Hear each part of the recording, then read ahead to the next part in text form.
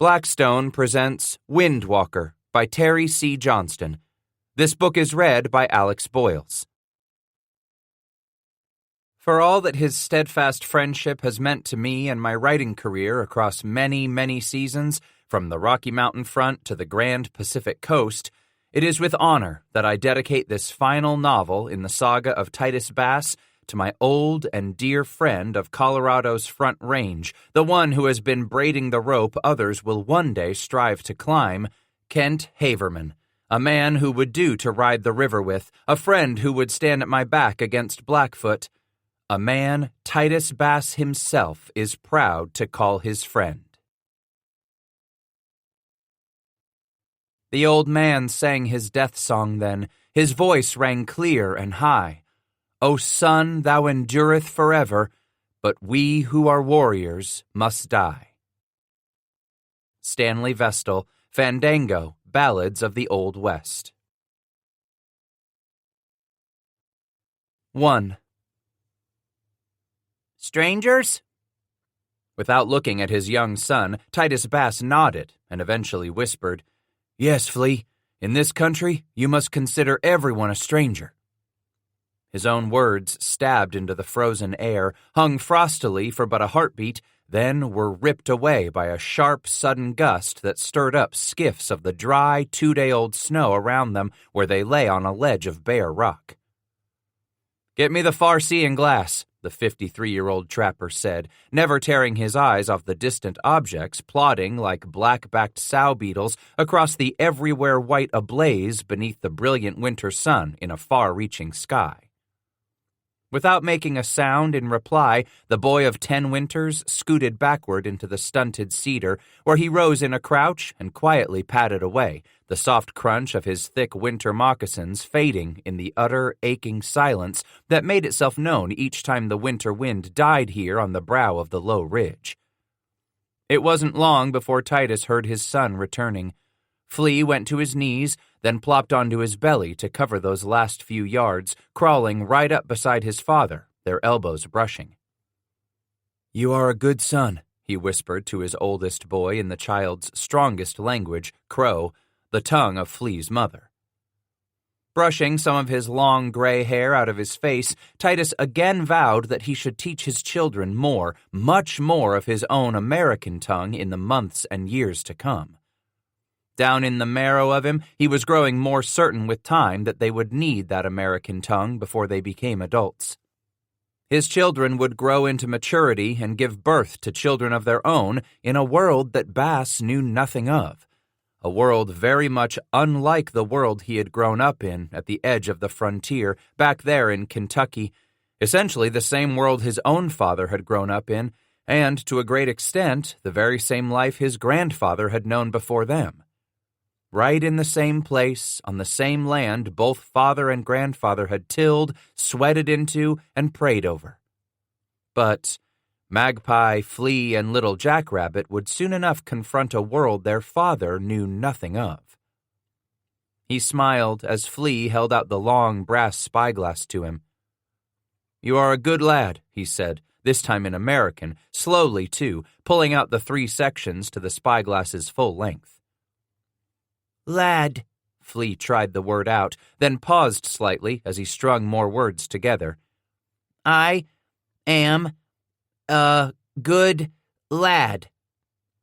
You're about the best lad ever could be, Titus confirmed, again in American, then patted his son on the shoulder.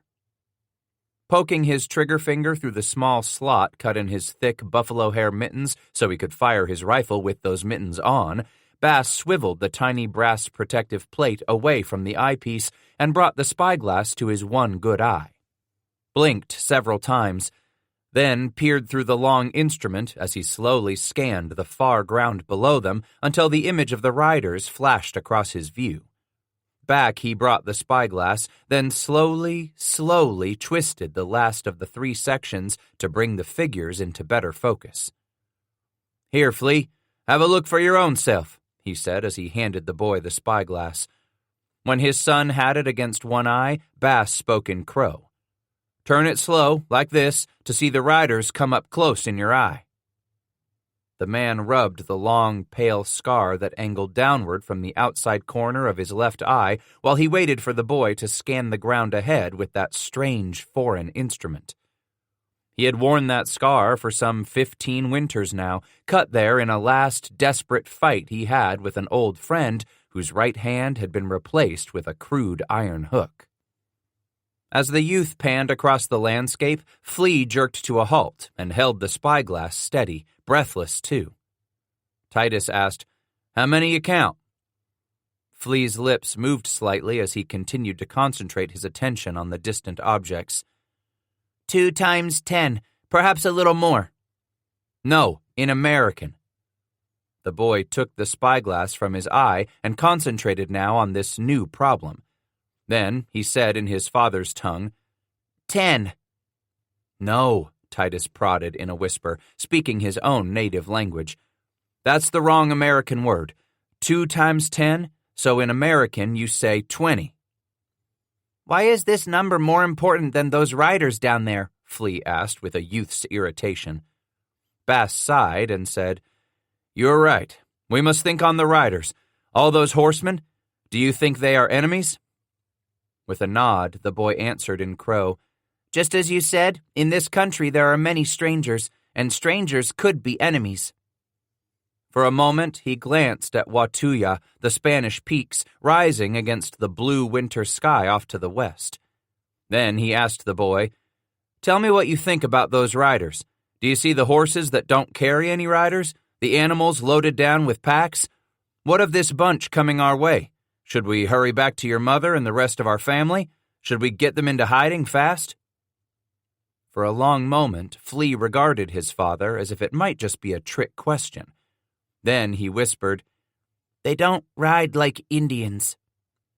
Why do you say they don't ride like Indians, son?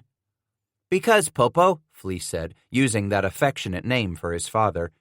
The Indians I know, they ride in single file. So these horsemen, what are they? White men? Say it in American for me. White men, Flea said assuredly.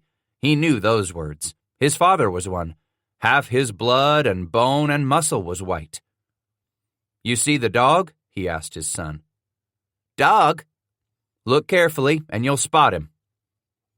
After some moments, Flea finally declared, That dog is white. I did not see him for a long time because of the snow. Big dog, ain't it? He asked in American. Yes. Injuns have dogs near big as that critter? The boy shook his head. That's right, son, Titus whispered. Dog like that loping along them horses, it's a sign them are likely white men coming our way. Over the last few agonizing weeks, Titus Bass had grown all the more certain that he would see that every one of his children knew everything he could teach them about the white man. Not just his language, but his ways, the good and the bad of the pale-skinned ones who were trickling out of the east. Titus would have to teach them everything he inherently knew about his own kind so that his half-blood children would not get eaten alive when the mountains grew crowded with strangers. They knew of enemies. Iskochia. The Crow had always suffered the mighty enemies who surrounded their Absarica homeland, but those forces still to come would be even mightier than the Sioux or Cheyenne, stronger still than the powerful Blackfoot, too. Titus Bass had seen a glimpse of what was on its way to these mountains. That one meant more were sure to come. Wagons, every last one of them filled with corn crackers, sodbusters, settlers, farmers with their women and their young'uns along, bringing their plows to dig up the ground and their Bibles to pacify the wildness out of this land. Almost 7 years ago, he had watched that first wagon with its dingy gray canvas top wheel into their final rendezvous on the Green River, the fabled Seedskidyaji or Prairie Hen River. It hadn't been a trader's wagon.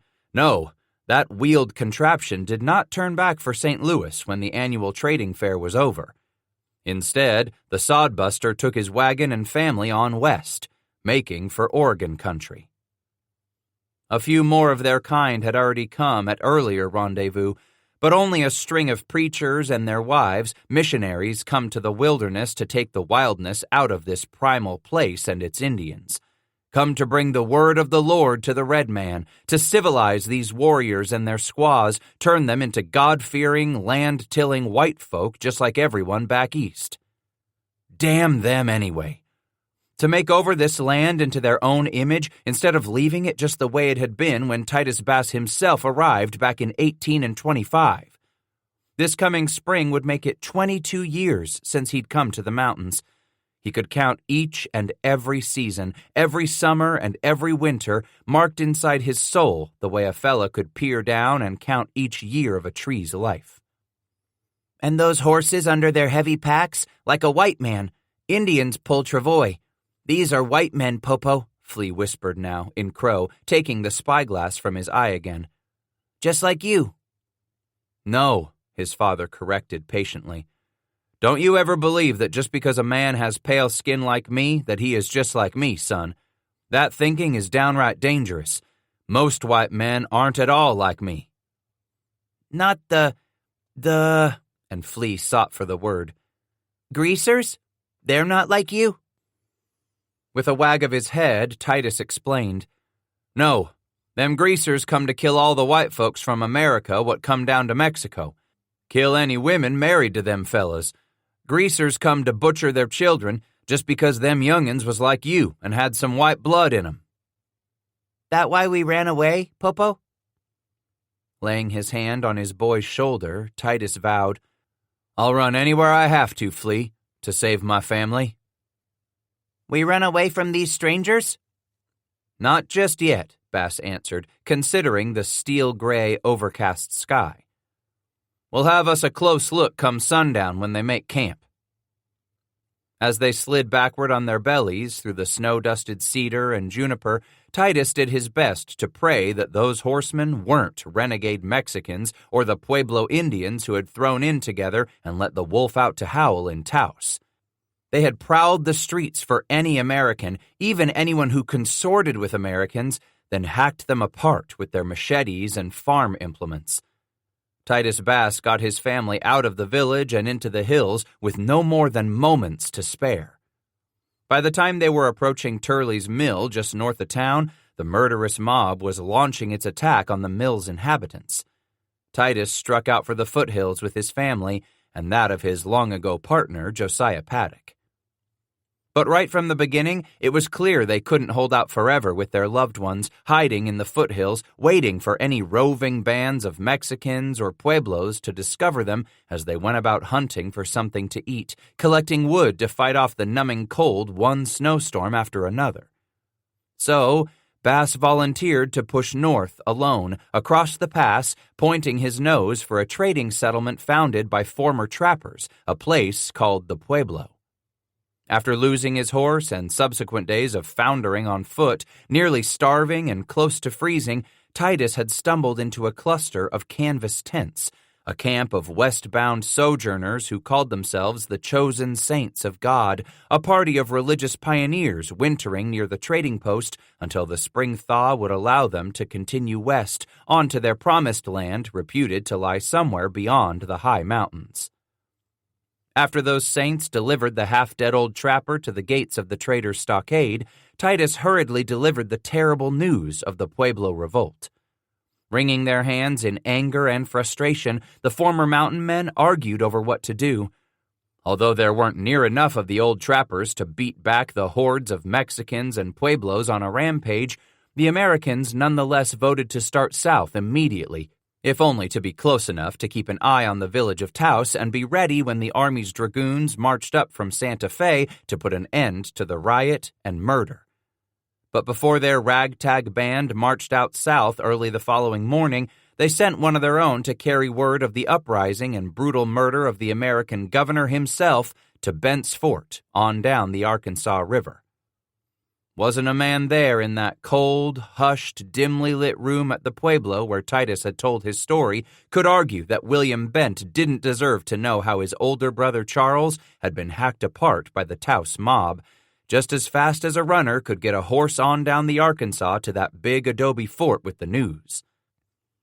Louis Simmons volunteered to make that ride east, while the rest turned their faces south for the valley of the San Fernandez and that tiny village of Taos, where the icy streets had run red with the blood of Americans. Although weary and weak from his ordeal in bringing the horrible news, Titus turned right around and started south, leading Matthew Kincaid and the others who were setting off to right a terrible wrong. With his family and old friends hiding out among the hills above Taos, he could do no less. Then, somewhere along that trail, in those long, cold days spent racing back to his family, Bass had decided against joining in the retribution. Not that the Mexicans and Indians didn't have a judgment day coming, be it a dragoons firing squad or a long drop at the end of a short rope noose tied by the hands of those American mountain men. But this simply was not his fight. By the time he had watched his half-blood children lunging toward him through the knee-deep snow, Titus Bass knew he would start his family north for the country where life was his fight. The others, like old friend Josiah Paddock, they had a decided stake in this land where the American army had come to conquer the Mexicans, this land where those chosen saints of God had migrated to wrest their promised land from an unforgiving wilderness. As soon as he finally held his Crow wife tightly in his arms, rejoicing at their reunion, Titus realized if he did little else, he had to get his family far enough north that they would be in country the white man did not want. Only then would they be safe from those dangers he did not begin to understand. Some dangers he could comprehend, the hatred between the Crow and their ancient adversaries to the north and east, dangers such as the great white bears that could tear a man apart in heartbeats, or beasts that broke your leg so you could not move and slowly froze to death. Those were the challenges and risks a man could fathom. They were a part of the life he had endured for more than 2 decades already. Such were the dangers that he reveled in, the very risks he had come west to conquer. Titus Bass could understand those challenges that had been an integral and daily part of his life for so long. But he did not care to make sense of armies coming to take away an old way of life from the Mexicans and Pueblo Indians, nor did he make sense of those Mexicans and Pueblos who staged a bloody revolt to drive out all those who were different. But what made him seek to hurry his family north even faster was his inability to make sense of those religious zealots who had come to the mountains to make a place only for their chosen few. Ever since he had arrived here back in 25, this had always been a land where a man celebrated his freedom to do and be. But now, there were armies and emigrants, murderers and zealots come to change the face of this wilderness, come to change the very nature of what had belonged to only the daring few for so long. Putting the San Fernandez Valley at their backs, Titus and his family struck out for the Snowy Pass, then started down, angling off to the northeast for the picket wire. Near its mouth, on the north bank of the Arkansas, Titus promised them they would find the mud-walled fort where the Bent brothers traded with the likes of the Kiowa, Arapaho, and Cheyenne. But they hadn't escaped the foothills when they spotted those distant horsemen, dark figures crossing the crusty snow. Turning his family and their animals into a juniper-cloaked draw, Bass took his eldest son, and together they worked their way to the edge of a rocky overhang. Through the spyglass, the figures appeared to move like white men, at least by the way they rode spread out, rather than strung back in a long column like a war party would ride on the march. But who could tell for sure, what with those horsemen bundled under layers of winter clothing, wrapped in wool blanket coats or thick fur hides as their hang-down animals plodded for the foothills while the sun continued its fall. He and the boy would watch from here until the horsemen made camp for the coming night. Then, leaving his loved ones back in the safety of that ravine, Titus alone would slip up on the strangers. First off, to learn the color of their skin, and then to discover the purpose of their journey south toward that land of revolt and bloodshed. Titus didn't recognize a one of them. Not that it was particularly easy for him to pick out a familiar face, as the strangers hunkered around their fires, their faces obscured by furry hats or the hoods to their blanket coats, lit only with the flicker of low flames a dull red on the snow as they murmured to one another. He waited in the darkness, listening to a foreign tongue he knew was not Mexican, but a language he had heard plenty of during those years he languished in Old St. Louis before striking out for the mountains. Some of these strangers were Frenchies, the laborers who had long played an important role in the fur trade across this wide, wild continent. Silently, he pushed back, sliding into the dark, and inched over closer to another fire, where he strained to listen to the quiet talk of those men rubbing frozen hands and warming icy feet near the flames. This bunch was Americans, leastways what he could hear of their few words. Slowly rising to his feet, Bass called out, "Ho, the camp! I'm comin' in! Don't get no itchy fingers. This here's a white nigger." At his first cry, the men around those half-dozen fires leaped to their feet, some snatching up guns and preparing to make a fight of it, others ducking behind what cover there was in their baggage. The huge white dog leaped up, a deep, menacing growl rumbling at the back of its throat. In their midst, a man of middling height stepped forth, long rifle in hand, yelling orders at the rest as he seized hold of the wide collar buckled around the big dog's throat. "Hold on there, you men," he roared as he jerked the animal into a sitting position. "You heard him say he's a white man." Then he turned and flung his voice to that side of the camp where the shadow emerged from the brush at the base of the ridge. "How many are with you?" Bass stopped and started to grin. With a shrug, he held out his arms and replied, "Just me. Ain't no others." Lowering his smoothbore, the leader said, "Come on over here." Less than 24 men quickly surrounded Bass and the leader, who yanked the mitten off his right hand. "My name's Bill Bransford." The dog growled at the newcomer, so Bransford snapped, "Hush!" then peered at Bass. "We met before?"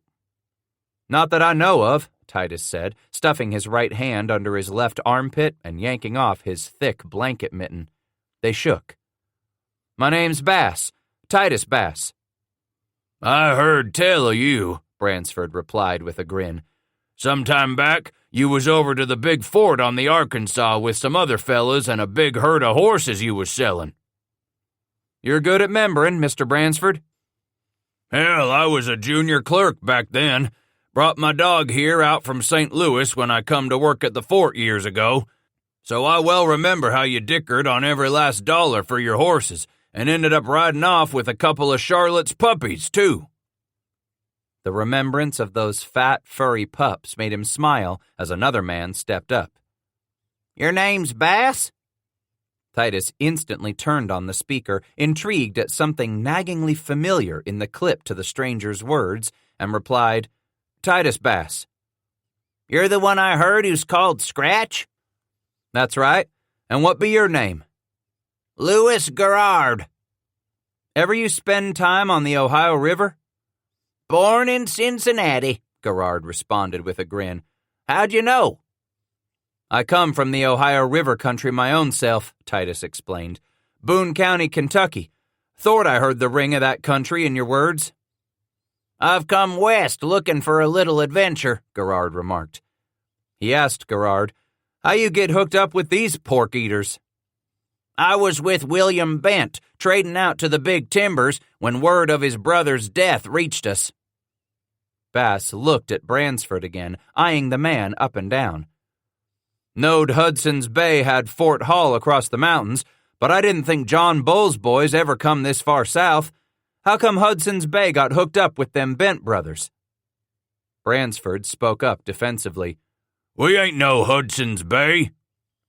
"So you claim you ain't a John Bull outfit?" Titus inquired. "No," Bransford answered, looking mystified. "What made you think we was?" "Laying out there in the dark, I was listening to them Frenchies palaver over yonder at that fire. Just figured with them parleyvoos along you was Hudson's Bay." "William has him some Frenchmen working for him," Bransford explained.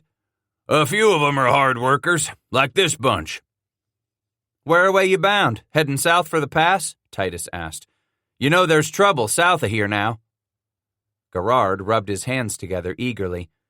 "Just the sort of adventure I came west to find." Bransford motioned Bass to join them at the closest fire and said, "You'll soon get all of the adventure you're wanting, come the day we reach Taos, Gerard." "Taos?" Bass echoed in surprise. "So your bunch is headed for Taos?" The leader turned on his heel and glared at Bass. "Sounds to me you know something of the bloodbath down that way." "I carried news of those doings all the way north to the Pueblo," Titus declared sourly. "Kincaid and Fisher, the rest of 'em too, they set out with me the next day." "What are you doing up here if you returned to Taos?" Gerard asked. "Decided it ain't my fight." Gerard snorted. "Isn't my fight either, but it's bound to be one hell of a time." Bransford leaned forward. "Why you wandering around out here by your lonesome?" "Taking my family to Bent's big lodge afore we push on north for Crow Country." "Your family with you?" Gerard asked. "That's why I ain't making that scrap in Taos my fight." He pointed to the coffee pot at the edge of the fire pit. "You got something hot to drink?" "Pour this cold man a cup," Bransford ordered. "We're on our way to Taos, maybe so to help the soldiers and those fellas from Fisher's Fort put down this revolt." Scratch watched the hot liquid hiss into a tin cup he held out, steam rising into the cold air. "Ain't much any of you can do," he explained quietly. "By now them murderers gone and butchered every white person in the area. They wiped out Turley's mill." "Turley's mill, too?" one of the strangers repeated. He nodded as he took a first sip of the hot coffee. "I'll lay as how them greasers got their work done already. No one left to save now." "William Bent wanted us to try," Bransford declared. "Bent hisself?" Bass echoed. "So Louis Simmons did make it after all." "Like Gerard told you," Bransford nodded solemnly. "Simmons reached William when he was off trading at Big Timbers." Then Gerard spoke up. "I was right there with William and old John Smith, too, when Simmons came riding in with word that Charles was murdered." Titus turned back to Bransford and asked, "What's this Big Timbers?" "Place on the Arkansas. Lots of cottonwoods. Where William Bent's wife's folks, Cheyenne they be, where them Cheyenne camp out of the wind of a winter," Bransford explained. "William rode right in the 40 miles to the fort without stopping soon as he heard tell of the revolt in Taos." He tucked the long, slender braid he wore in front of the left side of his face behind his ear and took another sip of the scalding coffee, then asked, "Bent's gone and rode on ahead of you fellas?" The leader shook his head. "Lord knows he wanted to, if only to find out about his brother, how Charlie died. But when Frank Delisle came in with the company wagons from the company camp on the picket wire, sure as hell that a greaser army was right behind him, Captain Jackson and his soldiers convinced William he should stay put at the fort to protect it against an invading mob. Jackson's got him a small company to begin with, and now there's a score or better of his soldiers too sick to stand for service. There's less than a dozen able-bodied men to guard them walls now that we're marching for Taos." "Protect the fort? Ain't no greasers gonna come this far north," Bass snorted and savored the warmth of the coffee tin between his hands. "How about them Cheyennes he married into? Didn't them Injuns at the Big Timbers offer to whoop it on south and wipe out them greasers what killed Charlie Bent?" "Damn right, them chiefs volunteered their warriors to do just that," Bransford explained. "But William turned 'em down cold. Told the Cheyennes it was a white man's problem, and the white man'd put it right." "Maybe so, that's square thinking," Bass said quietly. "White folks caused the problem in Mexico. It's right that white folks should fix things down there." "So you're going to find safety in Bent's fort?" Gerard asked. "I've been there twice now," Titus said, turning to address the man. "But my woman and our young'uns never been. I figure chances be a mite slim I'll ever make it back down this far south, so I decided to show 'em the fort while we're this close." You tell William you run onto us, Bransford said. He could well use another good man while the rest of us is away. Scratch peered over that motley collection of some 24 former trappers, Frenchmen, half-bloods, and free men. I ain't looking for to hire out to no man. Figured we would camp nearby for a day or so before pushing on north for Crow Country. What's the country like tween here and Taos? Bransford asked. Snow's blowed clear on most of the road, Bass declared. You'll do well if you keep your stock watered and fed. Had only 5 horses when we started out, the leader said, and they was owned by these 5 free men who decided to throw in with us. Got family down in Taos. Bass quickly glanced at the stock they had picketed close by, then asked Bransford, How'd you come on the rest of your horses? When we left the fort, we put our bedding and supplies in a small company wagon. Figured we'd get our hands on some mounts at the Bent Brothers Ranch a ways up the picket wire. We was hoping them greasers hadn't already raided and run off the horses afore we got to the ranch, a voice called out from the group. No greasers showed up at all, Bransford confided, but a string of government teamsters was already holed up there, afraid to push on south for Taos until word reached them that the army had things under control down there. You took the wagon horses from them teamsters? Titus asked. Just the ranch stock, Gerard said. But them riding horses was what the teamsters wanted to hold on to, so they'd have something faster to make their escape than on those slow wagon teams. It nearly came to shots fired before those teamsters let us ride off on the ranch horses, Bransford snorted wryly. Damn if they weren't a scared lot. Tried to hold on to horses what belonged to William and Charles Bent in case they had to gallop on out of there with the Mexicans coming down on their asses.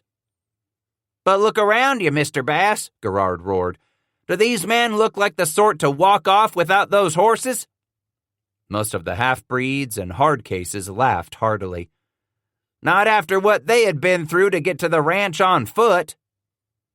Bransford went on to explain how his bunch had been hampered for more than a day when they were forced to take shelter during a howling snowstorm. Later, they hadn't found much water in the dried-up creek bed of the Timpus, and what little they scratched up was so laced with alkali that even coffee was undrinkable. For 2 nights we were without anything that would burn for firewood, Gerard explained. Bill here offered to let me sleep with him and share our blankets, but first we had to convince his damn dog. Back when we reached Hole in the Rock, we thought we had Injuns or Mexicans slipping up on us, Bransford said. That's when my dog here set up a awful bark. Must have only been a coyote or some other critter. You fellas gonna find yourselves in greaser country soon enough, Bass sighed, then blew across the surface of his coffee again. Keep your ears open and your eyes peeled back. Ain't likely this bunch will lose their hair. Where you leave your family? The group's leader asked. Back round to the end of the ridge a ways. Go fetch 'em and bring 'em here to spend the night. Nah, Titus replied, then took a long gulp of the coffee. As he tipped up the coffee tin to drain the last sip, the decorative beads suspended from his long ear wires clinked against the rim of the cup. Time I get back, them young'uns gonna be sleepin'. That's a shame, Gerard admitted. Bass stood and held out his hand to the adventurer. Grateful for the coffee, and the palaver, too. Thanks for your news on Taos, Bransford said as he stood and they shook. Maybe so we'll run onto you up to Bent someday. Scratch wagged his head and set his empty cup down near the fire ring, then tugged his coyote fur cap down so that it covered the earrings dangling from both lobes. Don't figure that'll happen. Sure enough, we'll stop by there to let my family have a look-see in the next few days, but I can't think of a thing ever gonna bring me this far south again. As Titus Bass started out of the circle of strangers, Bransford called out, Watch your top knot! He stopped, turned, and patted the back of his well-worn coyote fur cap. I've been scalped once already. Got more holes in this old hide than I care to callate. I aim to ride out for that north country where this nigger won't have to worry about them what wants to lift his top knot. I aim to live out all the rest of my days up where a man can die at peace, fellas. I reckon I'll die a old man wrapped up in my buffalo robes. 2. Like a great golden pumpkin, the adobe walls of the post glowed in a last glittering benediction of winter's late light that third afternoon after leaving Bill Bransford to press south with his avengers to put down the Taos rebellion. Bass pulled back on the old horse's reins. As the rest of his family came to a halt on either side of the old trapper, he felt his wife's leg press against his as her pony snorted a gauzy mist. Waits by the water tugged the thick woolen scarf below her chin so she could speak, exposing the cheeks scarred with the white man's pox. She asked, "This is where the seeing was taken from your eye so many winters ago?" Leaning off his horse, Scratch rubbed the small of her back a moment, then answered with a thick voice, "Yes, I come here to find Cooper afore I finished my journey back to you and little Magpie." With a flick of her eyes, Waits glanced at their oldest child. "She is not so much a child anymore. Look, and you will see." He chuckled, then said, "Soon enough, Magpie's father will have to sleep by the door of your lodge with his gun in his lap." "Why would you sleep with a gun in your lap, Popo?" Magpie asked as she urged her pony closer. Instead, Waits answered, "To frighten off all the young men who will be strutting around you like noisy mosquitoes on a summer evening." The girl's eyes went to her father's face. "Do you really think the young men will find me pretty?" How he laughed at that, his face raised to the sky as he roared, "Magpie, you are as pretty as any woman I have ever seen, in either world I have lived in. Why, you are as pretty as your mother was when she was your age and her own father had to start beating the boys away from their lodge door with a long coup stick." "We will be safe here?" Waits asked, the sound of her words more solemn. His eyes crinkled with reassurance when he recognized the worry on her face. "Yes, we will be safe here. The only reason there was danger here so many winters ago was that I came looking for it." "These horses are tired, Popo," his oldest son reminded. "And they need water, too." "We'll take them down to the river and let them drink their fill," Titus suggested. "Then I'll take my family into the trader's mud lodge." At the north bank of the Arkansas, while Waits by the water sat with the other children, Scratch and Flea clambered out of their saddles and trudged to the river's edge with their short-handled camp axes. Together, they chopped a long slot in the ice while Magpie and her mother dismounted and started the animals toward the bank. As the horses drank, Titus laid his arm across his wife's shoulder and turned her to look at the distant golden walls. Softly, he said, "It will be a good thing to get these children out of the cold for the night." She gazed up at him, then laid her cheek against his chest as the noisy horses nuzzled the water behind them. "For these children of ours, this little cold does not bother them, Titus. I have never heard them complain." "You're right," he whispered with his chin resting atop her blanket hood. "The winter is much, much colder in our home country far to the north." "But a fire will feel very good to my feet," Flea said as he brought their 3 Cheyenne pack horses up the bank to where his parents stood. "Yes, it is time you show us this big mud lodge that shines red as a prairie paintbrush flower here at sunset," Magpie goaded him with giddy excitement. "You too, Jackrabbit?" Titus asked of his 4-year-old son, still sitting his saddle, his short legs swaddled inside a buffalo robe that was tucked under his arms. "Go with Popo," the boy answered, a smile brightening his whole face. "My belly wants to eat." Squeezing his wife's shoulder, Bass turned to his red horse and said, "Woman, we best go feed this boy before he starts gnawing on my moccasins." He loved how their eyes widened the closer they got to the tall mud walls. Approaching from the southwest, they reined for the circular bastion that stood more than 20-some feet above the snowy plain. Extending to the right of that bastion stood 2 of the 3 corral walls, the top of all bristling with thorny cactus. Try as he might to squeeze his mind down on it right now, Titus could not remember this corral connected to the fort on his first trip here in the spring of '34, and he couldn't claim he'd paid all that much attention to its presence back in the autumn of '42 when he had traded off most of his Mexican horses for more than 1,000 weight of jangly foofara and shiny gurloos. "Where is the door to this lodge?" Flea asked, a little perplexed as they continued to plod north along the west wall. "Soon you will see, my son." As they turned their horses at the far corner, he spotted a nesting of some 3 dozen lodges erected back among the riverbank cottonwood several hundred yards from the fort. More than 200 ponies pawed at the frozen ground between the camp and the mud walls. Suddenly, an iron bell began to clang inside the fort, and a head appeared over the top above them. The man's face disappeared as quickly. "The Mexicans are here too?" Waits asked him. "This bell rings for their holy meetings?" He knew she was referring to how the Tauseños followed the dictates of the great iron bell rung in its tall church steeple. He said, "I don't figure we'll find many greasers here now." "No holy meeting?" she repeated. Wagging his head, Scratch said, "That bell rings only to announce the evening." "Why, Popo?" Flea inquired. "I can look at the sun falling and know for myself that it is evening."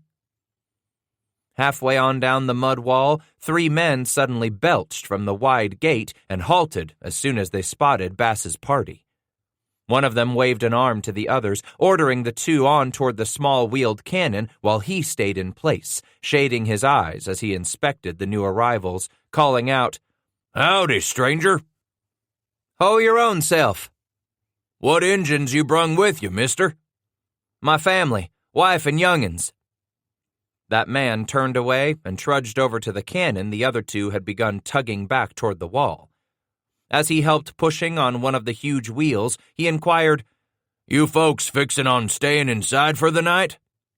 Bass cleared his throat. "I reckon, if'n there's room." "Just barely," he replied. "Got us more'n 2 dozen sick soldiers getting nursed."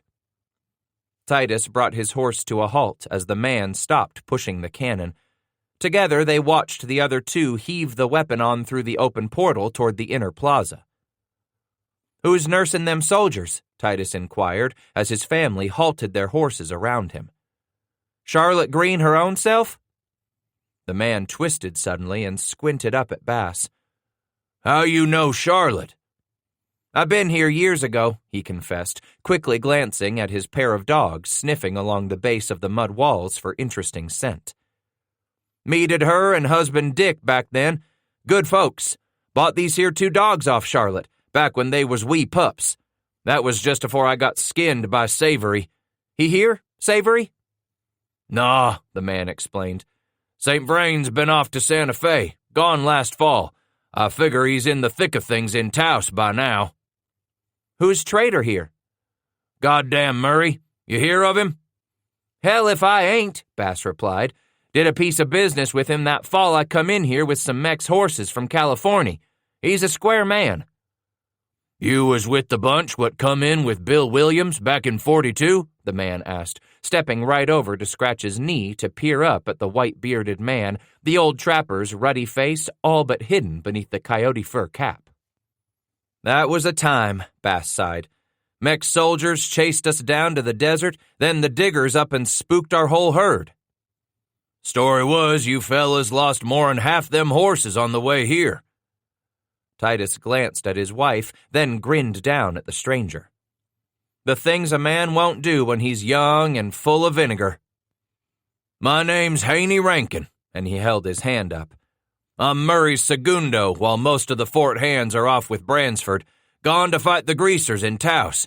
You can head round to the east wall. You remember that corral over there?" "I do recollect. There a gate on that side?" Rankin nodded. "Bring your family on inside that small corral. Sun's down, so we're bolting these here gates for the night. I'll meet you over to the corral." "You don't 'spect trouble from them Injuns camped down in them trees?" he asked as Rankin followed the cannon through the darkened entryway. "Nah, that's Gray Thunder's band," Rankin's voice echoed through the low, shadowy entryway. "They come in a week or so back, soon as they heard Charlie Bent was kilt by the Mexicans. Offered to go kill greasers if William wanted 'em to." Bass waited till the three were swallowed by shadows, then reined his horse away. "Come on, woman," he said in English to his Crow wife. "We'll settle in for the night. Come morning, I'm fixin' to pay a call on that Cheyenne camp. Maybe so scratch up some news about a old friend of ours." "I will stay behind with the children when you go," Waite spoke emphatically. "Cheyenne are not so much friends with my people." "Better I go down there by myself anyway," he agreed. "See what sort of mood them Cheyenne are in before I go asking up about that old friend." "Who is this?" "You remember the one about as tall a man as you ever seen?" She thought a moment as they brought their ponies to a halt outside the narrow east gate. Then a grin crossed her face, ruddied by the cold. "Shadrach," she said slowly, deliberately, in her husband's tongue. "Shadrach Sweet," he repeated, as the gate was drawn back against the icy snow and Rankin was there with a candle lantern spilling its yellow patch on the snow around his feet. "So where's this Titus Bass?" A loud, deep voice boomed in the dark behind Rankin. "Who's asking?" Scratch demanded as he dropped from the saddle onto the snow and started his horse through the corral gate. "Dick Green," the voice said as a shadow took shape and the huge, muscular man stepped up to the old trapper.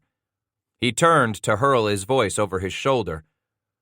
"As I live and breathe, if it ain't him, Charlotte!" Then he was grinning at the old trapper, yanking on Bass's arm as he trudged backward into the corral. "Come on in here. Bring them folks all in here now." The blacksmith's big hand quickly seized hold of Bass's mitten and pumped heartily as Green pounded Scratch on the other shoulder. "Oh my, oh my," a high voice squealed as a woman squirted out of the kitchen door, a low rectangle of light behind her. "It is the puppy man, and he brung him his family, Dick. Looky if he didn't bring his family." Suddenly, Charlotte Green lumbered to a halt on the ground, trampled by moccasins and many a hoof, staring slack-jawed. "Why, is this them two tiny puppies you buyed from me?" He watched her crumple to her knees in the snow, her ankle-length broomstick skirt fanning out around her as she began to pat the tops of her thighs and whistle as good as any St. Louis wharf-side stevedore. "Come here! Come on over here, you little whelps!" "This the woman who traded me for the dogs," Titus explained to Waits as the dogs bounded over to the black cook. "That is easy to see." She turned and signaled through the open corral gate for the children to dismount, pointing them off to the right in this triangular-shaped corral strung along the full extent of the easternmost wall. Watching the dogs lick the cook's face, Scratch grinned, saying, "They sure as hell remember you." "What brung you back here for such a hoodoo season?" Dick Green asked him as Rankin took the reins from Bass's hand. "We was down to Taos when the blood started running in the streets," he explained in a near whisper. "Got out by the skin of our teeth." The big blacksmith wagged his head dolefully.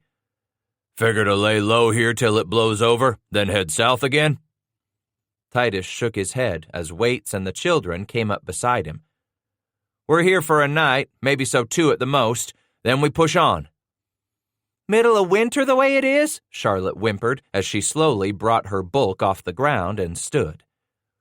"Surely you can find something to do here to keep these young'uns of yours safe till spring when you can leave."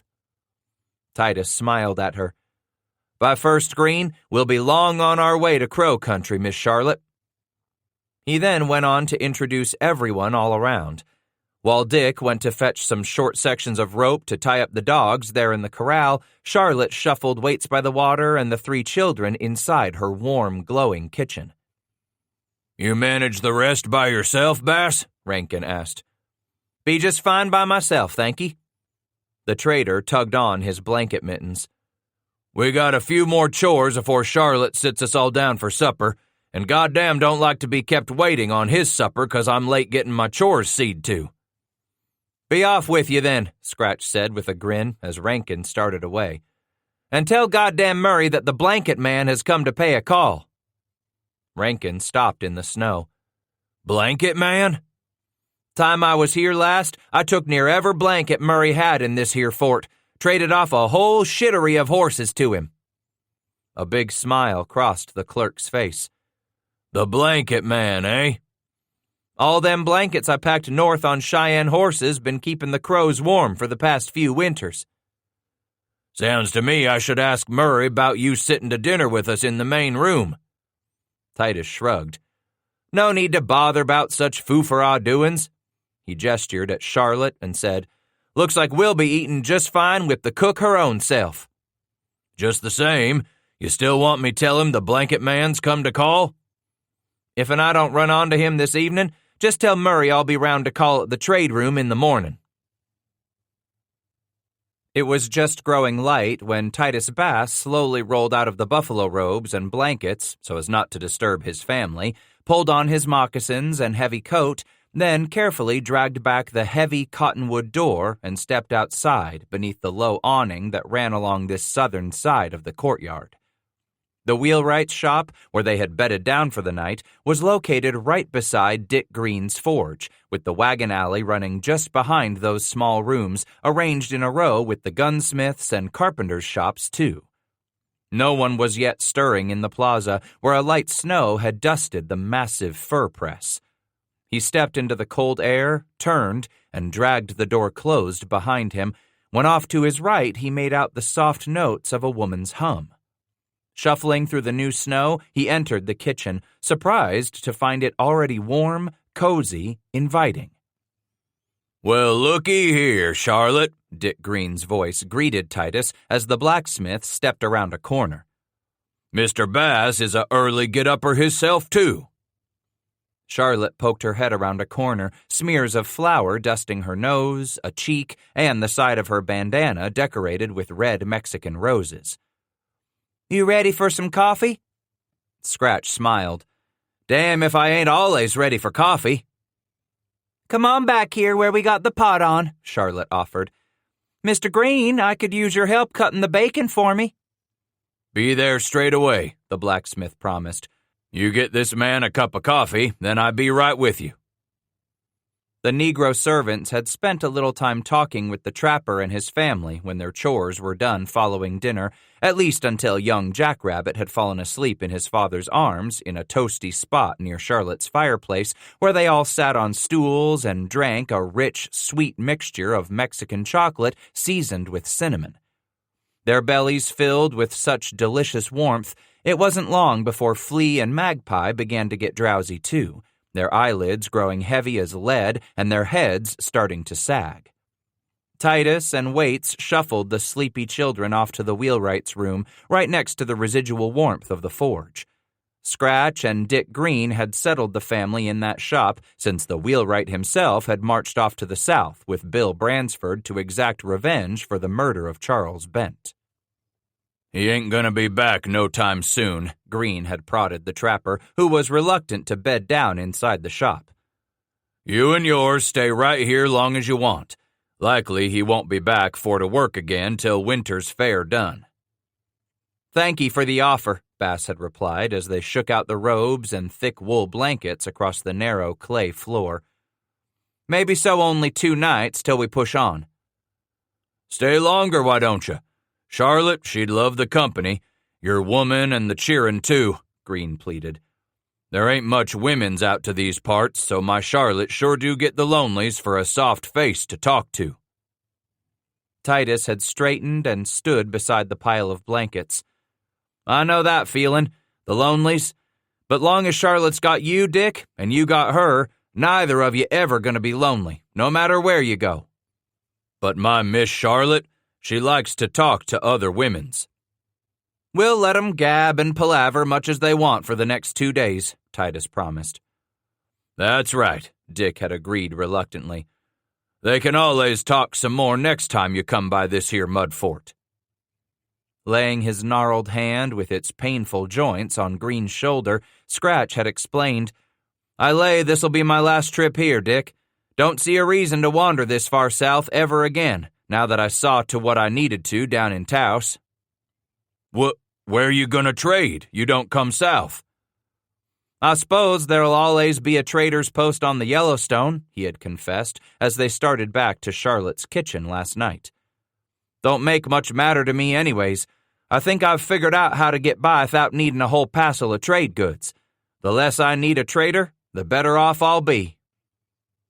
That morning over coffee, as the few fort employees left behind began to stir with activity, and Jackson's dragoons came and went with steaming cups of Charlotte's hearty brew and plates of her fluffy, piping-hot corn muffins, Scratch told the Greens tales of that north country where his family belonged. Now, more than ever, as the army and emigrants and those religious pilgrims, too, were all crowding in on what had long been a quiet and oft-times lonely land. When he could stuff no more in his belly, Scratch got up and moved his stool back against the wall. "Keep a sharp eye out for them young'uns of mine," he warned the cook. "When they get around to rolling out, a hungry bunch gonna come running in here to clean up all your bacon and corn dodgers." Dusting her hands on her big white apron, she beamed. "That's why Charlotte be the cook, Mr. Bass, so's I can fill up bellies till they're bustin'. You tell them young'uns of mine I'll be back after I've looked up an old friend down to the Cheyenne camp," he explained as he pulled on his coat and started toward the door. "I figure you'll keep 'em fed and warm right here till I come back." "I can allays find something for your cheerin' to do for me round here," Charlotte vowed. "'Specially that girl of yours. My, oh my, she's gonna be a surefire handful of ringtail cats one of these days, you mind my word, Mr. Bass. She's got that light of trouble sparking in her eye." Didn't he know that already, Titus thought, as he shouldered the corral gate closed, then strode off toward the far grove of cottonwood on foot, scuffing through the old snow in those thick, hair-on winter moccasins. He damn well realized how Magpie had her father wrapped around her little finger, what with the way she had learned to flash her pretty eyes at him all the time. Come a day when she'd be batting those eyes at some young buck of a suitor. Leastways, he had begun to hope it would be a young warrior, and not some half-baked, green-hided, soaked-behind-the-ears white youngster fresh out of the settlements. Back when he had first taken a shine to Waits by the Water, Titus Bass was notching his 9th winter in the mountains. With their daughter's mixed blood, Magpie deserved a man bred to these mountains, and not no snot-nosed young'un who didn't know prime from stinkum. 3 older Cheyenne men stood off to the side of the first lodges as Scratch came across the open ground. He was carrying no rifle or smoothbore, surely they could see that. All 3 wrapped in a buffalo robe, the Cheyenne watched him warily as he approached. He was sure they had a good suspicion that he wouldn't have come without some weapon on him somewhere. When he was less than 20 feet away, Titus stopped and held one arm up in greeting. Then he pulled off a mitten and quickly yanked at the long ties that held the flaps of his elk-hide coat closed. There he patted the big pistol stuffed in the front of his belt. The moment one of the trio nodded and started his way, the other 2 shuffled off in different directions. Bass stopped in front of the camp guard, realizing he didn't know a damned word of the man's language, wondering for a moment if any of these 3 had been among those Sioux raiders who had chased him and Shad Sweet down when they were on their way to Fort Davy Crockett in Brown's Hole.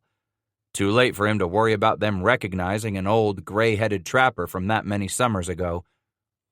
"Sweet?" he asked, using his friend's name. The Cheyenne barely shrugged. "Big man," and Titus held up a flattened hand half a foot over their heads. "Big, big man."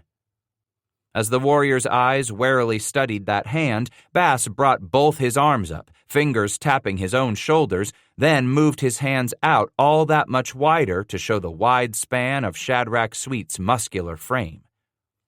With no more than the slightest gesture, the warrior in the buffalo robe indicated he wanted the white man to follow him into camp. Follow him he did, scuffing through the length of the Cheyenne camp scattered among the old cottonwood growing back from the annual floodplain of the Arkansas. At the far edge of the tree line, the Cheyenne stopped and pointed out a young woman patiently trudging around the side of a squat, small-flapped hide lodge. She had a small, bow-legged infant slowly taking some first tentative steps beside her. "Sweet?" Bass asked. "She know about Sweet?" "Sweet," the man repeated, speaking for the first time. Then he motioned for the white man to go on before the warrior pulled his hand beneath the buffalo robe's warmth once more and turned away. "Sweet?" Titus asked as he approached the lodge, immediately drawing the young woman's attention. She cocked her head to the side and repeated, "Sweet?" "Yes. He here?" "Shadrach Sweet?" She repeated the 3 syllables with practiced certainty. "You know Shadrach, do you?" he said with a grin, relieved. Then he started for the door of the lodge, figuring his old friend was inside. "Sweet," she said, stepping between Bass and the open doorway as a young boy appeared from the firelit interior. Pointing off toward the far willows, she indicated a patch of open ground where some more of the band's ponies were grazing on grass blown clear of crusty snow. "He's not here? That it? Sweet's gone off to the ponies?" She bent her head this way, then that way, almost the way a dog would listen intently to its master's words. "Sweet, go." "Yeah, Sweet go to the ponies?" "God damn," a voice thundered behind him. "Can a man go take a piss 'thout some mule-headed idjit come calling after him?" "As I live and breathe," Bass gushed as he wheeled around, spotting Shadrach threading his way through the bare-limbed cottonwood. "So you stand up and take a piss just like a real man now, do you?" "Shit, what would you know about real men, you half-growed strip of spit-out mule hide?" "Don't you ever say nothing mean agin no mules," Scratch roared back as the man who easily went half a foot again over 6 feet tall, just as Sweet enfolded the shorter man in his big arms. The smell of Shadrach, a free man's mix of wood smoke and gun oil, burnt powder and stale tobacco both, how it evoked so many bittersweet memories that Bass felt his eyes begin to sting. As his old friend loosened his grip, Scratch reached up with both hands and pulled Sweet's face down to his, promptly planting a wet kiss on both of Shadrach's cheeks. "Damn, but it's good to see you too, Titus Bass," Sweet said in a husky whisper laden with deep emotion. For a long moment there, Scratch could not speak. He hadn't expected to be choked up this way with the reunion. Finally, he said, "Was told up to the fort you was down here with Gray Thunder's bunch. Knowed some time back that you run off to the blanket with these here no-good Cheyennes." Sweet looped a muscular arm over Bass's shoulder. "Pray tell when you hear of that." "Can't recollect if it were someone right here at Fort William or not," he replied, a little aggravated that he couldn't scratch up the proper notion. "Or maybe it were on up the Arkansas at Fisher's Pueblo." Sweet waved for the young woman to move in their direction. "What did they tell you about me?"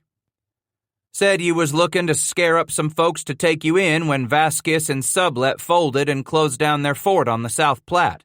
Said you was fixin' to head out for to find a band of Cheyenne where you ended up taking a shine to a gal." "This here's that gal," Sweet announced, strong affection in his voice. "Titus, want you to meet Shell Woman." "Shell Woman," Scratch bobbed his head in recognition. "She knows her name in American talk," Shad explained. "Cypher's more and more American talk all the time. Most times I call her Toot." "Toot?" Shad smiled toothily. "Like them Frenchies say, Toot sweet. I call her Toot." Nodding his head to the pretty woman, Bass said, "Toot it is." Dropping to one knee, Titus asked, "This little pup your'n?" Quickly scooping the child off the ground and cradling her in his big arms, Shadrach said, "This here little doe-eyed gal is my daughter, Pipe Woman." "She is a purty one, Shad," Bass agreed. "Good thing she takes after her mama, old coon.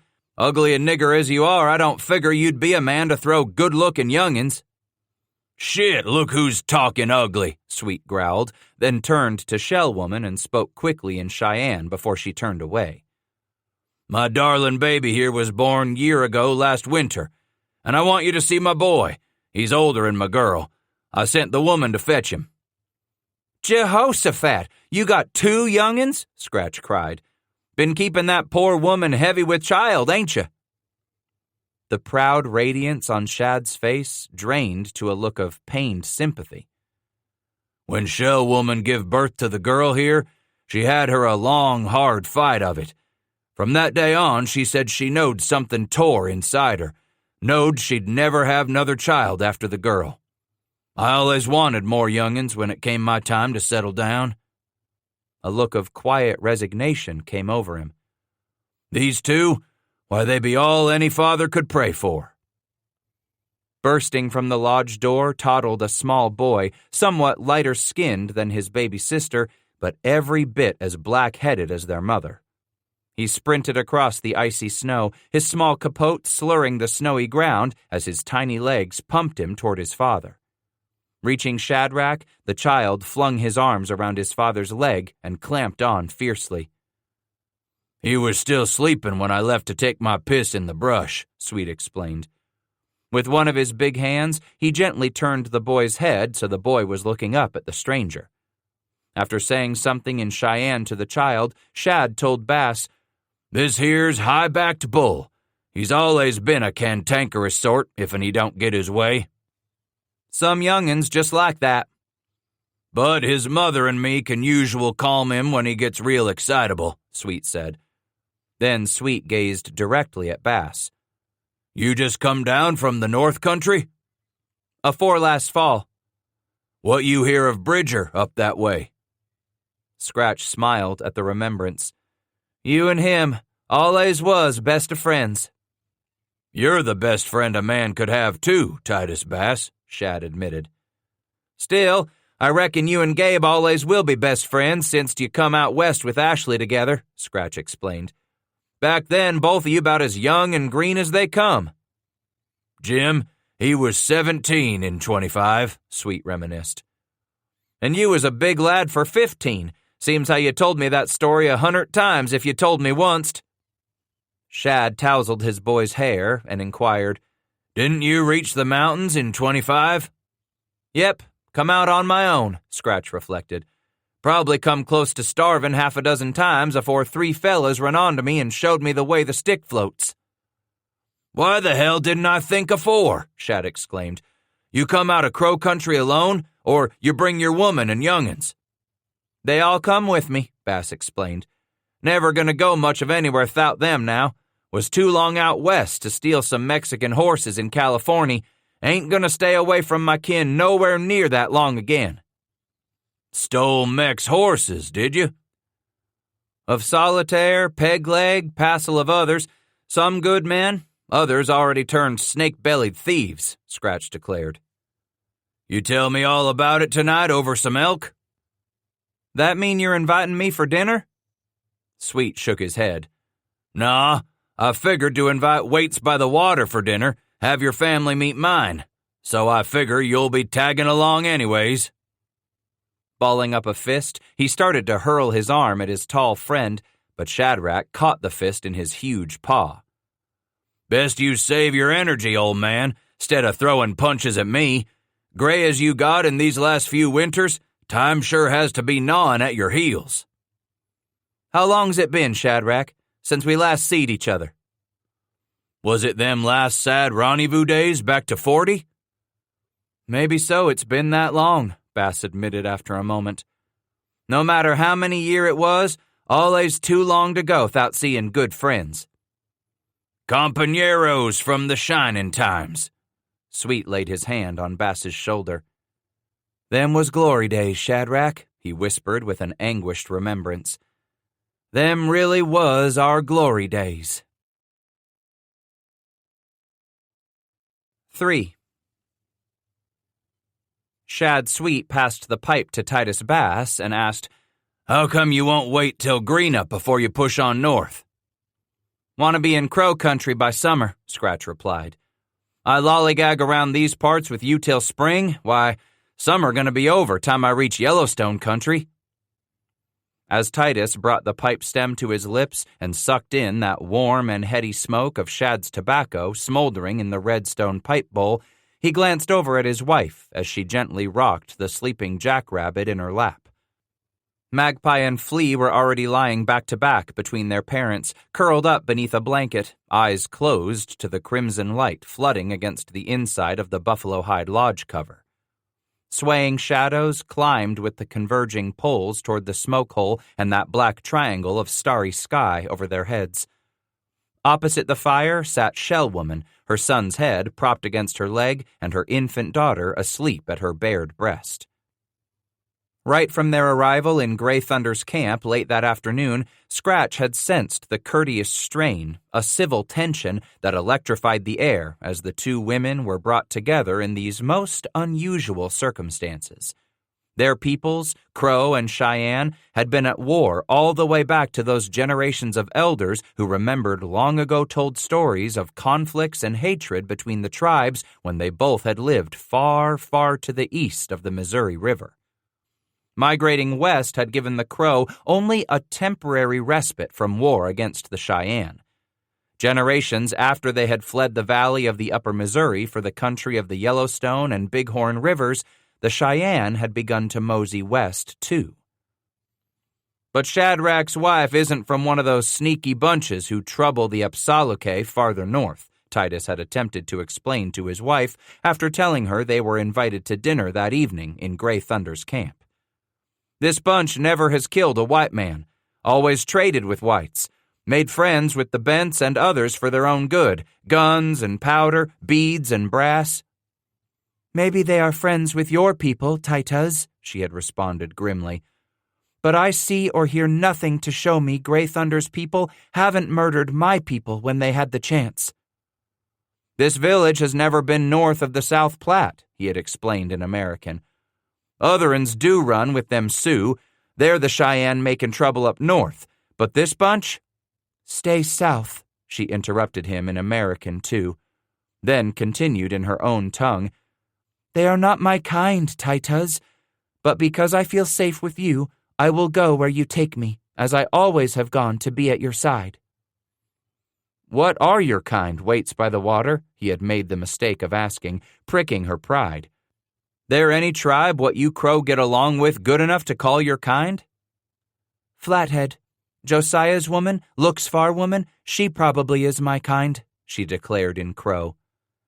Damn it, he grumbled in exasperation.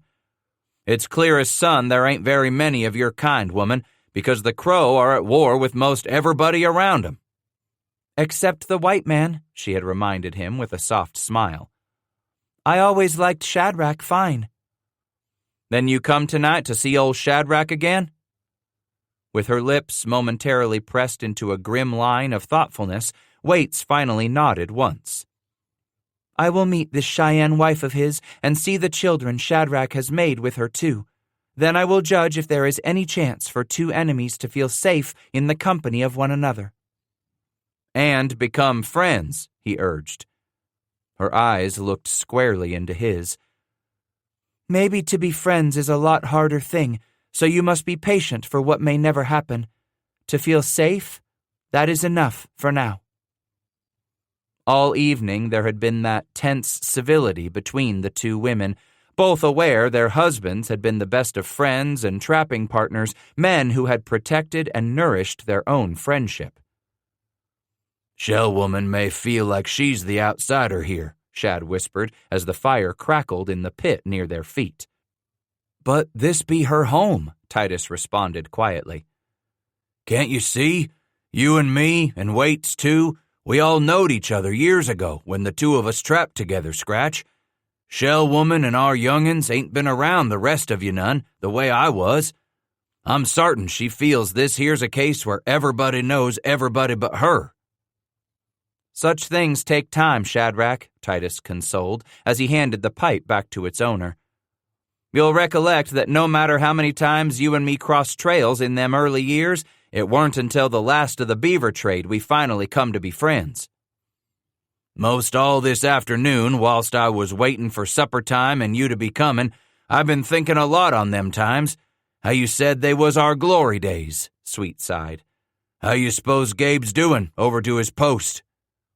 What I heard, Jim's full of pluck and doin' fine. You ain't never been there yourself? Not once, Titus admitted. After we talked about Gabe this morning, more I cogitated on it, and the more it made sense to take me a ride on west to the Green and have a look at what Bridger's been doing with hisself after all these years. Shad leaned forward to whisper, "You suppose he's still in business with Vasquez over west of the mountains?" "They're both likely lads. I figure they had the gumption to make a go of damned near anything they ever set their minds to." Shadrach quivered a little with anticipation. "So you're going to see him, Scratch?" He glanced for a moment at his woman, found her smiling at him as she sat listening to their man talk, her legs folded to the side in that woman way of hers, rocking their youngest. Her smile always reassured him. "Yeah, Shadrach," he replied. "Fixin' to drop in on Bridger, have a look at his new diggins, sit and palaver about the old days for a spell afore we tramp on down the Wind River for Crow Country." Sweet cleared his throat, that scratchy bullfrog of a voice dramatically softened now. "Sure would like to see old Gabe my own self." "Why, child, you asking yourself along?" Shad's face brightened. "Figured I'd have to work harder'n that to get you to come to the bait, Pilgrim." "Who you callin' Pilgrim, you lop-eared greenhorn?" "Damn if it wouldn't shine for our families to ride north together," Shad gushed with enthusiasm. "So, how long afore you was planning on leaving, Scratch?" He dug at an itch under his chin, then said, "When I first rode in here, I fixed my sights on layin' over at the fort 2 nights at the most, so I was gonna pull out come morning." It was like the air suddenly went out of Shad. With a grump of resignation, he said, "Morning don't give Shell Woman much time." "Hell, Shadrach, ain't a Injun woman what can't take down a lodge and pack it up in the time it takes you and me to eat our lunch and have us a pipeful of that tobacco of yourn." Wagging his head, Shadrach explained, "It ain't getting everything tore down and packed up I was meanin'. It's just, Shell Woman's got family, folks, sisters, and a brother, everyone she growed up with in this camp. I allays figured I'd give her all the time she needed to say her goodbyes afore I ever yanked her off with me." "Ask her if you give her a day she'd be ready to go mornin' after next." He watched the two of them talk back and forth, listening to the strange word sounds in the Cheyenne tongue. But mostly he trained his attention on Shell Woman's face, watching how her eyes darted to the newcomer and his Crow wife. Finally, Shell Woman rocked onto her knees and turned aside to lay her infant daughter on the robes, her back to the men as she went about putting her small children to bed. For those breathless moments, Bass had worked his expectations and hope into a lather. Finally, Sweet explained in a whisper, "She says no matter how long I'd give her, it'd never be long enough to say goodbye to her folks, her blood kin." Disappointment flooded through Titus. "I'm real sad to hear that." "But Shell Woman said a day would be all right, long as I promised to get her back to her people one of these days soon." His heart leaped again. She says, you're all gonna go?" Shad's head bobbed up and down eagerly. "Damn if we ain't." To Scratch's left, both Magpie and Flea were abruptly awakening to the noisy voices, blinking their eyes and squinting at the exuberant men who had bounded to their feet to begin pounding one another on the back and shoulders. Across the lodge, little Bullhump woke up, propping himself up on an elbow to watch the same strange scene as the two men jigged beside the low fire. Finally turning back to Magpie and Flea, Scratch held down both hands. His children put their hands in his as he pulled them up and helped them into their heavy blanket coats, winter moccasins, hoods, and mittens, preparing to make that snowy tromp back to Fort William. At the doorway, he stopped Waits by the water and put his arm around her shoulder as she clutched the sleeping jackrabbit against her shoulder. "This gonna be good for us, Shad," he said, his heart filled with an exquisite happiness. "Not just you and me, good for all of us." "Shell Woman, she and the young'uns, none of 'em ever knowed anything but this prairie country down here. They ain't stomped all around the mountains like your family, Scratch. Gonna be good for 'em to lay eyes on some new sights." "You need help, Tamari?" Sweet shook his head. "The two of us get it done." With a huge smile, Titus asked, "Be set morning after next, Shad? You'll have it all packed for Green River country?" Bullhump sleepily rubbed his knuckles into his eyes. The tall man knelt beside his weary son and tousled the boy's hair. Damn if we won't be ready to prance north, Titus Bass. Back to beaver country come first light. Wind like this could make a horse downright fractious. The way it blew the old snow along the ground in gusts that swirled almost as high as a horse's nose, it frightened the poor, thick-headed animals. "We best tie 'em off and leave 'em here," Scratch finally suggested after the horses had been fighting their riders. "Never get up close enough on them cows to get a shot, these dumb brutes making all this noise with the wind." "We can slide off over there," Shad Sweet suggested, pointing his long rifle at a faint line of green that hinted at a brush-choked coulee. As they came out of the saddle minutes later, Titus assured, "Shell woman and your pups, they're going to be fine, out of the wind where we left 'em with my family. Them dogs of mine, they'll scare off most critters what try and sneak close."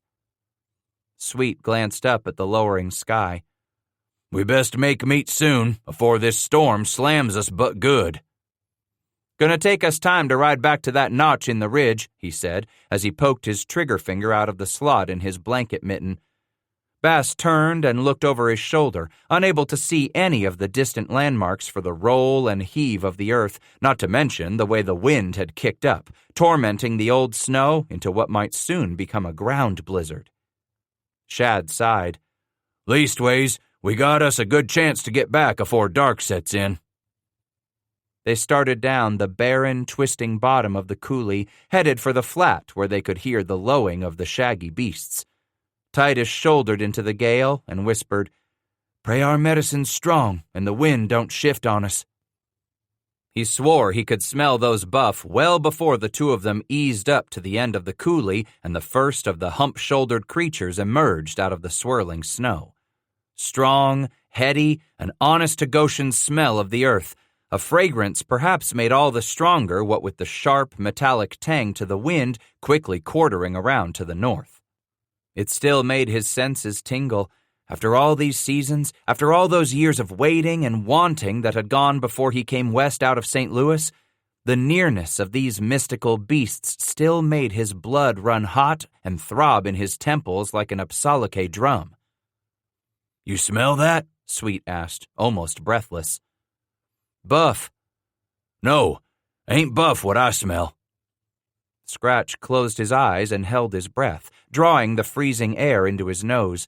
Finally, he opened them and said, "How long it been since you hunted buffalo?" "It ain't been that long," Shad growled defensively. "And it ain't buffalo I'm smelling. Something else." "There," Titus whispered sharply, the breath smoke ripped from his lips as he spoke. At least 24 of them slowly inched out of the layers of gauzy ground snow swirled into tiny cyclones by the fickle wind. The dark animals were there, then they were gone. There again, and gone. Slowly plodding past the edge of the hill, their hooves kicking up tiny cascades of white, their long beards dragging over the top of the icy crust, frost steaming from their black, glistening nostrils like smoke belching from the double-barreled stacks of a Mississippi paddle-wheeler. That hot breath encapsulated the huge, shaggy heads in wreaths of fog, tiny molecules of moisture quickly freezing into masks of matted ice. The huge beasts snorted and blew, trumpeting their cold discomfort or their fright at the wind to those around them, some of the buffalo tossing their horns menacingly at those who crowded too close as they plodded past the unseen hunters. "See what I told you, Shad?" he whispered. "That's buff you're smelling." "Maybe so it was," Sweet answered in an unsure way. "I'll take a shot from here." "Wait till you see a cow." "Bull's gonna be tough and rangy now," Shad agreed. "I can almost taste the boss right now." "You miss, we're gonna have to chase this bunch, or find us some more." "You hear that?" "Yeah," Titus responded as the bellowing grew louder. "Bulls can't be fighting for the rut," Sweet said guardedly. "Something's got 'em worked up." "You figure I should shoot?" "Way they're all on the move, you better shoot now, or we ain't gonna have us another chance." Sweet immediately took 3 steps forward and went to one knee. After flipping back the frizzen to check the priming powder in the pan, he drew the hammer back to half cock, brought the butt plate against his shoulder, then dragged the hammer back to full cock before slipping his bare index finger inside the trigger guard. She was no more than 40 yards away when the gun roared. Staggering to the side, all but disappearing in the swirl of snow, the cow tumbled to the side, where she kicked her legs twice and lay still. "You dropped her!" Bass roared, his words muffled by the bellows from the nearby beasts. As Sweet quickly reloaded, Titus watched several of the other buffalo pause momentarily near the cow, stopping to sniff at her body, snort at the blood on the snow. Suddenly, they all bolted as if they were one. "Can't stand the smell of blood." Shad gazed over at Titus while he got to his feet. "Ain't blood what scared him off." Sweet sniffed the air again, nose held high. "What you smellin' now?" "Same as it was before," the big man answered as the bellows grew louder. They were both drawn to turn by the unmistakable snarling growls. "See what you gone and done?" Bass grumbled. "Me?" Shad replied. "What did I do?" "You gone and give them damn wolves some fresh blood on the wind." As he and Titus started away from the mouth of the coulee, Sweet asked, "You think them critters comin' for our cow?" "Only a matter of time afore they do." "Let's butcher off what we can do real quick, then ride on back to the women," Sweet suggested. "You start on the boss and some fleece," Scratch said as they inched toward the dark carcass sprawled upon the icy snow. "I'll get the tongue first off." After propping their rifles against the ice-crusted flank of the cow, both men went to work as the wind picked up and the snow billowed around them all the more. "Can't hardly see what I'm doing," Sweet grumbled from between the cow's legs. "Just don't cut your goddamned fingers off, Shadrach." By the time Titus had the savory tongue freed from the mouth, Sweet had carved off a yard square of the cow's hide and had it laid on the blood-streaked snow at his feet. Now they both put their knives to work with a growing urgency, listening to the snorts and bellows of the buffalo all around them in the blinding storm, hearing the growling, snarling, snapping wolves work their way closer and closer through the nervous herd. "That be about all we'll need for now," Scratch said as he plopped some of the bloody, greasy strips of fat on that piece of hide stretched across the snowy ground. What the mountain men called fleece, this thin layer of fat lying just beneath the animal's skin, could satisfy any man who had just about had his fill of the extra lean meat trimmed from a buffalo. "That pack horse can carry more," Shad raised his voice as the wind came up. "Like you said, we ain't got the time," Bass argued. "Let's get while we can still find our way back to that notch." The moment the last word was out of his mouth on a stream of breath smoke, Scratch saw the first of them slip out of the dancing snow. Gray-black, their muzzles coated with hoarfrost. Their heads slung down and forward, brought this close to man by the luring fragrance of fresh blood. "Scratch?" "I see 'em, goddammit." "Them bastards is what I was smellin'," Sweet admitted with a loud snort as he dropped his skinning knife into its scabbard at the back of his belt. "You got your pistol in reach?" Shad nodded slowly. "Hooked on my belt." Mentally measuring the distance from where he stood in the fold of the cow's neck to the rear flank, Titus shuddered when another 6 more wolves slinked up through the fog. "You get to the guns?" "Think I can." "Easy, coon. Easy at it." "Damn 'em," he thought, as Sweet began inching sideways toward the two rifles. Two of the biggest ones were slipping round to get behind Shad, just the way those creatures worked over any poor dumb brute that happened to land in their path. While most of the hunting pack held the victim's attention, one or more played the sly and got up behind their prey, where they could make a blinding dash, slashing at rear tendons, hamstringing the victim, while others leaped up to sink their fangs in the back of the neck. Shad was slowly reaching out for his rifle when Titus announced, "Watch them too." "Where?" The first one streaked in low, its belly almost dragging the ground, jaws opened as it lunged for Shadrach's ankle. As Sweet attempted to spin away, the wolf instantly locking down on his foot, The second predator had already sprung high, its powerful momentum carrying it right on over the man and the cow's carcass too, landing in the bloodied, trampled snow. In a high-pitched feral yelp of pain, Shad hammered away at the wolf clamped onto his leg. When that did not break its hold, Sweet seized the ruff at the back of the wolf's neck with his left hand, while his right scrambled to lock around the butt of his belt pistol.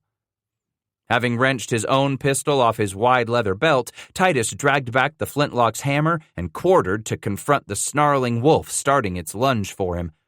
The .54 caliber ball slammed into its furry chest just below the neck, the impact's force twirling the wolf's body in midair. As he attempted to twist out of the way, the furry body hammered against Bass's hip. Two more of them crouched menacingly less than 10 feet away now, snarling, yet wary of the man who instantly dropped the empty pistol and dragged out both of the butcher knives he carried in rawhide scabbards at his back. Clutching both of those long, much-used weapons in his bare, bloody hands, Scratch began to snarl at the wolves, feinting with this knife, then with that. Each time one of the wolves appeared ready to leap, he swung a knife in a wide arc.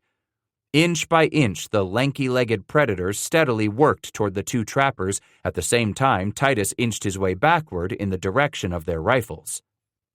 "Scratch!"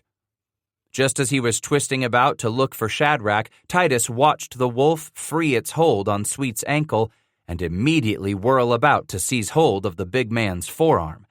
Shad shrieked anew as he shook the arm violently, attempting to dislodge the predator's teeth from his flesh. "Use your goddamned pistol," Bass ordered over his shoulder. Shadrach grumbled. "Shit, I'm trying to get to it." Finally freeing his pistol, Sweet hauled back on the hammer of the big weapon, jammed its muzzle under the beast's jaw, and blew a lead ball right on out of the top of the wolf's head. As the animal collapsed, its jaws still locked on the man's arm, it toppled Shadrach over with its weight. A swirl of ground snow blinded Titus for a moment as the closest wolf growled, leaping for Sweet as the man hit the ground. Landing on the trapper's back, it sank its teeth in Shad's shoulder as Titus dove for his rifle. Wheeling it in an arc, Bass brought the hammer back from half-cock and didn't wait to set the front trigger. Instead, he pulled the back trigger with a powerful surge of adrenaline while bringing the muzzle down on the wolf snarling atop Sweet's back. The bright muzzle flash flared against the murky snow scene as Shadrach sank to the ground beneath the dead animal's weight. "Load me," Scratch bellowed, dropping the rifle over the cow's carcass so that it landed right beside Sweet. "Don't think I can move my arm," he groaned. "The shoulder, can't move it." "Your pistol?" "Only one is empty," Shadrach admitted. "Try your best to hold the rifle up crossed your arm, Shad," he begged. "The rest of this pack don't know your gun's gone empty." How many more?" "I seed 4 more of 'em out there in the snow," he replied, watching the dark shadows lope back and forth, no more than fuzzy blurs in the dancing snow. I'm bleeding bad, Scratch." "Where?" he asked, not taking his eyes off those ghostly attackers. "First 'un got my leg," he answered weakly. "Likely I can wrap it tight. The last 'un got my shoulder. It didn't have time to rip out a hunk of meat, but when that first 'un got his teeth in my arm, hell, I can't feel a thing from my shoulder on down." "That's good. You don't feel the pain so bad," he soothed, worry already worming in his belly. "Wrap your other hand around your arm, Shadrach. Clamp down tight. See if that holds off the bleeding." As Sweet did what Bass suggested, Titus went about quickly reloading. But after pouring in a measured antler tip of powder, he decided not to waste any more time fishing out a patch lubricated with bear grease from the pouch that hung at his right hip. Instead, he started the ball into the muzzle with his thumb, then rammed it home with the straight-grained hickory wiping stick. "What's your caliber, Shad?" 62. "Shit," he grumbled as he clambered over the cow's partially bared carcass. "Gonna have to dig a ball out for your gun. Pistol too?" "It's the same, 62. "Good man," he whispered as he knelt beside Sweet, quickly peering down at the arm his friend had clenched between the fingers of his big right hand. "Always good to have the same caliber for rifle and belt gun too. How's that bleeding?" "Dunno. Can't tell yet." "Hold down on it tight for a little more," he sighed, fearing the worst would come through in his voice. "Let me get all our guns loaded, then we'll have me a look at what you gone and done to yourself." It took some doing, getting both rifles and those 2 big belt pistols reloaded as the wind drove icy snow against his bare hands. What with his trembling from the cold and the shaking from his fear in not knowing how bad off Shadrach might be, the process took longer than it should have. "Don't see him no more," Sweet whispered as Titus laid Shad's rifle back against the man's bloodied leg. He looked up quickly. "Them wolves?" "Sounds like they took off." "I ain't paid that much attention." "You get the pelts for me?" Sweet asked. As he looked over at his friend's eyes, Bass said, "Forget the goddamned pelts," then shut his mouth. "It's getting dark. Maybe so I can come back in the morning for him, Shad. Right now, I best take a look at these here holes them no-good prairie wolves chewed in your hide." "Easy there, hoss," Sweet groaned as Titus grabbed hold and began to straighten the appendage. "That leg hurts fierce." "Think it's froze for now." "The bleeding?" Titus nodded. "Likely I won't have to cut off your hoof, Pilgrim." Sweet screwed up half a smile and snorted, "That's good news to this child. Look at my shoulder, too." Scooting behind Shadrach, Bass rose on one knee to have himself a good look at that broad, muscular shoulder. "Lucky, coon. Damn lucky." "Not bad, eh?" "You got so much there for the critter to bite through, coat and shirt and all, ain't any bleeding to it." "Tore through my coat good down here," Sweet said, bringing his arm away from his belly. "Let me see." As Shad brought his red, glistening hand away from the torn wound, it was easy to see the battered flesh wasn't going to stop bleeding from the intense cold, much less on its own. Scratch sighed. "Put your hand back on it and hold tight as you can." "It bad?" "We're going to get that bleeding stopped." He turned aside, reaching for his oldest skinning knife at his back. "Don't worry about nothing else. Just get me to Shell Woman." "Damn you!" Titus snapped angrily, frustration threatening to overwhelm him. Despair lurked all around them, right out there in the snowy, dancing, swirling coming of darkness. "We ain't going nowhere till we get that bleeding stopped. I ain't gonna have you bleed out getting back to the women." "You just don't want them wolves come follerin' my blood tracks, do you?" He jerked up to find Shad grinning in the whitish light. "Good thing you can still laugh about spilling all your damn blood, Shadrach. Here, hold tight. Right here, like that." After he had Sweet's hand better positioned over the wound, Scratch scooted behind the carcass and butchered free a small rectangle of long, thick fur from the cow's front shoulder. Then he cut 3 narrow strips from the rear flank, each more than a foot long and no more than a half-inch wide. Quickly wiping the knife off on the cow's frozen fur, he jabbed the weapon back into its scabbard and returned to Sweet's side. "Here now, move your hand," and he positioned the rectangle of fur over the wounded forearm. "I ain't gonna take the time to cut the sleeve on your coat and shirt. Time enough for that once we get you to quit bleeding like a gutted hog." In a rasp, he said, "I love you too, Scratch." As he finished wrapping the green, elastic hide around the wounded arm, fur side down, and looked up at his friend's face, Titus asked, "What you mean by that?" "Just what I said," Shad admitted with a little difficulty. "Man does what you're doing for me. I figure that friend cares something deep for me." "Don't know where you'd ever get that ID, Shadrach," he grumbled as his eyes smarted hotly in the bitter cold. "Hold down hard on this now," he snorted as he slowly moved his hands aside, allowing Sweet to grip onto the furry rectangle lapped over the wound. One at a time, Titus looped the long, narrow strips over the green hide, pulling with all his might on the tough, thick, elastic hide until Sweet grunted in discomfort, if not in outright pain, then knotted each strip in turn over the buffalo fur bandage. "If'n that don't stop the bleeding by the time I get back from fetching up the horses, I'm going to have to tie off the arm, Shadrach." For a long moment, Sweet stared up at Bass's grim face, while Titus stiffly got to his feet and stood over his friend. Shad finally asked, You thinking I could lose the arm? Better the arm than you dying right here. Shad looked down at the arm. Damn, I ain't ready to die, and I ain't ready to lose my arm neither. If I'm going under, you gotta get me to Shell Woman. She'll know what to do.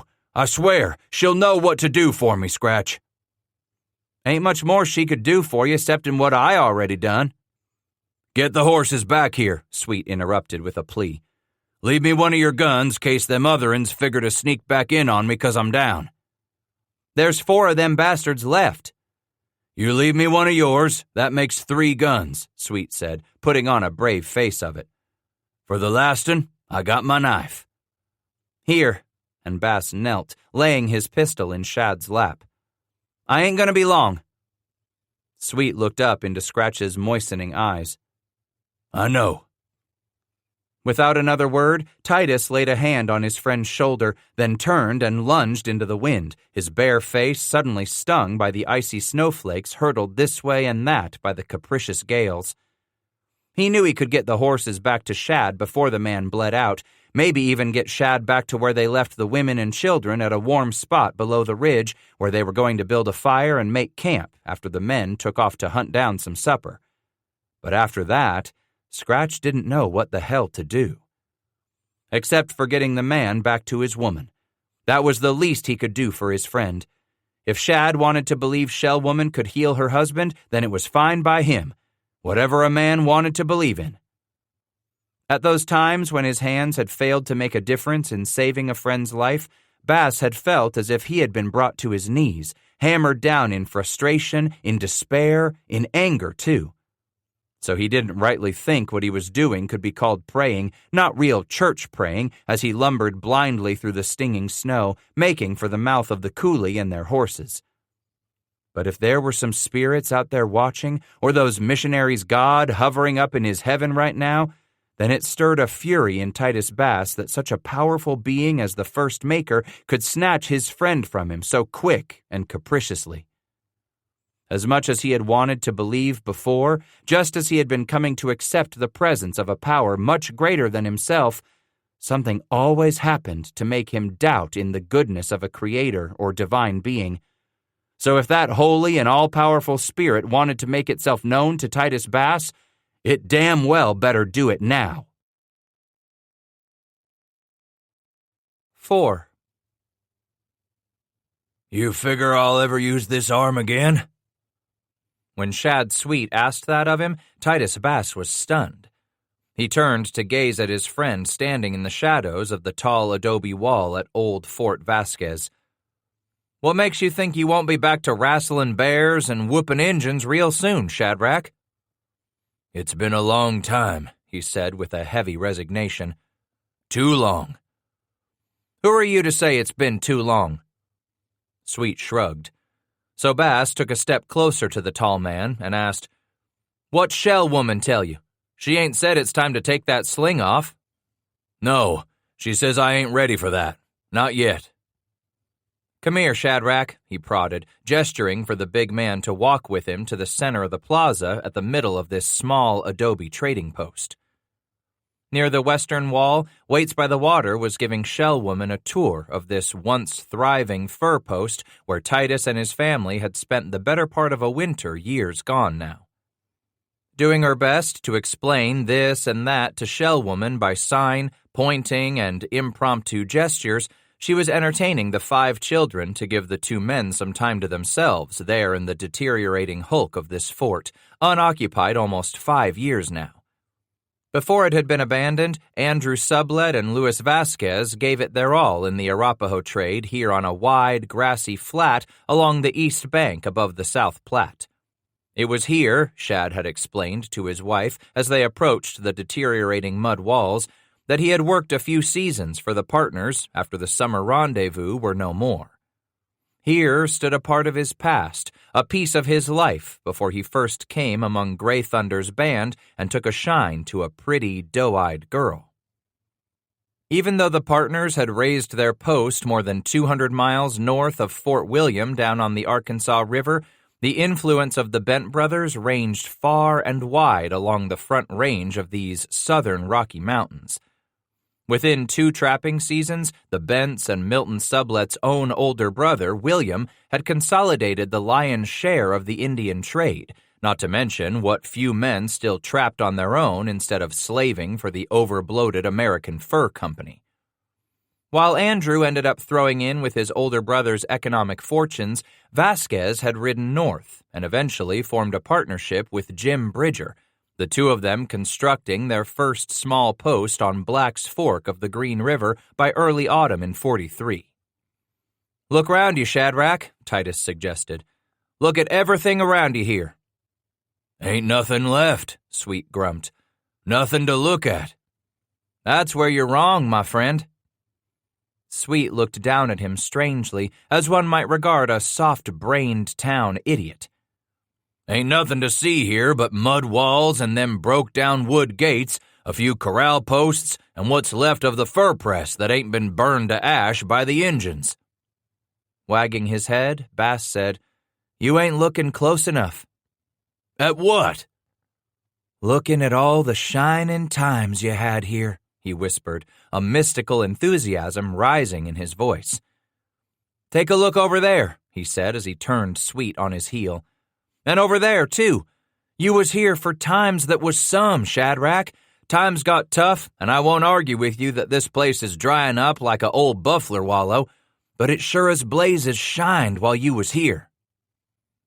Titus stood looking up at his tall friend's face, watching something new come into Sweet's eyes as the big man studied the mud walls, the charred, half-burned gate barely suspended from its iron hardware at the entrance, at those empty, lifeless windows along the walls of the low-roofed huts appearing very much like the empty eye sockets of a buffalo skull, and realized Shadrach was finally seeing more than the abandoned facade. His eyes were finally looking back across the years to a day when this spot teemed with life. A long-ago day when he stood tall and bold against what the future might throw at him. Back to a day before their breed was abandoned and they were all left to wander evermore. "You see what Shad Sweet was when he stood here many seasons ago?" He nodded slowly, then turned his head to look down at his older friend.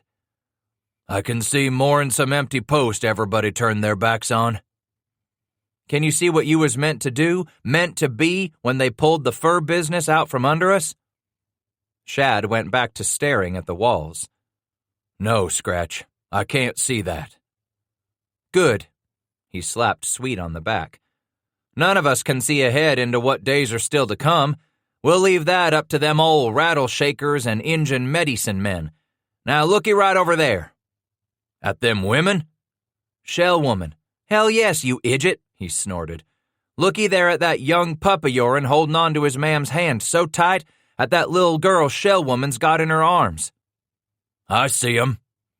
"That's all the gonna be you need to worry about, Shadrach. Don't go fretting on what was." "But my goddamned arm!" "You're the only one worried about it. Shell woman sure as hell ain't." "It's my arm," he groaned. "If I can't take care of that family over there." "You've been doing fine by 'em ever since that wolf chewed you up and spit you back out." Sweet's eyes narrowed menacingly. "I can't wait till I'm strong enough again to toss you in the river." "The Platte over there?" "Yeah, I'll throw your old ass in the Platte." "Just be gentle with me, child," Titus pleaded, his hands clasped together prayerfully. "Promise me you won't do it till summer." Looking down at that left arm bound close to his chest in a sling fashioned from a huge black bandana of silk, Shadrach sounded wistful. "Hope by summer I can toss us both in the river." Overhead, a ragged V of Canada geese curled low, making their noisy descent on the nearby river. In silence, both men watched those final moments of flight as the birds ceased flapping, raised their wings into double arches all the better to catch the wind, and dropped their legs beneath them as they descended onto the South Platte, squawking with a flourish and a spray of water. Sweet said, "First of them I've seed this year." "Honkers making their way north, Shadrach, day at a time," Titus said. "Just like us, a day at a time." That snowy, hoary night back south along the front range of the Rocky Mountains, Scratch had convinced himself that no one was going to stop Shad's relentless bleeding. But old as he was, despite all that he'd seen out here in these wild and mysterious places, Titus Bass was in for an experience he never could have imagined he would witness right before his eyes, especially back in those days when he was young and far too cynical to believe in anything beyond the reach of his own hands. Had that night happened to a younger Titus, why, he likely would have refused to accept what he had seen and passed it off as nothing more than his mind playing hoodoo tricks on him with some strange and inexplicable occurrence. As it was, Scratch had witnessed something that rocked him down to the soles of his winter moccasins, then did his damnedest to wrap his mind around what marvel had overtaken all of them. By dawn, he had come to accept that there was no other explanation but that they had all been in the presence of Shell Woman's protector spirits. Bringing back their horses from the coulee, Titus had somehow managed to clumsily get Shadrach off the ground and into the saddle, weak and groggy as Sweet had become. With that small, lone pouch of buffalo tongue and boss meat lashed between the sawbucks on the pack horse, Bass had clambered aboard his mount and taken a moment longer to wrap a big bandana over the coyote fur cap, knotting it beneath his bearded chin to hold the cap down against the growing strength of the icy gales. Then he had closed his eyes. Drawing in a deep breath, he dithered on whither direction they should go. With the disappearance of the sun behind the storm clouds, gone were the landmarks that had brought them here to the buffalo. Nowhere to be seen were the guiding stars he had always relied upon at times like these. "You know where we're going?" Shadrach had asked him weakly sometime later after they had quartered into the storm's wintry fury. Bass had stopped all three horses and pulled the big wool muffler down to his chin. "You got a feeling I'm going wrong?" Sweet shook his head. I dunno. Just take me to Shell Woman quickest way you can, Titus. Quickest you can." "Ain't much quick about getting anywhere tonight, Shad," he said, then wished he hadn't spit out those words. He leaned over, helping his friend get a thick wool scarf adjusted over his face so that it protected everything below the eyes. "There now. Can't believe you don't trust a nigger like me after all our years partnered up. You just stay in the saddle, and you can count on me taking you right to Shell Woman. She'll have a big, warm fire going for us, and my woman gonna have some hot food waiting for your belly." "Shell Woman's gonna use her power to heal me, Scratch." "You remember that, how she'll go to work on your arm," he said, as he tugged on the pack horse's lead rope. "Mend you up just fine." "Just listen for her," Shad said in a raspy voice, muted somewhat by the wool muffler and the growing cry of the wind. "Shell Woman gonna lead us back to camp. All you gotta do is listen." The sharp, icy snowflakes slashed at any bare flesh exposed as Titus led them on into the dark, plodding warily across the shifting, icy landscape. But for all that he strained, Bass couldn't hear anything but the faint keen of the wind as it slinked out of the coulees and whined along the tops of the ridges overhead. That, and the steady, insistent crackle as the icy snow slapped against the fur of his coat and cap. And the snorts of the horses. His had even started to fight the reins. "Hole up there!" Sweet said nothing, head slung between his shoulders, half conscious, likely half dead, as Bass stiffly lunged to the ground and felt his way up the horse's neck to its muzzle. Ice was building up, crusting around its nostrils. Poor beast couldn't breathe, what with the wind slinging that sleety snow at them nearly dead on. Hammering his blanket mitten against his thigh, Scratch next used the mitten to rub over the animal's nostrils, then its eyes. Turning in the dark as the snow whipped around them, he did the same to Shad's mount, then the pack horse. Layers of warm, misty gauze haloed about him as the horses in turn bobbed their heads and whickered in gratitude. Of a sudden, the wind died. He turned on his heel. The hair rose at the back of his neck as the faint sound crept beneath the scarf and the fur cap, snaking its way into his senses. It was a voice. No, something like a voice. As he stood there, rooted to the spot, the wind came up again, and he was instantly unsure if he had really heard what he thought he had heard. Maybe words? But he wouldn't swear to having heard what could be called words, at least not any language he knew of or had ever heard with his own ears. Bass turned and peered up at Sweet. The way Shad had come awake, his face was raised, turned into the wind. Titus knew he had been listening too. But that wasn't Shell Woman, he told himself. What had made that sound wasn't someone who spoke Cheyenne. Scratch had been listening to enough of that tongue from the lips of both his old friend and Shell Woman too that he could recognize what that wind-born sound wasn't. He might not know for certain what that noise was that made the hair stand on his arms, but he was for sure what it wasn't. "You hear it too?" Shadrach asked. "Thought it was the wind," he said guardedly. "Foller it," Sweet declared weakly, his head sagging. "It'll get me to Shell Woman." "It's coming from the wrong direction, Shad. We go off that way, we won't never—" "Foller it, Titus Bass," he gasped in desperation. "If I never ask another thing of you, just foller the voice tonight." Stopping right beneath the big man and looking up at Sweet's shadowy form, Bass argued with himself a moment, unsure if Shad had gone soft-headed from loss of blood. Titus said, "A voice? Sound I heard wasn't no voice." "I ain't got no strength to fight you," Shad admitted as his head sagged. "And I wouldn't know the goddamned difference if you took me off somewheres else to die. But I'm asking this one and only thing of you. Take me to Shell Woman. I know that's her calling to me in this storm." Taking a step closer so that he stood right at Sweet's knee, Titus reassuringly patted the buffalo robe he had wrapped around the wounded man's legs to protect Shad from the driving force of the snowstorm. "I ain't gonna fight you neither, Shadrach. My best sense tells me that sound come from—" "It was the voice." "All right, the voice. It come from the wrong direction," Scratch continued. "But at the same time, my good sense tells me to keep pointing our noses off in the direction I had us going. Down in my bones, something says to trust you on this." "Shell Woman's calling me." "All right, Shad. I'm taking you to her." When he settled into the saddle and wrapped that ice-coated half-robe around his legs once more, Bass took his bearings from that eerie call come on the wind, then reined the horses sharply to the left. The wind didn't feel right against them. The air itself didn't go down well when he sucked it through the warmth of that blanket muffler. And the horses? They fought him for a while, even though they were no longer nosing right into the storm. Eventually, his horse grew weary of fighting, dropped its head, and plodded on in the direction Scratch took them.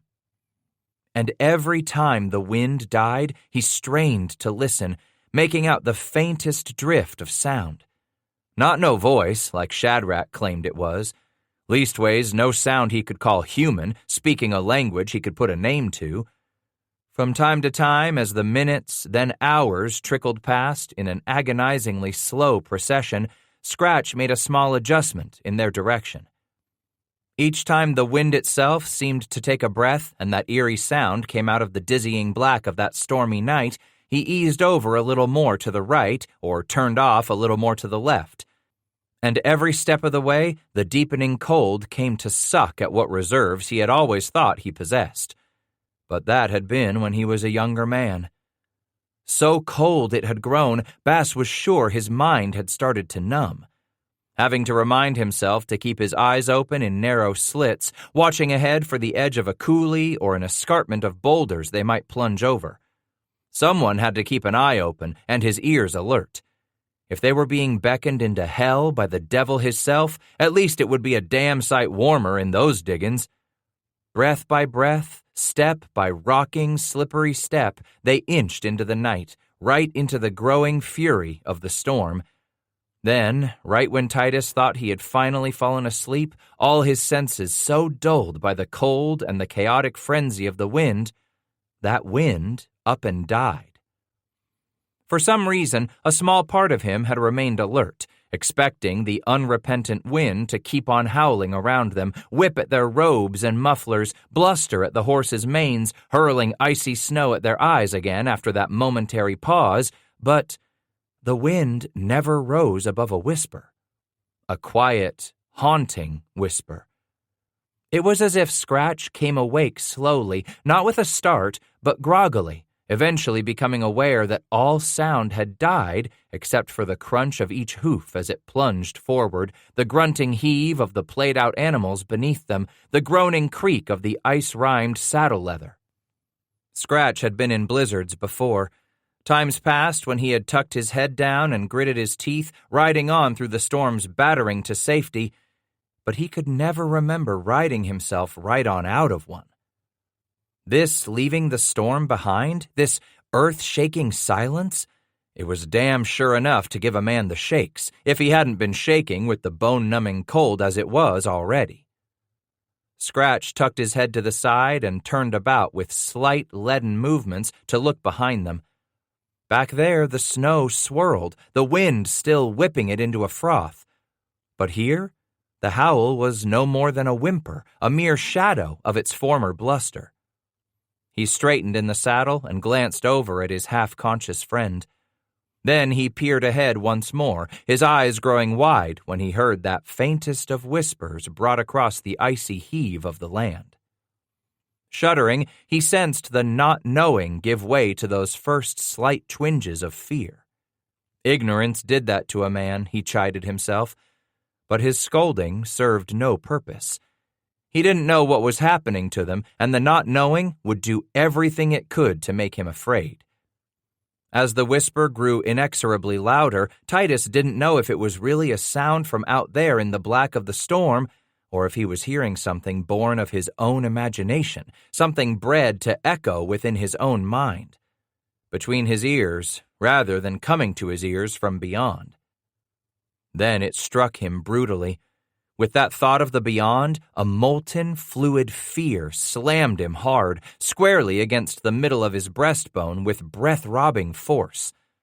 Suspicious, he twisted about again to look behind them at that dark bulk of the storm, the immense curtains of billowing ground blizzard, at that spot from which they had just emerged from the torment of its frenzy into this netherworld of near silence.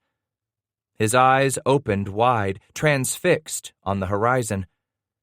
Was that a crack in the dark storm clouds? A crack in the heaving vapors of snow? Had they somehow blundered through that crack in the sky old Bill Williams had instructed him about so many seasons before? Time was he had thought the superstitious solitaire was just given to things a mite ghosty.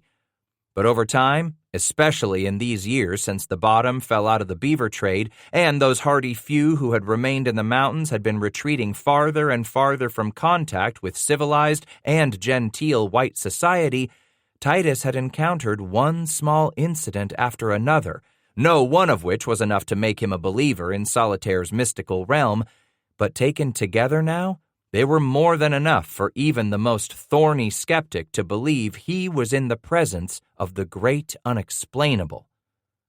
In the silence of that heart-stopping moment, overwhelmed with the crystal clarity of pinprick stars exploding against the utter black of the sky and the gaping endlessness of a snow-covered monotony of heaving land, something told him he had not only been lured up to the very precipice of, but sucked right on through that invisible crack said to exist between the world of a man's everyday reality and the unseen realm of spirits and haunts, shades and hoodoos. Never a man who was incapacitated by the fear of what he could see, Scratch was beginning to think he had forgotten to stay awake, that he had drifted off to sleep in the mind-freezing bluster of the storm and was already in the process of dying, maybe even dead already, now that the roar of the wind had suddenly faded, as if a door had been closed behind him. Probably dead, he thought. Maybe this is hell itself, looming right here on the other side of what had always been the sky, a hell of dark and cold, a void absent of all light and warmth. Why, even the stars had never seemed this far away. Was this his dying? Would this cold and ceaseless wandering be the endlessness of all time for him? Of a sudden, his horse jerked its head up and snorted, snapping Bass to attention. His senses responded, tingling, every fiber of him suddenly electrified.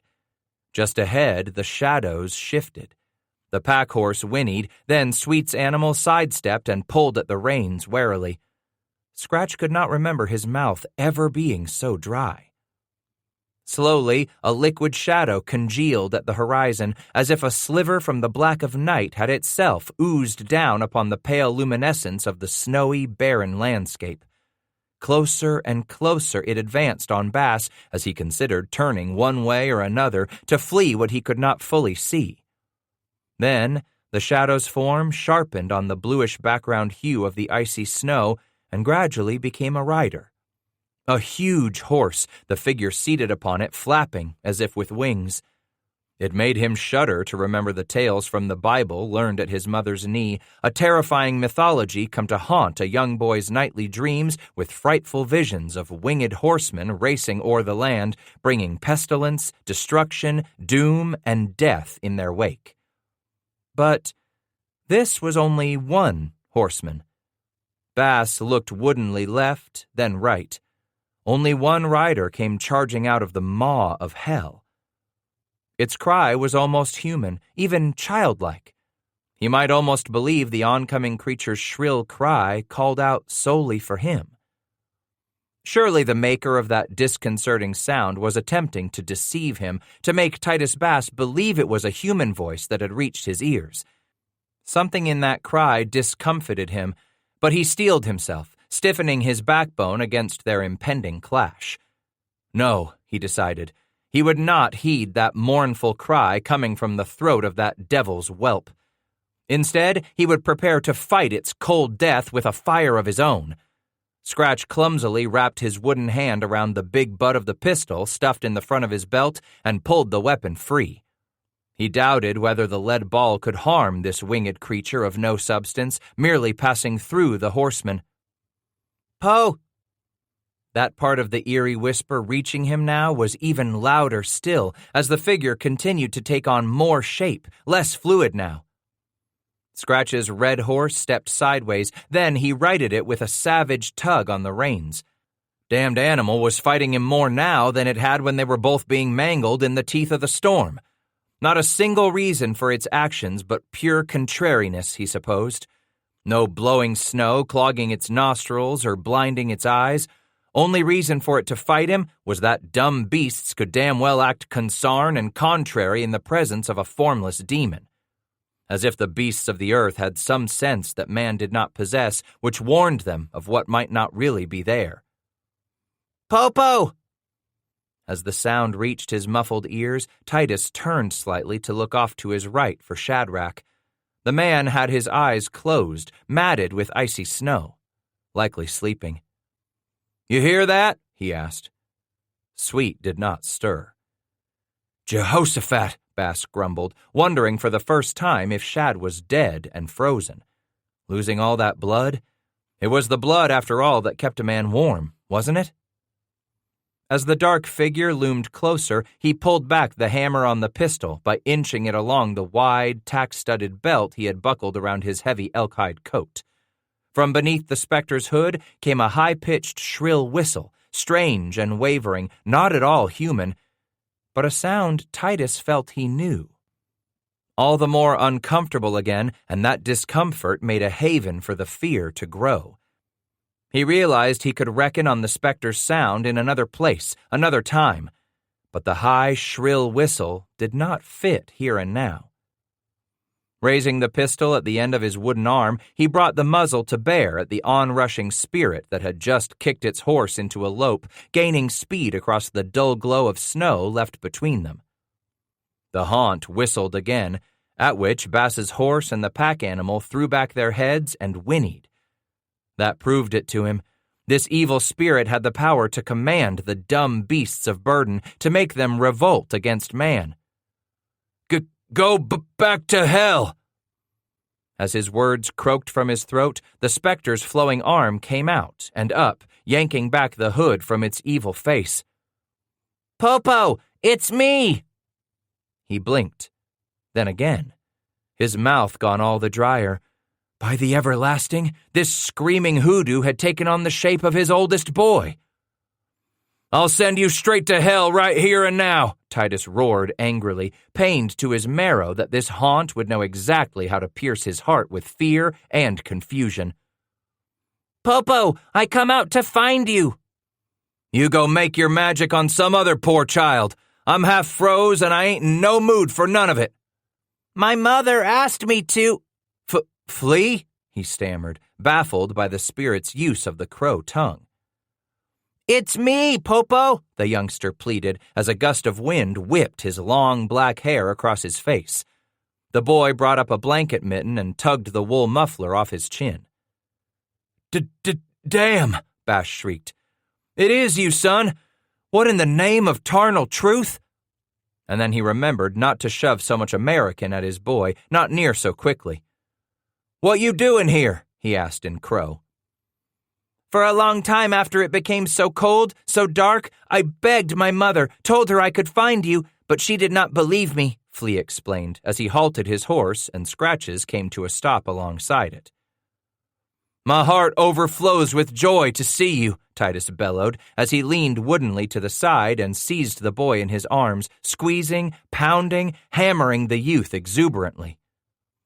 Once Scratch had leaned back and touched Flea's face with his left hand as if he were unable to believe the boy was really there, he asked, "Your mother did not want you to leave the place where you made our camp?" "No." Shadrach came to a halt beside them, all the horses raising wispy clouds of vapor in that small knot of man and beast. Sweet started to clumsily pull at the wool scarf that had protected his face. Bass snorted. "So you waited until your mother was asleep, then you left on your own?" Flea smiled. "I do not think she was really asleep, only pretending to sleep. She knew how I wanted to come, and I believe she wanted me to find you. It had been so long for the dark with no moonrise." "This means your mother will be angry with you," Titus said, patting the youngster's leg. "And she will be angry with me if I don't punish you for going against her wishes." "But I found you." "Perhaps that will soften her anger." Bass pointed off in the direction Flea's dim hoofprints led toward the horizon, eventually disappearing. "How far did you come to find us?" "Not far," Flea declared. "I called to your horses all the way here. I whistled for them, too." Called for our horses?" Sweet asked. Turning to the wounded man, Titus said, "The boy, my son, I didn't tell you, he can talk to horses. Has a special medicine to understand what they say to him, too." Flea added, "I called out to them in the darkness, Popo, every step of the way I came." "And that's how you knew where to find us in the storm?" Flea wagged his head, bewildered. What storm?" "You didn't come searching for us because of the storm that blew down on this ground where we went to hunt buffalo?" "No," and the boy shook his head in confusion. "There was no storm this night." No storm?" Sweet echoed.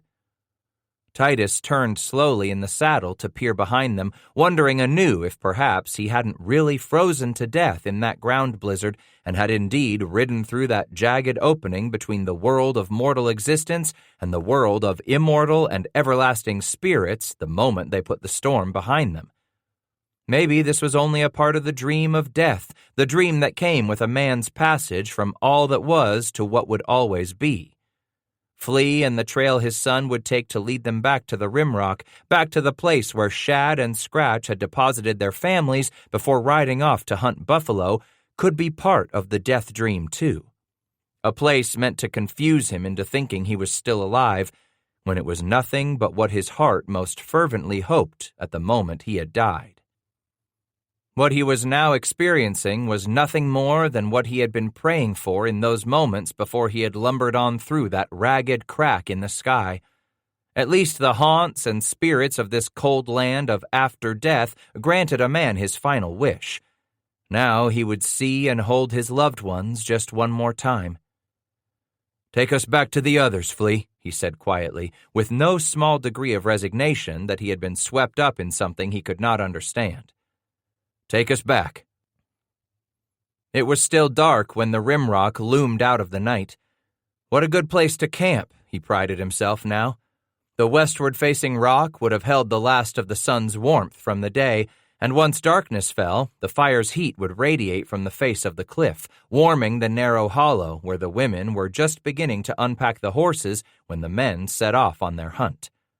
There, to the right, he spotted the first flicker of light against the face of the rimrock, the dim dance of a fire. After the immense, bone-numbing darkness, after the absence of all light save for the subtle flicker of those frozen stars overhead, the reflection of that warm glow pulled him onward like the heat of her body as she always gave herself to him. Shell Woman was apparently the first to hear their horses, even before Ghost and Digger did. She arose at the fire, turning, and moved in their direction.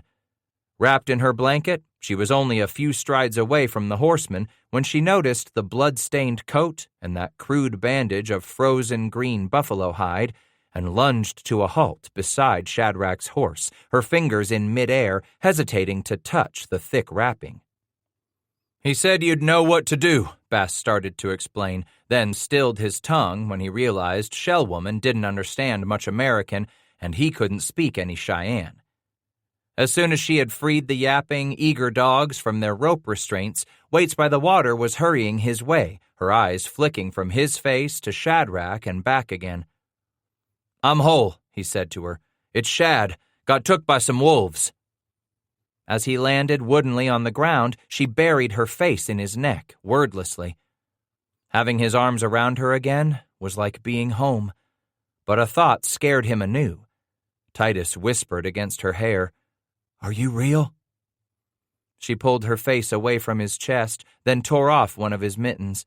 Pitching it aside, she brought his hand to her cold cheek, where he could feel the tracks of hot moisture spilling from her eyes. "Can you feel how real I am?" I thought this all was my death dream," he whispered as he crushed her against him anew. "Dreaming of being back with you when I was really froze to death out there in the dark." "You won't see your death dream for many, many seasons to come," she assured him with a sob. Nearby, Sweet was clumsily attempting to twist himself around in the saddle. "Wait, Shad," Bass ordered as he tore himself away from his wife. "I'll come help you and Shell Woman." As Titus pulled the big man out of his frozen saddle, he grunted, "Flea, get the meat off the pack horse. Give it to your sister.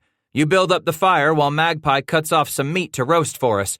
We ain't et, not in a long time."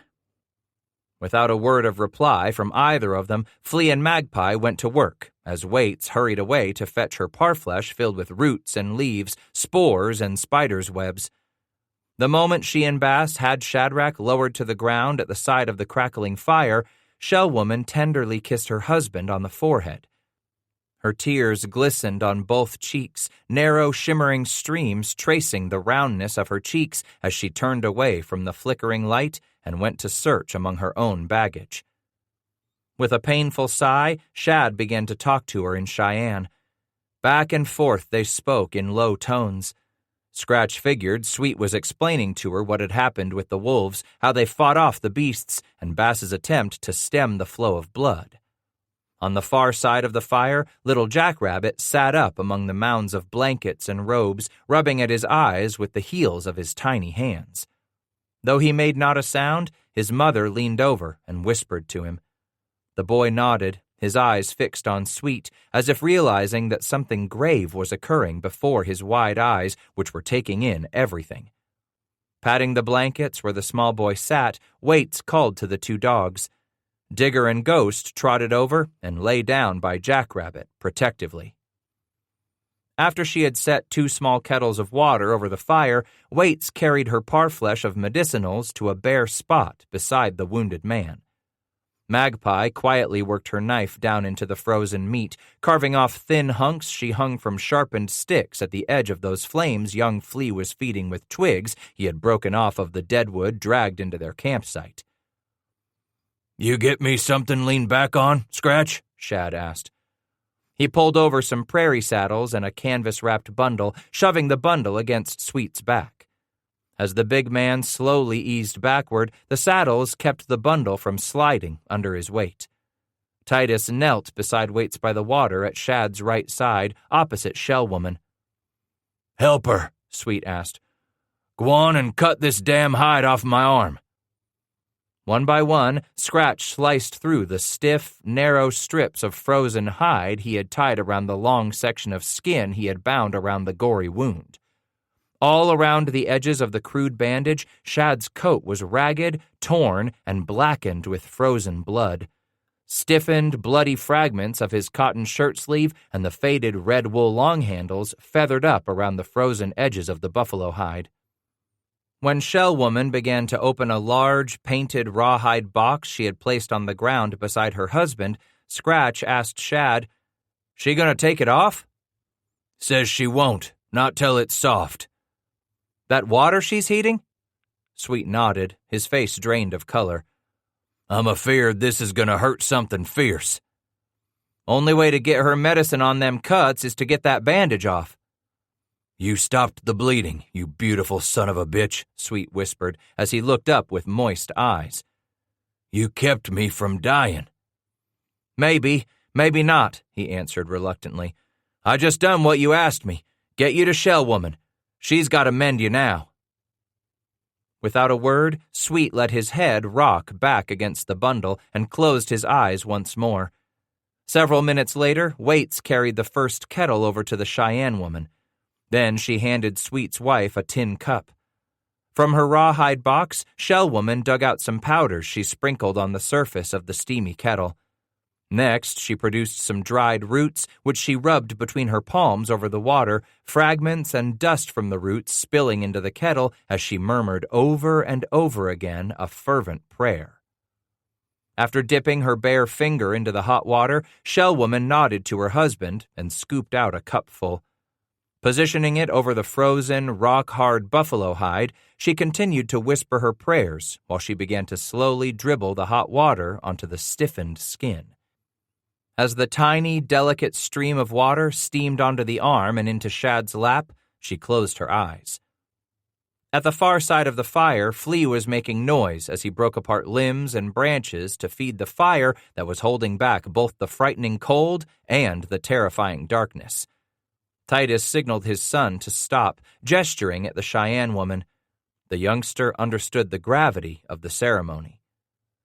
For what seemed like the longest time, as the cold stars swirled overhead and the 7 sisters traveled at least a fourth of their journey across the sky, Shellwoman poured one hot cup of water after another on the buffalo hide.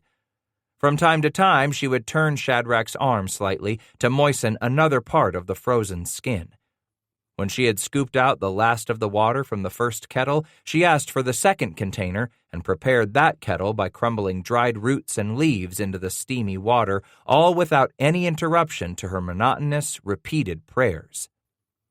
Eventually, Titus heard the scrape of the tin cup across the bottom of that second empty vessel. Shellwoman dropped the cup at her side, leaned back, and closed her eyes as she held her hands just above the soggy buffalo hide, her fingers spread wide. When she finally breathed the last of her prayers and opened her eyes, Shellwoman slipped her fingers under the edges of the moistened hide. Bass winced, knowing this was going to hurt Shadrach. No matter how moist Shellwoman could have gotten the thick green hide, with all that blood drying, coagulating, and freezing too, it was going to cause some excruciating pain when she ripped the buffalo hair from that jagged spiderweb of deep lacerations. Sliding up on his knees right beside his friend, Titus seized Shadrach's right hand so that Sweet wouldn't be able to fling the arm at Shellwoman, attempting to prevent his woman from ripping that bloodied, furry bandage from those wounds, shrieking in agony. Inch by inch, she pulled back on the soggy hide. Every new moment, with each new tug, Bass was prepared for Shad to try jerking away from the hold he had on him. But surprisingly, the big man did not flinch, not one little twitch, as he and Titus watched in wonder while the last edge of the soggy hide came away in Shellwoman's hands. Scratch felt the breath catch in his throat as he stared at what had been a series of messy, gaping, oozy wounds where the blood simply refused to cease flowing while he laid the green hide over them. Instead, what he now bent over to inspect was a series of thick, swollen welts, each long line appearing like a dark, oiled rope, the sort riverboatmen used on the Kentucky flatboats. And protruding from the tangle of dark welts was a gleaming white hair that shimmered in the fire's light. He glanced at Shadrach, finding as much amazement on Sweet's face as he knew was on his. Then, unable to resist any longer, Titus reached out with a lone finger to brush along one of the welts. It really was fuzzy after all. He yanked the finger back, suddenly afraid. This was strange to the extreme. "Where'd all the blood on my arm go?" Shadrach asked. "Feel this here," Titus instructed. "That can't be buffler hair, can it?" Sweet said as he pulled his finger away, leaning close.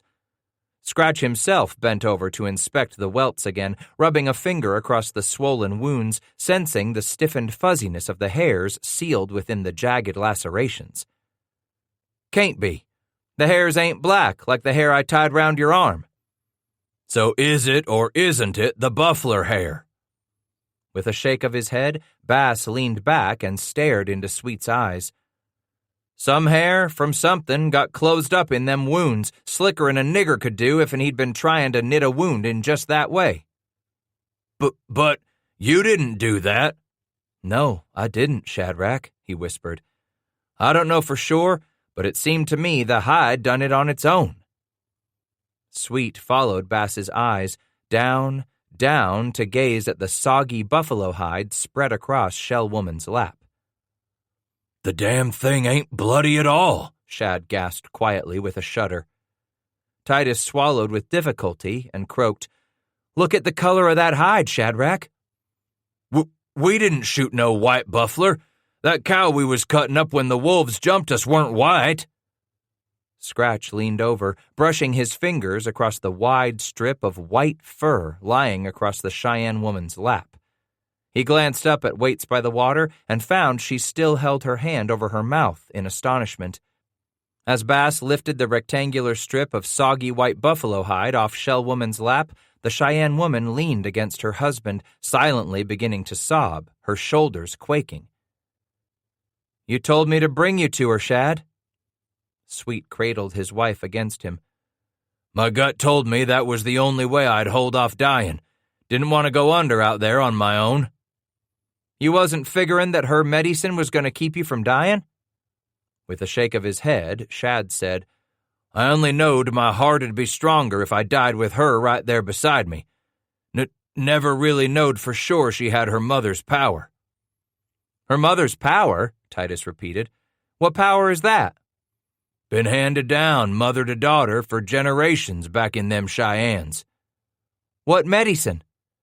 "White buffalo, and it's a strong power."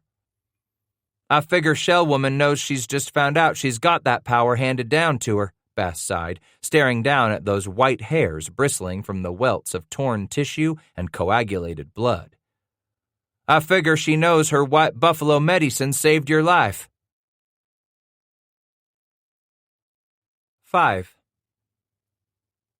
A cold, steady rain sluiced off the soggy, shapeless brims of their low-crowned hats as they came to a halt at the crest of the low hill and gazed down at the tall, weathered adobe stockade erected around the American Fur Company's Fort Laramie. "Thar's Fort William, Shadrach," Titus said, flicking a droplet of moisture from the end of his cold, red nose. "When they put up them mud walls?" Sweet asked, as Bass's eldest son came to a stop on the hill with the pack horses. "I dunno," Titus replied, failing to remember. "Last time I was here, I reckon on how there was timbered walls." "How long's it been you been here?"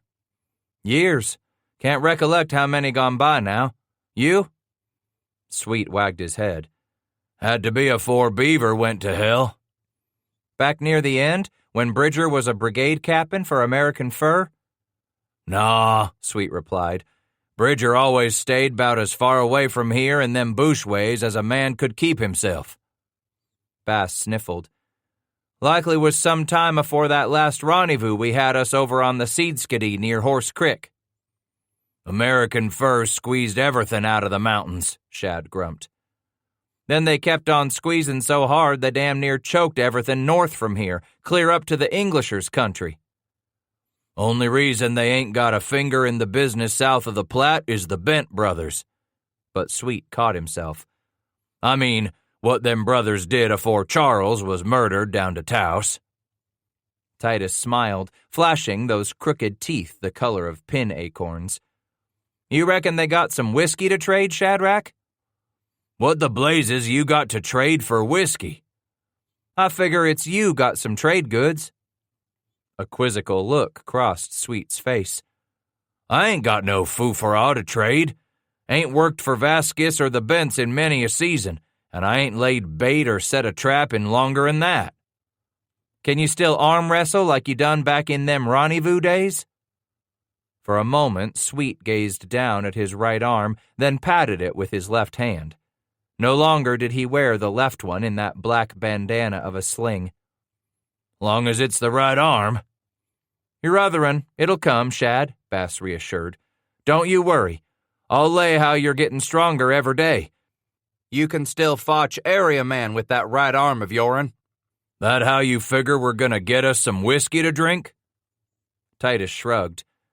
Don't pay a man to trap beaver no more. Onlyest thing the traders want nowadays is buffalo robes. But neither of us got a camp of squaws to dress out buffalo robes.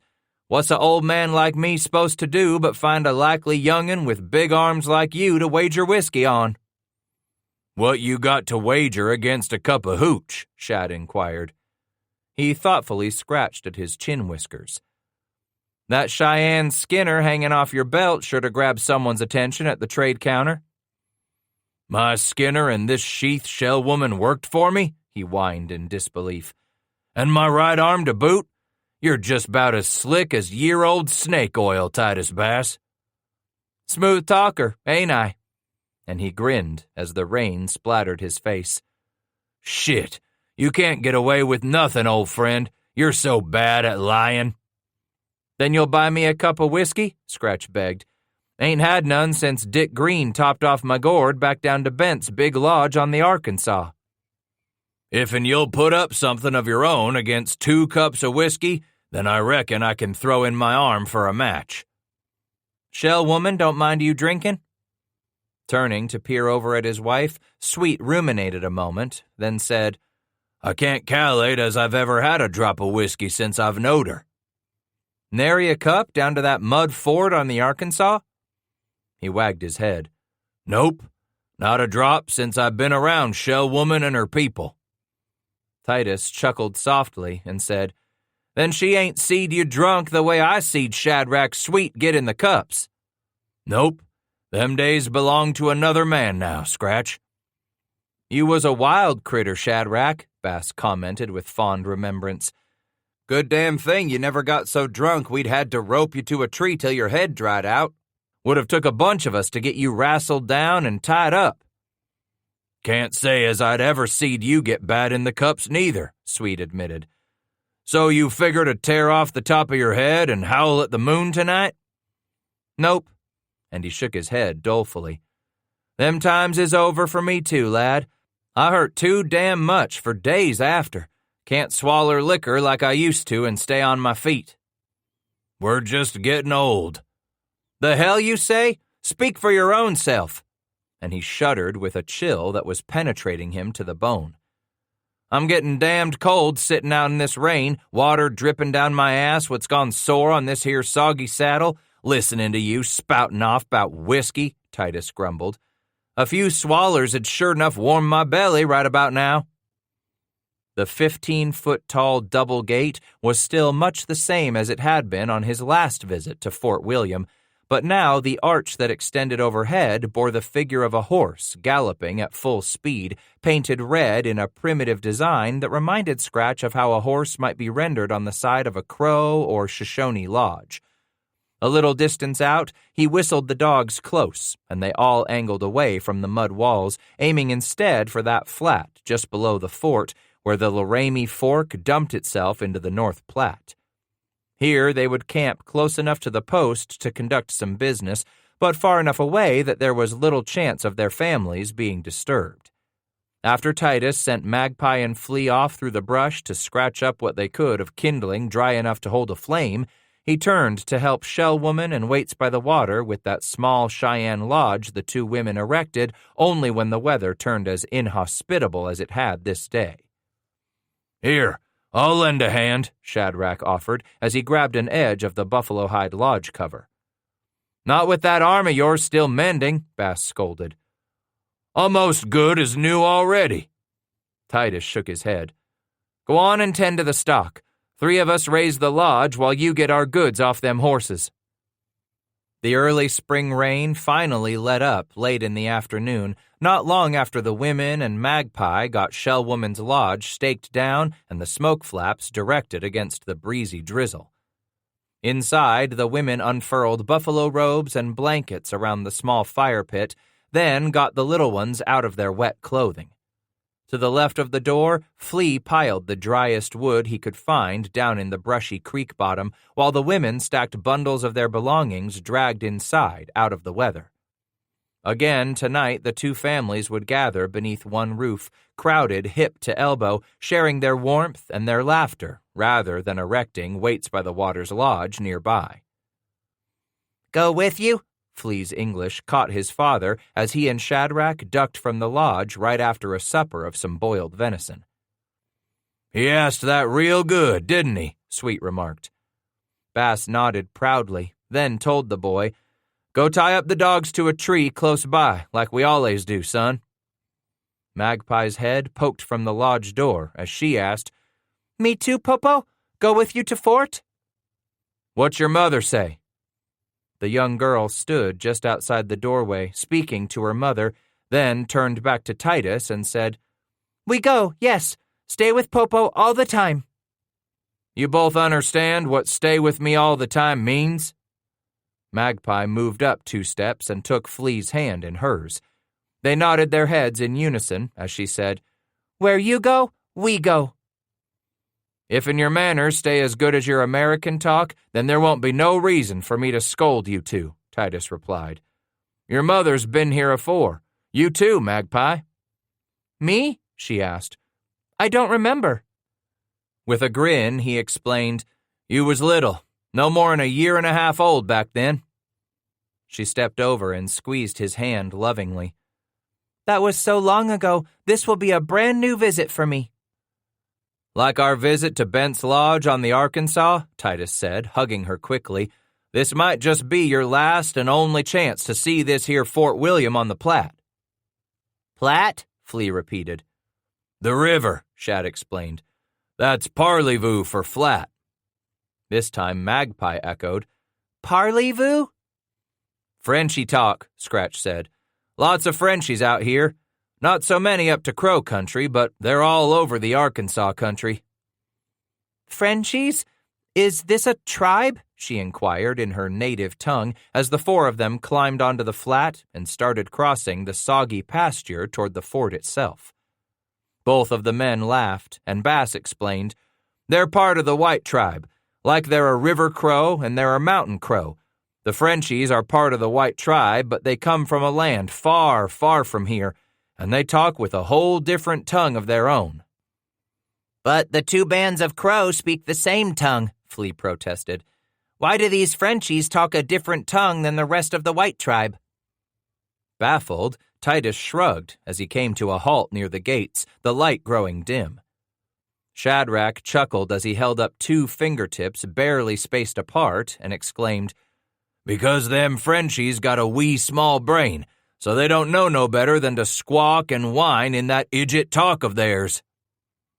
They got the inner gate closed, Shad, Titus announced with a little worry. Come on. Passing under the arch over the double gates, the 4 entered a passageway at the end of which stood the set of closed gates. Midway down the adobe wall to their left was a narrow window covered by wooden shutters that had been bolted shut on the inside of the wall. Scratch pushed on them gently. "Throwed and locked." Then he pounded on them with his fist. "Ho, the fort! Open up! Open up out here!" Muted voices and the scrambling of feet on soggy ground drifted to them from inside the gates. Then the scrape of iron was heard, and one side of the shutters was pulled back a few inches. A nose poked itself out. After the nose's owner made a cursory inspection of the newcomers, the shutter opened all the way, and there stood a round-faced white man, his chin and cheeks clothed in a neatly trimmed beard, his upper lip naked of a mustache. "What's your business?" "We're thirsty," Bass declared. "Them too?" the man asked, his eyes flicking to the children with their heads poked between the two trappers. "Jehoshaphat," Titus roared. "These here my young'uns. They ain't near old enough to drink." "They're Indian?" Scratch looked down at their faces as they peered up at him. "Yes, sir.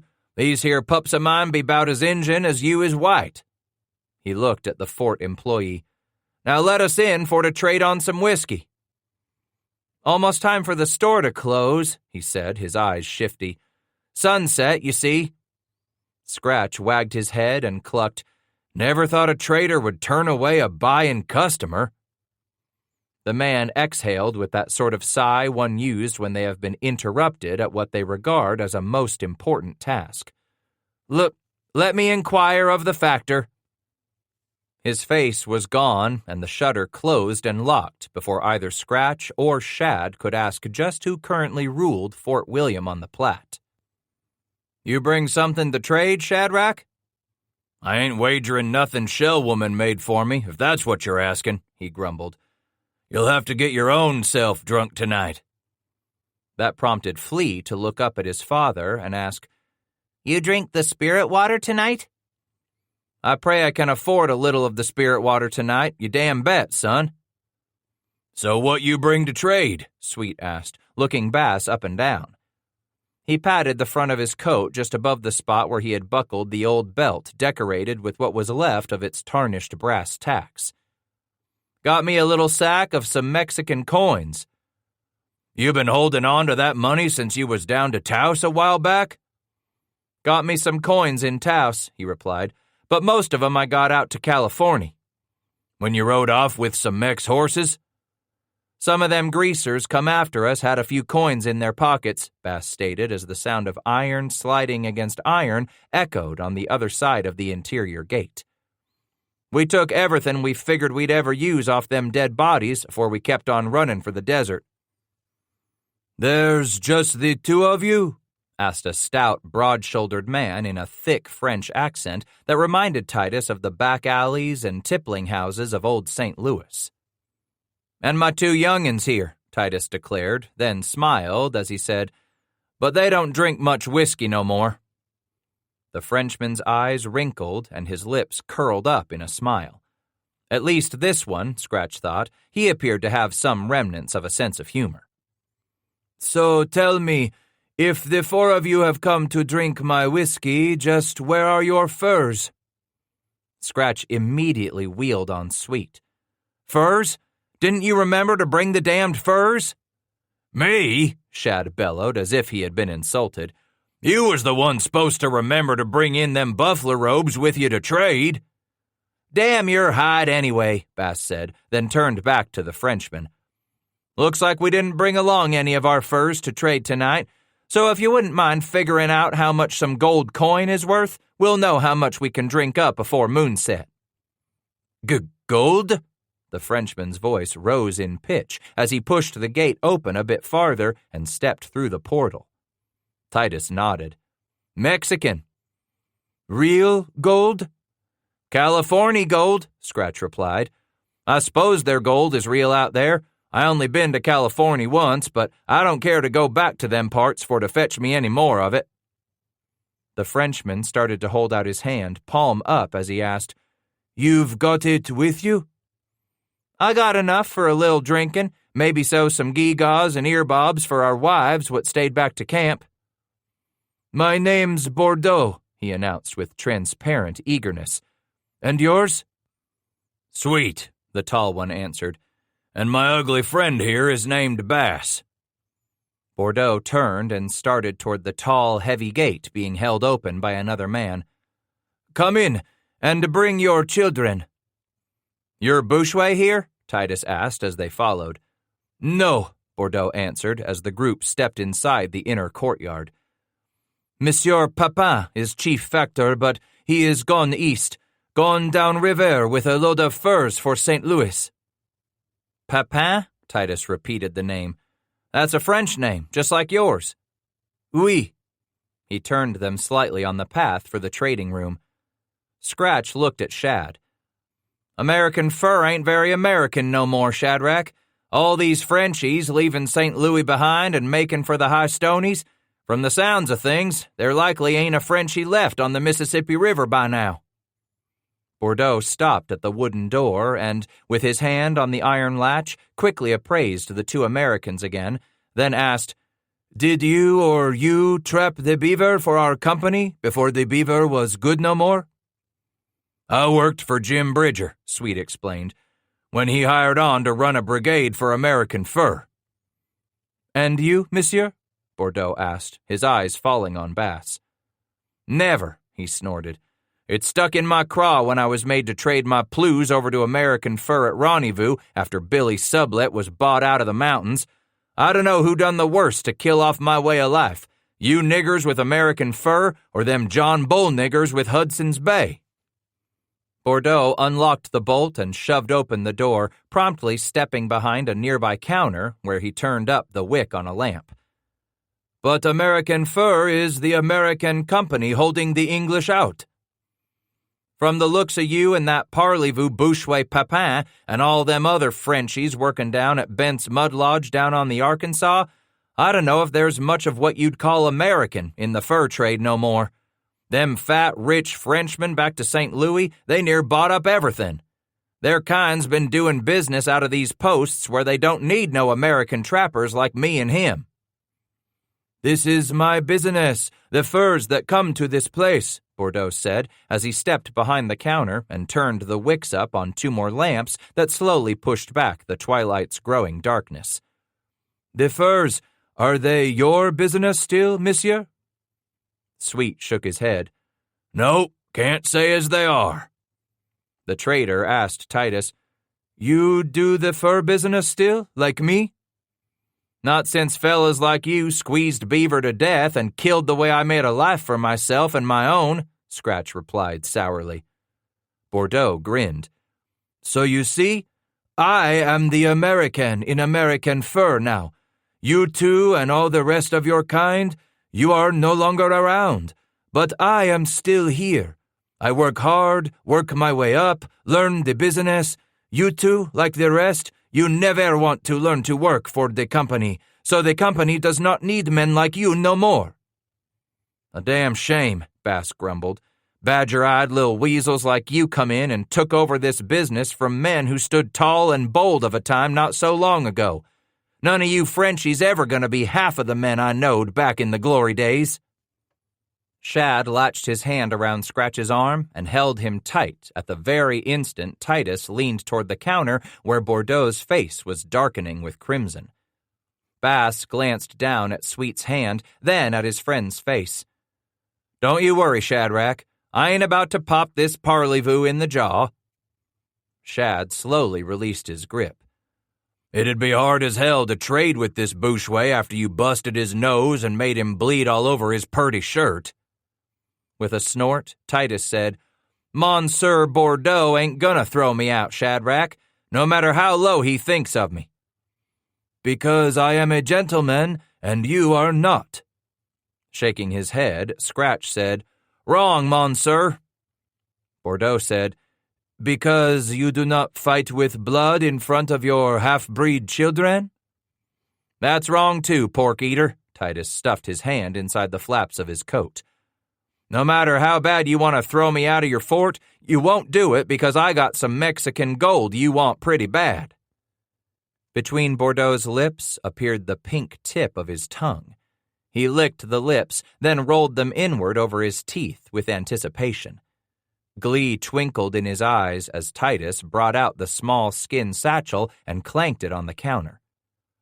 "Let me see these coins of yours," Bordeaux rubbed his hands together. "I'll show you one," he advised as he unknotted the leather string wrapped around the top of the pouch. From it he pulled a coin, which he loudly thumbed onto the counter and pushed toward the trader. As Bordeaux raised it into the light for an inspection, the gold shimmered. "You held on to that Mex money a long time," Sweet commented. "Most times I got some furs, something to trade off, not no more. So it seems like this is as good a place as any to dicker on some goods for these here coins," Titus said, as he watched the factor slip the coin between his teeth and clamp down with zeal. "Appears to me Monsieur Bordeaux here knows good gold when he sees it." "Is real," the trader attested. "Course it is," Scratch replied.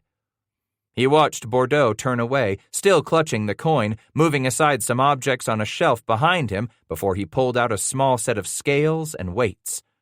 Placing the coin on one side of the scale, Bordeaux selected one of the smallest weights. After he had it balanced, Bordeaux looked up at the American again. "How many of these you have, Monsieur Americain?" "What's that'n worth to you?" "How many you want to spend?" "Only one," he said stiffly. "I figure it's more'n enough to buy some earbobs and hangy-downs for our women folk, a play pretty or two for each of the young'uns." Removing the coin from the scale, Bordeaux leaned back against the shelves and held the gold piece before his eyes, turning it this way and that in the lamplight. "Pick out what you want for your women and the children, too." How excited the youngsters became as Bordeaux pulled wooden trays from the shelves behind him and laid them side by side on the counter, each one filled with hanks of sewing beads or large multicolored glass beads from faraway Venice and the continent of Africa, too, along with many styles of finger rings, an assortment of tin bracelets, and small rolls of brass wire. Magpie went right to work touching every single item to her satisfaction. Next, Bordeaux set a small wooden pail on the counter. Inside were nestled a bevy of tin whistles and string toys that snared the eyes of young Flea and Shadrach. Scratch was bending over the trays with his daughter when the trader spoke. "What do you think of this?"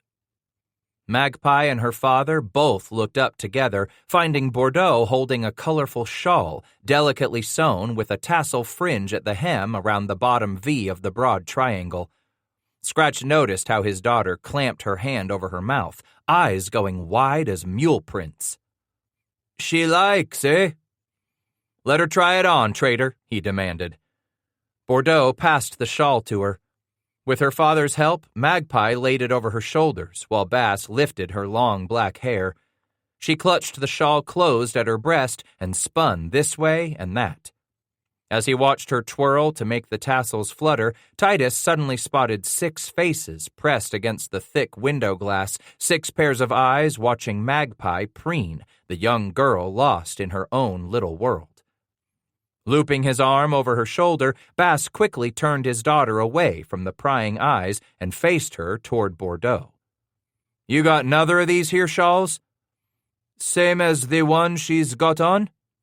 "Let me see all of them so we can pick out 3 of them." "3?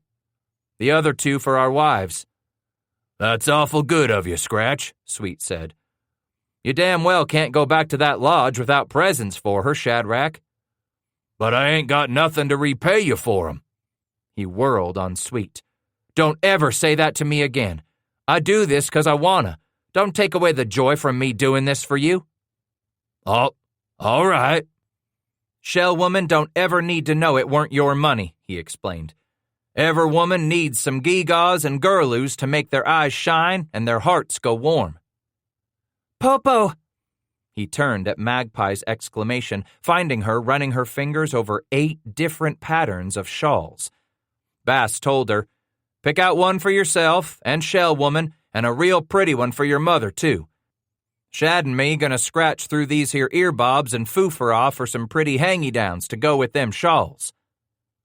In the end, after they had argued over the worth of Mexican gold this far north of the old Spanish possessions, Bass finally relented and let go of 2 of his coins for a treasure trove of trinkets and jewelry, along with the 3 shawls, 4 more blankets, and a burlap sack filled with at least 3 of every sort of toy Fort Laramie had on its shelves.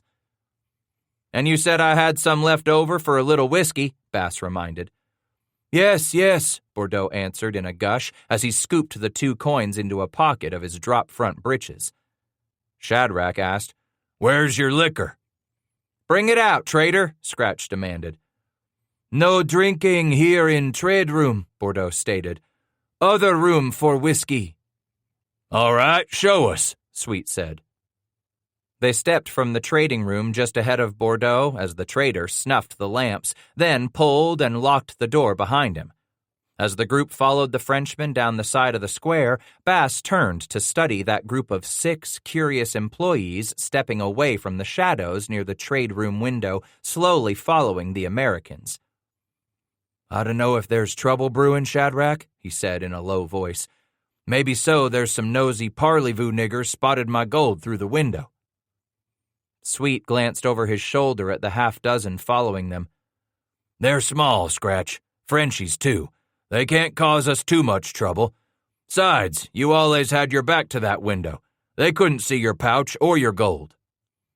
"Then why you reckon they follerin' us?" With a shrug, Shad said, "Bet they know we're headed for the whiskey room. Pork eaters like them figure to drink a horn or 2 on your money." "Ain't enough Mexican gold in my pouch to make me pay for a round of whiskey for one of their kind," he growled as Bordeaux stepped through a smudge of yellow light spilling upon the damp ground from a smoke-stained, dirty window and immediately flung open the cottonwood door beside it. "Alors," the trader called out to the fat man behind the counter as they came in. "4 whiskeys for my friends here." "For the petite fille?" the barman asked, his face drawn up in question. "No," Bordeaux exclaimed with a snort. "These mixed-blood children do not drink the whiskey. 2 whiskeys for the one-eyed one and 2 for his tall friend." "This Injun gal looks old enough for a cup of whiskey." Bass froze at the counter and slowly turned at the sound of the voice. On instinct, he quickly glanced around the room, counting enemy, hopeful of finding another female. But as he had feared most, he found but one woman in this smoky room, dank with the mingled odors of sweaty bodies, spilled whiskey and brandy, as well as the stench of clothing and anuses gone too long unwashed. "Fill the cups, like the trader told you to," Titus ordered the barman, then cleared his throat as he turned back to the stocky man who had called out with the loud voice. "I buy the woman a drink of my own, yes?" the badger-eyed one asked. Shaking his head as he felt his breath come hard, Bass growled, "This here ain't no woman. My daughter she be, you gut-sucker of a Parleyvoo." "What is this you say of me, gut-sucker?" Sweet immediately replied, "It ain't good what my friend called you." Slowly, the Frenchman's eyes tore from Shad's to look again at Bass. "So, she is your daughter. Still, I think she looks old enough to drink the whiskey." Bordeaux slipped away from the counter, stepping behind the Americans and inching along the wall until he stood just behind the right elbow of his stocky employee. "She's maybe a moon away from her 13th summer, you no-count dog." Titus reached out and gently snugged Magpie against his hip. With his other hand, he dragged a cup of whiskey his way and brought it under his nose for a sniff. "Me? A dog? That makes me laugh. You are the dog who sleeps with the Indians. Look at this half-blood girl. Now she is the best for a man like me, no? Half-blood women want a real man in the robes." After smelling the strength of Bordeaux's whiskey, Bass took a long drink, enough to make his throat burn and his eyes water. If it was going to be the only drink he'd have this night, then he wanted it to be a deep one. He set the cup back on the counter. So far, the Frenchman hadn't moved any closer, made no threatening moves. Although the stocky man still leaned against the wall, Titus nonetheless knew it was but a matter of moments. Scratch turned, wiping his mustache with the back of his hand, and glared over at the antagonist. The man wore a pistol stuffed in his belt and one knife Bass could see over the right hip. Appeared to be a left-hander. "We come to drink our whiskey, part of a trade," Shad began to explain as he set his first cup down on the counter behind Bass and tugged Magpie a step back from her father. "Trade? You want to trade, n'est-ce pas?" Bordeaux leaned over to his employee, whispering something in the stocky man's ear. The Frenchman listened, nodded once, but never took his eyes off either the American or the half-blood girl. "Already done our trading for the night," Bass said as he squared himself and laid a hand on Flea's shoulder. "Son, move yonder toward the door now." "Popo, I don't want to go," the boy said in Crow. "We aren't going, not just yet," he answered his son in the same language. Bordeaux asked, "Does your daughter know the words that will drive a man wild in this same tongue you speak to the boy?" "Let's not fight over her," the muscular employee said with a mocking kindness. "I will bring some goodness to your poor family, old man." "How could a gut-eater like you do that?" Sneering, he said, "Don't marry your girl off to no Indian warrior who picks the lice off his head.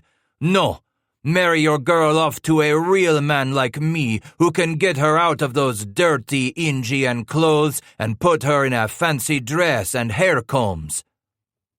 The thought of such a life for his daughter turned his stomach. "I'd sooner see her married to a half-starved digger than to have a scum-licking parley-vous in my family." "Let her make her choice, old man," the Frenchman demanded. "A Indian life with lice, the life you choose, or a life as my woman?" "She's just a girl, you French pig." "Old enough to me," the muscular man provoked. "Look at her ass. Is that not how you Americans say it? Ass? And she has those little teeth so small and hard now, too." "You're a coward," Titus growled, both hands flexing, wondering how much older he was than this bad-tongued bully, trying to calculate how many pounds of muscle the Frenchman had on him. "You stand here in front of a little girl and her father, talking bad with your pig tongue, only because you got all these other stupid gut-eaters around you. You're no man, monsieur. You're just a soft-brained, scum-licking parley-vous what works for Chateau's American Fur because you can't do a real man's job. And the most you can ever hope for is to die in your sleep somewhere out of the rain." "Me? The coward American?" "All you parley-vous bastards ain't got the spine of a yapping prairie dog," Titus declared. "You ever hear what happened to one of your kind when he bumped up against a fighting cock named Carson? Kit Carson?" The dark eyes narrowed. "Who is this?" "Carson's the one killed the parley-vous called Chouinard." "Chouinard?" Bordeaux leaned over and whispered something more into the man's ear. "This Chouinard, he was not as good as me, eh?" "You ain't half the man Chouinard tried to be," Scratch said. "But I figure you're gonna be just as dead as him afore I leave this room." "You talk so big for such old man." "I can pin your ears back, slice 'em off, and feed 'em to you." "No pistols," Bordeaux suddenly hollered as the employee reached for his belt weapon. "Fine by me," Scratch replied, his heart thundering in his ears. He dragged the .54 caliber flintlock from his belt and clunked it on the counter. His antagonist asked, "When I kill you, I have to kill the other one, too?" Before Bass could answer, Sweet announced, "I ain't leaving here with you on your feet, pork eater." "Ah, you sweet on the girl yourself, eh?" "No," Shad said as he nudged Magpie behind him at the bar.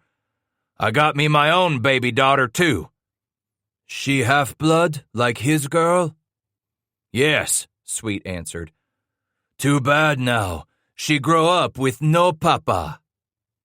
Scratch slowly pulled his knife from its sheath, saying, "Is all you do is talk, monsieur?" The Frenchman laughed mirthlessly. Enfant de gars, you hurt me with your little knife? Big enough to open your gut.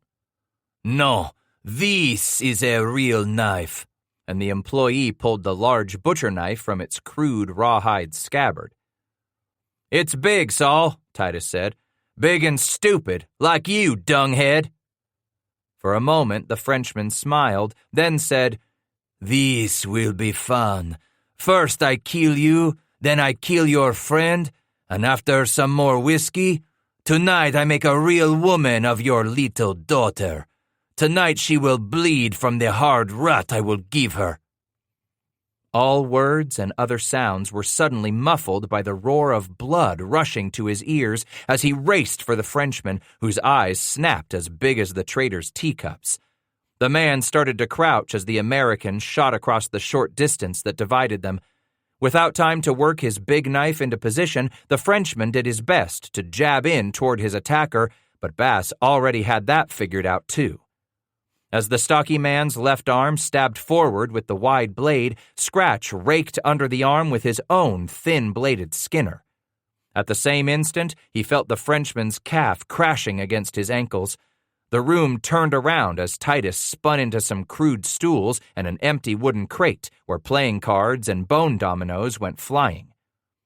Ah! The Frenchman cried in pain as he gripped his sundered left forearm in his right hand and slung about bright streamers of blood in anguish until he gritted his teeth and took the bloody knife into that empty right hand.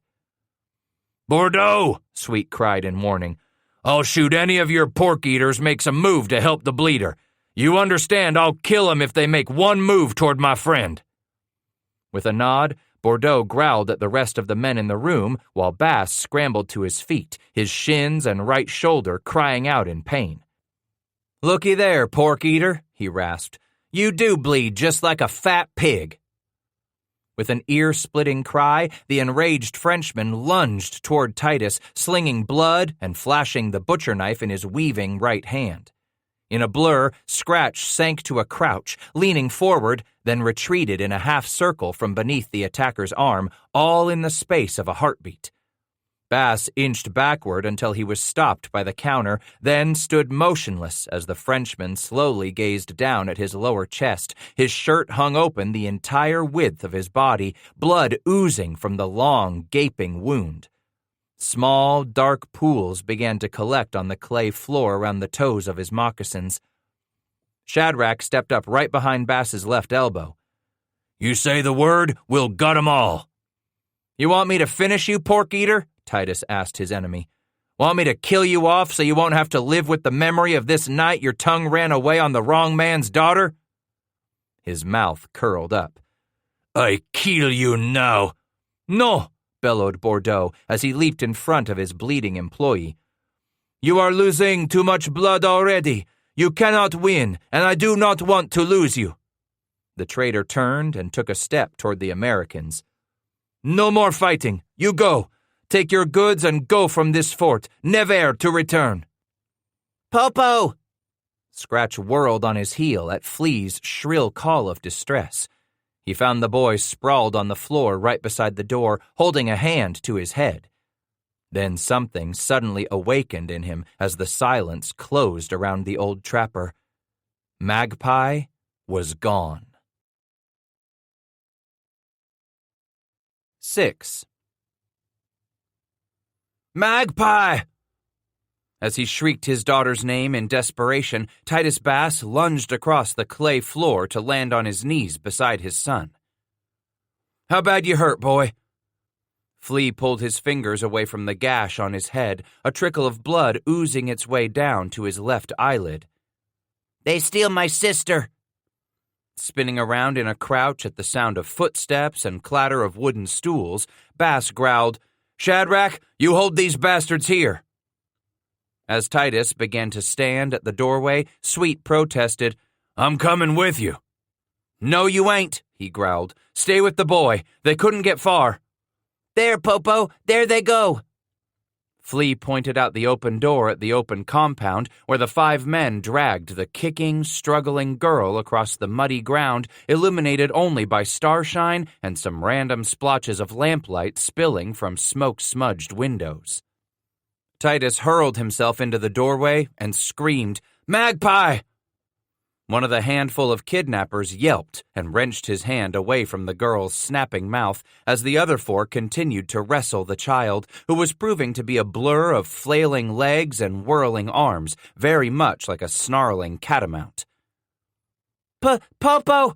her thin voice called to him, the frantic pitch of it almost swallowed in the immensity of the mud walls the moment that hand was torn from her mouth, but another hand cuffed her, stifling her next cry. For an instant, he began to lunge on through the doorway, then suddenly wheeled about, dashing back to the counter to sweep up the belt pistol he had laid aside just before drawing knives with the stocky Frenchman. He quickly gazed down at the cluster of men doing what they could to stem the flow of blood from his wounded adversary. Glaring into the man's eyes, Titus vowed, "I'll be back to finish you." Dragging the hammer back on the pistol as Sweet stepped forward with his own pistol and knife drawn, Scratch leaped through the door, racing across the soggy, barren ground for those men who were just then pulling the girl toward a line of dark shadows at the back of the fort, where no lamplight reflected from the murky puddles of rainwater. "Let her go!" he bellowed like a herd bull challenged by a ring of prairie wolves. 3 of the 5 turned as his voice reverberated off the mud walls. One man's face went white with fear. In an instant, he turned to flee toward the shadows. In his wake fled a second. "Popo!" she pleaded again. One of the men immediately slammed his fist into the side of the girl's face to silence her. Without consciously thinking about it, Scratch slid to a halt and had the pistol up at the end of his arm. A noisy explosion rocked the square. Then, the big lead ball caught the man between the shoulders just as he was raising his fist to strike Magpie a second blow. His arms flung outward as he tripped over his own feet and Magpie's too, bringing the 2 of them down together. A 4th man took that moment to dart away, but the 5th knelt over his bleeding companion, glanced at the American, then brutally yanked the girl to her feet. He cackled, "You only had 1 shot in your pistol." Titus was already sprinting across those last few yards as the French talker shoved Magpie ahead of him. Her feet slipped in the mud of a shallow puddle, and she went down in a sprawl. As the Frenchman stumbled up to crouch over, yelling at the girl in a shrill voice, Bass wrenched the narrow, curved head of the tomahawk from the back of his belt, gripped the end of its worn handle in his right palm like the feel of an old and trusted friend, then cocked his arm and flung it through the air. With that small head of the tomahawk piercing his back, the last of the attackers arched violently with a scream of agony, wrenching one arm backward as he attempted to claw at the weapon buried deep in flesh and bone.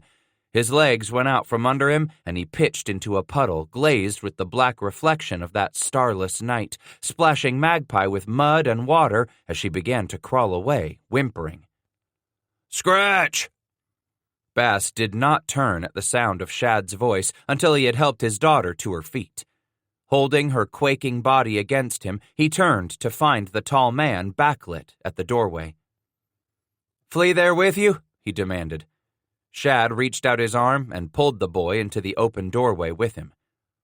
Pressing a moccasin down on the back of the man, Titus worked the tomahawk up and down several times to free it from the attacker's back. As he cupped her chin in his bloodied hand, raising her face, Titus asked her, "Can you walk, Magpie?" She bobbed her head with nothing more than a whimper, clutching her father for fear she might otherwise fall. One at a time, he stuffed his empty pistol and the damp tomahawk into his belt, then bent over the dead man and pulled free the attacker's 2 pistols. With one in each hand, he started back for the grog shop, eyes scanning the shadows for more of the cowardly kidnappers. "Stay right beside me, darlin'. Come on." "We're lucky more of 'em ain't wearing guns," Sweet grumbled as Bass herded Magpie through the open door. If it was so, they'd made a rush, and you'd blowed a hole through 2 of them with the same ball, Titus declared with great confidence. If and I know you and that big 62 of yourn. Sweet grinned. Maybe I oughtn't still blow a hole through 2 of them afore we leave. Yes, go, get out, Bordeaux wailed. You better run before more of my help comes for you. Help? Flea repeated the word. Scratch's eye quickly raked over the room, making a tally of those here with Bordeaux and the wounded man, along with the 4 live ones who had fled into the shadows outside. I don't calculate how you got any more engagés working for you this time of year, Bordeaux. Way I see it, there's them 4 cowards somewhere out there waiting in the dark to backshoot us, and there's the rest of you parlez-vous pigs in here. How we gonna get the young'uns out of the fort and back to the women? Shad inquired in a harsh whisper. We? Bordeaux asked with a sneer as he knelt beside the wounded Frenchman again. You killed 2 of my men, them both American fur employees. Maybe so this 3rd one too, eh? I not die yet, grumbled the wounded man who sat in a splatter of black that stained the clay floor. I live, and he coughed. I live to kill this American. Another day, monsieur. Not this'n you won't. We still gotta get out of here, Scratch, Sweet reminded. His eye fell on Bordeaux. Come here, you parlez-vous cockbag. The traitor stood slowly but did not move. You come here now, he growled as he slowly aimed a pistol at the wounded man on the floor, or I'll blow what little brains that weasel got in his head. No, Bordeaux protested. He moved the muzzle of the pistol so that it pointed at the assistant factor. Then I'll blow a ball right through. You kill me, monsieur, Bordeaux interrupted as he stood his ground. Papin will not rest until you are dead. Titus grinned, his brain grinding on his extrication from the fort, making their escape from this North Platte country. You're important to Monsieur Papin and the company? Bordeaux jutted his chin with too much self-confidence. Oui, very important. Papin and all Choteau's money don't mean a goddamn thing to me, he declared, as he stepped toward Bordeaux and suddenly shoved the muzzle of his left-handed pistol under the traitor's chin. But if you don't come with me, I will splatter your brains all over the rest of your dog-sucking friends here. His eyes grew huge. Come with you? You're gonna get us out of the fort. How I do that? Bordeaux asked as he shuffled away from the others, almost on his toes, that muzzle still shoved up under his chin, as Bass slowly backed them toward the door. Titus did not answer until they stepped into the light spilling out from the doorway. Tell them, those 4 cowards of yours out there, tell them I'll blow your shit brains out the top of your head if they make any trouble for us getting out of the fort. You cannot get away. With a sharp upward jerk of the pistol, Bass forced Bordeaux's chin toward the roof. It's up to you, parlez-vous. If and I kill you, I can grab another and another till I get my young'uns out of this mud hole. So you can come with me, or you can leave what you got left for brains in the mud at my feet. What's it gonna be? He's cut up your little boucheway, Shad explained, sarcasm dripping from his words. And there's 2 more dead out there in the dirt right now. You better listen to this'n. I ain't got no control over him when he gets like this. The man's lived through 20 year of Blackfoot, Comanche raiders, and Mex soldiers, too. Killing another fat, pissant Frenchman like you won't make no never mind to my friend. Oui, Bordeaux stammered. Now, Bass ordered, and started them out the door, but suddenly stopped and wheeled about on his heel. Flea, grab that sack with them gewgaws and shawls in it. Bring Magpie 2 of them new blankets for her to carry, too. Sweet helped the youngsters quickly gather up the trade goods, then Titus said, All right, let's get out of this pig's hole. You bring up the rear, Shadrach. Put them young'uns atween us. Stay close. Stay real close to me. His chin raised to the sky, Bordeaux whimpered, Where you going with me? To that gate. Shad, keep your eyes moving. You too, Flea. Watch the shadows. Sing out if something moves. Watch those shadows behind us.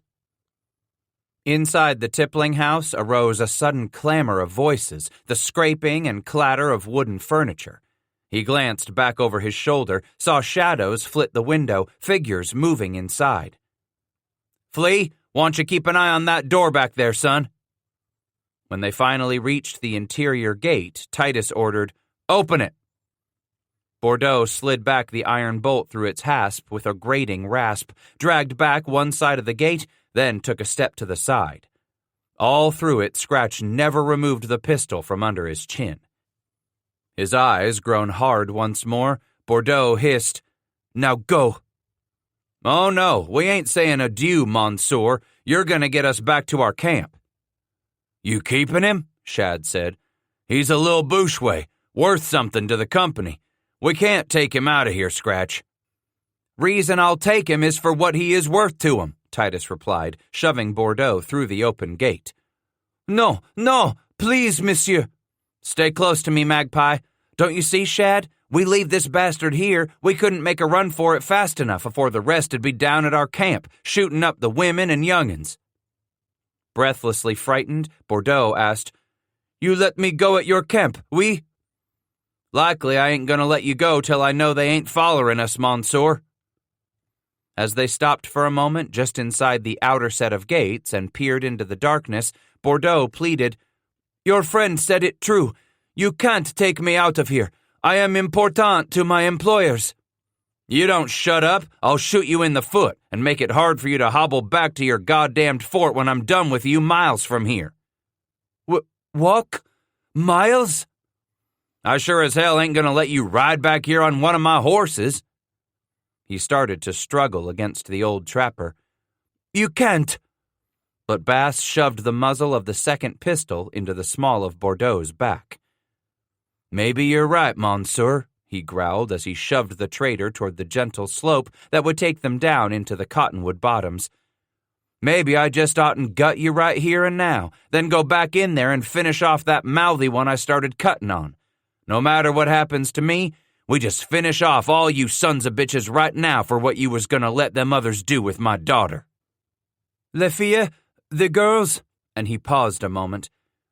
"Ingy and girls, they come with the tribes and maybe one of my men's, he takes a shine to one. He can buy her from her father."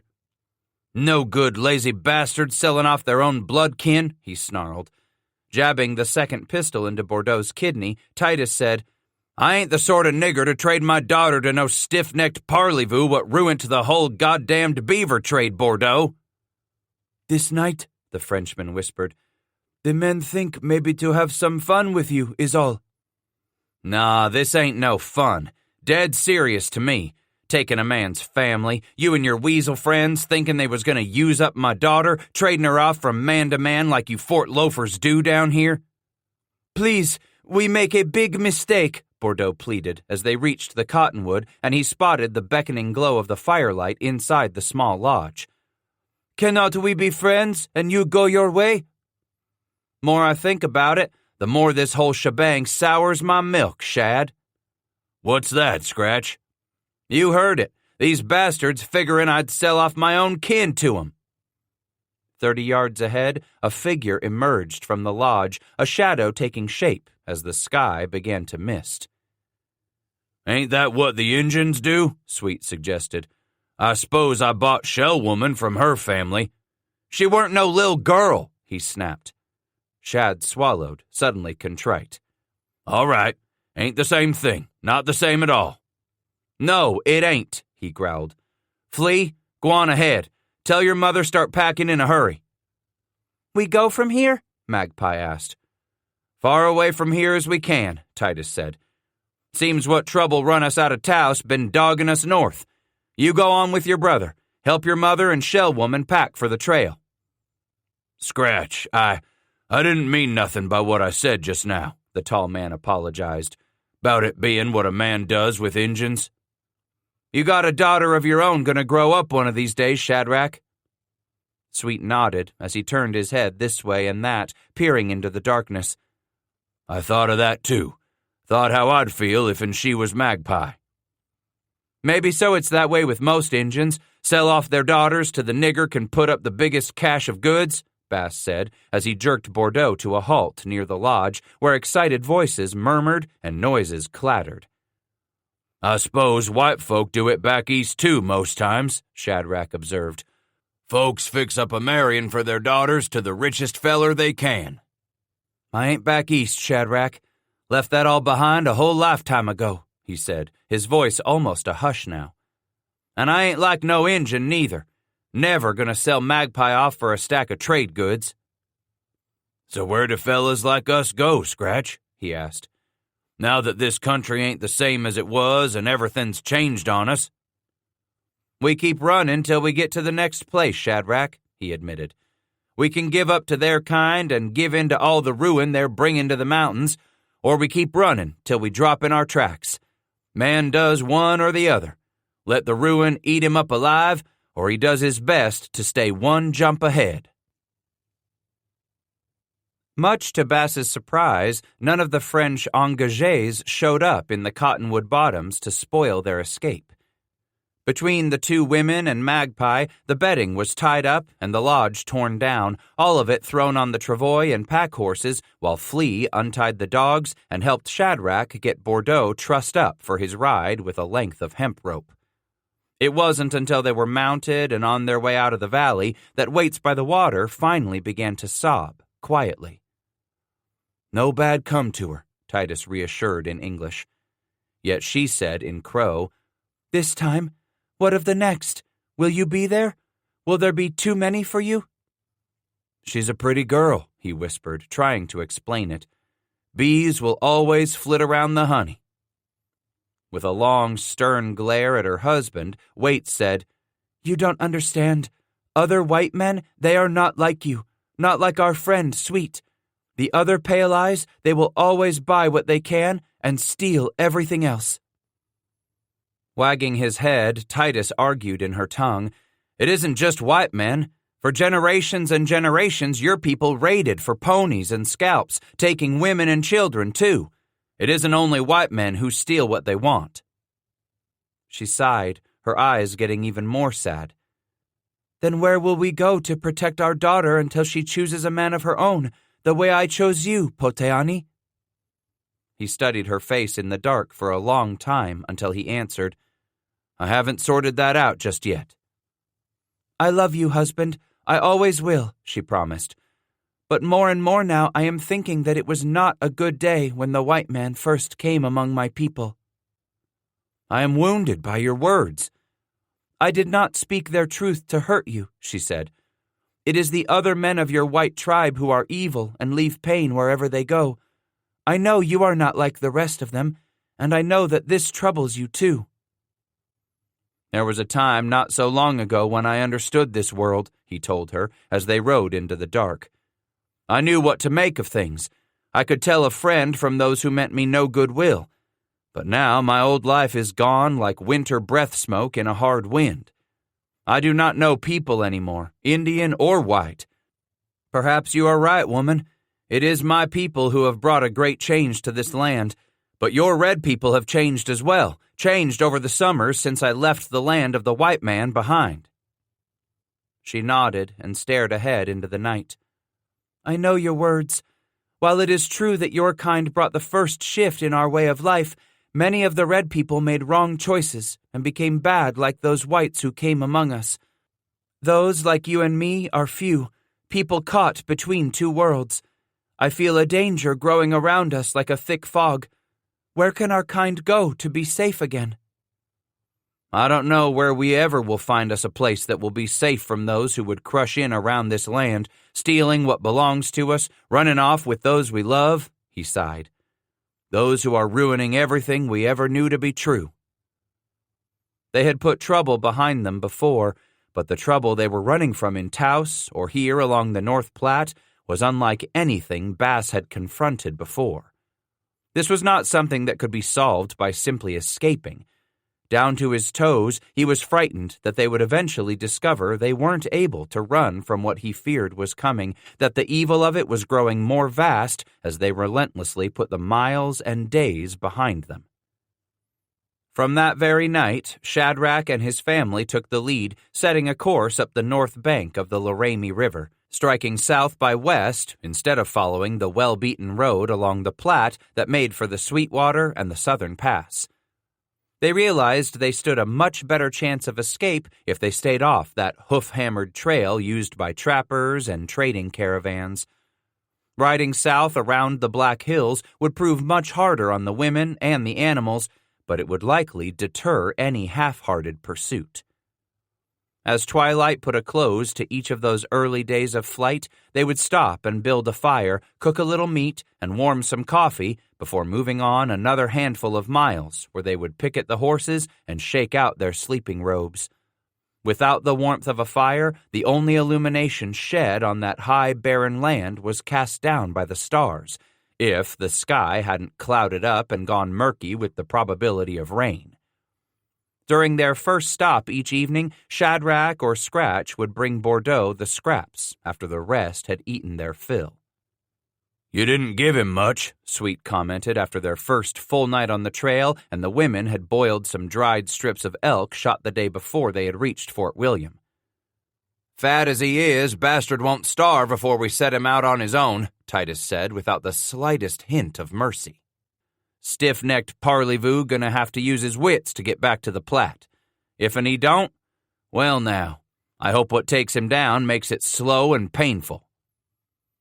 Their third night of flight, low along the fringes of thick timber at the southern end of those low mountains where they had been following the climb of the Laramie, they were suddenly caught by a late snowstorm and ended up spending 3 days and nights around a fire until the winds died and the sky cleared. Through it all, Shad and Titus spelled each other, one of them awake at all times, watchful for pursuers. By the time the heavens blued again, Scratch had grown certain the engagés from the fort had given up their chase in the face of the storm. Slowly, they plodded on out of the hills, following the river until it turned due south. Only then did the men leave the Laramie and strike out overland, continuing south by west toward that high, broad saddle between the Black Hills and the Medicine Bows, where an inviting patch of bluing sky beckoned them onward. Here was a country of sage and cedar, juniper and dwarf pine. Immense patches of snow still cluttered the hillsides, and especially the coulees, too, as the weather moderated and the high sun temporarily turned the desert into a sea of mud that sucked at hoof and moccasin alike. "Gonna send you back to the teat of your almighty American Fur Company, Monsieur Bordeaux," Titus said one midday when they had stopped to water the horses at a small spring nearly hidden by a vast carpet of yellow-green juniper. The Frenchman brought his dripping face out of the cold water. You set me free?" "That's right," and Titus started working at the knots around the Frenchman's wrists. "I have nothing," Bordeaux whined. "You must give me a horse, a blanket and a gun, too, powder and shot, to stay alive." Yanking the rope from the trader's wrists, Scratch took a step back. "Told you when we left Fort William. You ain't worth a red piss, much less one of my horses. I need 'em all, so you're on your feet now." "These boots," he whimpered, "they won't last in this mud. What if it snows again?" Sweet stepped up. "Give him a blanket, Scratch." He nodded at Shadrach. "My friend says to give you a blanket, keep you from freezing, and I'll let you have one of these here belt guns I took off the niggers was running off with my daughter." "No, I need a big gun, smoothbore, please," he cried, lacing his fingers together as he implored the Americans. "You'll get this pistol, some ball, and powder," Titus said, remaining untouched by the Frenchman's plight.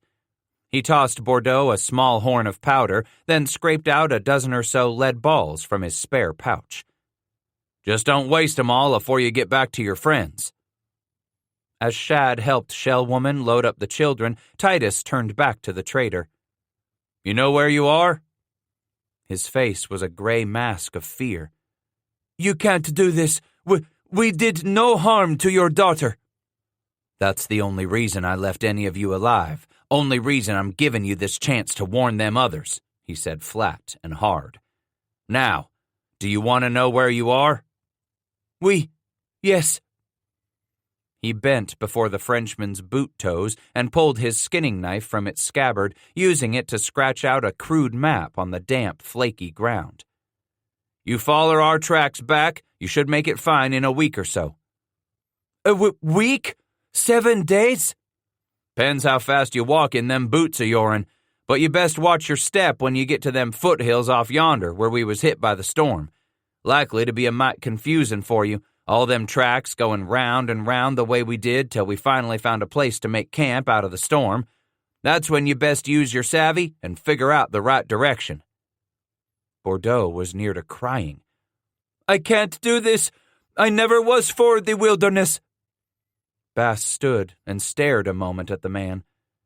The company brung you out to this country, and they didn't teach you nothing of how to last out here? Wagging his head, Bordeaux started to reach out to touch Bass, imploring, but Titus took a step back and wiggled the skinning knife between them. See this knife? It's the one I used to cut your friend. Gaston? That's his name? Gaston. I'll remember it, Scratch vowed. I figure he'll remember me, too.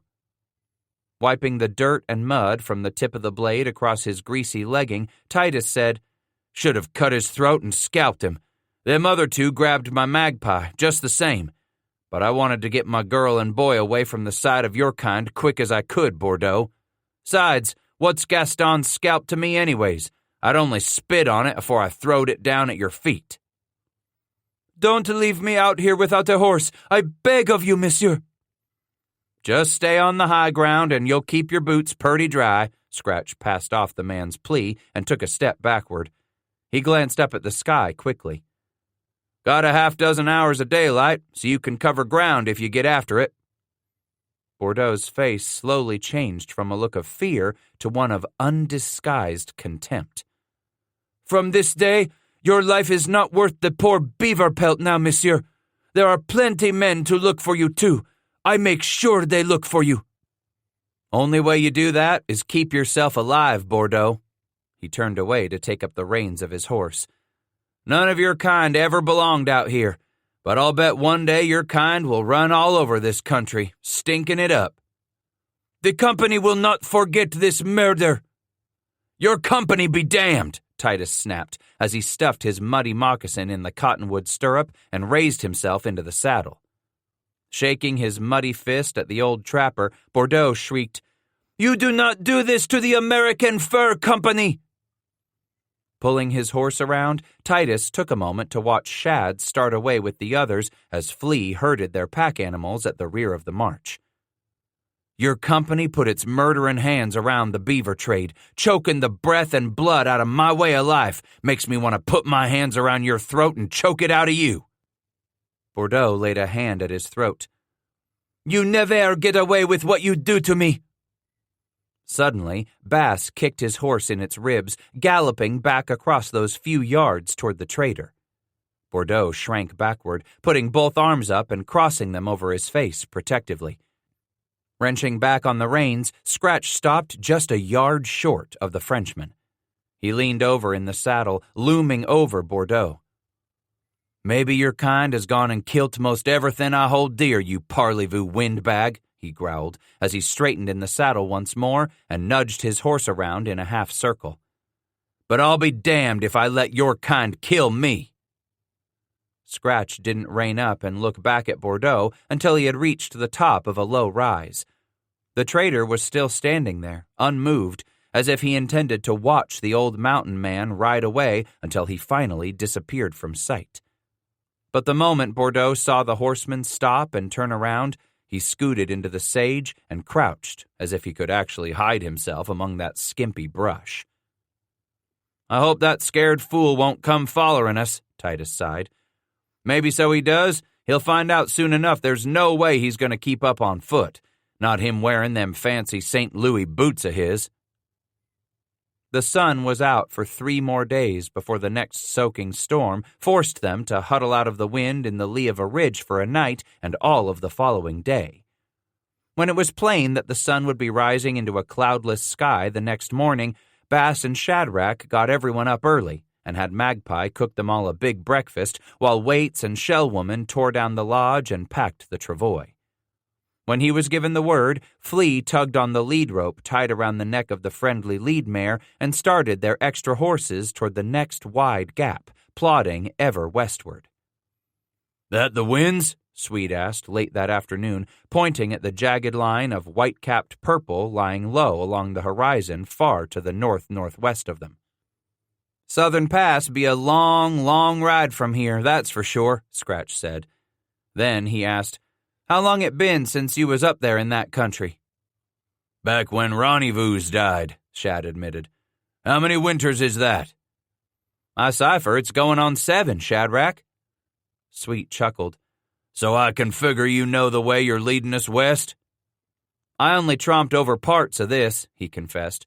"Seed other parts of it from on high." It was long before Sweet asked, "Maybe we should have took the old trail by the Platte to the Sweetwater, across the pass and down to the Sandy." "Hell of a long ways to get to Black's Fork. I'll lay we'll be at Bridger's back door afore Bordeaux ever walks back into Fort William." The grin disappeared from the tall man's face. "You know you can't ever show your face on that side of the mountains again, Scratch." Bass pursed his lips thoughtfully for a moment, then said, "I can't think of anything ever going to pull me back to that side of the mountains anyway, Shadrach." "I'll go back, eventual," Sweet admitted. "You will?" "The woman. She's got family," Shad explained. "That means them young'uns got family down on the plains." "But that's south of Fort William," Titus assured him. "You won't have to go nowhere near that post when you take Shellwoman back to see her kin down toward Bent's big lodge on the Arkansas." Wagging his head slightly, Sweet said, "There I was, happy as a sow bug under a buffler chip, living the life of a Cheyenne warrior, and you have to come along and pull me away for a long ride right into a mess of trouble." With a snort, Bass said, "Man like you only gonna waste away in the life of a Cheyenne warrior, Shadrach. Slowly go crazy being a layabout with nothing to do and nowhere to go." "I go hunting," Shad argued, bristling, "and I've been on a few raids for Ute horses." "You got lazy and soft, way you been living the last few years, child." They burst out laughing together, loud enough it made both women turn and gaze back at them a moment before the wives looked at one another in that way women do when men act in some new and bewildering way. "Man needs to get out, breathe the air," Titus explained. "See some new country, a far land, just like the old days, Shadrach." Sweet drew in a long, deep breath of the chill air as some sage-grouse whirred away from their path. How long you figure can a man hold on to the old days, Scratch?" He thought for but a moment, then reflected, "Just as long as that man dares to hold on, my friend. Long as he dares to hold on." 7. A long and muddy spring greened the prairie, short and hardy shoots uplifting beneath the aching blue of a sky that went on and on across those days while their tiny group plodded west through the stark and barren red desert, so briefly a flower with a palette of heady color. The water in the streams and creeklets was poor for many days, laced with bitter salts, forcing them to search out hidden, bubbling springs or even fields of boulders where rain might be trapped in tiny pools. Most mornings, the women found a thin crust of ice coating what water they had managed to collect in their brass kettles, the only sign they had begun their climb over the Continental Divide in crossing this austere and desolate stretch of country. Eventually, they reached the banks of the fabled Green River, lying by for 2 days while the horses ate their fill of the new short grass and everyone soaked in those cold, legendary waters. After crossing the river, they struck west-northwest, following Black's Fork as it meandered through a country of red and yellow bluffs, and spent the next night where Ham's Fork poured in, camping in that verdant V of meadow formed by those two tributaries of the Green, here where the Free Men and Fur Brigades had gathered to celebrate the height of summer 1834. While supper bubbled in the kettles that twilight at the fire, Titus called his long-legged daughter to come sit upon his knee. "I grow so tall now, Popo," she protested in English, standing before him. "Magpie not fit so good now." "You'll always fit on your father's knee," he scolded as he patted his thigh again. "Come sit, girl." Waits by the water got to her feet at the far side of the fire, shifted her new shawl about her shoulders, and said, "Sit, because your father wants to tell you a story." "I listen too?" Flea asked, scratching Digger's head. The dog had his muzzle laid on the boy's leg. He nodded at the youngster. "I think it's good you listen to my story about Magpie." She leaned back a little against her father's arm so she could gaze at her father's wrinkled face. "A story about me?" "Yes, daughter. You got your name right here at this place." Quickly peering down at the ground, Magpie asked, "This spot?" "Yonder, just across the river," he explained and pointed. "Your mother and me, we were camped on upstream some. This here is named Black's Fork." "Color of war, Popo?" Flea inquired. "Black is the color of war, but I figure it was given a man's name, son, not for war." As Ghost followed her, Waite stepped around the edge of the fire pit, one hand on a hip and the other clutching a brass ladle. "This place, long ago, your father promised he teach you and me speak his white man talk, teach us together." For a moment, Titus gazed up at Shadrach, who stood nearby. "Near as I recollect, Rendezvous of 34 was the last doin's where I got liquored on John Barleycorn something bad. Paid heavy for it, too. But it were a time I drunk my fill with a old friend I wasn't ever to see again." "He a free man or skin trapper like me?" Sweet asked. "Neither. English. Gerald Thornborough, a real John Bull of a Englisher." "Hudson's Bay man?" "By damn if he wasn't," Titus replied, growing wistful. "Last time I laid eyes on him was right here in this valley. That's back to a time when them Britishers was dispatching a small brigade out to our rendezvous for to keep a eye on us Americans. But I never seed Gerald after 34. Flea asked, "He not come back? Not to mountains?" His eyes landed on his son sitting nearby. "No. Gerald died 2 years arter I last saw him. Others said he was took by some croup sick or the ague. That's a wet and muggy country out there. I went once, long ago it was. This air, dry the way it is, keeps a man safe from the ague." He lowered his eyes and wagged his head. "Gerald was a better man than to die in bed. Such is for cowards and sick old men, to die in bed. A good man like him, a brave warrior, never lives forever. Only the rocks and sky live long, children. Only the rocks and sky." "Tell story of Magpie's name," Flea asked as he sashayed up beside his father's vacant knee and plopped on the ground at Bass's feet. "Well now, that's where I was heading in the first place." Scratch cleared his throat, remembering a precious and bygone heartbeat of time. "That summer night, it seemed like the whole of the world held its breath just for my baby girl."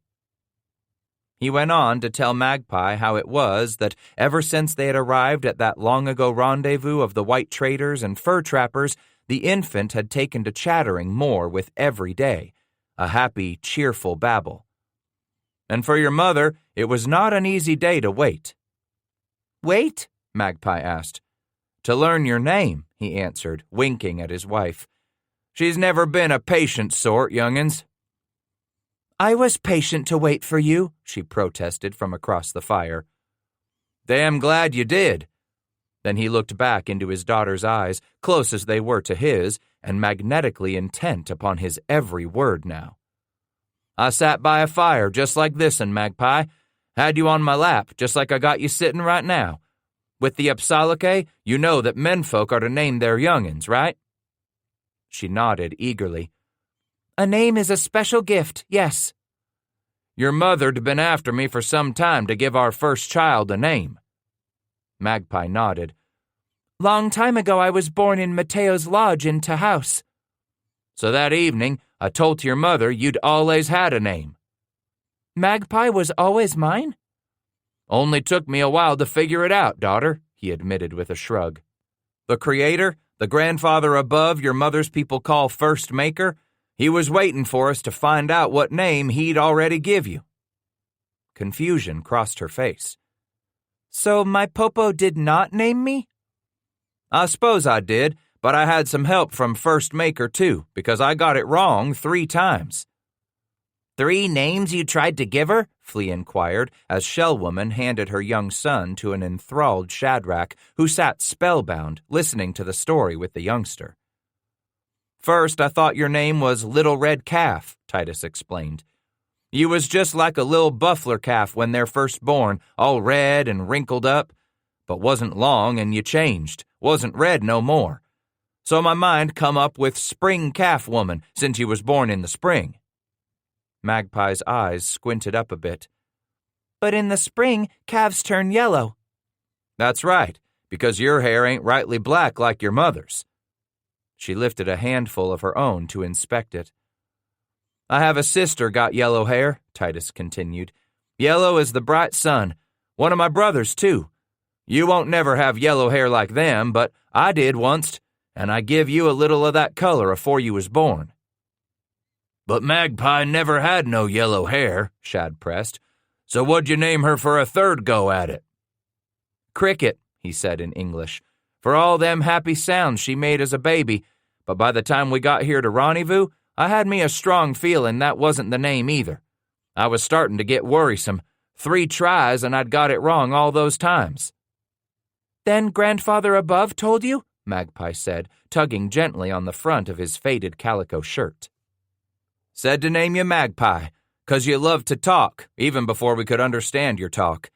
'Nother thing he told me was your mother could smoke with me that night we called you Magpie for the first time.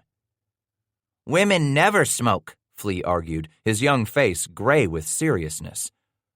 Your mother belonged to our lodge, son. I am leader of that lodge, the Coyote Band. I told her she could smoke to pray for our first young'un. You smoke and pray for me too? The boy asked, turning to his mother. We have done the same for you and Jackrabbit, she answered in Crow. Go get your little brother before he gets too close to the riverbank. Scrambling up as he grumbled in complaint, Flea took after the fleet-footed Jackrabbit. That's when Scratch took an opportunity to whisper to his daughter. You wanted to smoke my pipe the night we named you. She grinned at that. So you let me smoke soon, like my mother? No, he shook his head. Not for women like it is for men. That smoke your mother had for each of her young'uns was real holy. I do not know this word, holy. In Crow, Bass explained, Do you understand sacred? Yes, now I see the meaning. You was all arms and legs that night, wriggling and squealing when we took off all your clothes, so you was naked as the day you was born. Then I held you up to the sky so First Maker could get him a real good look at the beautiful creature he'd made through your mother and me. Will this be my name for all time? He hugged her a little more tightly. Your mother and me have you with us for only a short time. One day you'll belong to another. But I don't want to leave you, she sobbed in Crow against his chest. Rubbing the first spill of tears from a cheek, Scratch said, One day soon you will be ready to leave us and go with a man. The 2 of you gonna make a family of your own. You won't be with our family no more. No, Popo, I don't want to leave. Daughter, he said, his throat clogged with emotion, it is the way of the Creator. You're with us for just a short while, riding the trails we take. Then comes a season and you'll go off on your own trail. A time when we both will cry for your leaving. I don't want that for a long, long time, the girl sobbed, pressing her face into the hollow of his neck. And one day, a long, long time from now, the First Maker will call you back to be with him again, Magpie. He'll lift your spirit back up there with all the rest of them stars so you can be with him again, just like you was afore you come to live with us for a little while. As Magpie turned her damp face upward to look at the sky, Titus glanced at his wife, finding her smiling at him, just as she had that night 13 summers before, her cheeks glistening with moisture that spilled from her radiant black cherry eyes. Just the way she had cried when they had given their daughter her name here beneath these same stars, beside these same waters. He was reminded how much had happened to him, happened to them all in those intervening seasons.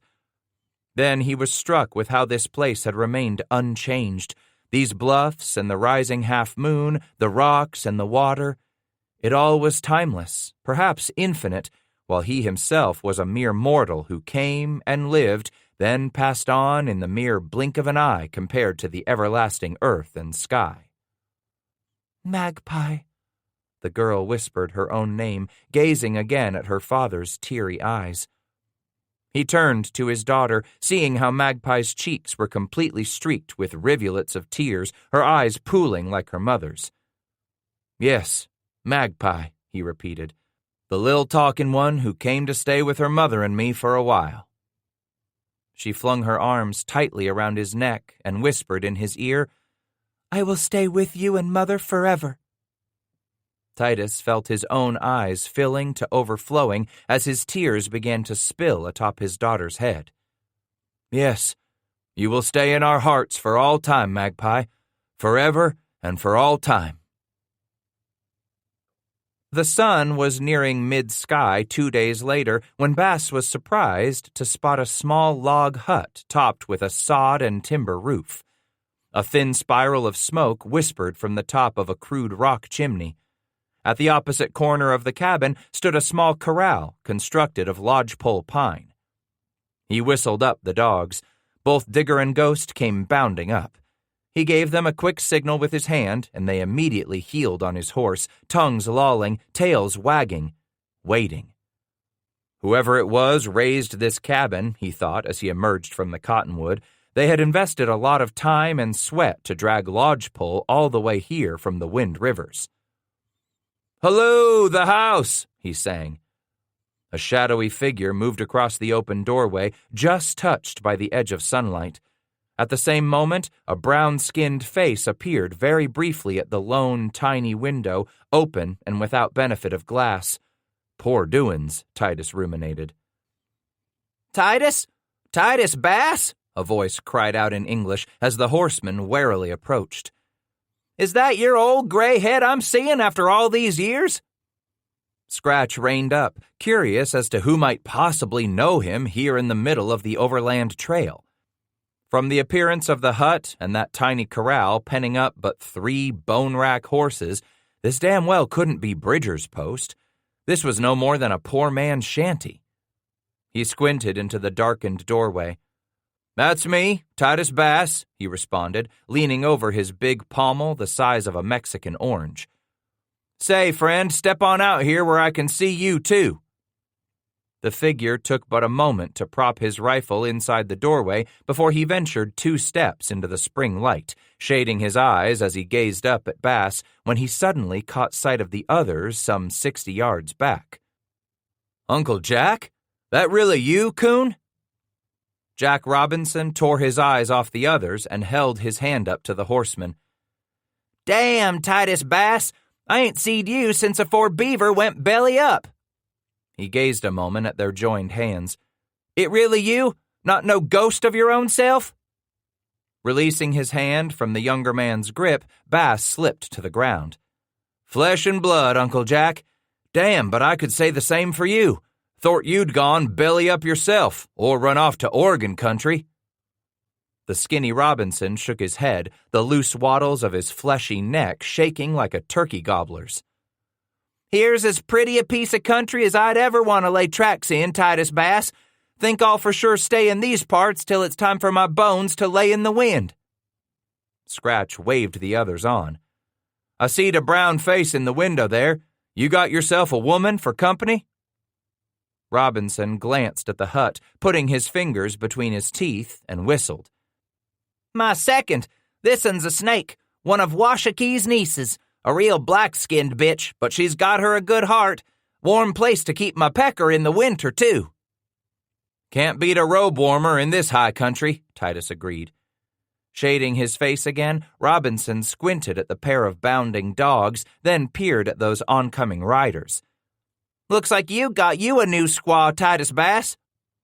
"Nah, that's Shad Sweet's woman. Cheyenne, she be, from down near Bent's Big Lodge on the Arkansas." "Sweet's his name?" Titus nodded as the others got closer and started halting to dismount while Flea circled up their extra horses. Robinson took a step closer to Bass. "That'n serve with Bridger any?" "Him and Gabe was real tight of a time," Bass explained as he led his horse over to the corral and tied off the reins to the top rail. "How far's Bridger's post from you?" Uncle Jack pointed off to the southwest. "Should be there afore supper." He watched Sweet start toward them. "I was the nigger told Bridger he oughtn't build his post here on the Black's Fork." He turned to face Shadrach, announcing, "Come on over. Any friend of Bridger's is a friend of mine." "When you come to the mountains, Uncle Jack?" Sweet asked after they shook hands. 31. Rode west with Fitzpatrick. Miserable trip. Jed Smith was kilt by Comanches on the Cimarron water scrape. After we took on supplies in Taos from Davy Jackson, I stayed on with Fitz and we come north. Next summer, when we fought the Blackfoot and Pierre's Hole, I was wounded." Titus asked, "Rendezvous of 32? "Weren't nothing bad, really," Robinson explained. "I was off my feed for the fall hunt, but stayed on my feet through till winter." He turned and whistled again. "Madam Jack, God bless it, get out here now." He turned back to the two trappers and shrugged, saying, "She's a bit shy when there's other women's about. Just men folk show up, why, she's there lickety on the spot. But when squaws come about, she's a shy one." From the doorway emerged a stocky woman with an amiable face, carrying a large gourd trussed up in a leather cradle complete with a wooden handle. From the fingers of her other hand were suspended 4 tin cups, 2 of which she passed out to the trappers, then poured each of them a splash of cool water from the gourd. "You mind we noon with you? Rest the horses?" Titus inquired. Robinson smiled warmly. "I'd like that a lot, boys. Give me a chance to talk to new ears. Haven't yet had much travel on the road this year." "Road?" Sweet echoed. "Oregon Road," Robinson declared to the tall man. "Wasn't you coming over the southern pass from the east?" "No, we come south, through that red desert country," Scratch explained. "That what they call that way over the pass now? The Oregon Road?" "Ever since last summer," Robinson said. "Some say it's the Emigrant Road, for it's carried a few on to California." "Some claim American soldiers took California, but I'll wager it's Mexican country still," Bass said as he handed his cup to Waits by the water. "Most of 'em we seed come through last year are making for Oregon," Jack went on. "I managed to trade off some good stock for what animals they wore out getting this far west." Quickly glancing about, Scratch said, "Not them skinny horses. What good stock you got, Uncle Jack?" "Have 'em grazing over yonder, a mile or more, on some good grass a ways up the Blacks. Trail you'll foller to get to Bridger's big post." Sweet asked, "Injuns don't raid?" "Hell," Jack snorted. "This here's snake country. They take good care of us fellers. Both Gabe and me got hitched into the tribe, you see. Utes don't dare come north, and them Bannocks is afraid to make Washakie angry. Nah, we don't worry none 'bout Injuns running off our stock. Maybe so you fellers oughtn't think 'bout settling down on Black's Fork like me and Gabe done." "Just gonna visit for a spell is all," Sweet answered for them both. "My woman's country is back on the other side of the mountains." "And my family's home is in Crow Country," Bass stated. "We only come to visit Gabe. Thank ye for the offer, but it ain't likely we'll be putting down no roots." "Not in no country where there's settlers passing through on their way to Oregon country," Shad said as he took a cup of water to his young son. Robinson explained, "Man does what he can, now that there ain't no furs the traders want, 'ceptin' buffler hides." "Much as I can," Titus offered. "I'll stay off this here road you said them corn crackers and sodbusters ride west." "Same road Billy Sublet, Pilcher, and Drips come west to rendezvous with their goods," Robinson explained after he shuffled his wife back into the hut to fetch some dried meat to offer their midday guests. That means these overlanders using the same trail? Scratch inquired. Robinson nodded. From Fort Bridger, they'll break north to Fort Hall. And where they go from Halley? Titus asked. Striking out through that snake country. Wagging his head, Sweet said, That's about the roughest piece of ground I ever put a horse through. Scratch turned to Shad and asked, You been west of Halley? More'n once. Was a time the Bushways didn't want the English to have that country all to their own. Can't be fit for wagons, Scratch grumbled. Ain't, Robinson agreed. Some'll try to get their wagons on from Fort Hall, take 'em clear to the Willamette. Other uns gonna sell off their wagons to them English at Fort Hall, trade for mules and horses to get 'em on to the Columbia. Bet you ain't ever floated down that Columbia River, Shadrach, Bass needled his tall friend. I suppose you're claiming you did? How the hell other way a man gonna get to meet Dr. John at Fort Vancouver? Titus sneered. And I sure as the devil didn't float around the Horn in no sea ship to get there neither. I forgot. You told me about that trip, Sweet admitted. In a quieter voice, Titus confided, That float of mine down the Columbia with Gerald Thornborough was fearsome enough to make my ass stay puckered for a month of Sundays. Soon enough, there was dried meat for them all to chew on, while the horses cropped at the new grass growing taller and thicker in the meadows surrounding Robinson's poor hut. I enjoyed myself, Uncle Jack, Titus declared later, as he had stood and held his hand out to their host. I truly did. You come on back and visit any time, both of you. We'll be close, Shad advised. A fella can ride over for a visit most any time. Robinson and Madam Jack, his Shoshone wife, stood outside their hut, arm in arm as they waved the others on their way. The sun was warm on his face and the back of his hands as he gave his last salute and plodded on up Black's Fork. A spring breeze rustled through the sage, stirring a strong scent of turpentine through the air just before a couple of dozen sage-grouse whirred away from the path of their horses, the birds chucking as they settled back to earth and sorted themselves out again for their timeless dance on this patch of mating ground. It was a good day, here in a country where no emigrants plowed fields, no Frenchmen stole ploughs or a man's daughter, no Indians came to trouble a man and his hard-won peace. Maybe Bridger and Robinson did have things figured right, at least for themselves. Trouble was, Titus doubted he could stay planted in one spot for long enough to raise up log walls or sink down some roots. Yet walls and roots were what it took for a man to survive in this part of the world rapidly changing around him. For men like him and Shad, they had to keep on searching out that shrinking corner of the world where it wouldn't matter if they refused to build walls and overlay them with roofs, refused to plant crops or tend a store. And if he was lucky, Scratch brooded, that shrinking sliver of the old life and the old world would last just long enough till Titus Bass could no longer load his gun, mount his horse, and ride away from what was closing in around him.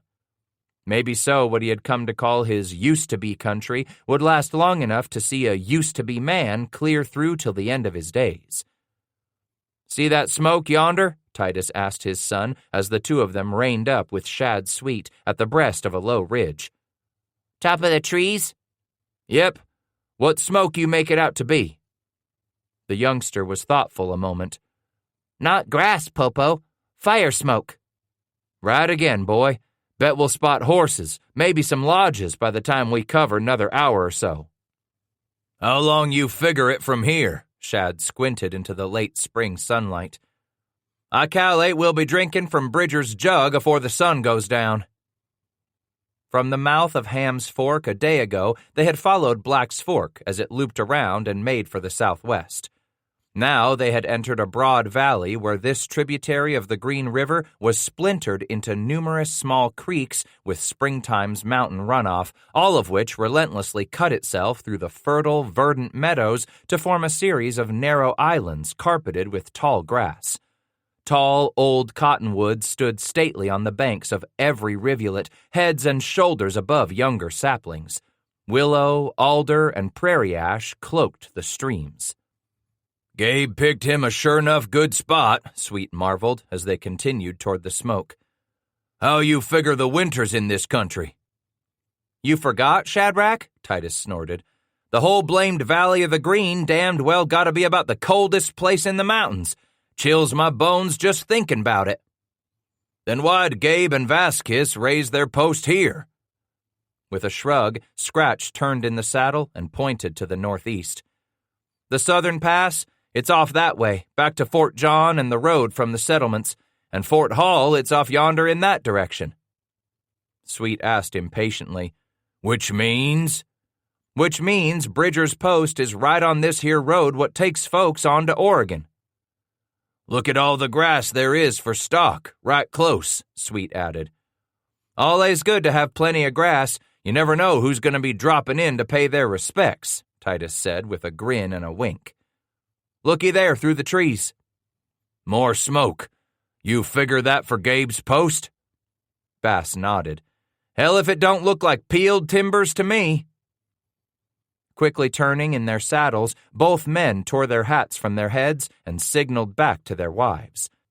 Then Scratch said to Flea, "We set off and your horses get to running, just let 'em go and stay with them. Only thing to watch for, don't let 'em find no prairie dog town or stumble getting down to a creek bottom, son." The boy's face flushed with excitement. "Flea go with you?" He considered it a brief moment, then grinned hugely. "Sure as shootin' you can come along, boy. Stay hard on my tail, and you'll see how free men like Shad and your pa rode into Rendezvous long summers ago, once upon a glory time. Woo-wee!" Both Sweet and Flea were caught unawares with the sudden explosiveness of the old man's untamed yelp and his burst into motion. But those two rangy dogs were ready. In an instant they were lunging along beside the old trapper's horse. No more than a heartbeat behind him came his son and an old friend, hammering heels into their horses, a long and shrill cry freeing itself from their throats as they followed Titus through the last fringe of cottonwoods, clattered across another narrow rivulet of Black's Fork, then exploded up the last low riverbank that swept them in a gentle arc toward that corner of the stockade they could spy through the last intervening stand of trees. Suddenly in full view were a half-dozen small herds of horses and even a few horned cattle, too. Damn! Titus hadn't seen beeves since Trader Sublet brought a milk cow to Rendezvous long summers gone now. And far beyond the timbered walls stood more than 30 buffalo-hide lodges where brown-skinned women worked over outdoor fires and naked children chased one another in their games. Bridger had him an outright settlement of his own. In moments, it became clear there were actually two stockades, one a bit larger than the other, but sharing a length of one timbered wall in common. The gates of both were visible to the riders as they came tearing in from the north, finally slowing their heaving horses to a lope on that broad flat, when a lone figure stepped into sight from one of the open gates, the lowering sun at his back. He tore the flat-brimmed, low-crowned hat from his head and o'd up his mouth for a greeting. "What's your lather for, boys? Can't be no redskins licking it after you." The instant his voice melted away in mid-sentence, the man slowly lowered his hat to his side and began to wag his head, a huge smile growing on his face. "As I live and breathe, if and you ain't a pair for these sore eyes." "Gabe!" Shad shrieked as he bounded off his horse and hit the ground at a trot to seize the shorter man in his big arms while Ghost and Digger bounded around the two like pups. "Lordy!" Bridger gasped after several moments. "Come peel this here bar off me, Scratch." Reluctantly, Shad released the trader and lowered Bridger to the ground once more as Titus legged out of his saddle and strode over to the pair. "Just look at you!" Bridger exclaimed to Sweet. Then he turned to Bass to ask, "He's growed some since I last saw him. Don't you think he's growed some?" "I'll allow I was still a pup when we first throwed in with the general, Gabe," Sweet said as he threw an arm back over Bridger's shoulder, "but I ain't growed out a pair of moccasins in many a winter." When Bridger stepped toward him with his arms opened, Bass gave the trader a fond embrace. "Damn, but it shines to see you, Gabe. How come you never rode down from Crow country to see me afore now?" Ain't been anywhere close to the green in more summers than I care to count, Scratch explained.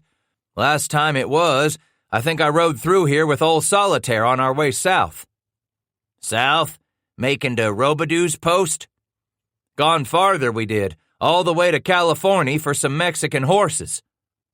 Bridger snorted, slapped his knee with his hat before he repositioned it on his head. Was you in that bunch that throwed Pegleg out in the desert? Yep, I figure Solitaire gave him better'n a oily-tongued backstabber deserved, Scratch replied. You ever hear whatever come of him? Last I heard tell, he's still raising hell and putting a chunk under it, too, Bridger declared. Someone said he aims to make California his own.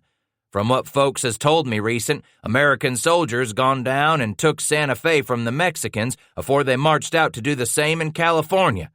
So Pegleg figures to make something out of himself out there. Just the place for his kind out there, Bass grumbled sourly. Keep Pegleg busy so's he won't come back to these here mountains to make trouble for the rest of us. Bridger wheeled on Sweet. How long you coons fixin' to stay? Shad looked at Titus with a shrug. We ain't never thought 'bout it. But Bass scratched at his chin reflectively and said, Let me see now. Ain't long afore it turns summer, when plews ain't worth the sweat off your ass, and since there ain't gonna be no rendezvous to ride off to this year, so I figure next best place for the season is Bridger's Post. You mean that? The trader asked. The two of you stay through the summer? Don't see a reason why we can't. Do you, Shadrach? Sweet threw a big arm over Bridger's shoulder. We're moving in, Gabe. For a moment there, the trader's tongue was tied until he blinked his eyes and finally confessed. Gotta tell you both, that's some good news to this here child. Past winter was hard on me. I lost my Cora. Bass took a step forward and laid his hand on Jim's shoulder. Your wife? She died giving birth to our little Josephine last autumn, he explained. Josie's our third. That mean you're raising all three of them by yourself? Sweet asked with concern. Some time back, I sent Marianne off to Doc Whitman's mission up in Cayuse country, Bridger declared proudly. She's going to school with Joe Meek's girl. But my boy Felix, he's been here with me and the baby, too. So it'll be some pumpkins to have your women around to help out. Lately I've found there's a lot a man ain't really the best at. Smiling with admiration for his old friend, Titus said, I know a couple of gals gonna be real happy to get their hands on that baby girl of yours, Gabe. Bridger looped an arm around both of them as his attention was held by the young boy leading his horse toward them. Times'll shine, boys. Day's gonna get real busy here on out. I can use a hand from you both when them emigrants show their faces on the horizon. Man, just as soon stay busy as loaf in the shade, Jim, Titus said. Every train bound for Oregon gonna come by here, Bridger explained. They'll need fixin's, trade off horses or a team of mules, maybe so dicker off some of their oxen too, before they push on for Halley up on the Snake. Likely most'll need some repair work on their wagons. Blacksmithin'? Titus asked, the first twinge of excitement squirting through him. Yepper. Size down tires with this dry air out here, repair yokes and tongues and even boxes too, Jim said. You know anything about smithin', Titus Bass? Hell, I worked Hysham Trust's forge in St. Louis for a number of years afore I come west in 25, he announced proudly. Bridger blinked in disbelief.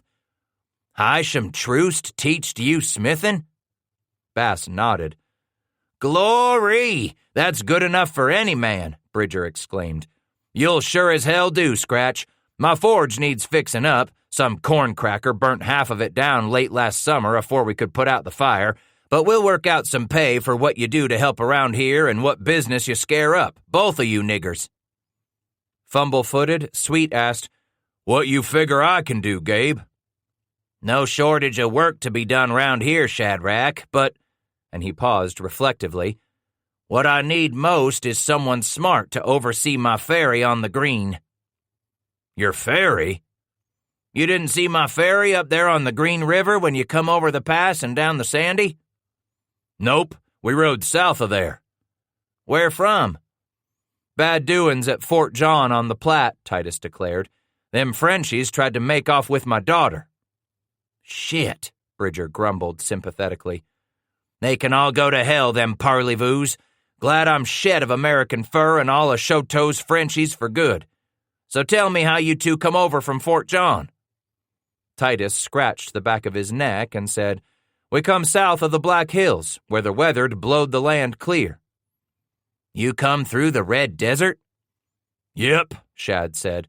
It was tough doings, but we finally hit the headwaters of Bitter Creek and follered it down to the Green. Come across the Seed Skiddy near the mouth of Black's.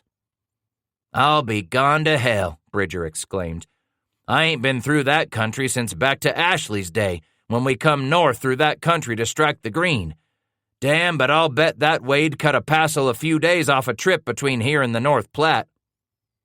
Some of it's rough, Titus said, but the winds keep the snow blowed out most of the time, I'd reckon.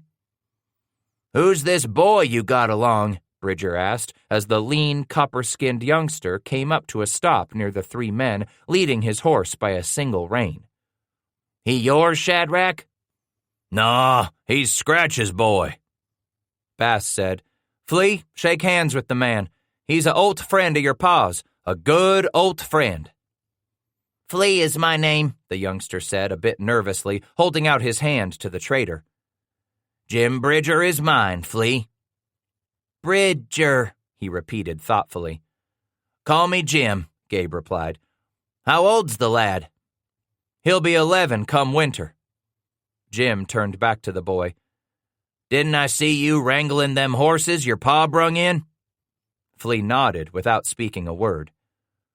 He's got some strong medicine, Gabe, Titus declared, bursting with pride. The boy's damn good with the four-leggeds. Bridger laid a hand on Flea's shoulder. If your pa don't mind, I'm sure we can find some work for you to do around here this summer, too. Work? And his big eyes flicked back and forth between his father and Bridger. Titus chuckled. I don't think he knows what that word means, Jim. I figure you for a lad who'd like to tend to our horses, Bridger explained. Ride 'em, brush 'em, see to the mares when they drop their foals. Flea glanced quickly at his father, then nodded to the trader. I try do good for you, Jim. Squinting into the bright sunlight, Bridger gazed over his friend's shoulders and asked, So, any of them women and young'uns coming our way really yours, Shad? Or they all belong to that old bull named Titus Bass? 8.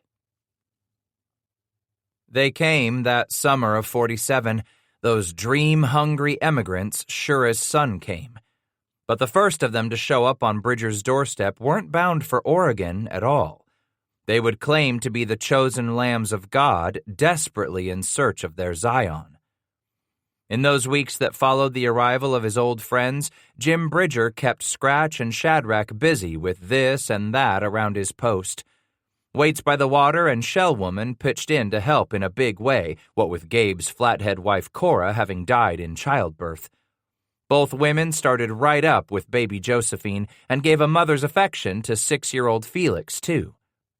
Besides helping the trader get his store ready for the emigrant season, Magpie was right there on the heels of the two women, mostly helping out by watching over Shell Woman's little ones when she didn't have her hands in something with the women.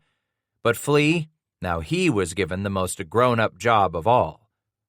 Their second night at Fort Bridger, the three families sat around a cheery fire built in a pit outside the post buildings, dug near the center of the open compound where they had taken their supper of antelope, served with some Jerusalem artichokes and wild onions Flea and Magpie dug up along the river. As the stars popped into view one by one and the winter-cured cottonwood crackled at their feet, Bridger called young Flea over to stand at his knee. Your pa and me, we been talking, Gabe began, then looked at the boy squarely. You understand my American talk, son? Flea nodded, his eyes flicking once to his father's face. When I asked your pa if and you was ready to be give a young man's work, he said he figured the only way to find out was to see if you was up to it. Flea gulped. What work? You understand that word, work? He does now, Jim, Titus replied. Maybe so he didn't a couple days back when we rolled in here, but I think my boy's got a quick mind about him, and he's caught on. Shadrach agreed. He dove in like a snapper, didn't he, Scratch? So Bass prodded. Go on and tell him, Gabe. Bridger trained his attention on the boy, raising a hand to place it on the lad's shoulder as everyone quieted in that circle. One of the most important jobs I got at this here post is my horses. Man don't have no horse in this country, he's likely to die. But Tom Fitzpatrick got hisself put afoot back to 32, and he wasn't rubbed out, Sweet admonished. Jim flicked him an evil look and said, That's another story for another time, Shadrach. Now, Flea, if a man ain't got a strong horse under him, he's likely good as dead, too. Good animals always been important to your mama's people, and to us white folks, too. Flea nodded, his dark eyes growing all the bigger now. You figure you're up to having me put my horses in your care? The boy's eyes narrowed and his brow knitted. Flea, Titus said in Crow, our friend asks you if you would do a man's work to look after all his horses at this fort. Without saying a word, Flea turned slowly from looking at his father to staring incredulously at Jim Bridger. Then he spoke. Flea, you want me see to your horses? That's what I'm asking, son. Every morning you'll bring 'em out of the corral over yonder. Titus pointed at the stockaded corral attached to the fort walls, its size a bit smaller than the post compound. Take 'em down to water, then lead 'em up to a pasture to graze for the day. You understand everything I've said in American talk? The boy's head bobbed.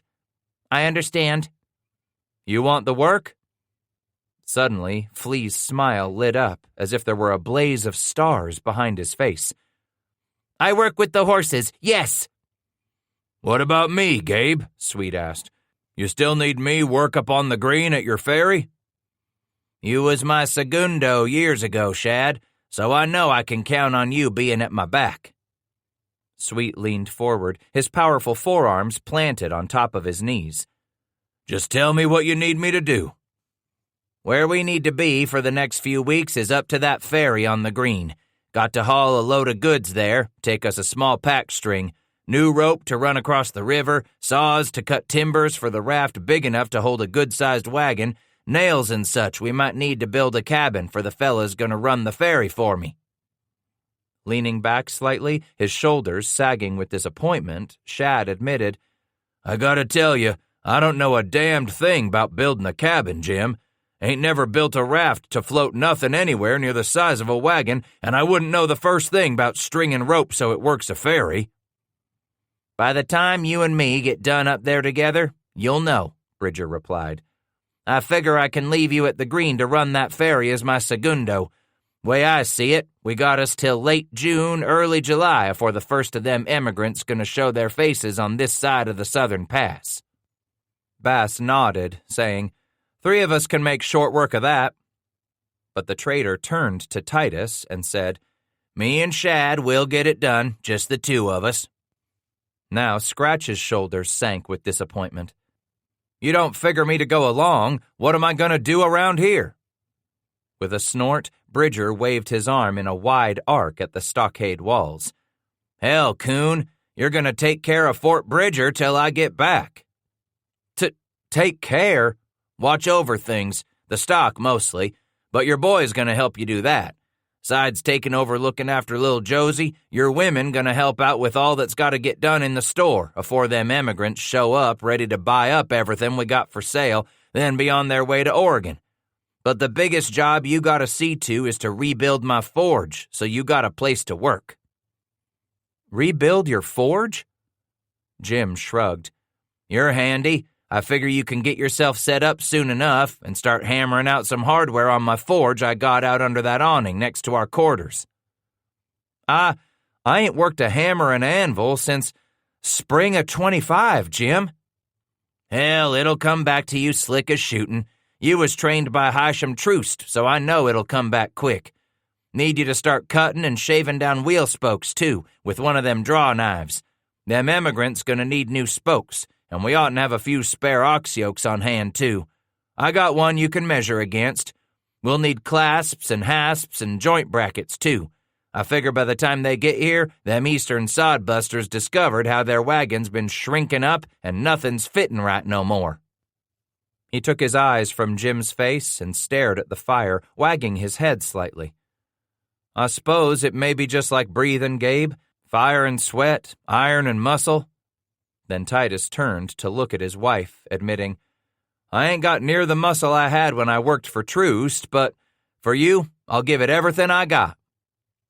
Bridger immediately leaned over and slapped Bass on the thigh. Damn if we don't have us a plan.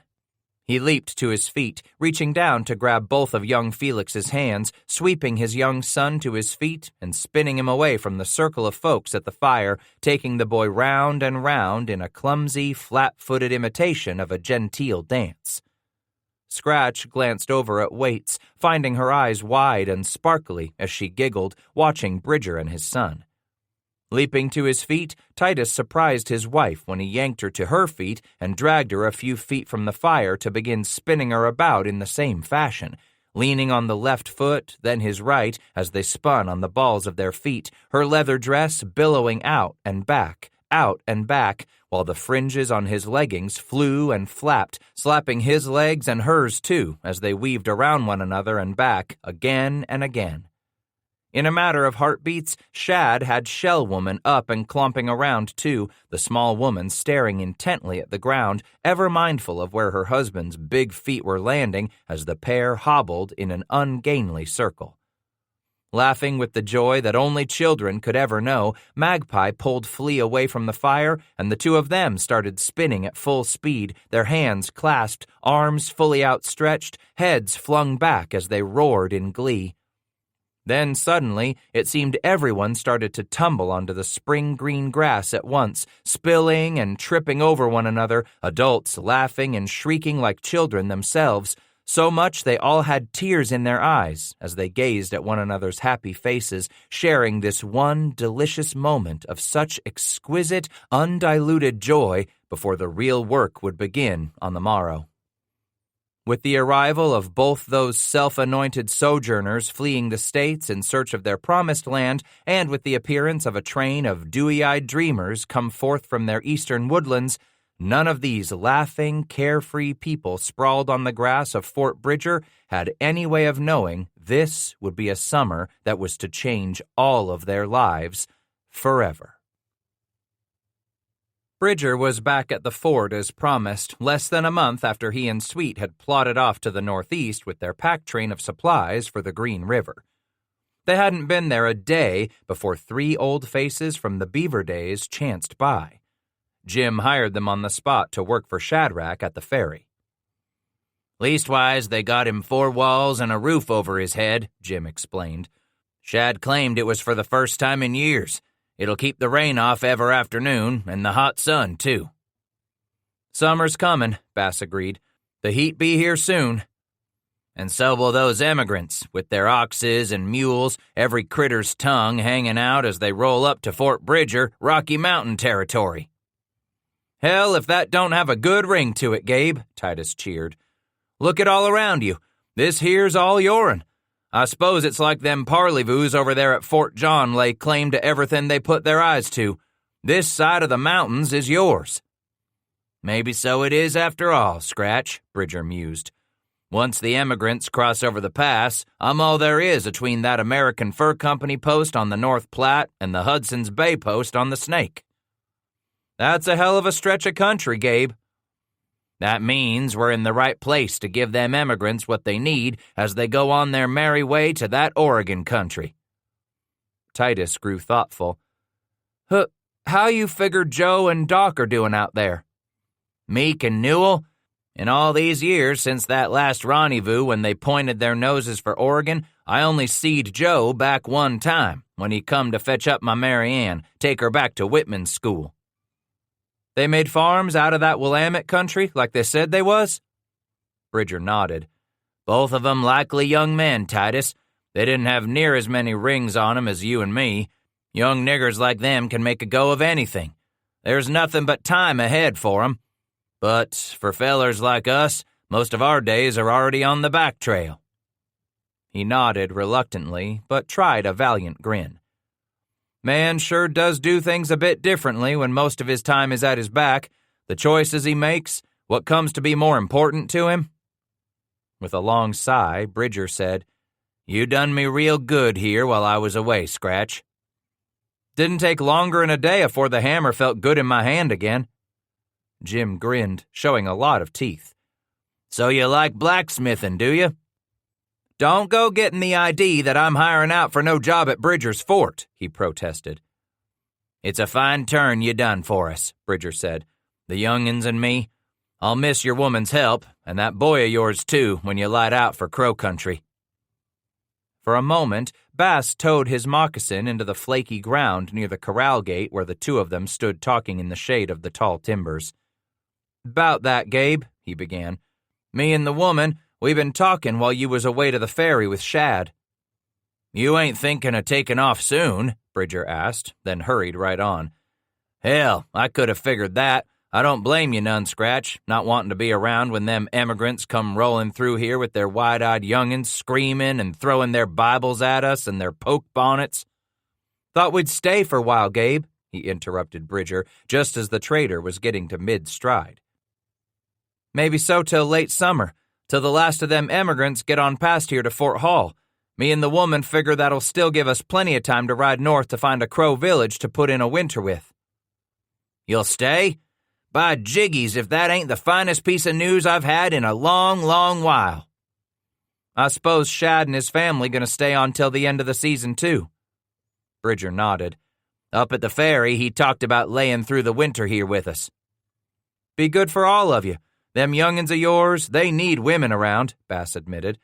"Hell, that Felix can make hisself understood to the gals, no matter he don't speak no Crow or Cheyenne." "Women's is just that way," Bridger enthused, then held out his hand. "Thanky, Scratch. This summer's bound to be a season we look back on for many a year to come." They shook as Titus asked, "What else you see needs doing around here afore them corn crackers show up on Jim Bridger's doorstep?" "Why, I was going to push on over Southern Pass to Fort William, buy me some trade goods afore the first wagons reach them. Don't figure any of those sodbusters going to coax their wagons this far west till the second week of July." He wagged his head. "Can't help you do nothing with Fort John. My face ain't welcome in them parts." "I don't need you to come with me. I can handle the pack string my own self," Bridger declared. "But I'm taking Shell Woman and her pups with me when I light out morning after next." "I'm sartin Shad's got a case of the lonelies for her." "And he asked if you'd come back for a day or so," Bridger explained. "To see Shadrach?" "Yep. He figured things was going to get busy for him and the others once the Easters start showing up to pay their toll on the ferry, so he wanted to spend a little time with you while he could. Him and me, we'll have the whole darn winter to catch up and tell lies, but the two of you ain't got much time to be knee to knee till you take off north come the end of the season." Titus felt that smile grow, not just on his face, but all through him. "Damn if you two ain't about the finest friends a feller could have, Gabe. Yeah, for sartin. Let's us go see Shad. I'd like to lay eyes on this ferry you two strung across the Green River for them wagon folks." So Titus had scratched the dog's ears and kissed his family in farewell, then helped deliver Shadrach's family to the banks of the Green River a few miles south of the mouth of the Big Sandy. It brought a sting to his eyes to see how happy it made all four of them to be reunited once more, man, woman, and young ones, too, the way things were meant to be. Early that following morning, the three men bridled the string of mules, then cinched on the pads and empty pack saddles Bridger would bring back laden with trade goods for the store at his post on Black's Fork. "I figure I can ride on with you till we reach the Sweetwater," Scratch announced after they had muscled the mules across the green by rope and pulleys, then had the animals strung out in line. Sweet bobbed his head. "With the other fellas here to help, I ain't got nothing for him to do here, Gabe. Maybe so he can give you a hand with them cantankerous mules till you reach the other side of the pass." Sure you don't mind heading in that direction? Everything's near ready for them wagon folks back at your fort, Bass declared. So my woman'll just shoo me out of the store when I stick my nose in there. Yep, I'll give you a hand with this here string till we hit the Sweetwater. The grin shining on Bridger's face right then convinced Titus that a few extra days with an old friend were more than worth any struggle that might come with those contrary-minded mules. In fact, the following day, as they were slowly making their way up the Little Sandy toward the southern pass, Titus had been reflecting on just how much more enjoyable it was to be in this high, dry country with a string of mules than it was to be back at Fort Bridger, where he felt like he was underfoot and clearly not wanted around by his wife and Magpie, womenfolk who constantly fluttered from one task to the next with the children and the trading post and preparing meals. With a mule, a man realized what he was up against and could coax some occasional cooperation out of them. But with women, it was nothing less than a tale of confusion, confabulation, and not a little woe sometimes, trying his best to sort out why a woman would sometimes utter the exact opposite of what she really meant to tell him. "Man's just a simple critter," he declared to Bridger that afternoon. "We're the last of God's creations ever going to figure out the heart of a woman." Jim chuckled in the warm sun.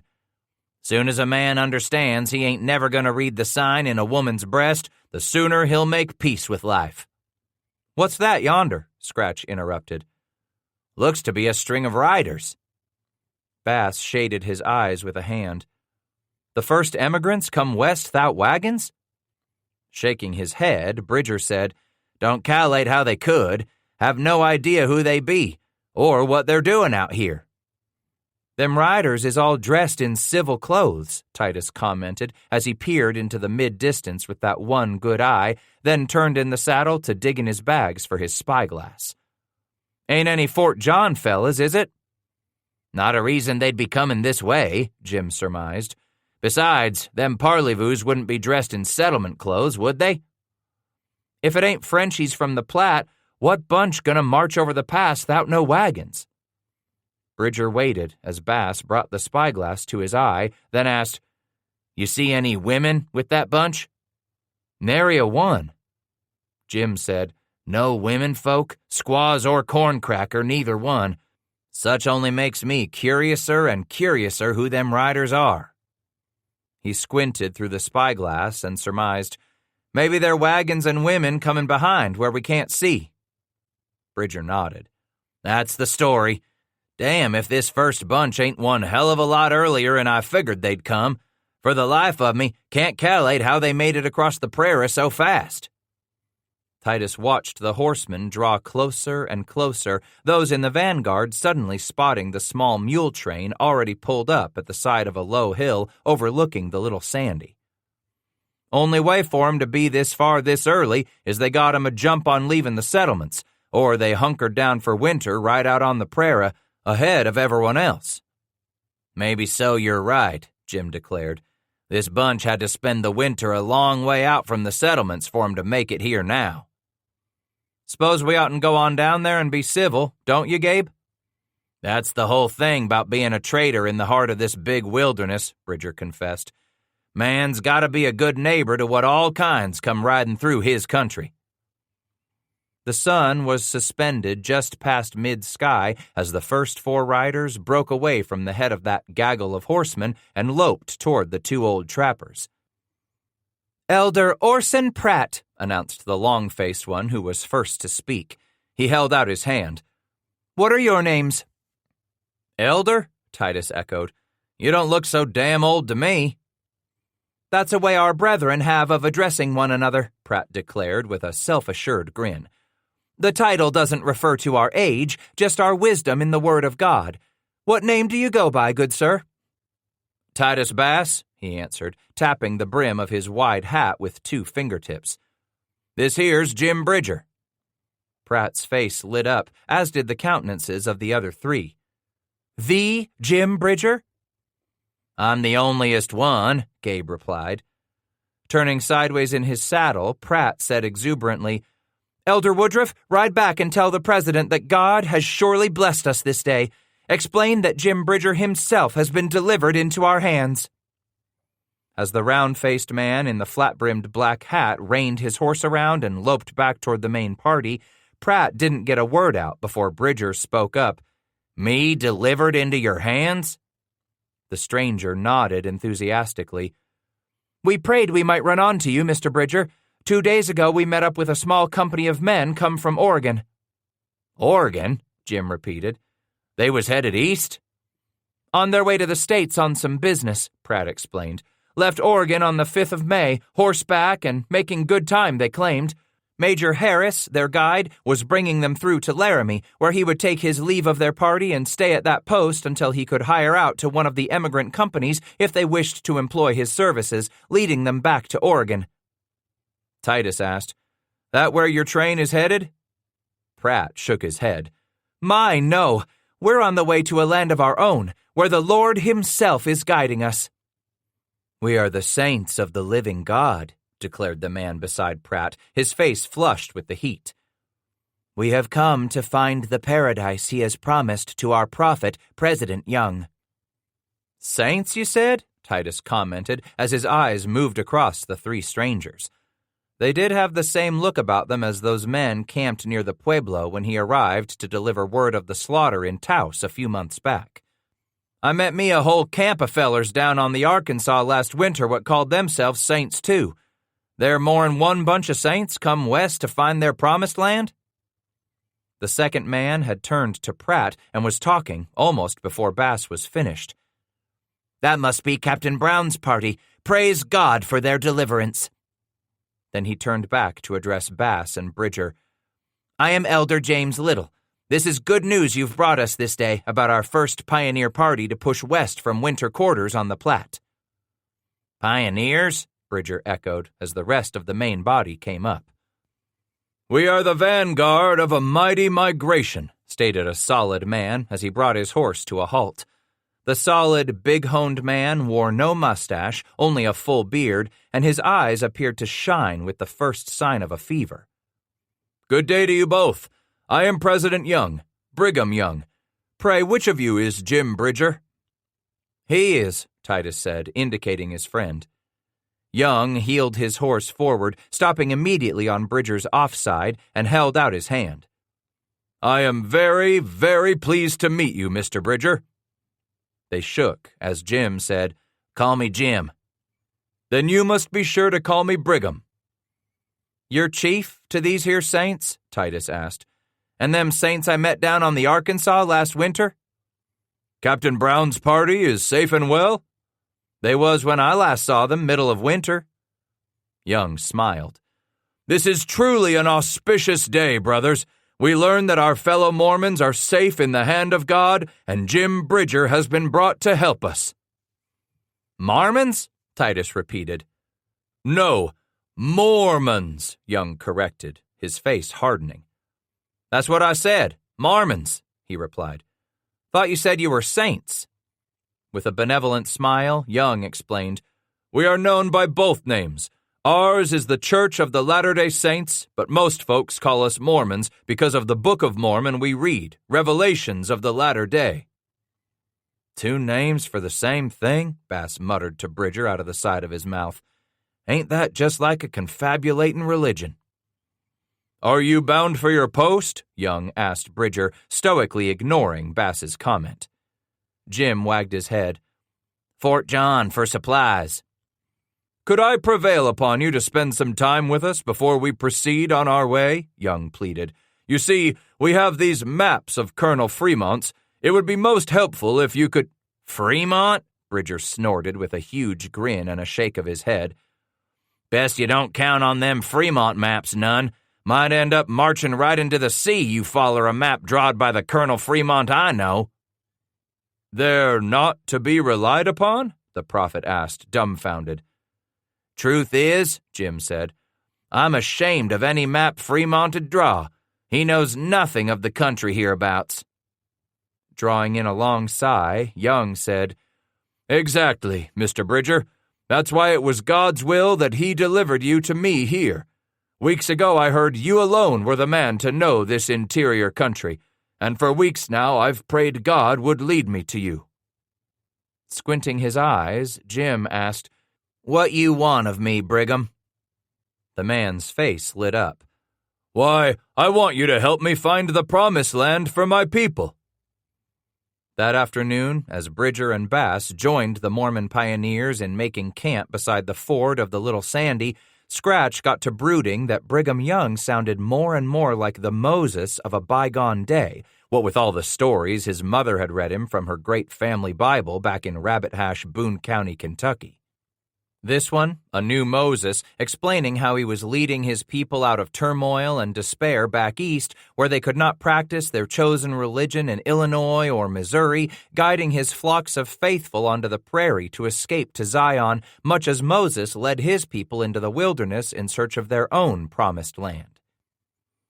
"The information you give us about the country west of here is considerably more favorable than the news given us by Major Harris," Orson Pratt declared at that great Council of the 12 held beside the ford of the Little Sandy, where Bridger and Bass agreed to tarry till breakfast, answering every last one of the saints' questions concerning the unknown country ahead.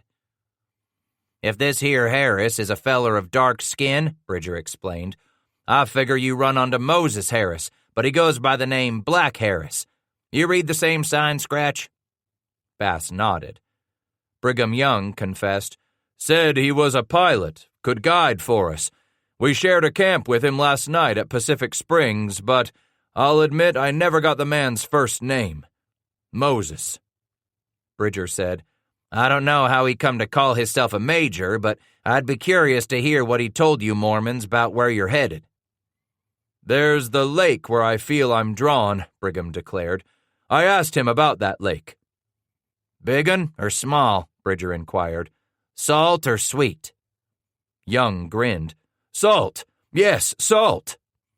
"What did Harris say about it?"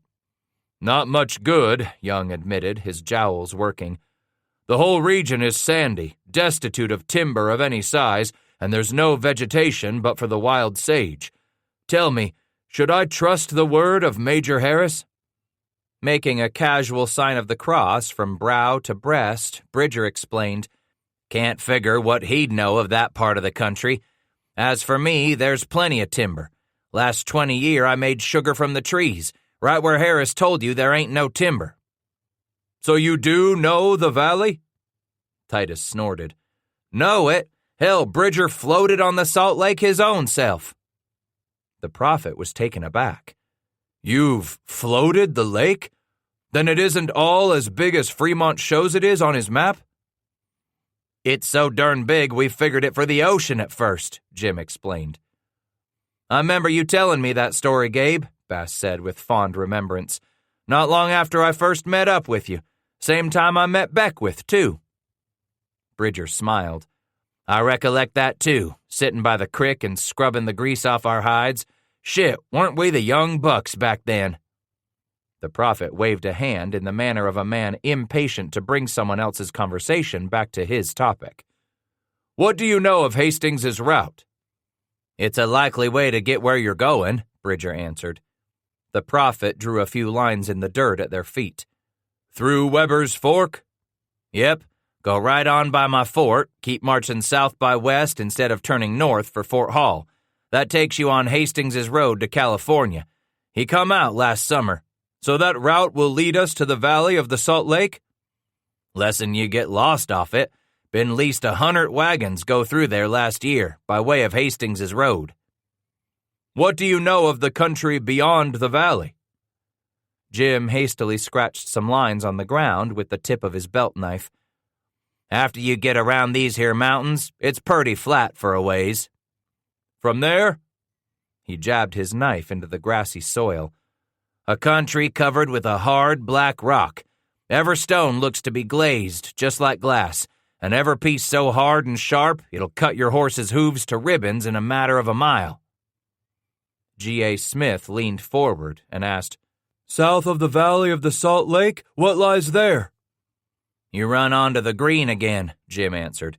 "The way runs through some level country, then winds into some hilly ground, but all of it bare as the face of hell, all the way to the Salt Sea." Howard Egan interrupted now. "Hastings reports that from your fort to the Salt Lake it is no more than 100 miles. How far say you?" "I've been that way more'n 100 times," Bridger declared, "but I couldn't lay any number on how far it is from my post."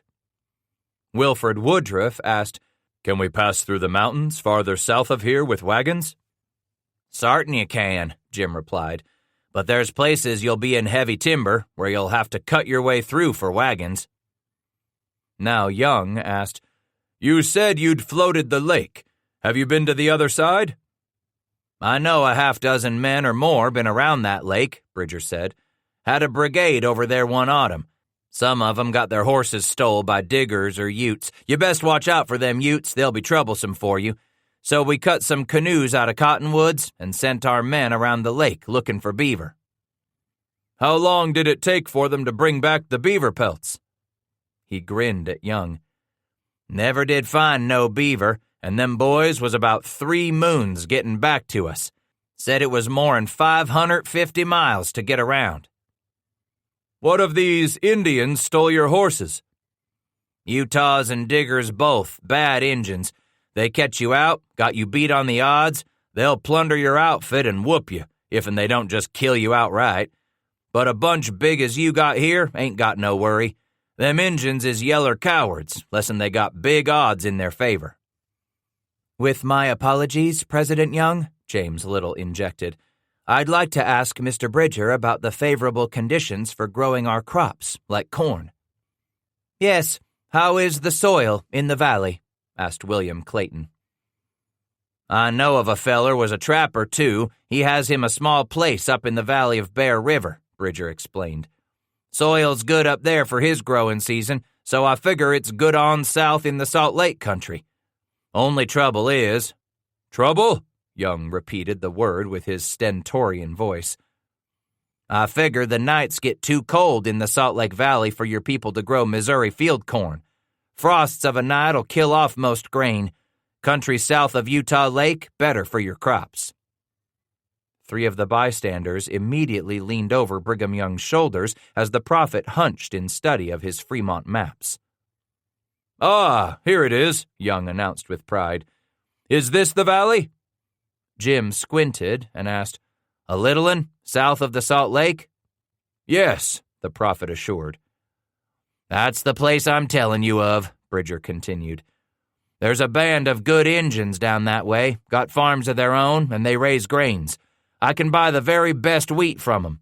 As I recollect that country, I 'member a valley down that way. If there was ever a promised land your God was leading you to, it's gotta be that valley, a ways on south of the Salt Lake Valley." Surprised at that declaration, Young stammered, "Why do you call it a promised land?" "There's a cedar grows down there, bears a fruit like juniper berries, but bigger and yellow, about the size of a small plum. And the Injuns in the country ain't thieves. They feed themselves, pick them berries, and grind 'em into a meal." Little asked, "There's a lot of this fruit?" "I figure I could gather more'n 100 bushels off one tree alone," Jim declared. "I've lived on that fruit afore, when I couldn't bring no game to bait." "How's the water, Mr. Bridger?" asked Egan. "Streams running out of the mountains all over, and many springs, too." Young sighed with impatience. "How far is it from the valley of the Salt Lake?" Jim brooded a moment, then said, 20 days' ride from there." The prophet's face hardened. "That far?" "Maybe not that far. Just the country you gotta go through to get there is so bad. Nothing much for your animals to eat. Not like it is here on the Little Sandy, where your horses got all the feed they want. But once you get there, you'll find a copper mine on one of the rivers running through the valley. Fact be, there's a whole mountain of copper. Gold and silver down there, too. I never had no use for such. You spot veins of coal in the hills? Yes, sir, that land is good. That there's your promised land, Brigham Young. Soil is rich. Nights don't get cold in the growing season. That country is thick with persimmons. Ever you ate a persimmon? That's a shame you ain't. There's wild grapes down there, too, for a man to make the best wines." "It takes a good climate to grow grapes, Prophet," commented Woodruff. So Brigham asked, "How far north have you seen these grapes growing?" "Never saw any around Utah Lake," he answered, But I seen lots of cherries and berries. That's better country than the valley of the Salt Lake. But it's far better south of there, where I told you. Plenty of timber, and the fish in the streams ain't never been caught. Even found some wild flax growing down there." Young asked, "How many years has it been since you were in that country?" "A year ago, this coming July," Bridger declared. "There's good rain there, but not much wind. If your God brung you out here to a promised land, it's for sure it ain't in the Salt Lake Valley. By gonies, you won't find no promised land till you get south of Utah Lake." The prophet brushed both hands down the front of his dusty vest and said, "Perhaps it would not be prudent of us to bring a great population to that basin until we have ascertained whether grain will grow there or not, to sustain our faithful." At that moment, 3 more men stepped up to the assembly, one of whom announced, "Supper is heated, President Young." The prophet stood and tugged on the points at the bottom of his vest. "I would like to take my supper in the shade of that tree over there, Brother Whipple. Would you throw down a blanket and set 2 places under the branches?" Two, sir?" Young turned to peer at Jim. "Would you do me the honor of eating with me tonight? I have so many more questions I want to ask you about the valley of the Salt Lake, and that valley you said was God's own promised land. Join me, please?" "We'd be glad to," Bridger replied. Young cleared his throat. "I don't want there to be any misunderstanding, Mr. Bridger. I invited only you to dine with me, not your friend here." "You don't want to eat with him, then I ain't—" "Gabe," Bass interrupted, "go on ahead with this fella. It's all right. I ain't gonna go hungry." Jim studied his eyes a minute. "All right. I'll eat my supper, and then we'll make camp. Light out in the morning." Titus nodded, then watched Brigham Young turn Bridger away, the 2 of them walking toward the tree where the 3 young men were spreading a blanket and preparing to serve supper. A strange people, Bass thought to himself as he sighed and turned away. You'd think a man what calls hisself a prophet of God would know where God wants him to go already, Titus brooded. Wouldn't you think this Brigham Young would have no need to ask Jim Bridger for directions to the promised land? 9.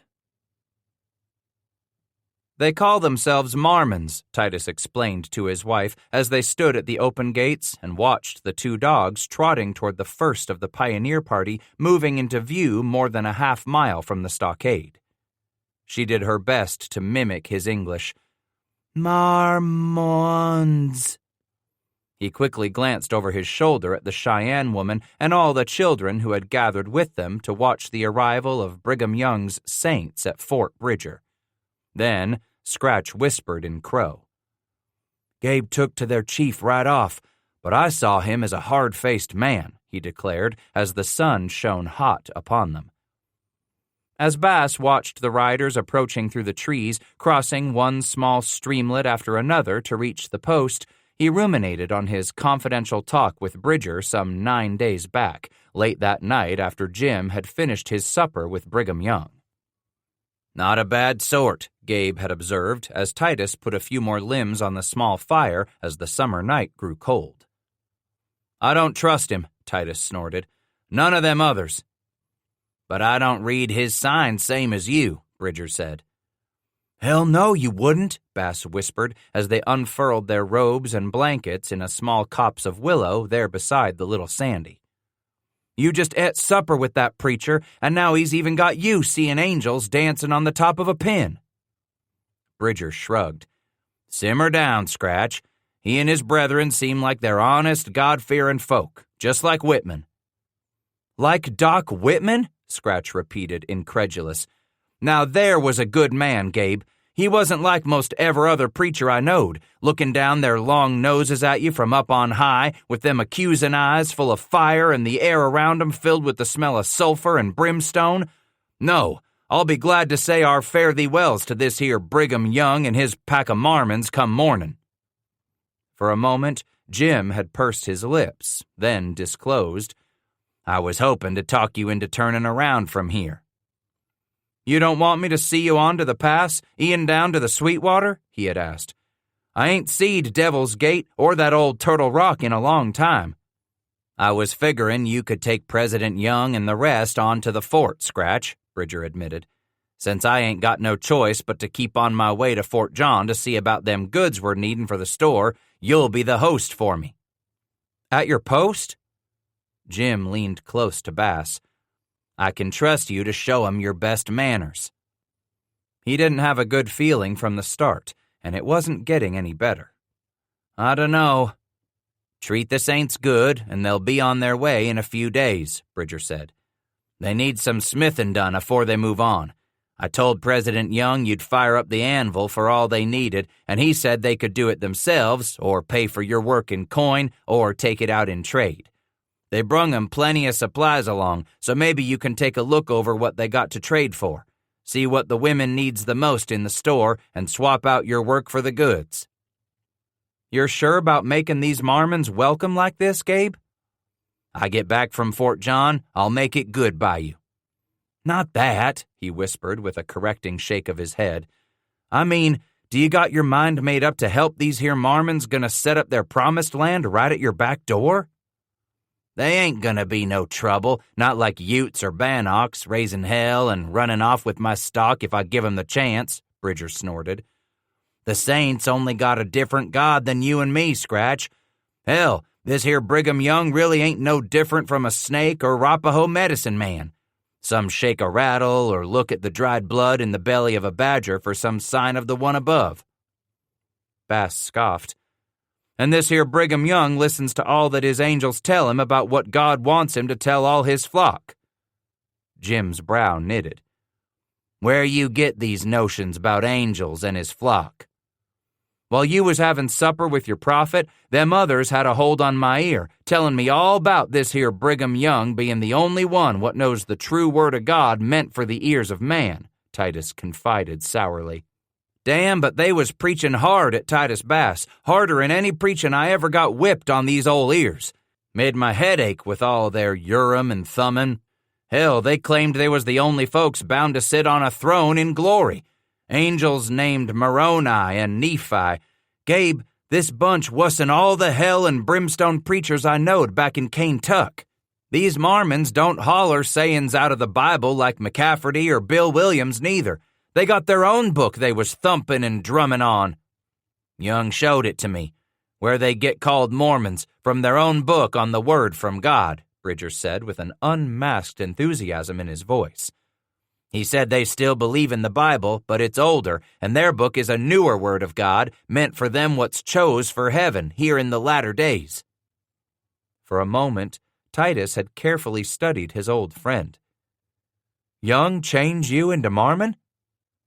Jim smiled and leaned forward to say in a hush, "Hell no, Scratch, but I give the man my manners and listened to all he had to say.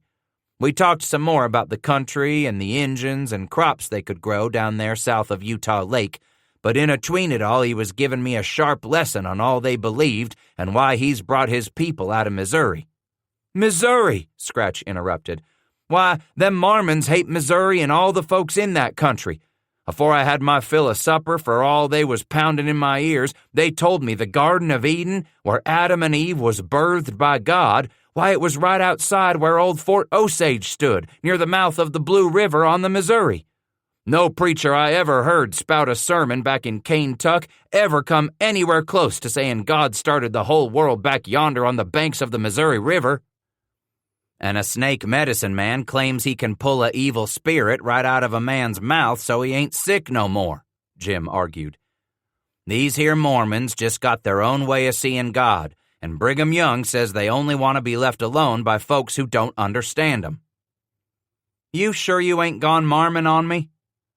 With a shake of his head, Bridger stated flatly, "No. I've been out here in the Rocky Mountains too long to swaller talk about angels coming down from the clouds and Eden at our back door, and one prophet gonna talk to God hisself so he can tell me which way my stick floats and what don't smell of horse apples."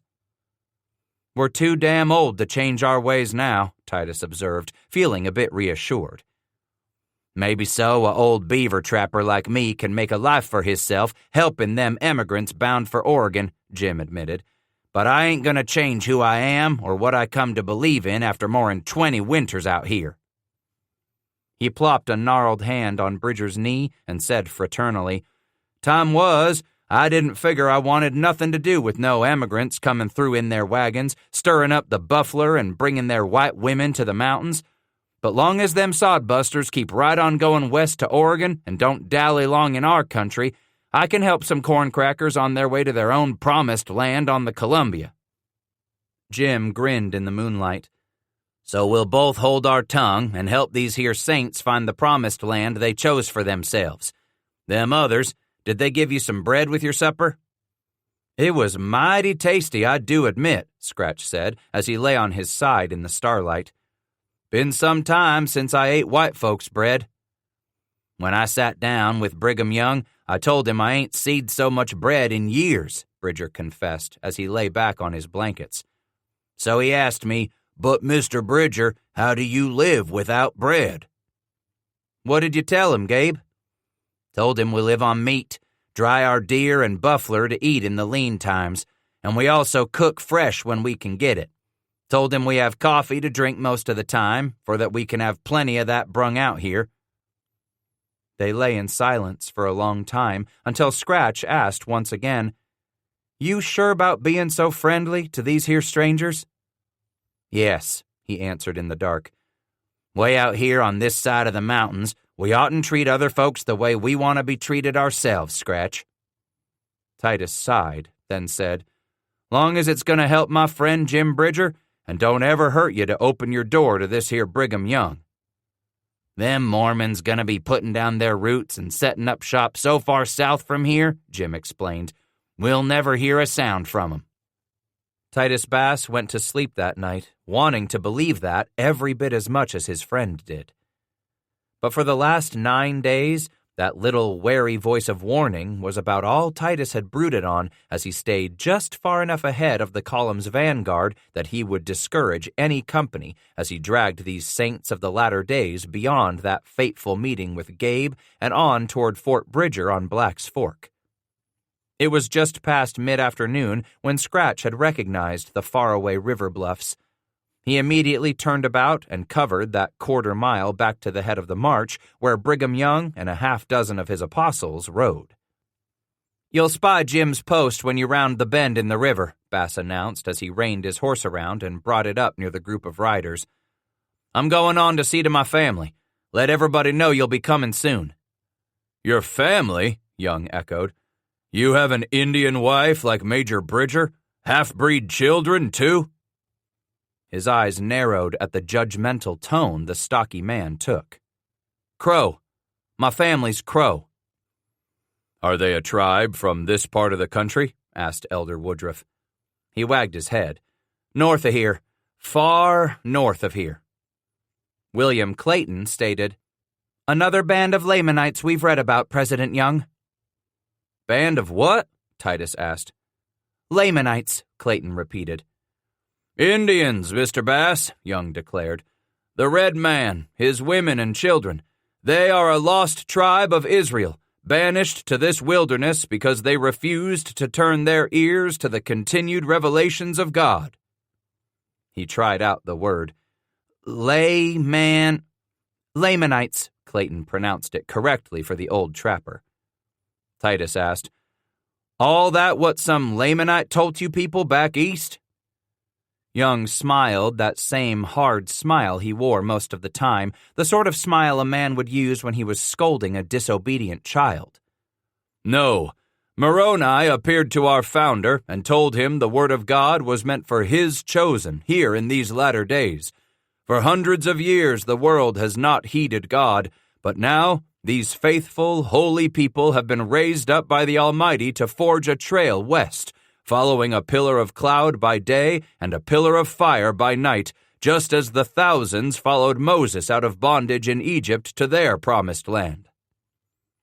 So Scratch had peered this way and that in the sky that afternoon and saw no pillar of cloud, nor had he seen any pillar of fire blazing in the sky after the pioneer party had made their camp each evening.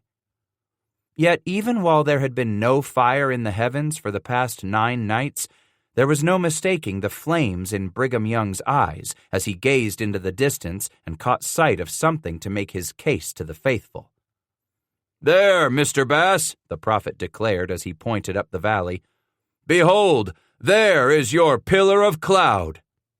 With murmurs of assent and wonder, Titus looked on up the valley of Black's Fork. A thin column of wood smoke arose from the direction of Fort Bridger. A cold chill tumbled down his spine, so cold and shocking it reminded him of stepping into a beaver pond in spring, cracking a thin layer of ice with his moccasins as he waded into his crotch, numbing everything from his waist down. He looked again at Brigham Young, at the prophet's faithful, who were pointing and muttering in agreement that they were indeed seeing the pillar of cloud God had put before them, leading them onward to their promised land. Chimney smoke. Titus wagged his head and put heels to his horse. As the big red pony loped toward Fort Bridger, the old man did his best to pray that the prophet and his chosen few would soon spot more wood smoke to continue them on their way, to lead them far from the valley of Black's Fork, to take their kind on to a distant kingdom of their own, so they could not possibly lay waste to the simple earthly dreams of his old friend Jim Bridger. "Think of the trade my flock can offer you and Major Bridger as we bring the saints through this wilderness to Zion, marching those thousands right past your gates," extolled the prophet. Bass's heavy hammer clanged against the short, glowing strip of band iron one last time, a splatter of crimson fireflies spewing from the anvil, a few of them snuffing themselves out on his grimy, cinder-stained moccasins. Bass laid the hammer on top of the stump where the anvil was perched and dragged the reddish strap of iron to the bucket with a pair of long, leather-wrapped tongs. As the crimson metal sissed into the bubbling water, Titus dragged the back of his right forearm over his eyes, smearing beads of moisture and blackened cinders across the top half of his face. Droplets of sweat had begun to sting his eyes, already irritated by the thick smoke. No matter that he couldn't see with the left, both eyes still burned fiercely as he worked over fire and iron, flame and muscle. "Jim's going to be some pleased with that," he sighed, wishing the saints would turn away and leave him to his work.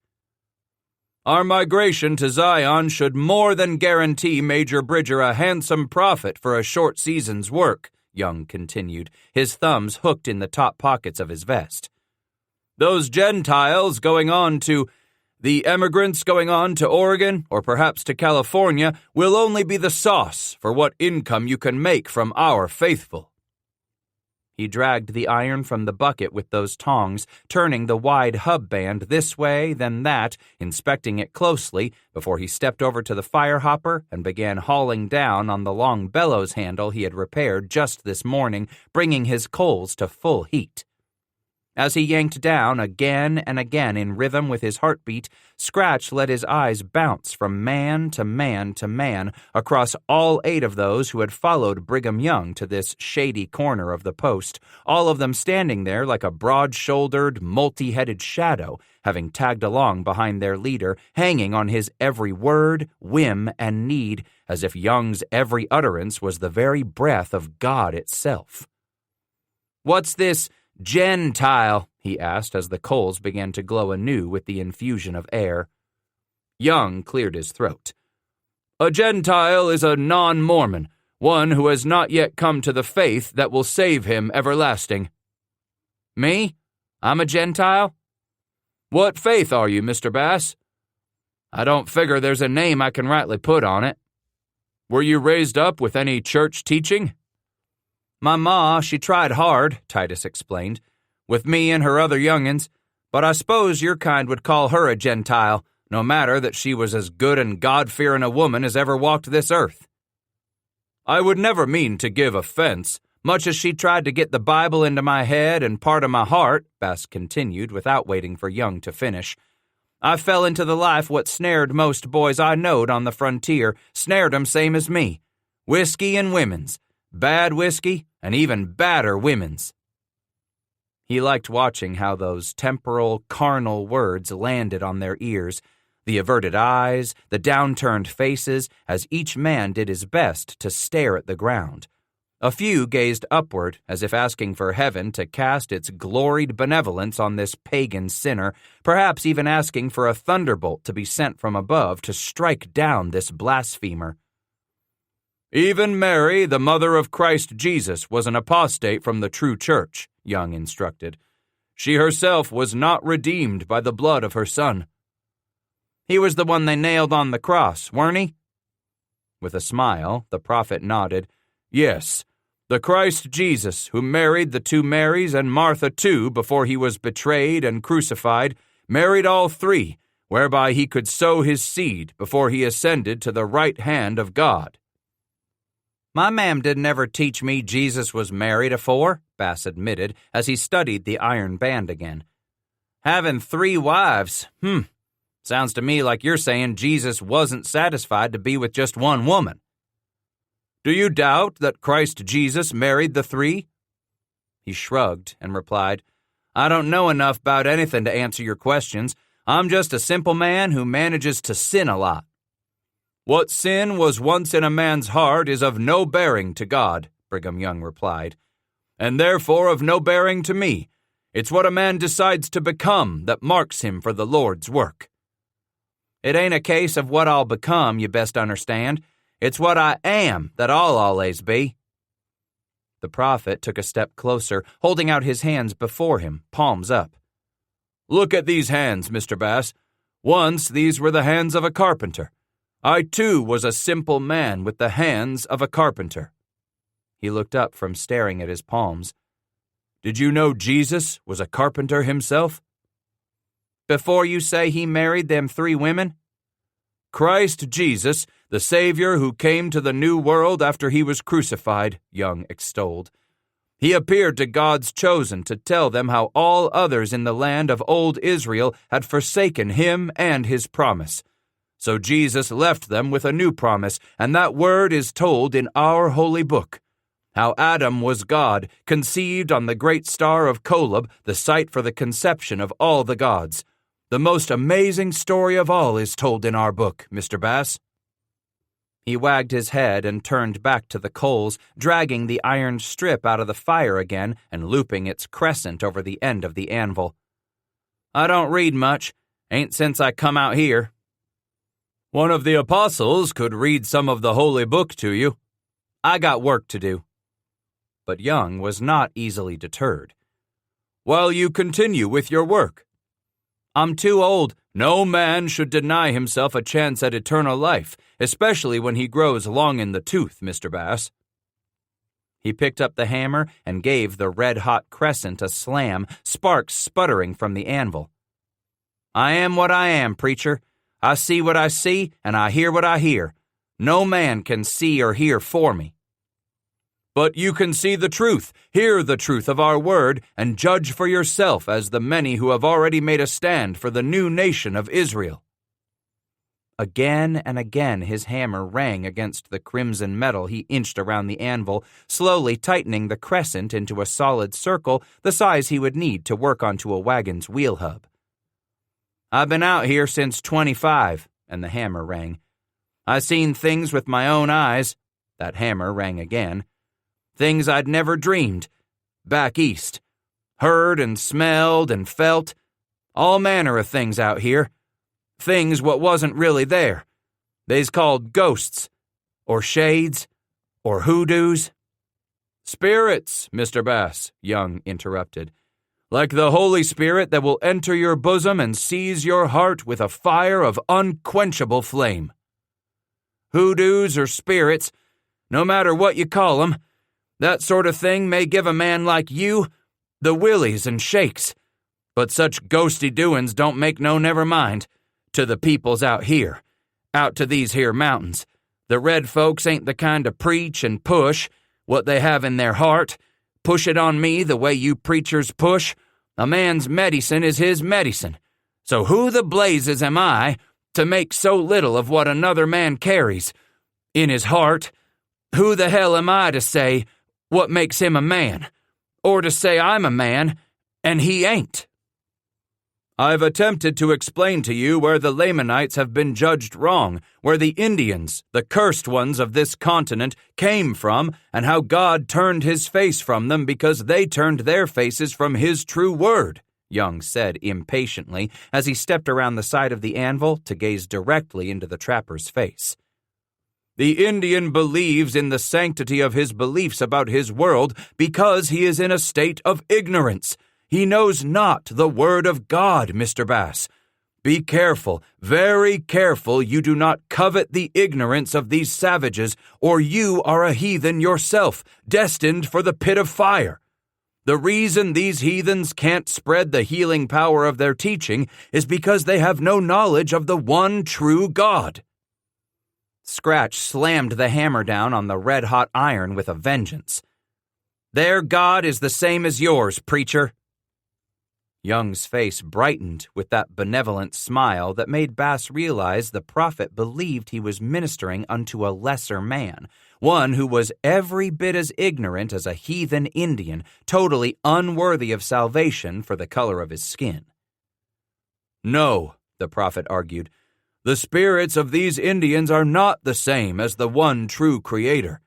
These red savages live in a state of ignorance, for there will be no happy hunting ground for them when they die without the salvation of the Word."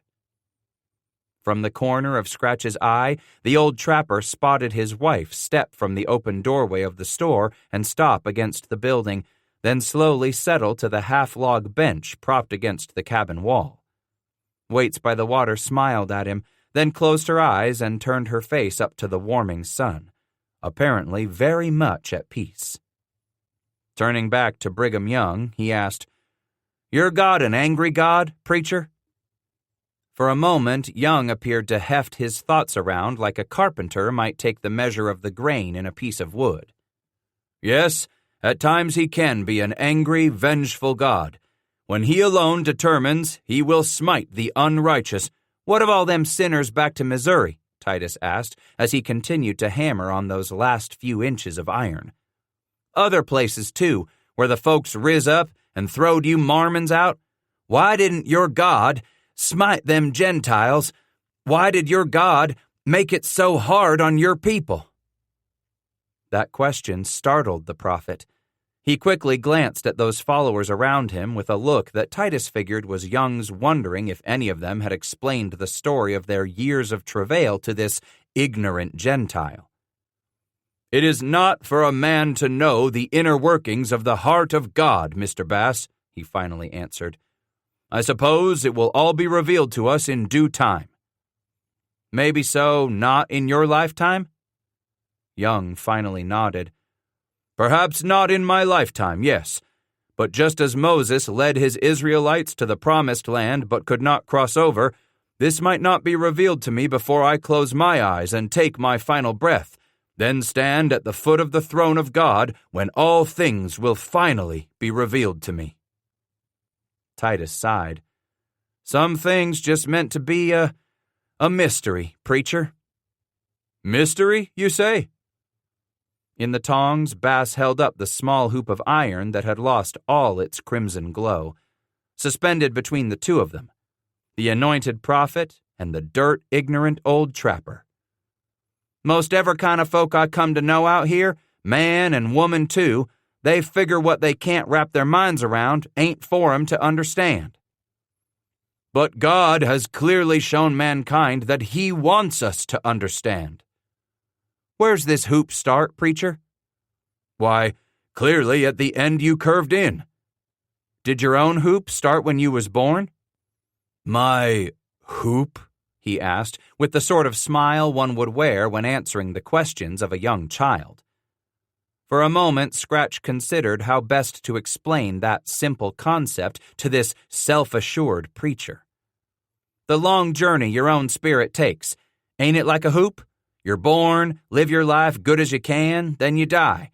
So did your own hoop start when you was born?" Young cleared his throat and reflected. "Certainly, no, it didn't. My spirit yearned for a place among God's faithful and chosen people at this very time in history." "You're saying you was somewhere else on this hoop when you was born?" I don't understand your point, Mr. Bass. And where will you be on the hoop when you die and stand before the throne of your God?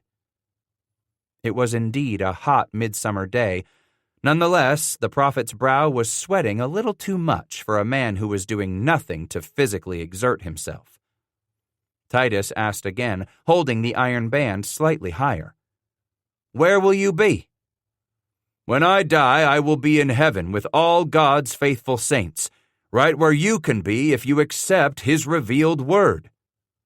So you do got a beginning and an end, preacher? As do all God's creatures. Me too? A ignorant Gentile like me? Yes. Bass lowered the hoop. How about my Injun wife and our young'uns? Yes, they have a glorious end in paradise once they accept the teachings of God. Young smiled again, as if beginning to feel more at ease. You take this here circle, Titus began, gazing at that iron hoop. Why, this here's my life, preacher. Just like my coming out here to the mountains was a part of the journey. No beginning and no end. But in death, when I die, my body goes back to the earth, don't it? That's the way of all mortal clay, yes. But my spirit goes on, he said quietly, like the earth and sky. That don't die, does it, preacher? Young corrected, Your soul goes to live with God in His heavenly paradise prepared for us. I don't want my soul, my spirit, to go nowhere, he said with grave intensity. I want it to stay right here where I've been the happiest I ever could be. There's far more happiness in heaven with the rest of the faithful souls. Maybe for you and your saints, but for me, I don't want to be nowhere but here with these rocks and sky, here with the ones I hold in my heart. There ain't no other heaven, no other paradise for me to be in for all time. I see, Young stated, then dragged a single fingertip along his upper lip, beaded with tiny diamonds of sweat. Elders, we see how the Holy Spirit can only speak to a man if his ears are not plugged. It ain't that my ears are plugged, Titus replied. I suppose I just hear a different voice than you heard, preacher. Throwing his shoulders back self-confidently, Young said, The devil himself can whisper in your ear, Mr. Bass. What has that evil voice you hear been saying to you?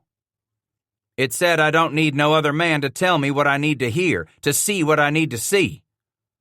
Then you will not trust to the word of God revealed through His chosen prophet? Who's telling me it's the word of God? He spread his hand upon his chest. Why, those men God has anointed as His spokesmen here on earth, in the way of prophets, the way it has been since the earliest days of man on this earth. The earth was here first, and the sky too? Of course, Young agreed. Then that's the way it must be for me too, Bass admitted. If the earth and sky was here first, they'll be here through the end of time. I want my spirit to last as long. The way I seen how Injuns look at all there is around 'em. Makes more sense to me than all your glory and thumbin' and your Angel Moroni blowing his horn. He announces the coming of the... I hear my God speak to me good enough in a whisper, preacher. Young worked his lower jaw around several times, as if chewing on the words he was considering giving voice, but finally said with great finality, So be it, Mr. Bass. Many times in our troubled past we have been told by God that not all men will hear His call. Some have their ears plugged to God's glory. He sighed and started to shamble around the anvil, his bearded jaw jutting. Here on the doorstep to Zion, I am once more reminded that we cannot save everyone, my brothers, even these simplest lambs lost forever in the eternal wilderness. Bass watched the prophet and his apostles turn aside and shuffle off toward the store. He plunged the iron hoop into the water. This time, it barely raised a hiss or a bubble. It had cooled as he held it out before him in the tongs.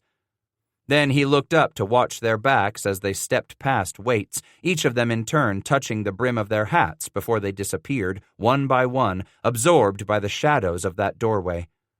She turned and got to her feet, pushing a wisp of hair back from her damp brow, tucking it beneath that hair which was pulled into one of her braids as she started his way. "Titus?" Waits said as she ducked into the shade of the low awning of tree branches suspended above his blacksmith shop. "Your face is troubled."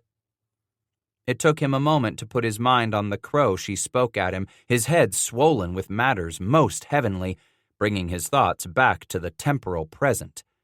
With a clatter, he laid the hoop and tongs upon the anvil and let her step inside his damp, gritty arms. "These men," she said with her cheek against his neck, "they are not like any of your kind ever come out here before." "You are right," he replied softly in crow. "This is a whole new breed of horse. Not trappers, not even stiff-necked traders with their whiny ways. No, this is a high-nosed breed, woman." "They are not staying here at Blanket Chief's Lodge?" she asked, using her tribe's appellation for Bridger. "They will be gone soon?" "A few days at the most, then they will go on to a new country they are looking for." "Will they turn north or south, or go on far to the west where Blanket Chief says the trail people always go, toward the sun's resting place?" "No, these are not going on to the place the others go," he explained. "This new breed is turning south from here to find the land their God has picked out for them." "It is good for them," she said with a soft smile. "The first Maker has picked out a place for every people to be. He gave the crow the very best place." He smiled, too, at his mind's image of an old friend. "I remember Rottenbelly telling me how Crow Country was in just the right place. To the north, the winters were too cold. To the south, the summers were too long. To the west were enemies, and the mountains were too tall, while to the east, the water was not good." "Was Arapuesh right?" He combed his fingers along one of her braids wrapped in sleek otter skin and peered down into her eyes. "I have journeyed far, far to the north, up near the country of the Blackfoot where the English trade, and far, far to the south where the Apache roam the mountains and valleys. I have gone all the way to the end of the land where the deep, white-ruffled ocean touches the last place a man can stand with dry moccasins. And many times you have asked me to tell you about that country where I was born far to the east. Sometimes, when I think of all the country I have traveled, all the mountains and rivers, valleys and deserts I have crossed in my seasons, my head starts to hurt with the remembering of so much, far more than one man can hold in his mind." "Have you ever found a better place than Crow Country for Titus?" Taking her face gently in both of his rough, weathered, cinder-blackened hands, Scratch said, "That's what I am trying to tell you, Ua." He used the intimate word for spouse. "There is no better place, and all other country I have seen is dimmed by the beauty of that wild land we call our home." "I miss my country," she admitted, "but I would miss you more if I were not with you." "I promised to take you with me everywhere I go, and our children, too. Until our little ones grow and they are gone with lives of their own, we will be together." "Magpie will be first," she said with a mother's resignation, although she professes that she never wants to go. "Yes, one day soon she will admit that she is ready to leave us." "Perhaps when she gives her heart away, as a woman will do for the man she loves." Titus squeezed her, then said, "And Flea will be next, when he grows old enough to be with other young warriors and sleep in a shelter of his own." "That will happen before he even picks a wife," she speculated. "And little Jackrabbit," he said, "but that time seems so distant now that it is hard to see even with far-seeing eyes." Waits shifted her weight a little self-consciously and asked, "So what of Jackrabbit's little brother or sister?" "It would be a long, long time before that child would be ready to leave its mother and father." Then she pulled away from him slightly, within arm's length, so she could hold his wrists and gaze into his eyes. "So what child do you hope Jackrabbit will have? A little brother or a little sister?" "He is in his 5th summer, so what do you think Jackrabbit would like most?" "I think he would like a little sister." "And why would a boy want to have a little sister?" "I only know that I want another baby girl," she confessed. "Yes," he said in a whisper. "Magpie was so dear. Girls are very different from boys. A sister for Jackrabbit would be good." But, she said, the smile gone from her eyes, you would not be disappointed if Jack Rabbit has a little brother? He began to look at her strangely, something gradually coming into focus for him, the way he would twist on that last section of his spyglass as he brought a distant object into the sharpest focus. He did not realize his mouth was hanging open until she placed a fingertip beneath his chin and pushed it closed for him. With other fingers, she took hold of his hand, moved it down to her belly. I first came to know while you were gone with Blanket Chief, taking Shell Woman to Sweet, she explained, as she pressed his palm flat against her soft, rounded belly with both of hers. He stood there, still speechless. So this morning, while you talked with these strange white men as you worked, Waits continued, I sat in the sun, closed my eyes, and made a prayer of my own. Bass swallowed hard. Yes? I prayed that you would find joy in this news. How could I not? He exclaimed. We are? Another baby? She nodded, unable to speak at that moment, the tears starting to spill down her high-boned, copper-skinned cheeks. Immediately he wrapped his arms around her in a fierce embrace, hoisting her off the ground in a half-circle before he plopped her back down on the dirt of that open-air blacksmith shop at Fort Bridger. How soon will this child come? Winter, she said, a little breathless. Maybe as early as your day of birth, but probably later. Winter, he repeated, then suddenly kissed her hard on the mouth and quickly dropped to his knees before her, pressing his cheek and ear against that slightly rounded belly. Do you want this child born in Crow Country? She used both her hands to gently cup the top of that faded blue bandana tied around his head. This child will choose its own place to be born, Titus. If we are back among my people, or if we are somewhere else of our choosing, this child will decide. He pressed his mouth against her soft belly and kissed it. No matter where we are when the child's time comes, as long as we are all together there, she said as he got to his feet once more, then it will be as the first Maker has intended. I will be there, he promised, tears stinging his eyes as he painfully remembered not being with her when she gave birth to Jack Rabbit. For you, I will always be there. 10. Wagon's coming! Titus Bass turned at the cry from his son's throat. Wiping sweat from his eyes with a scrap of scratchy burlap there beneath the shady awning, he squinted at the front gate, both sides flung open for the day. At that moment, Flea burst into view, reined his racing pony to a dust-stirring halt, and leaped to the ground near the fire pit. Wagon's coming, Popo! As the barefoot boy came racing up to him on foot, yanking the spotted pony behind him, Scratch smiled and said, Your American talk is getting real good, Flea. Real good. Then he raised that grimy hand, clutching the scrap of burlap, and shaded his brow, staring beyond the boy and through the gate at the thickening cloud of dust to the northeast in that valley of Black's Fork. Bridger stepped from the store and glanced his way before he slapped his hat on his head, and he too regarded the distance. That boy of yourn got the eyes of a hawk, Titus Bass. Looping his arm over his son's bare shoulder, he proudly said, That he do, Gabe. You want he should go with you to greet him? Hell, his American as good as can be. I'll tag along, but why don't we let Flea lead him over to that southwest meadow where the grass ain't already been cropped down? He gazed at his son and asked, You understand, Gabe? Flea stared up at his father and nodded.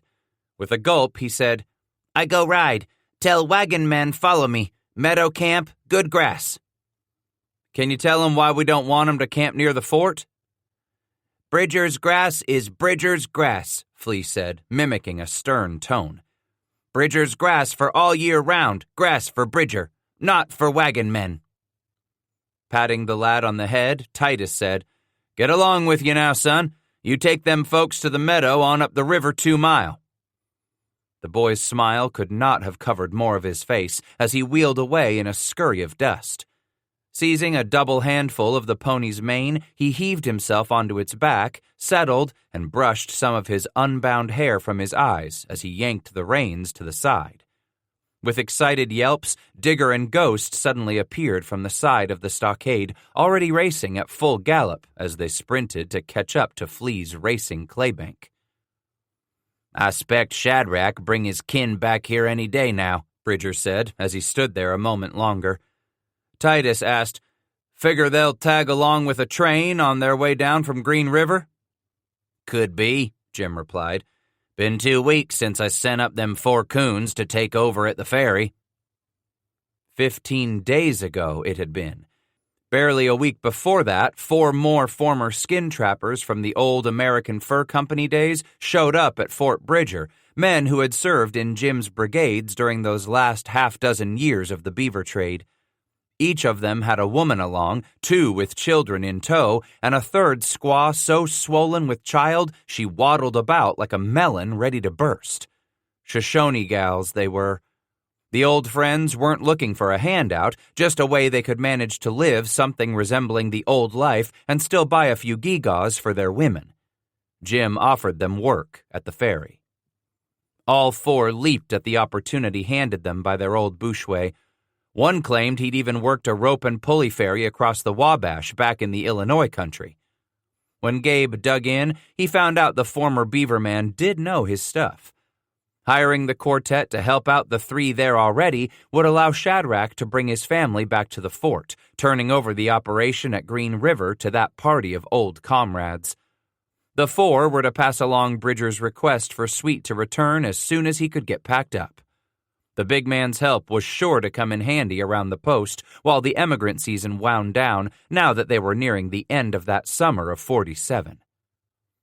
"Better get on that old horse of your'n, Gabe," Bass cried as Jim shuffled away toward the gate, heading for the second, smaller stockade that served as a corral. "You figure to tag along with that lad of mine, you best be quick about it." In that moment of watching his oldest son rein his pony around and around Bridger playfully, Bass felt an immense pride in the lad. What a figure he cut upon this 3-year-old claybank Jim had given him as a gift to train several weeks back, right after the trader returned from Fort John with the first train of the season, piloted by Joseph Redford Walker himself. Seemed the former Bonneville man had gone east to the mouth of the Laramie earlier that summer to see if he could stir up any work guiding emigrants through to Oregon. By the peak of the summer season, there had been 7 parties already come by Fort Bridger, not including those Mormons with Brigham Young on their way to the valley of the Salt Lake. Such pride he felt for the youngster as he watched him take off at a lope beside Bridger for the northeast. Flea wore his long, brown-tinted hair loose and unfettered in the hot breeze, floating gently as the pony bounded along to match its young rider's exuberance. Flea twisted around slightly and waved his arm one time before the 2 of them were gone beyond the edge of the gate, into the trees, following the much-scarred pattern of ruts where little of the dry, browning grasses grew any longer. In turn, he waved to the boy, then clucked to himself and turned back toward the shady awning, where clung the heavy stench of cinders and fire smoke, white-hot iron, and half-burnt coffee. "He's a good lad," Titus said with a stirring in his breast for the child quickly becoming a young man. "No man could want for any better." Come this winter, Waits by the Water might well give him another son, or perhaps another daughter. God, but it did not matter, long as Waits was delivered of the child with ease and the babe was whole in body and mind. He had seen a few of those infants born not quite whole, missing fingers, perhaps a clubbed foot, maybe their eyes sightless, or they were unable to hear the sound of rattle or whistle when a grandparent gave them a naming ceremony. It was his only prayer, that this child and its mother would come through the birthing whole. He picked up the leather-wrapped handle of the hammer and looked at the shady doorway of the store, thinking of her. Waits was not a young woman any longer. Her scarred, pockmarked face was much fuller than it had ever been. 3 youngsters given birth, along with so much loss and sadness since she became his back in 33. Older than most Crow women when they customarily took a husband, she had preferred to wait for the husband she wanted, wait to have children and raise a family with him. Twice he'd almost lost her. Bass dropped the hammer on the anvil again and stepped to the fire hopper, stirring the glowing coals with the tongs, digging out the hottest of the short strips of repair metal he was fabricating. He plopped it down on the anvil and took up the hole punch in his left hand, the hammer in his right. The first time he had believed she was taken from him by Josiah Paddock, that winter after he and Josiah returned from lifting the scalp from an old white-headed friend. Finding the pair of them together beneath the robes, Waits as naked as she got when she lay with him, Titus tore off to the west, plunging into the dead of winter and danger, spitting in the eye of death as he undertook a mission so risky that only it could come close to easing the pain of losing her to his best friend. Losing them both at once was almost more than a mortal could bear. With the punch crafted from a solid spike of oil-tempered iron positioned a few inches from the end of the strip of band iron, Titus slammed the hammer down on top of it, jarring both of his forearms. If nothing else, he had mused nearly every day of this hot summer, his hands and arms, shoulders and back were all the stronger for this smithy's toil. Years later, the Blackfoot had ripped her from him and the Crow. Warriors already grown sickly with the smallpox that ate up their flesh as it sucked away their life with an unquenchable fever. That deadly illness had consumed her brother, but Titus dared his damnedest to keep her alive. The scars it left on her face could never diminish the beauty she remained on the inside, although it took long seasons for her spirit to heal after that lonely walk she had taken with the ghosts along the edge of the sky. It took more than 24 strikes with that hammer against the flared top of the punch before he finally pierced a half-inch hole through the strap iron. He laid the punch aside and picked up the tongs, returning the strap to the fire for reheating before pulling another strap of iron from the glowing coals. With a series of holes punched in these short strips of iron, most every repair could be made to a cracked yoke, tree, or running gear, even hold together a wagon box itself. He could bind up what was broken with iron strap and coarse bolts, work everything down tight with the muscles in his back so the emigrant could move on to Fort Hall beside the Snake River. Follow the twists of the Snake all the way to the Columbia, and the sojourners found themselves in Oregon country. With a repair to this or in exchange for that, Titus Bass would get those farmers a little farther on their epic journey. Fix up a busted axle, trade for a proper-sized wheel, maybe even refit a tire to the wood shrinking in this high desert climate. If the farmer relented and gave Titus enough time to do a proper repair during a brief layover at Fort Bridger, heart of the Rocky Mountains.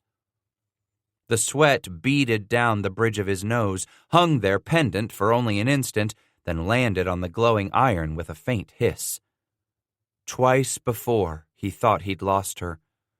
Old as he was now, Titus didn't figure he could live through losing her again. Titus Bass? He quickly turned at the unexpected sound of a woman's voice. She stood framed in a splash of bright sunshine, her fingers knitted together before her.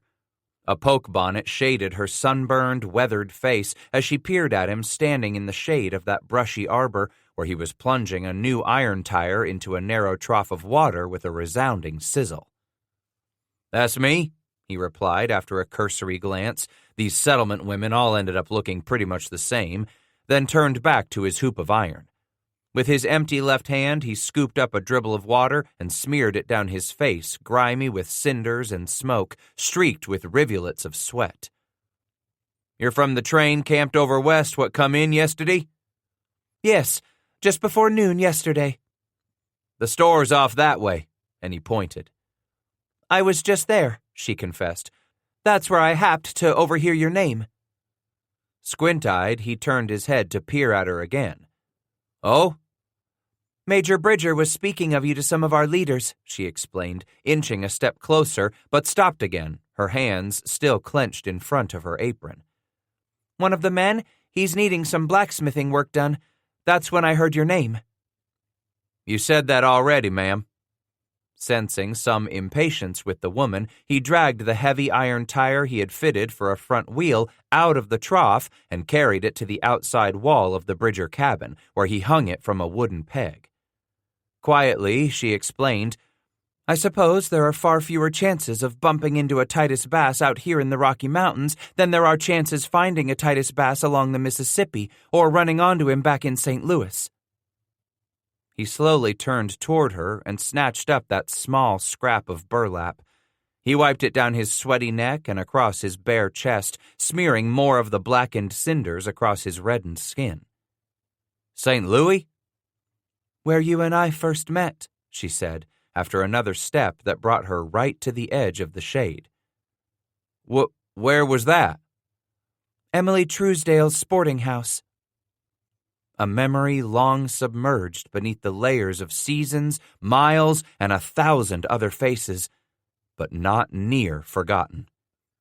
His heart misstepped as he searched for words his dry tongue could speak. "Did you work for the woman?" "Of a time I did." She stepped beneath the awning, her hands kneading one another now, anxiously. "If you're the Titus bass I later saw at Amos Tharp's livery back in the late winter of 34, then I am your daughter, Amanda." Instantly he felt a twinge of shame, for his sweated body, smeared with dust and blacksmith grime, stinking no less than a horse would at the end of a long day's ride. "You're Amanda?" He quickly turned for the wall of the cabin where his cotton shirt hung on a wooden peg. As he got it over his head and began to smooth it over his sticky frame, Titus asked, "Marissa's daughter?" "Your daughter," she said, finally moving toward him without stopping. As he flung open his arms, she pushed back her bonnet, letting it fall to hang suspended from her neck with her long, ash-hued curls. "Father." Scratch folded her into his arms, unable to utter a sound, feeling his legs going as weak as they had when she had declared her existence to him back in Tharp's St. Louis barn. Every bit as quickly, he brought her away from him to gaze down into her face. No longer did she possess the pudgy, childlike face of her mother the way she had when she confronted him so many winters ago. How long's that make it?" Shaking her head slightly, she made a tally. "More than 13 years, Father." Father, he repeated. "Sounds so starchy and high-backed to me." He rubbed the top of her shoulders.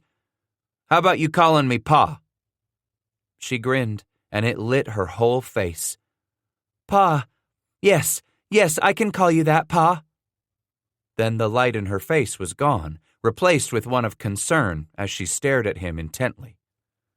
"Your eye, what's become of it?" "Don't know," he admitted with a shrug. "Happened that same spring I rode back to St. Louis, after I come back west, at Bent's big lodge on the Arkansas River. Ain't seed worth a damn from the eye ever since." "It's gone cloudy," she said, inspecting it closely. "I've known some folks that's happened to." "Hopeful?" he asked her. "They ever get better of it?" "No, Pa," and she shook her head. "Wish I could tell you different, but I never knew of a person their eyes got better after they got cloudy such a way. Yours no better since?" "Can't say it's got worse neither," he admitted. "Always made do with the one." Leaning close, she studied his one good eye. "I didn't remember till just now, but your eyes are green, like mine. They're green like mine." With a self-conscious swallow, he realized his tongue was so dry it nearly clung to the roof of his mouth. "Talking is dusty work. Let me get a drink." Releasing her, Scratch leaped over to his drinking bucket and pulled an iron dipper from it. A lot of it sloshed on his dusty moccasins as he brought it to his lips and slurped what he hadn't managed to spill. Then he suddenly thought of genteel manners. "You want some?" "Yes, I would like that," she answered, coming over and taking the ladle from him after he had dipped her a drink. "I never knew there could be heat like this." You think it's hotter here and it gets hot back to St. Louis? Wiping the back of her hand across her lips, Amanda said, A different heat. Back there is so heavy, sticky with misery, but the farther west we've come, the drier it got, like the sun's been sucking every drop right out of me. Pa? He smiled at that, hearing her use that special word. You come west with that wagon train? Yes, all the way from Westport. That's a long way for a gal, for a woman on her own. She laughed easily at that. I ain't alone, Pa. I've had a family for some time. A family? Leaning toward him, she asked, Look at me, real close. I ain't the young gal you met back to St. Louis all them summers ago. Look at these lines I see when I look in my mirror every night. Can't stand to look in it the mornings when I rise, what for all the aging I see. It's better to see my tired old wrinkles by candlelight when the children are put to bed and I have a few minutes. Children? You got young'uns? Land sakes, Pa, I said I come west with my family, children and a husband too. You married and started your family, he said, on the verge of wanting to believe it. Where are they? Back at the wagon camp, she confided. After I heard your name early this morning in the store and looked outside the door to find you pounding on that anvil, I bided my time. Didn't come right over and make yourself knowed to me?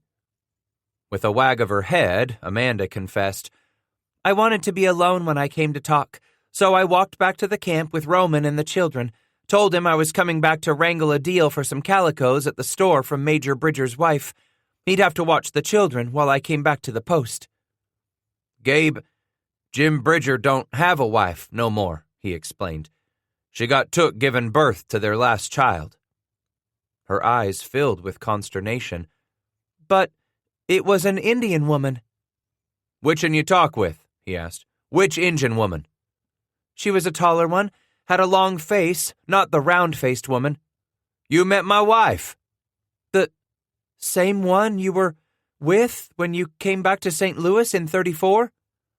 I got back to her down in Taos just before she birthed our first child, a daughter. Amanda's eyes widened. She's here too? Your daughter? Your other daughter? Magpie, he said.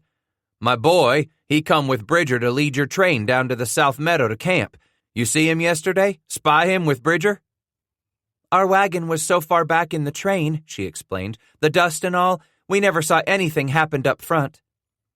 Bubbling with enthusiasm, he said, He's a great boy, more'n 10 years old now. Amanda dabbed a fingertip at a bead of sweat that was collecting in the hollow under her lower lip. So you have 2 children? Actual, there's 3. 'Nother boy, 4 summers old now, and there's one on its way this comin' winter. Your 4th? Then she caught herself. I mean, that would be your 5th, counting me, of course. I was your 1st. That's some for a old fella like me. Pa, I've got 4 of my own, she declared, glowing with pride. My oldest, a boy, he isn't as old as your Magpie. He took a step back and regarded her with a big grin. Your whole family's here? Going west? Yes, Pa. Where away, California or Oregon? Oregon. She said it with a special reverence. Roman's been wanting to come west for almost 3 years now. They've been hard years. The softness in her eyes melted away with what he took to be a sour-tinged remembrance. Roman, he was gonna get to Oregon or kill himself back there in Missouri.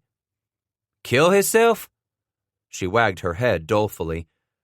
First years of our life together, things went good for us.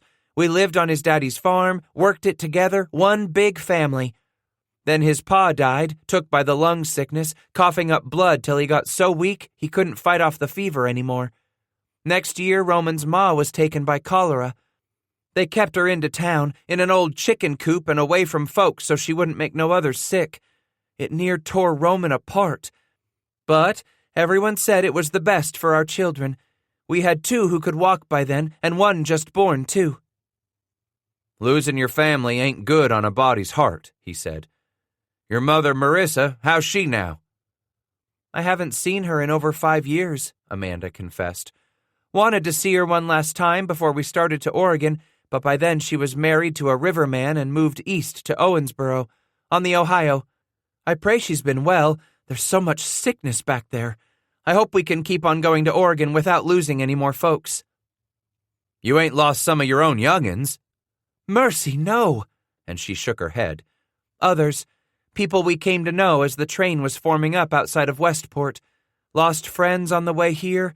All along the Platte they took sick, one after another. A child here, a mother there, a father on down the trail a few more miles.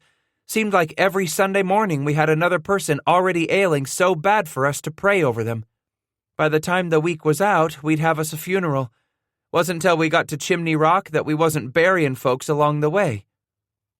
"Air got drier," he explained quietly. "Maybe some of that ague and tick sicks got dried up." "Yes, it does seem we're all healthier now," she agreed. "Thank God for his blessings." "Yes, Amanda," he agreed as he pulled his daughter against him again. "Thank God for all his great and many blessings." She raised herself on the toes of her dusty, cracked boots and planted a kiss on his grimy cheek. The black soot she came away with around her mouth made him laugh. Dipping the cuff of a sleeve on his shirt into the water bucket, he dabbed it around her cracked lips. "You oughtn't keep some tallow on your mouth," he advised. "Won't get so sore like it is." "I'll be fine," she claimed. "We'll all be fine once we get to Oregon. Everything Romans read says it rains plenty there. Crops grow nearly by themselves, all the papers say." "It's a good place for to raise crops, Amanda," he confirmed. "Raise up your family, too." "Come on, Pa," she prodded him, pulling on an elbow toward the edge of the brush awning. "I want you to introduce me to your wife, to all your children." He stopped in his tracks. "How am I going to meet your family?" "I don't think the company's moving on for 2, maybe 3 more days," she declared. "I thought I'd see if you wanted to meet them tomorrow." "Want to meet 'em?" he exclaimed. "Hell, I want you go fetch 'em right now and bring the whole clan back here an hour or so afore supper time." Today? "So we got some time to talk afore and after supper both."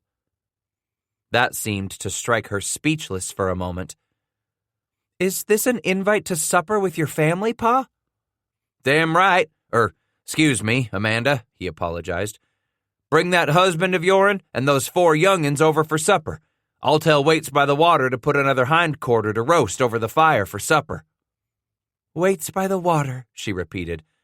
"Ever since St. Louis, I've punished myself for not remembering her name. All these years I wished I could have remembered your wife's name." "It's all right now," he said. "I hope you two take to each other." "When I was walking back here from camp alone to see you, I kept thinking that she must surely be used to white women since you two live here at Major Bridger's fort where so many white folks come through all summer long. But I was afraid, too, that she'd look down her nose at me for being a silly young white woman." "I don't think Waits by the Water could look down her nose at anyone," he stated. "She's the kindest, most gentle and loving person I met in my whole blamed life, Amanda." "Wouldn't want her thinking any less of me because I'm younger than her, white and all." "How old are you now?" he asked her, failing to recall. "I turned 32 on the trail, Pa, back in June, along the North Platte." His face screwed up a minute as he did his best ciphering right there in his head. 32? Why, you ain't much younger 'n Waits is. She's in her 32nd summer." She's the same age as me?" He nodded. "Can't be more'n a few months older 'n you at the most. Why, that alone'll give you two so much to talk about." "She speaks English?" "Waits talks real good American. Magpie and Flea, too. Jackrabbit, now he's getting the hang of it as he gets older." She smiled. "Supper here sounds grand, Pa, if you don't think we'll be imposing on her, Waits by the Water." "I don't think there's a chance of that, Amanda," he explained. "Soon as I came back to Taos to fetch her north to her home country, I started telling her all about you, about your mother and Grandpa, too. We even talked about me taking her back to St. Louis sometime to look you up and spend some time. But St. Louis and all them folks, all them farms and houses and crowded towns back there, just never seemed like a good enough idea for me to do." Amanda nodded and reached out to take one of his gritty hands in both of hers. So I had to come west to find you, didn't I? That what you was intending to do? No, I really never thought I'd see you again, Pa, she confessed. Figured you'd be dead, killed by Injuns or bears or froze in the mountains by now. Never figured I'd hear your name spoken again in the balance of my days. Then you heard tell of Titus Bass in the store at Fort Bridger. She laughed. Even heard your name cursed at Fort Laramie. The Frenchmen there swore they'd love to cut your throat if they ever got hands on you. So you figured I'd gone under already? Chances weren't good for a man surviving this long out here, Pa, were they? No, Amanda, he admitted. But I had the spirit smiling down on me ever since I come west in 25. Ain't no other reason I come through all the scrapes I put behind me. God's been good seeing me through this journey so far, Pa, she said, casting down her eyes. Lately, we haven't had the best life, Roman and me. His eyes narrowed. He ain't been bad to you, has he? She looked at him again, saying, No, Roman's been a good husband, strong and full of love, Pa, for me and the children. God knows he isn't the brightest man I could have married, but he had the best heart. Why you say you ain't had the best life, you two? Shrugging her shoulders, Amanda turned slightly from her father. Sometimes I think there's certain people just not meant to make a go of things in life. No matter how hard they try, no matter they throw their whole heart into something, time after time. There's some folks who wander this way and that afore they eventually find the way of their life, he responded after a long moment of thought. Your own pa was that sort, Amanda. There's been times when it was real hard on the children, she explained, looking up at him again. My Roman, sometimes he gets dark. Those were the times I could tell the failure was eating him up inside, Pa. He'd look around at other folks who had a store and they're making a little money for their family, or Roman would look around and see other folks making the ground work for them, feeding their family and putting a little money away for the lean times. But seems like it's always been lean times for us. Never got any better. Last few years, we've been going from bad times to worse times, no matter what Roman threw himself into with all his might. From the look on her face and the sound of her words, he was almost afraid to ask her the question. You still love him? Yet she nodded her head emphatically and smiled as she said, Oh, yes, Pa, I love him. Enough to follow him to Oregon territory where he wants to make a new dream happen for us. Roman's so sure that will be the place for us. You should see the way his face shines when he talks about the new life we'll have out there. Does my heart good to see that your man wants the best for his family, Titus replied, reassured. He does, Pa. I know it in my heart. So you're going to stand by him? He asked. Every step of the way, she declared with conviction. We're doing this for the children, going to Oregon for our family. Make a new start we haven't been able to do anywhere else as we moved across Missouri from one settlement to the next, hoping each new place was going to be the one where we'd really sink down roots and build up something good. Holding out his arms, Bass stepped toward her. Amanda came into the shelter of her father's arms and laid her cheek against his shoulder. He said, Everything I hear about Oregon tells me it's the place for a farmer's family to put down those roots and make a life for themselves. We started out reading all the papers and books about Oregon we could find, she explained. Right from the first, Roe said it got much more rain than we got back home in Missouri. Some people wrote that it didn't take much for anything to grow out there. Just scratch a hole in the ground, drop in the seed, and wait for it to sprout right up on its own. Other folks what already come through this summer all said pretty much the same thing, Amanda, he emphasized. On their faces is writ all the much trouble they've been through getting this far west, but in their eyes is still the light of where they know they're going. I never knew the journey would be this hard on us, this tough on the children, she admitted. Never gone through anything like this that sucks me dry of all my strength by the end of every day, laying my head down every night, knowing I gotta get back up in the morning and do it all over again. Sometimes your life can seem like it's taking you nowhere, he agreed thoughtfully. But you just keep putting one foot out in front of the other, then one day, you and Roman gonna be standing in Oregon where you was meant to be. She backed up a step and gazed into his eyes. There's been times when we made camp late in the afternoon to give us time to cook and clean up after supper before it got dark, and we'd look back to the east. How it makes my heart sink when I can see where we got up that very morning, Pa.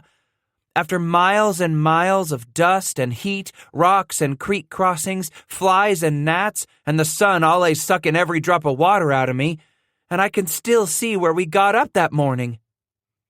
Them wagons, ox or mule, ain't made for covering ground fast, Amanda, he sympathized. Hell, your family damn well could mount up on horses, take along some pack animals, and light out from here to Oregon. Make it in half the time, I'd wager. Half? But you'd be living off the land, he continued. And when you got to Oregon, you wouldn't have all them things you brung with you to make that new home for yourselves when you got there. Staring at the ground, Amanda said, I've got a set of my grandmother's dishes in our wagon, packed down in the flour barrel. Brought her bed and quilt, too.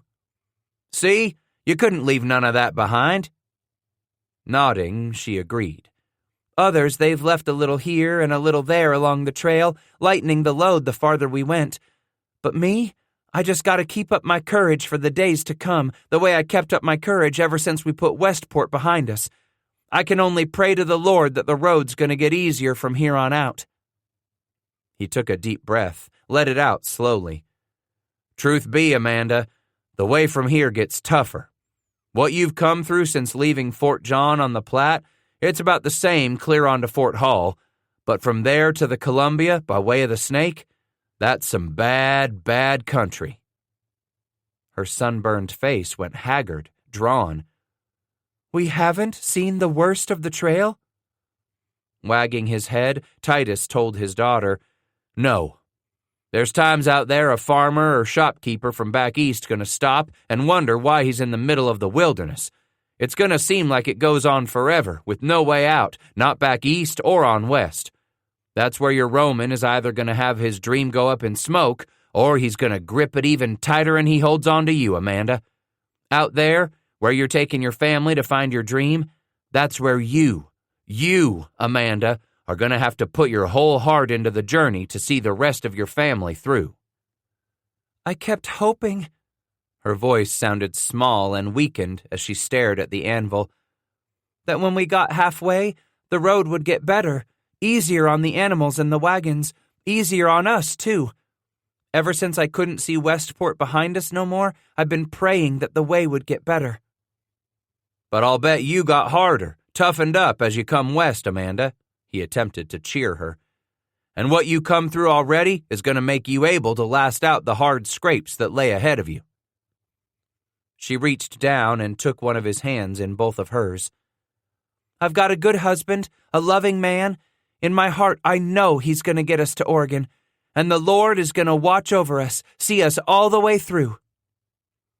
Smiling, Titus told his daughter, Don't you feel your heart jump when you think about making this journey to a new home, Amanda?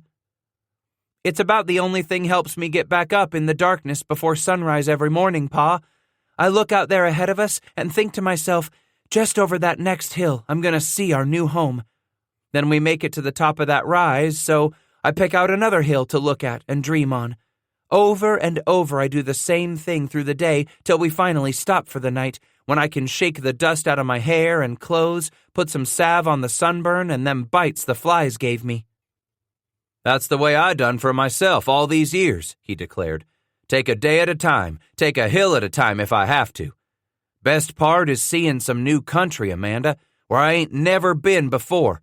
Why don't you come with us? She blurted out, hope filling her eyes. He could only stare at her dumbfounded. Bring your family, Amanda pleaded. There's got to be some new country for you to roam between here and there, Pa. Come see it for yourself. I don't think I want to ever go to Oregon again, Amanda, he tried to explain. It's become a place for settlers and sodbusters, not the place for a wandering man like me.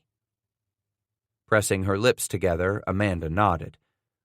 You weren't the settling down kind back when you knew my mother. Likely you never will be, Pa. But that don't make me no better or worse than a farmer like your Roman, he explained. Just different. I ain't never been the sort to want those things, Amanda. I run away from farming back in Kentuck when I was 16, about the age you run away from your ma." Taking a step toward him, Amanda looped an arm through one of his. "Won't do me any good to try talking you into bringing your family to Oregon with us?" He gazed down into her green eyes and shook his head. "Can't. This here's where I want to stay. Ain't never thought about leaving the mountains." Disappointment clouded her eyes. "I won't say anything more about it because I can remember how anxious you were to get healed up enough so you could get out of St. Louis and back to the mountains." "Back to my wife and where I was supposed to be," he confided. "Now you best be on your way to fetch up that family and have 'em back here afore supper time." She took a few steps, then turned to him once more. "Pa, I need to ask you a favor. Please don't say nothing to Roman about what I said of me ever being afraid of us going to Oregon." "I understand," Titus agreed. "Just atween you and me."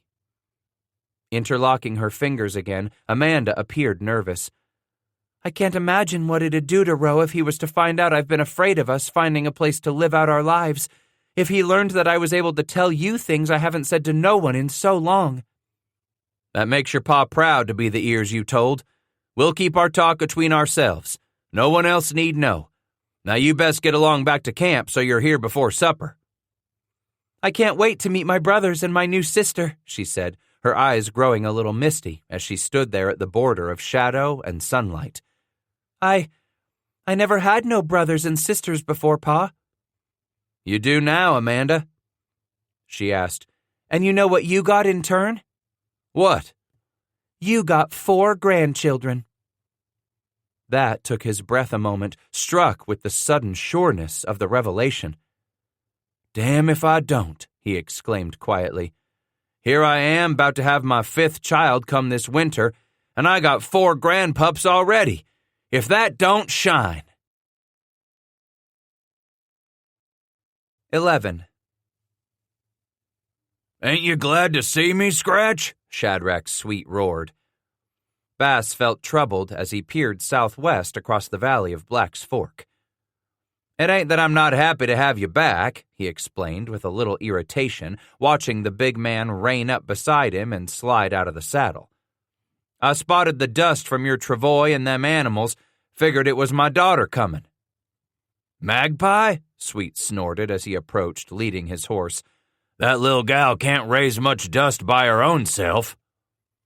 They clasped forearms and shook, pounding one another on the shoulder there on the flat some 40 yards outside the main gate at Fort Bridger.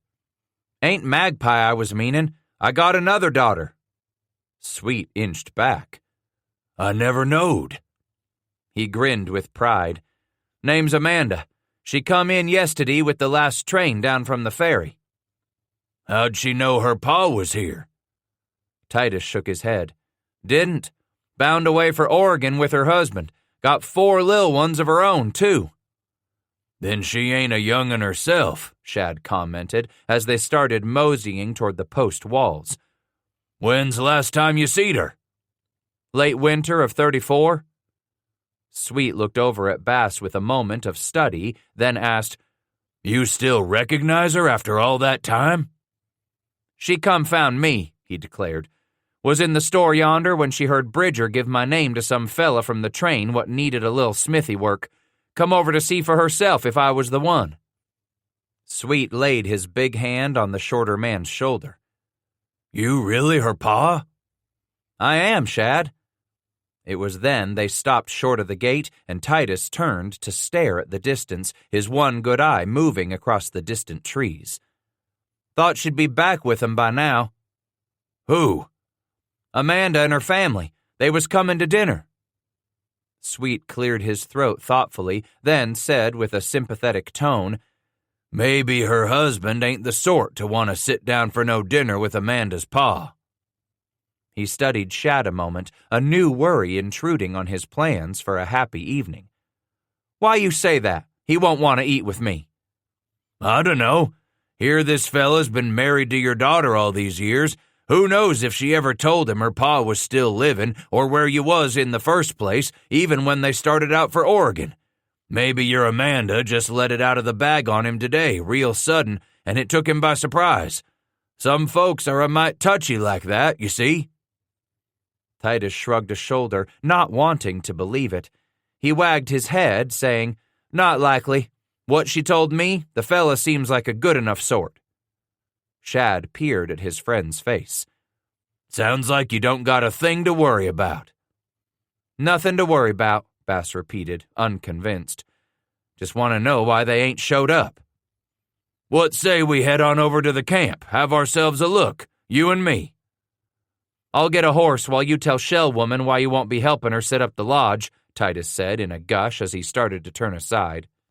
"Tell her she can fetch weights by the water to give her a hand. Them two need a time to talk after all the weeks Shell Woman's been away at the ferry." "I'll wait right here for you," Sweet hollered back. Bass suddenly dug in his heels and skidded to a halt. "By the by, tell Shell Woman you and the young'uns are invited to a special feed tonight in the fort." Shad swiped at the sweat trapped at the back of his neck beneath the long, matted mane of hair. "What's so special about tonight?" "My family's sitting down to dinner with my daughter and my 4 grandkids," he roared back at Sweet as he bolted away again, beaming anew. "That's what makes this evening shine for this here child."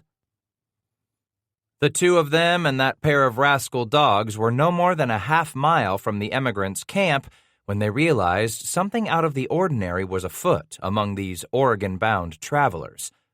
Usually these camps were a bustling beehive of activity at this time of the day, young men and boys watering the hundreds and hundreds of animals, women and girls bent over fires as they prepared the evening meal, others of all ages moving about, going here and there on one mission or another now that the train was not rolling and they had these precious hours before darkness fell. Repairs to wagons, wheels, guns, or equipment, medication administered and healing words spoken to those become sick or injured along the last few days of their journey, older children assigned to watch over the youngest, noisiest, and quickest of foot in camp.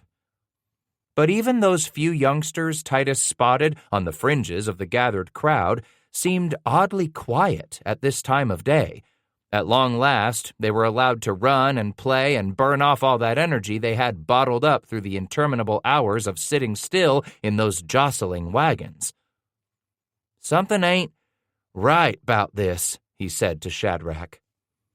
"Looks to be a meeting to me," Sweet said, pointing out the large gathering near the bank of Black's Fork. Most of the emigrants stood, some seated in the grass beneath the shade of a thick copse of overhanging cottonwoods, men, women, and their children, too. As their horses carried them closer, Titus picked out one voice after another, some raised louder than others to drive home a point. Although he could not make out most of what was being bandied about, he could nonetheless tell from the tone that he had not come upon a light-hearted occasion.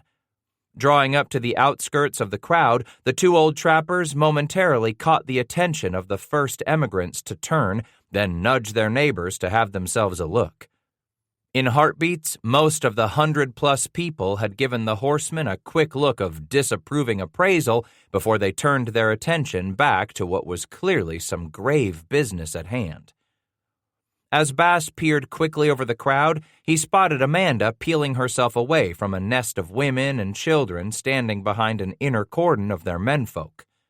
But it wasn't until she had reached the outer fringe of the crowd that he saw she wasn't alone. Her hand gripped that of a young boy, a barefoot child, who shuffled along through the dusty grass to keep pace with his mother's long strides.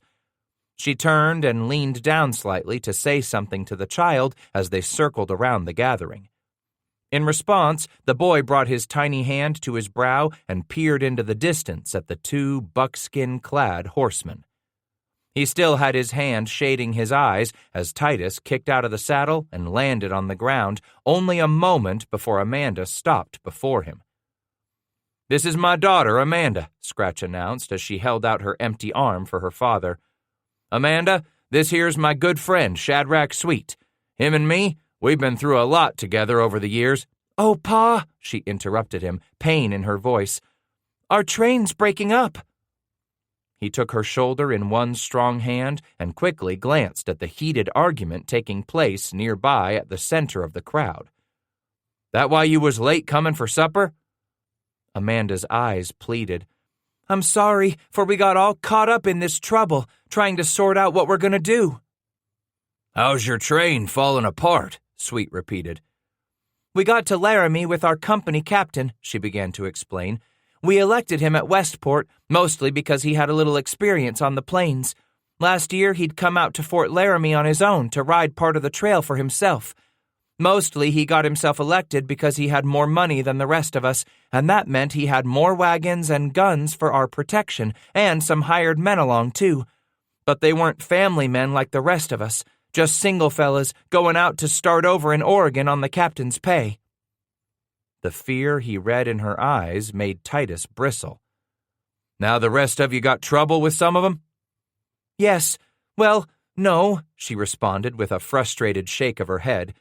"The captain, his name is Hargrove, back at Laramie he ran onto a pilot who says he knows the country from here on out. Says he's been out to Oregon a half-dozen times. Was a mountain trapper, too, he claims." "What's his name?" Sweet demanded suspiciously. "I can't rightly remember," she answered, her face gray with concern. "Only that Hargrove said he was our Moses," she admitted. "He here?" Titus asked. She nodded. "Point him out to me."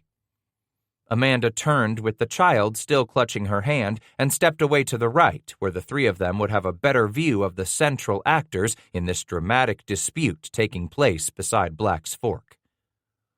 "There he is," Amanda announced, bitterness in her voice, pointing quickly. "That's him. Got a full beard like yours, and he's wearing those skin clothes, like yours, Pa."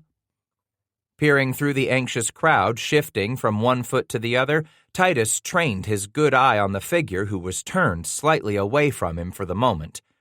Then the tall man addressing the group took a step forward, and Scratch easily made out the pilot. "Harris," Sweet whispered it like a curse. "That nigger gets drunk at the drop of a hat, and when he does, he ain't leading no one nowhere," Bass grumbled in agreement of Shad's sentiment. "No, he hasn't made any trouble with his drinking," Amanda argued. "Problem is, the pilot's going off with Hargrove and his wagons." "Off where?" "Taking them to California," she said with exasperation and a shake of her head. Scratch turned from glaring at Harris to look down at his daughter. "Thought you said your train was bound for Oregon." Amanda pursed her lips, then said, "Back at Westport, we was formed as a company for Oregon Territory. That's where most of us still want to go. But late this afternoon, Hargrove sent around his men, calling a council meeting." "Hargrove?" Shad echoed. She explained. "When we got here a little while ago, he started off telling us he and his hired men would stay on with us till we reached Fort Hall. That's where Hargrove said he was turning off for California." "And your captain has taken your new pilot with him to California," Bass completed the dilemma. "That's right," she answered, reaching out to gently squeeze his hand. "After that, we won't have us our company captain and all his guns along, and we won't have our pilot to get us from Fort Hall to the Willamette." Without turning to look at his tall friend, Scratch glared at the tall, well-dressed speaker named Hargrove and said quietly, "Let's go have us a listen, Shadrach." Leading their horses, the pair inched forward on foot to the outer edges of the crowd.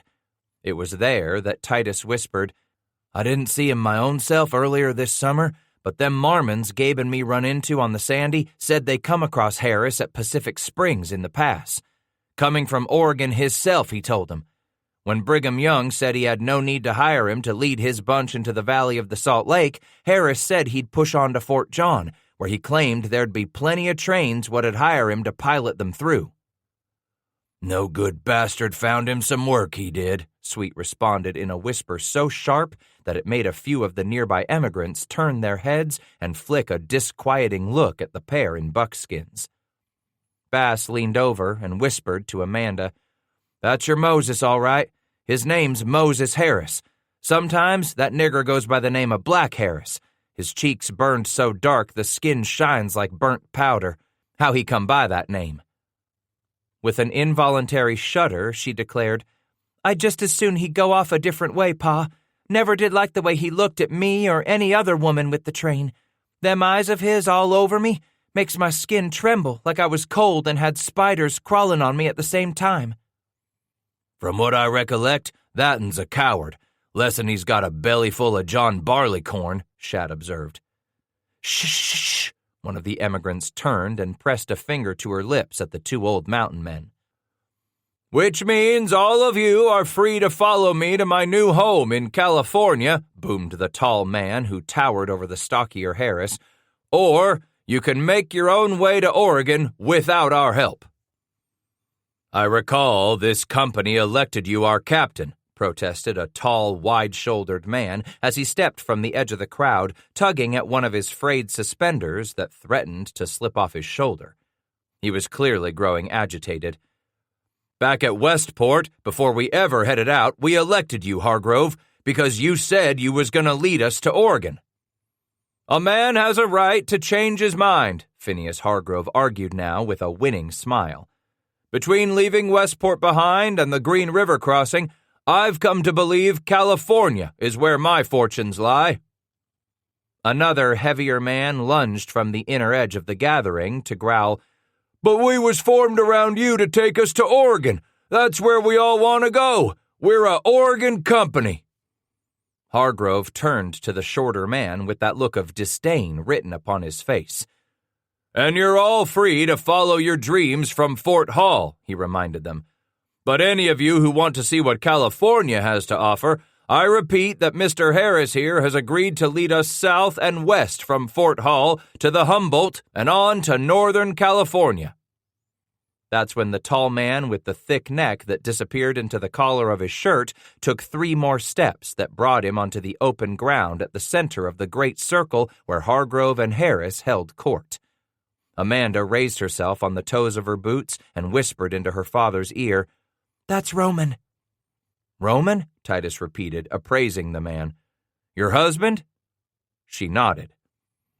As Roman Burwell came to a sudden halt before Hargrove, 3 of the captain's hired men stepped protectively closer to their employer, their flinty gazes full of intimidation for the farmer, who said, "There was something about you, Hargrove, right from when I first laid eyes on you at Westport. Something slick and oily from the start." "I got you this far, Burwell," the captain sneered down his long patrician nose. "I can't nurse the rest of you all the way to Oregon. You'll have to get there on your own." With an amused grin, Hargrove stepped away from his hired men and walked around Burwell tauntingly. "Why, the rest of you could even elect Burwell here as your new captain." But that suggestion met with a strained, awkward silence while Hargrove waited for someone to speak up. Instead, it was Burwell himself who shattered the silence. "Ain't no one gonna choose me for to be the captain, Hargrove. I ain't got the makings of a trained captain. Just a simple man. I could never pretend to be nothing I ain't. But that's just what you done to the rest of us." Hargrove ground to a halt, and he leaned in at the side of the farmer's face. "What's that mean, Burwell?" The big sodbuster struggled to keep his beefy hands at his sides, clenching and unclenching his fists. "One thing I can't abide by is a man saying he's one thing when he's lying through his teeth at me. I brung my family all the way here. Hell, we all got our families with us. We was bound for Oregon, following a man who said he was going to lead us to the Willamette River, and now we find out that man's a damned liar." The short black quirt suspended from the end of Hargrove's wrist flew out in a blur, the 2 ends of the horsewhip catching Burwell high across one cheekbone. It stunned the farmer as he stumbled back a step, more in shock than pain, bringing his hand to his face. When he brought the fingertips away and looked down at the trickle of blood the whip had opened in his flesh, a gasp escaped from those emigrants close by. Amanda took 1 step into the crowd before Titus seized her arm and yanked her back, where he could lay an arm over her shoulder. "Your husband don't need you making more trouble for him," he whispered sternly. Then he and Shad shared a look that both men understood immediately. He leaned down, touseling his grandson's hair, then whispered to Amanda, "Daughter, you keep the boy here with you." Then Scratch took a step away from her, stopped, and turned back to whisper, "Don't you move from this spot, Amanda. Chances are you'll only make things a mite messier." No one at all calls me a liar, Burwell," Hargrove bellowed at the crowd. He held the short whip at the end of his arm menacingly, slowly dragging it around the crowd in an arc. The farmer wiped his bloodied fingers on his worn canvas breeches, then suddenly pointed at some children inching toward him.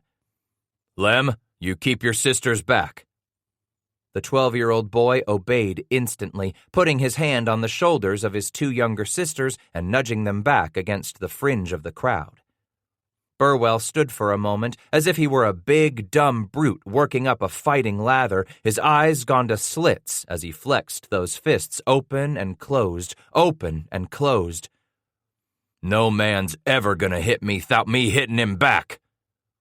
But the farmer lunged no more than 2 steps in Hargrove's direction when he lurched to an ungainly halt, jerking back as he stared down at the pistols those 3 hired men had pulled out of their belts, their wide muzzles only a matter of feet from Burwell's belly. Dramatically, Hargrove dragged the leather strands of his horsewhip through his open left palm. "The rest of you have got to understand. I am not doing this to hurt any one of you. I am not that sort of man. I simply have my own interests to see to, my own dreams to chase, and those dreams beckon me from California now. I will nonetheless bring you all the way to Fort Hall, where you're going to take our pilot from us," Burwell grumbled, staring down at those 3 pistols. "And take your extra guns with you, too." "Why shouldn't I, Burwell?" Hargrove asked. "Have I been paid by this company to lead you to Oregon?" "You asked us to elect you," a voice cried from the crowd. "We elected you to take us to Oregon." "But I'm not going to Oregon now," Hargrove argued. "And this company of poor farmers never contracted to pay me any money to get you there." "Never was any talk of pay," the big farmer reminded. "You put your own name up for captain, said you wanted to lead us to Oregon, so you was chose as captain to take these people to Oregon. Mr. Harris here says the chances are better than good you'll find someone at Fort Hall who knows the road and can pilot the rest of you to Oregon," Hargrove suggested with a flippant gesture of that horsewhip. A woman's voice cried out, "But we won't have us no captain neither." "You can elect a man to serve when you embark from Fort Hall. Till then, I will dutifully serve as your company captain, and as captain, my orders are that we move at dawn day after tomorrow." Drawing in a long breath, Hargrove quickly said, "Since I hear no other business, this meeting of the Hargrove Company is adjourned." Some of the crowd stood rooted in their places, whispering among themselves. Others began to wander away from the shady banks of Black's Fork, slowly starting back toward their wagons laid out in an orderly pattern across the grassy meadow. Hargrove leaned close to Burwell and said something to the farmer that no one else could have heard, then turned away with his men and the pilot. "Harris!" Scratch hollered as the crowd before him splintered into whispering knots. He gave Shad another nod, and they started toward their old compatriot. "Shadrach Sweet, if this ain't a joy for these old eyes," Harris bellowed after he had stopped and turned on his heel, recognizing the tall man coming his way through the dispersing crowd. Curious, Hargrove and his hired men halted as well, forming a crescent behind the pilot.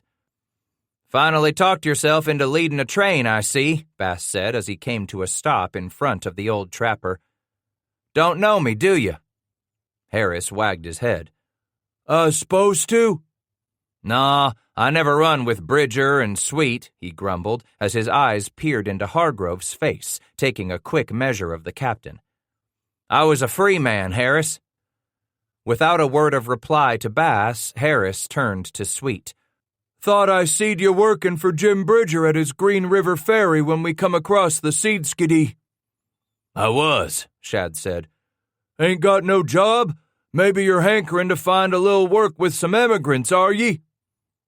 "I got work if I want it, right here at Bridger's post," Sweet declared. That's when Bass interrupted. "Shadrach, You remember how they had to tie this here nigger to a tree till Doc and Joe got started off from Rendezvous for Oregon a few years back?" Harris's eyes glared like those of a diamondback rattler ready to strike as they instantly shifted to Titus Bass. "What kind of bullshit?" "You was a no-good snake belly back then," Scratch continued as Amanda rejoined her husband several yards away at the edge of the trees. "And it looks like you've hooked up with your own no-good kind again, Harris." "Are you referring to me?" Hargrove demanded as he strode up beside Harris, about half a head taller than either the pilot or the old trapper. His eyes flashed to Hargrove's. "Way you side-talked these folks, you're a slickin', you are." "Who the hell is this, Harris?" "Never met him, so I dunno." "Far as you need to know," Titus said, glaring at Hargrove, "I'm just a nigger what hates bald-faced liars even more'n that sodbuster you hit with your—" Scratch's left arm shot up and out, his forearm cracking against Hargrove's wrist as the captain brought up his horsewhip. Bass immediately rolled his hand and seized the man's forearm, which compelled the 3 hired men to bring up their pistols, each muzzle pointed at Bass. Hargrove snarled, "Best you let me go, mister." "I ain't about to let you go till these lizard-hearted bastards of yours put their pistols away in their pants." Hargrove snorted a chuckle. "And if they don't, I figure they can put 3 balls in you before you even begin to reach for your pistol. Now, for the last time, take your hand off me." "Maybe so these 3 cowards can shoot one man," Bass admitted after a moment of reflection. "But if I know my old partner, he's got his pistol pointed at you right now. So no matter what happens to me, you're the firstin' to go down after them 3 cowards of your'n shoot me. No matter what, you die where you're standin'." Titus didn't know for sure what Sweet had done behind him, or if he had done anything at all. The only thing he could do was count on his old friend to be there at his back. And from that look in Hargrove's eyes when the captain glanced at Shadrach, Titus could plainly see there was reason enough to give Hargrove pause. "No man calls me a liar and gets away with it," he hissed at the trapper. "Seems to me there's more'n 100 folks here who believe that's just what you are, a low-down liar," Titus declared, sensing some of the building fury cause the captain's arm to tremble. "Best you cipher this, too. I ain't one of your farmers, Hargrove. I don't cotton to no whippins, and I figure any man what's got a sachet around with the likes of these here hired snake bellies, why, that man's no more than a coward." Hargrove attempted to yank his arm free. "Maybe I should shoot you myself," he growled as he rested his left hand on the butt of his pistol protruding from the front of his belt. "Go right ahead," Scratch prodded. "You'll never get it out afore Shadrach kills you dead where you stand." Harris's face was painted with worry as he took a step closer to Hargrove. "The big un? He can do it, Cap'n." "Damn right he can, Harris," Titus said, watching Hargrove's eyes fill with concern. "The man what got his pistol aimed at you ain't no peach-faced farm boy bully like these 3 you got pointing guns at me. Tell him, Harris. Tell him how Shadrach's killed Injuns from the Muscle Shell clear down to the Arkansas, some of 'em with his bare hands, too. These snot-nosed bully boys of your'n ever done anything more'n jump on some poor farmer 3-1? "Let me shoot him," one of the trio growled at Hargrove, his crimson face flushing with anger. "Benjamin can shoot the big one got a gun on you." "No!" Hargrove shouted, then repeated it softer. "No. There's no need for any shooting. If this man will release my arm, the 4 of us will be on our way.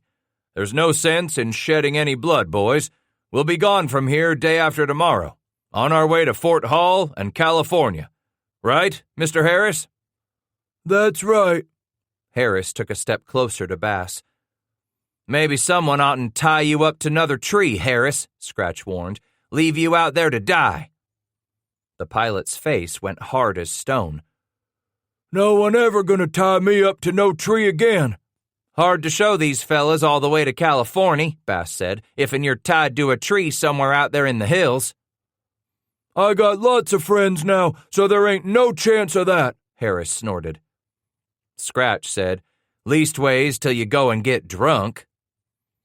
"About time you let go of me," Hargrove repeated. Slowly, Titus began to open the fingers on his left hand while he inched his hand toward the pistol stuffed in the front of his belt. The captain quickly yanked his arm free, slapping the calf of his leg with the wide leather strands of that horsewhip as he lunged a step backward. His eyes went back and forth between the two trappers. Then Hargrove said, "You'll keep an eye out for these two, won't you, Harris?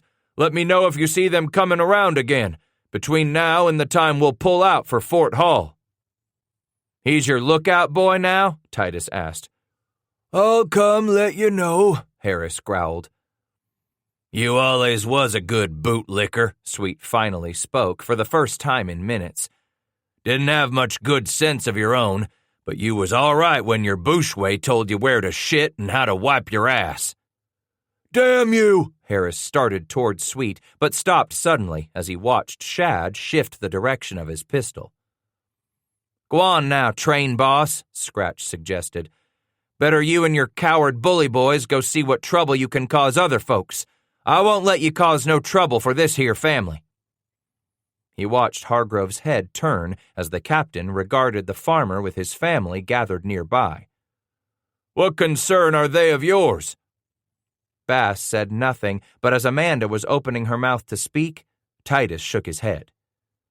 "You related to her somehow?" Hargrove asked. "That it?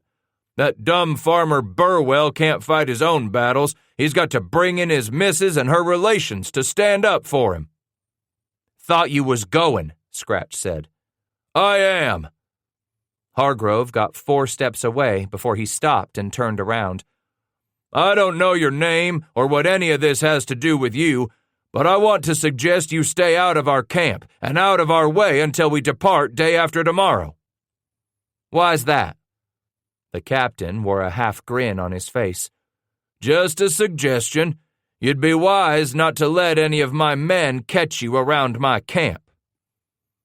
Bass watched the man move off, trailed by Harris and those 3 hired toughs who reminded Scratch of the sort of thugs who peopled every riverport town along the Ohio and lower Mississippi. Amanda moved up with her husband and children at the same time.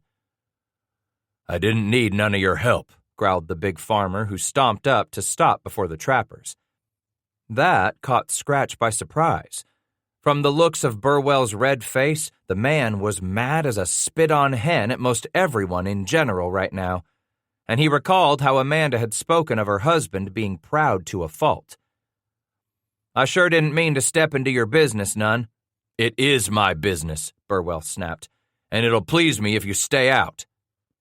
"Roman," Amanda said at his side, "I'm the one you ought to blame."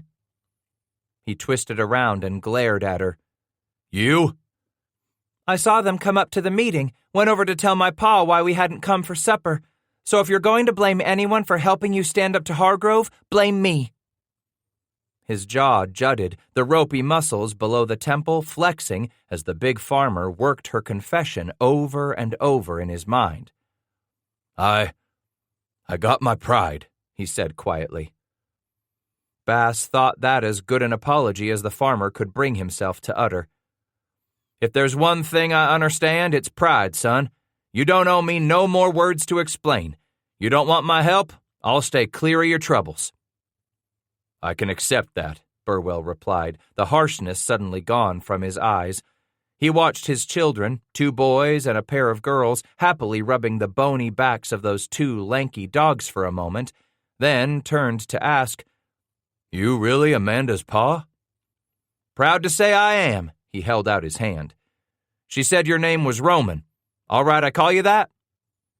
Burwell grinned as if all that bristling uneasiness of their first meeting was forgotten as he brought up his big paw that easily swallowed the old trapper's hand. "My friends back to home always called me Ro. That'd be fine by me, for Amanda's father to call me Ro." Shad cleared his throat for attention.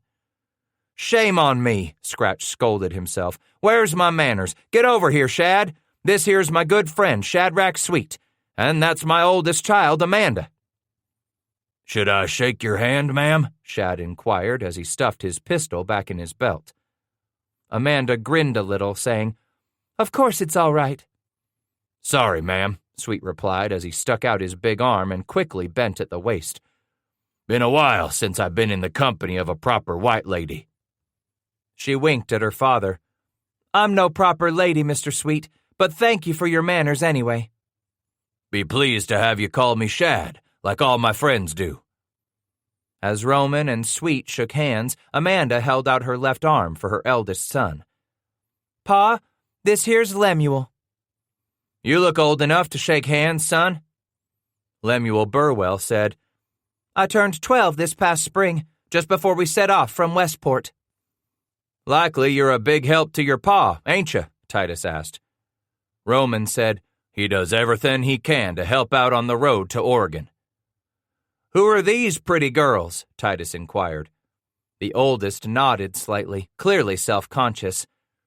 "Leah," she said in a modest voice. "Leah, that's such a purty name," he said. "How old are you?" "Just turned 10. "You really are Grandpa?" asked the other girl as she sidled forward beside the oldest sister. Bass said, "Would that disappoint you, to find out a feller like me is your grandpa?" "My, no," she exclaimed. "Just wish I could take you to school back at home to show you off to the other uns." He laughed at that. "Good idea from such a little girl. What's your name?" "I'm Annie," she replied. "Sometimes my mama calls me Spitfire Annie." Quickly flashing a look up at his daughter, Titus asked the girl, "Why your mama call you that?" "I dunno for sure. Maybe 'cause I get in trouble, Mama?"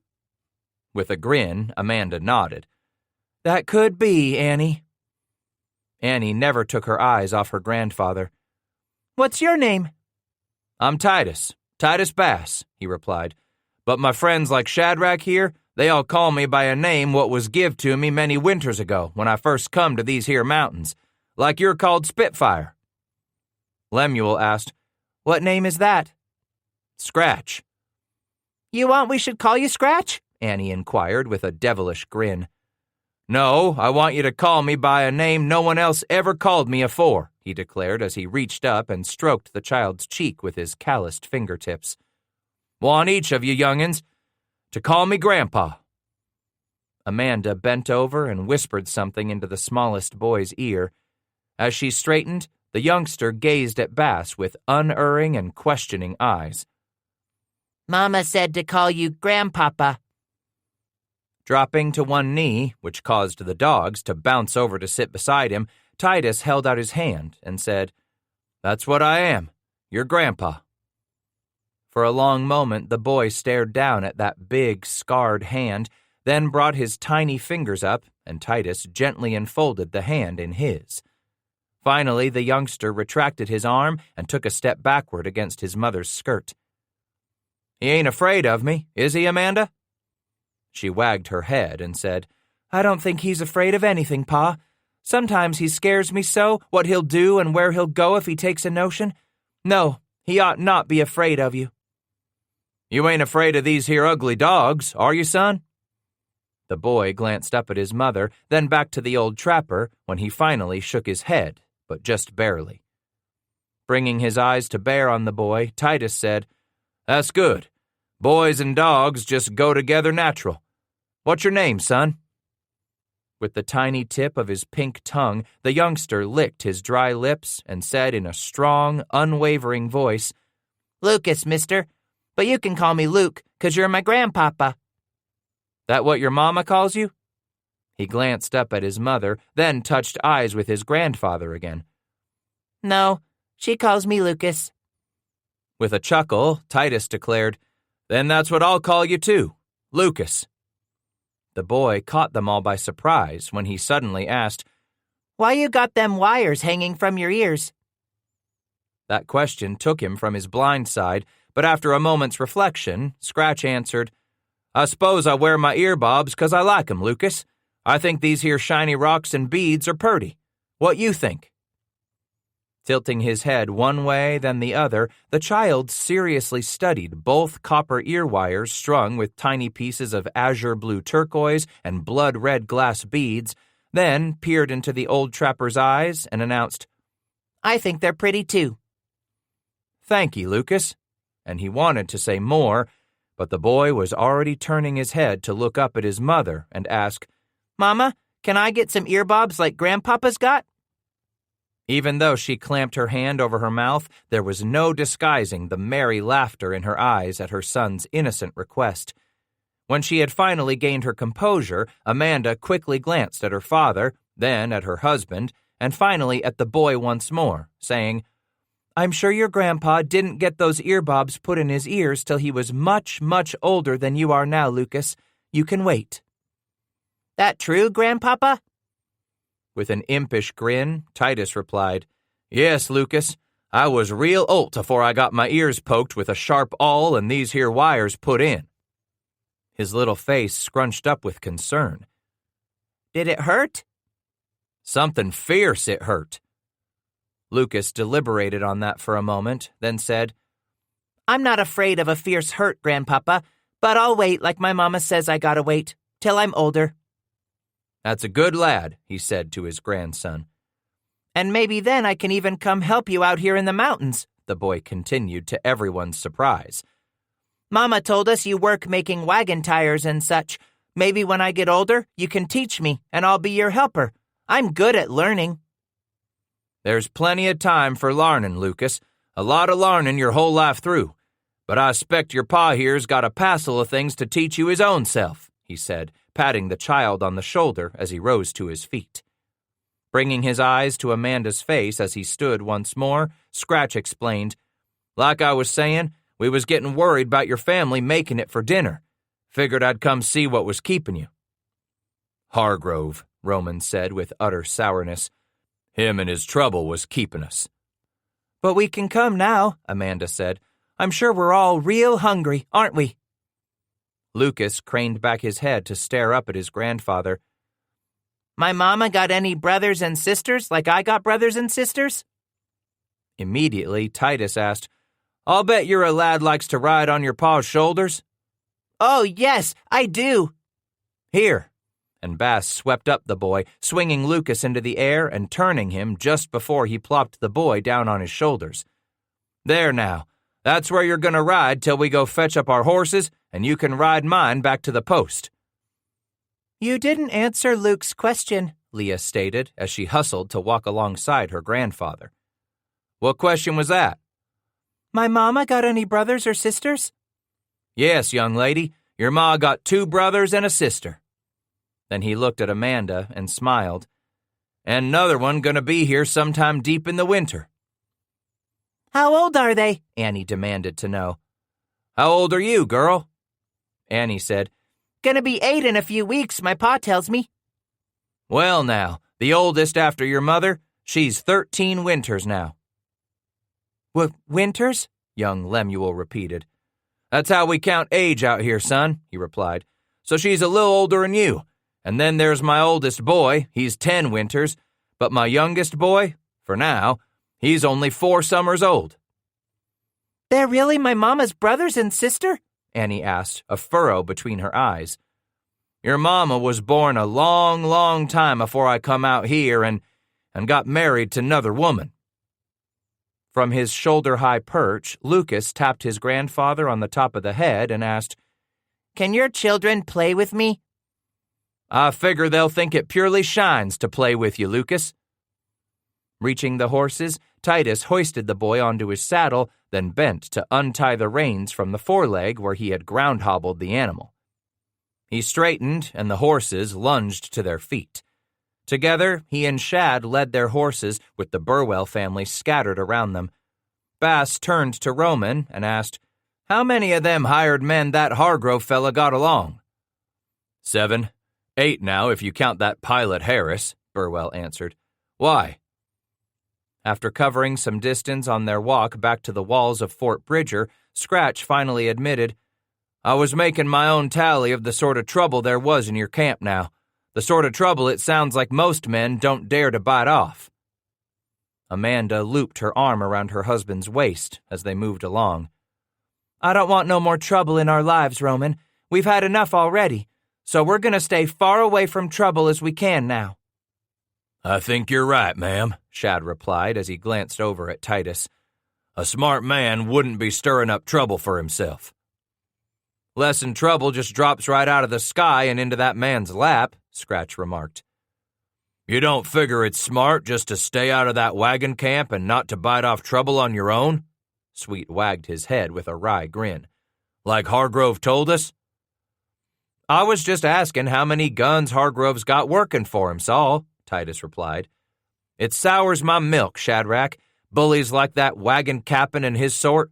I had my craw filled up to here with their kind. American fur bully boys and all the rest strangled things for the lil man. There's Hargrove and 8 others, like I said, Burwell repeated. Why you want to know, Scratch? Shadrach asked. Only need to see what trouble I'm biting into, Titus explained, so I can figure how long it's going to take for me to chew it up and spit it back out again. 12. Do you want us to go with you? She asked him. Titus looked at his wife. Last night, after they had returned to the post from having supper with Amanda's family in the wagon camp, he thought he had had that question all figured out. But as the two of them stirred now in the pre-dawn darkness in their lodge pitched just outside the post walls, he knew he already had changed his mind. It will be a long journey, he reminded. Not as far as it is from here to the land of my people, she declared. You still did not answer my question. For a moment, he watched her as she laid more kindling on the feeble embers in the fire pit. I thought you would stay here for the children. They go everywhere we go, Titus. He heard the rustling of blankets. Looking over his shoulder, he found Magpie sitting up at the edge of the darkness. You do your best not to make noise, she whispered. I wanted to tell you something before you decided you were going alone. I am not going alone, he explained again in Crow. Shadrach and his family are going with me. Magpie pushed some of her long hair out of one of her almond-shaped eyes. We belong with you more than we belong here waiting for you at Bridger's post. Scratch looked back at his wife again. Much of that country will be new to me. Parts of it I've never been through. Many summers ago, that was the country where you met Big Throat for the first time. Waits by the Water used the crow's name for Bridger as she leaned back and put some larger wood on the fire that began to cast a warm glow on the inside of the small lodge.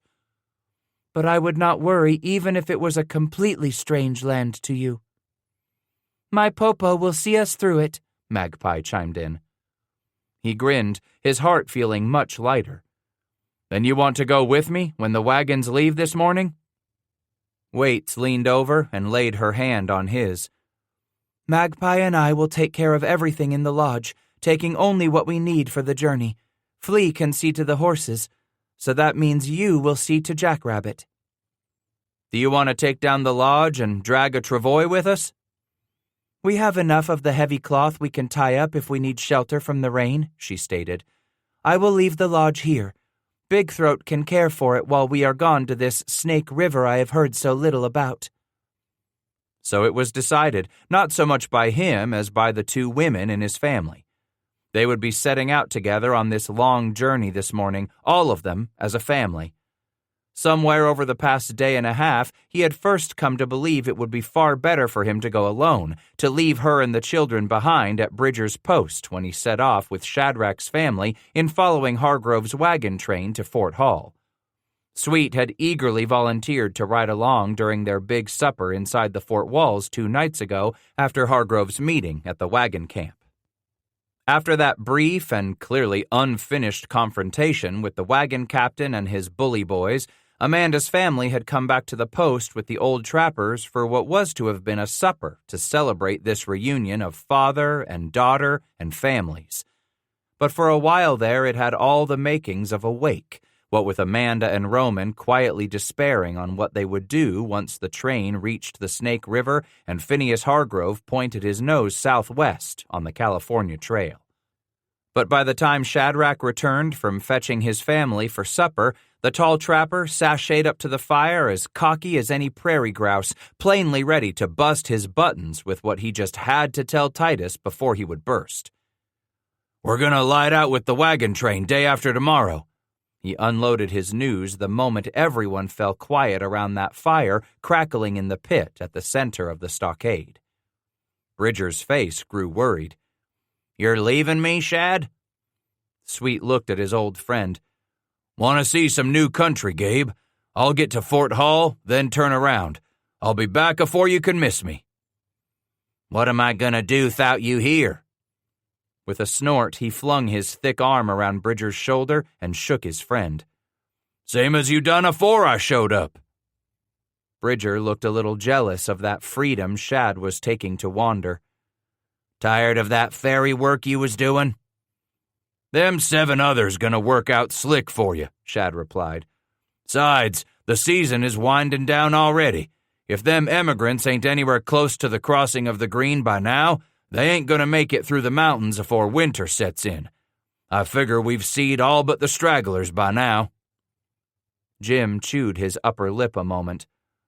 "I'll lay you're right on that. Likely we've already seen just about all of them what's gonna be passing through." "Maybe some more of them Mormons," Titus growled.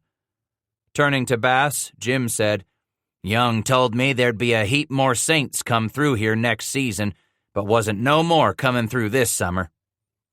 "A good thing, too," Bass declared with a slight shudder. "Didn't like the read I got off that man's sign. I seen my share of fellas glad slap you on the back with one hand whilst the other hand's dipping into your purse for all you're worth."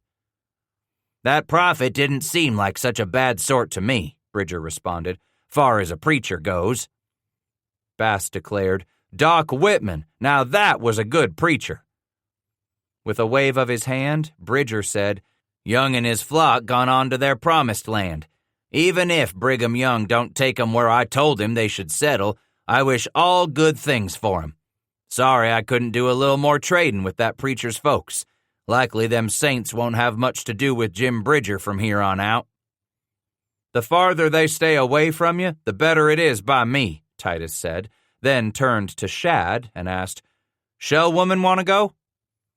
"See some new country with me," he admitted. "Ever since I brung that gal out of Cheyenne country, her eyes has growed hungry to see more and more." Titus looked down at Waits by the water, recognizing the interest that was apparent on her face as she managed to snag a few words here and there of the men's conversation. Roman Burwell stepped back to the fire, bringing young Lucas by the hand. Just before he had settled with the boy by his knee, Amanda rocked onto her toes to whisper something in her husband's ear. The emigrant turned to Shad in a huff, asking, "You say you're riding along with Hargrove's train, Mr. Sweet?" "Figured I'd come along to Fort Hall with you, lend a hand in what I could," Shad said. We don't need no help," Roman grumped. "Got this far just fine. We'll make the rest of the way just fine, too." Ignoring the settler's peevishness, Sweet continued to explain, "Won't get in your way. Coming only to see what I can do to help your bunch find a pilot what'd get you on to Oregon." Gripping her husband's arm tightly, Amanda asked, "You really think we might find someone to guide us at Fort Hall?" "Chances better up there at Halley than you waiting here," Titus explained. "That post sits at the edge of the country you need to be showed a way through, where the crossings of the Snake are, how to ford that river, some such. You'll do far better scratching up a pilot yonder at Fort Hall than you will anywhere along the road atween here and there." "What if we don't find us a pilot?" Burwell asked, his long brow deeply furrowed. Scratch thought a moment before he said, "Worst you could do'd be light out from there 'thout a pilot." Roman wagged his head unapologetically. "We can follow the wagon road where them who've gone before us come through that country. Ain't nothing to staying on the road all the way to Oregon." But Scratch snorted, "What your family come through already ain't but a piss in a barrel put up against what you got left to go." "But we can't go back if we don't find a pilot," Amanda groaned. "There's nothing left for us back there but lean times." Titus stepped over and gently laid a hand on her shoulder.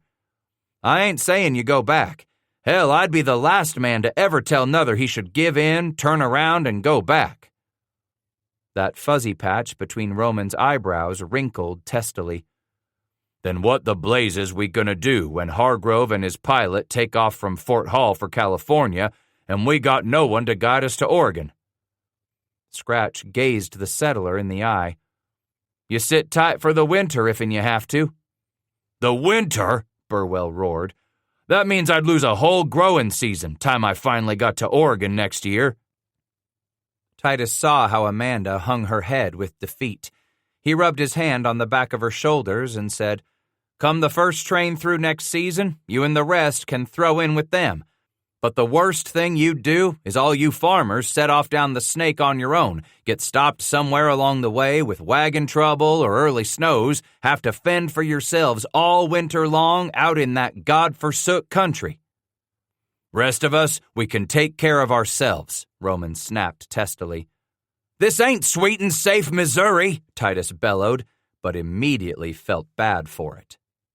For a long moment he gazed down at his grandchildren, sensing a deep and nagging responsibility to see them safely through.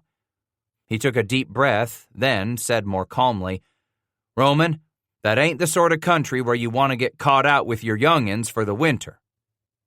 There'll be someone there, Shad reassured as he inched over a little closer to Burwell around the fire. Likely someone I know from the Beaver days, someone I can vouch for. Ain't that right, Scratch? Sweet's eyes pleaded a little. Titus quickly glanced over his daughter's family, deciding there was no choice but to agree with his friend, if only for the sake of Amanda and the others. Shad's right. There's a real good chance your train will hire a pilot soon as you reach Fort Hall. But if we don't, Roman pressed. Then pick you a spot to spend out the winter there within sight of the fort, Titus reminded. Just as Roman was about to open his mouth again, Amanda stepped up and slipped her arm through his, saying, I know we'll find us a pilot to hire, Roman. I feel it in my bones, so there's no need to fret any longer over what isn't going to happen.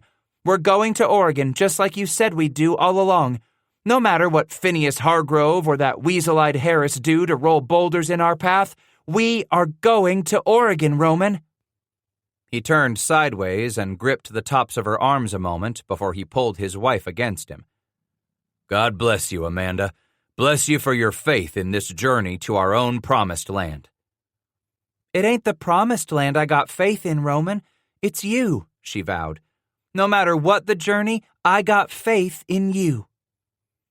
We was meant to go to Oregon, he said as he crushed her in his big arms. It's there we'll have all the bad days behind us. As the stars had blinked into view and the tree frogs began to chirp their friendly calls down in the slough, Titus watched how Waits fluttered close to Shell Woman as if she were reluctant to let her new-made friend go. He had felt a stab of pain for her. She was a social creature, not a loner like him. From the dawning of their first days together, he had realized that it was much, much harder for her to be apart from her family and her friends than it was for him to be alone. Back as far as those Boone County growing-up days in Kentucky, he had come to know he was not meant for needing much in the way of human company. Oh, for certain he knew he could not do without Waits and those children of theirs. It would be so hard when Magpie or Flea or even little Jackrabbit were older and went off to make a life of their own with another. But he would always have her, and that gave him the greatest sense of belonging he had ever known. Hers was the only belonging he felt he had to have for the rest of his life. From those days when his self-knowing was awakened in Rabbit Hash, time and again he had put his faith in the wrong people, more often in the wrong women. First, there was Amy Whistler, who wanted him for reasons other than loving him.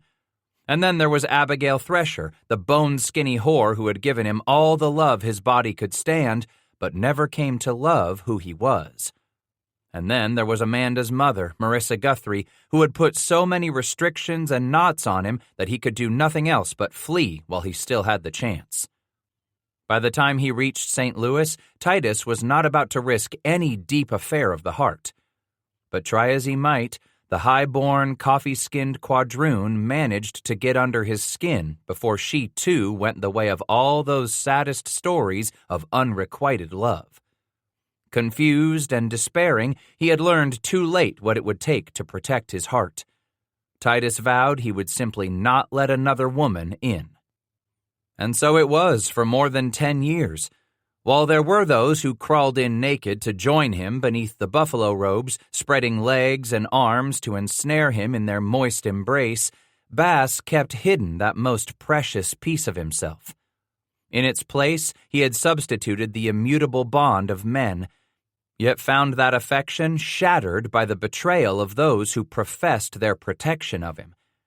It took a long, long time for him to genuinely trust again in those who rode the same trails as he, trapped the same high country streams, slept and snored, ate and laughed, hunted and fought beneath the same starry skies. But he eventually found friends. Not many, for he had never been a garrulous sort who sought the reassuring company of the many.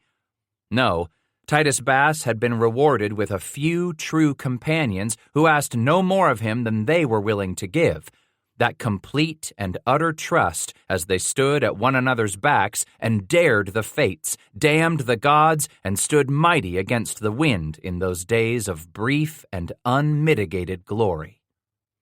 Good men, the best friends a man deserved, even those the likes of Asa McCafferty, who went bad for reasons he had never sorted out, a compañero who, in the end, asked one final act of faithfulness from an old friend.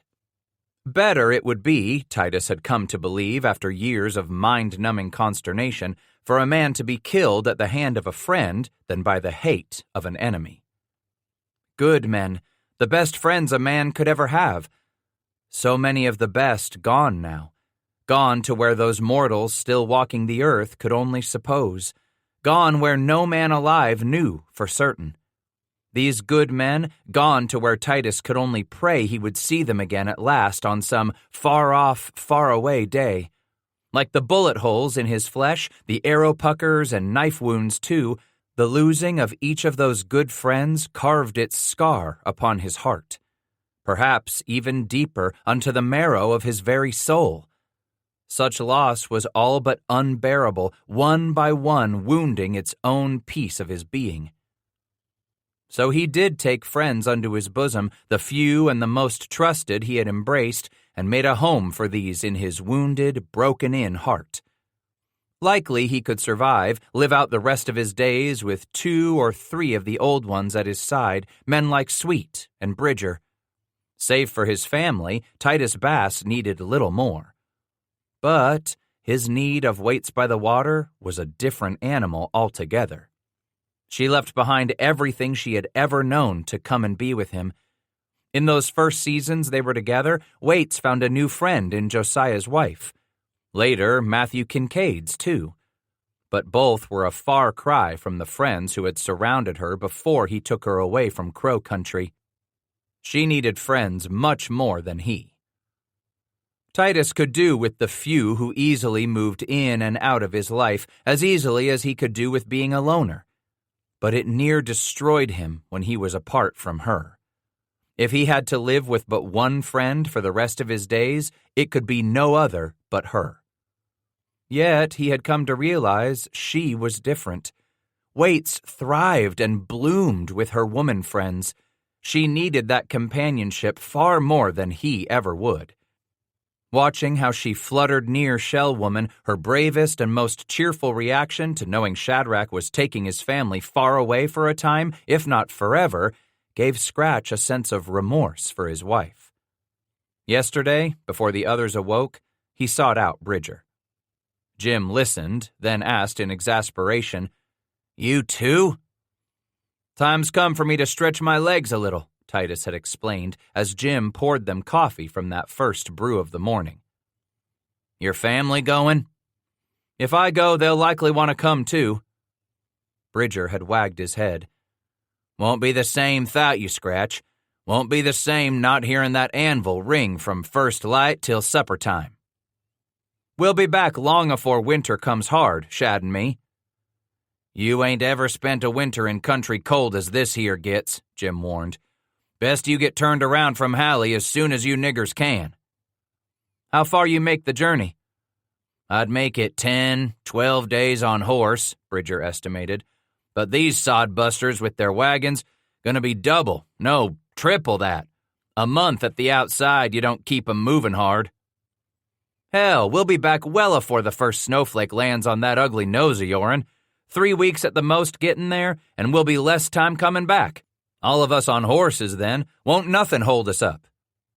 That's if you two bring a pilot to bait for this bunch of corn crackers. Dread of that had worried Titus into sleeplessness that first still night after his daughter's family trudged back to the wagon meadow and the others had carried sleepy children off to their beds.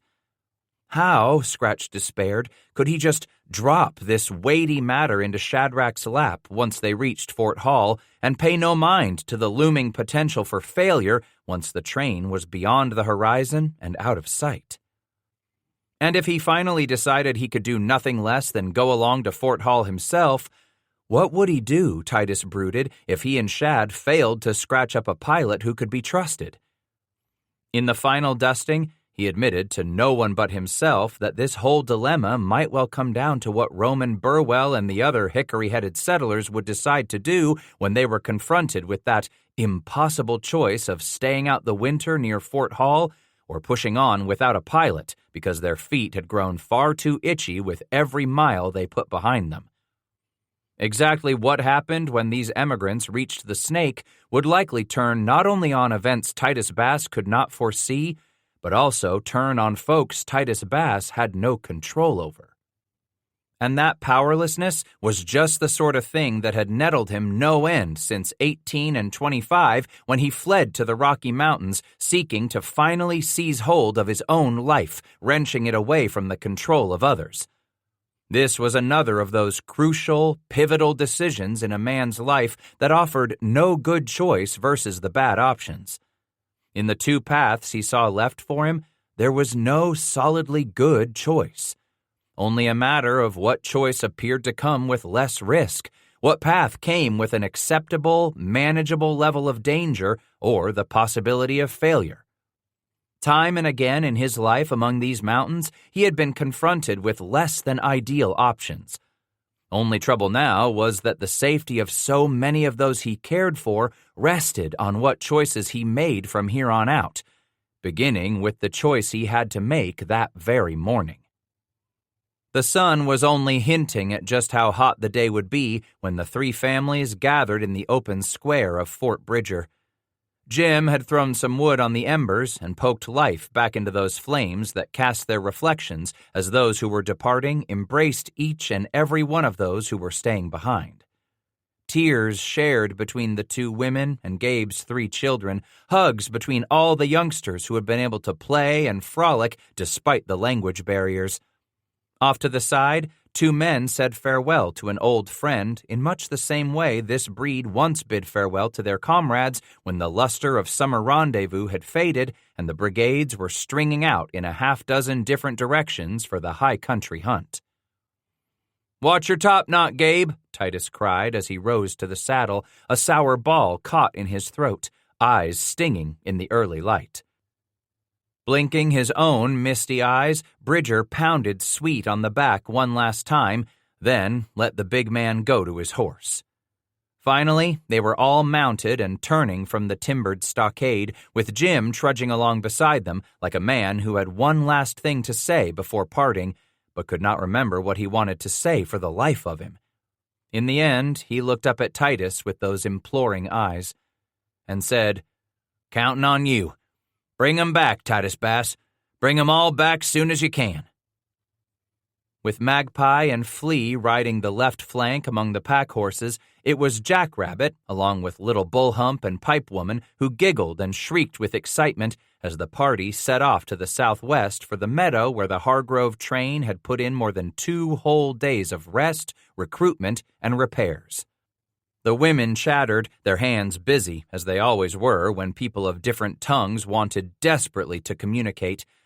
But there was really no need to understand Crow or Cheyenne to recognize the joy on their copper-skinned faces, the excitement in sharing this new adventure with friends.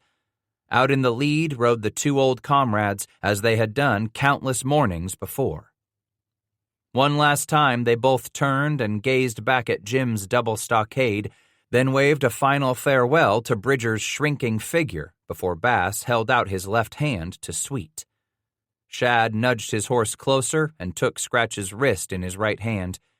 Gazing into one another's eyes with that long-buried smile of great anticipation, they squeezed hard before freeing their grip.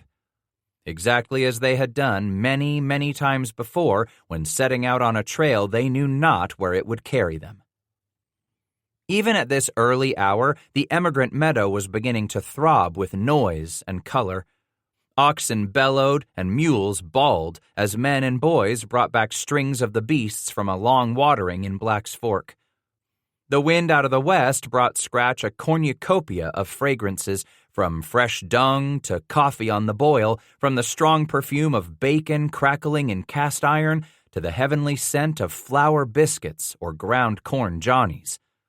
Here and there rode men on horseback, their eyes taking in everything as they moved slowly from wagon camp to wagon camp, rarely uttering a word that wasn't some terse or scolding command. "You figure 'em for Hargrove's bully boys?" Shad inquired. "That'n? See how he just spotted us?" Titus replied.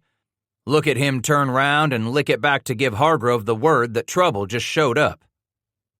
They watched that first rider off to their left give his horse a kick and lope away into the midst of the busiest place in camp, just before a second bull-necked horseman dared to ride a bit closer, standing in his stirrups for long moments while he satisfied his curiosity and got himself a good long look at the newcomers, then suddenly reined aside and tore off at a gallop. "We oughtn't find Roman's camp straight away," Scratch declared sourly. "I figure company's gonna come calling soon enough." "Never thought about it," Shad admitted. "What if Hargrove and his boys say we can't go along?" Bass snorted. "You ever ask a buy-your-please of area man to ride where you wanted to ride, Shadrach?" "No. Onlyest I ever give a thought of it was my first time in Blackfoot country up north." "What if they told you, 'No, you can't ride across our country'?" Sweet said, "We damn well rode across it anyways." "Now ain't the time to change our ways, Shadrach." "Titus," Roman Burwell shouted as he stepped from the corner of the wagon. "Come to see Shadrach off with us?" He waited a few moments longer until he had stopped near the wagon and dropped to the ground there as Burwell, Amanda, and their children came flocking toward the horses and those two happy yipping dogs. "My stick floats with Shadrach," he confessed. "Thort the young'uns and Waits might like to see some new country."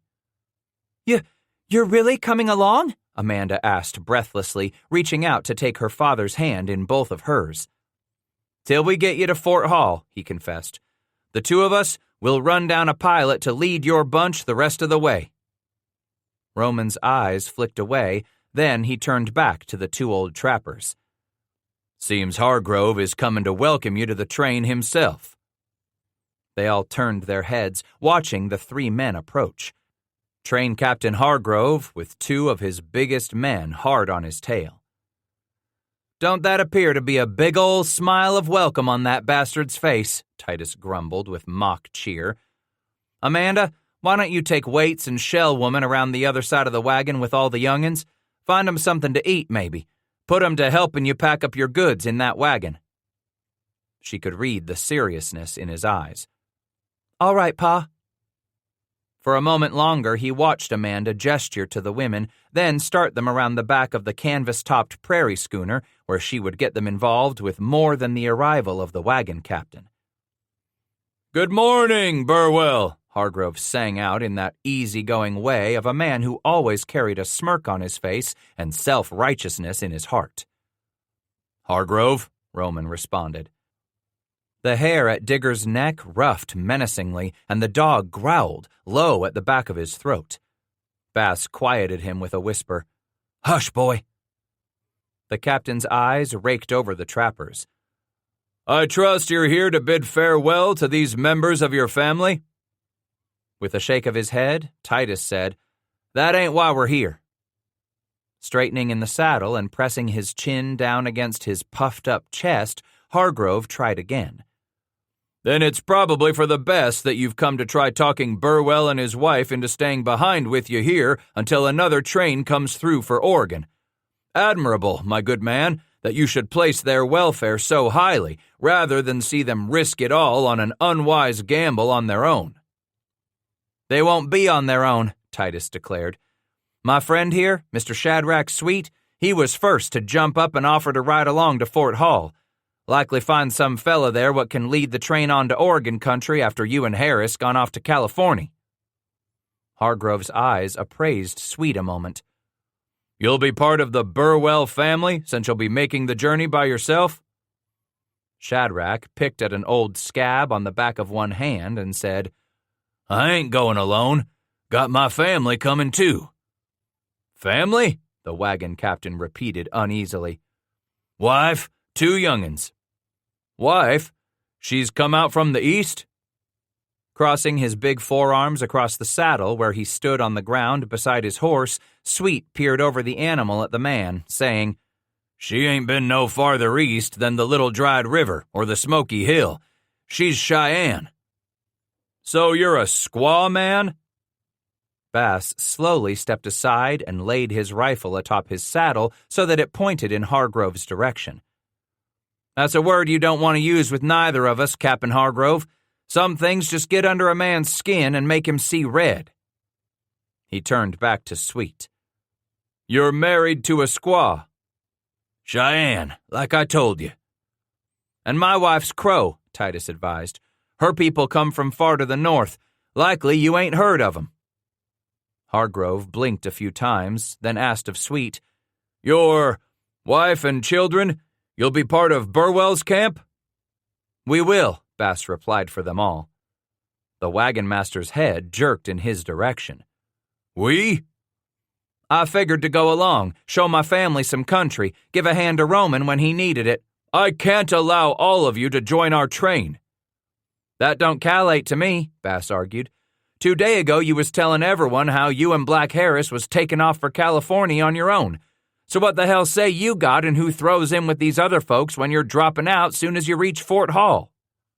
"It's my train," Hargrove growled. "I formed it. You was elected captain," Burwell interrupted as he stepped up suddenly, causing a horse ridden by one of the hired men to shy and shuffle backward awkwardly. "You don't own none of us, not our wagons, and you sure as the devil don't own this trail."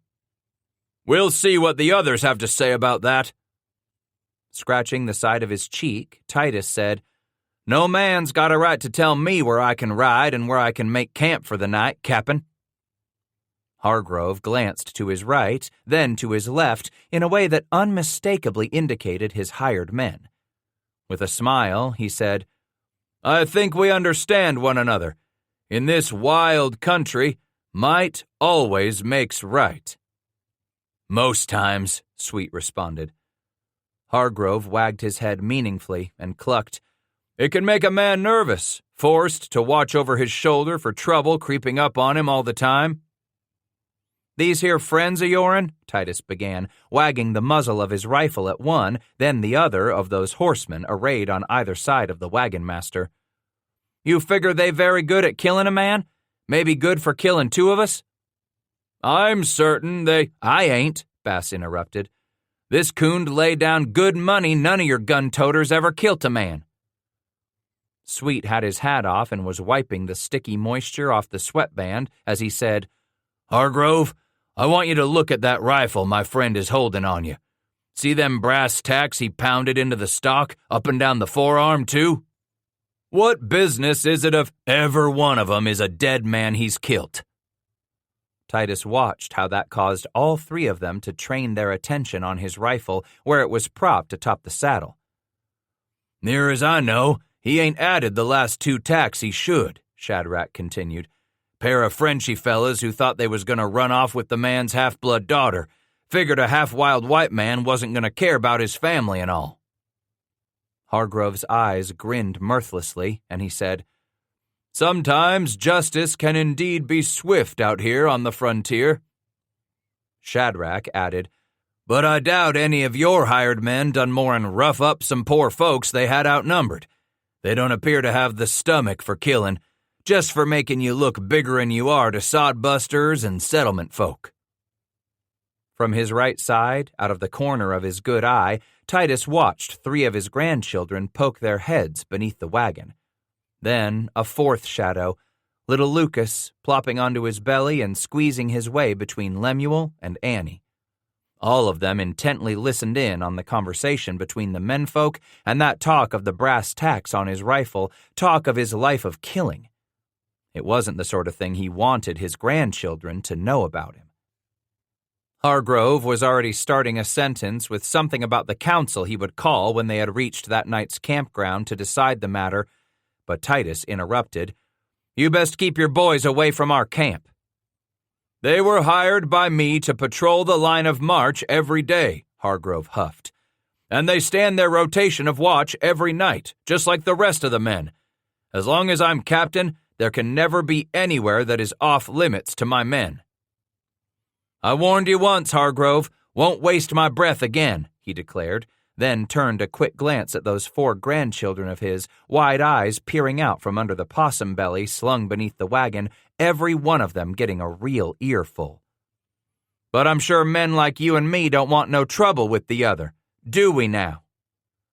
"This is my train, Burwell," Hargrove fumed as he turned to gaze at the farmer. "You signed on with your family, but these others didn't." "We ain't part of your train," Titus said. "We'll ride with this family, keep to ourselves, ain't gonna cause no trouble, but we ain't backing off from trouble if it comes, neither. Be sure to tell all your boys that. Don't want none of 'em crossing tracks with me or mine here on out." The wagon master sputtered. "I can't have my train providing for you." "We take care of ourselves," Shad declared. "Don't we, Scratch?" "We ain't taking nothing from another's mouth, Hargrove. We'll hunt for what we eat," Titus explained, "and we'll camp off from the rest of your farmers."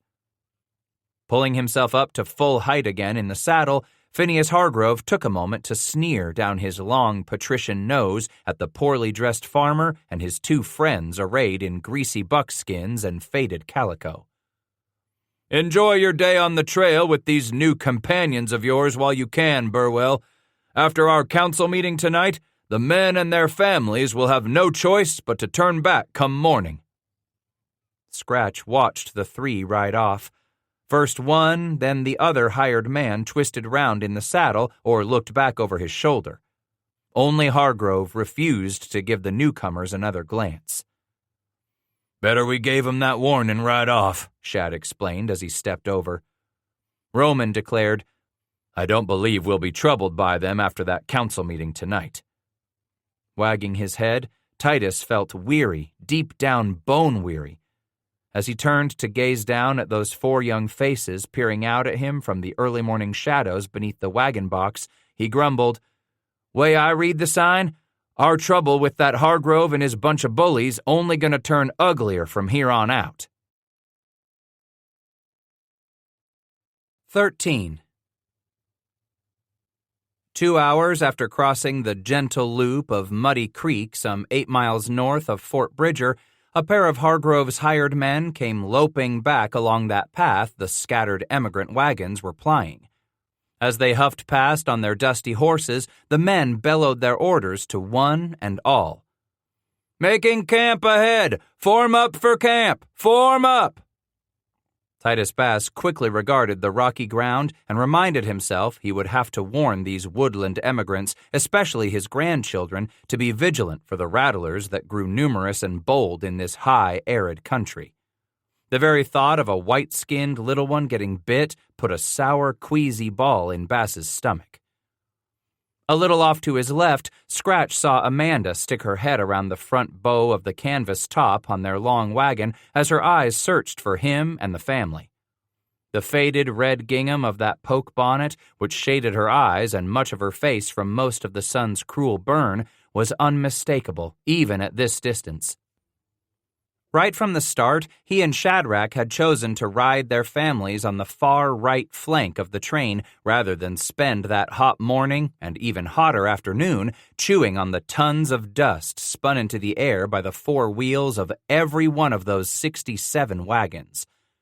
Where they could, most of the farmers gradually worked themselves into a wide formation rather than suffering the stifling dust in rigid single file.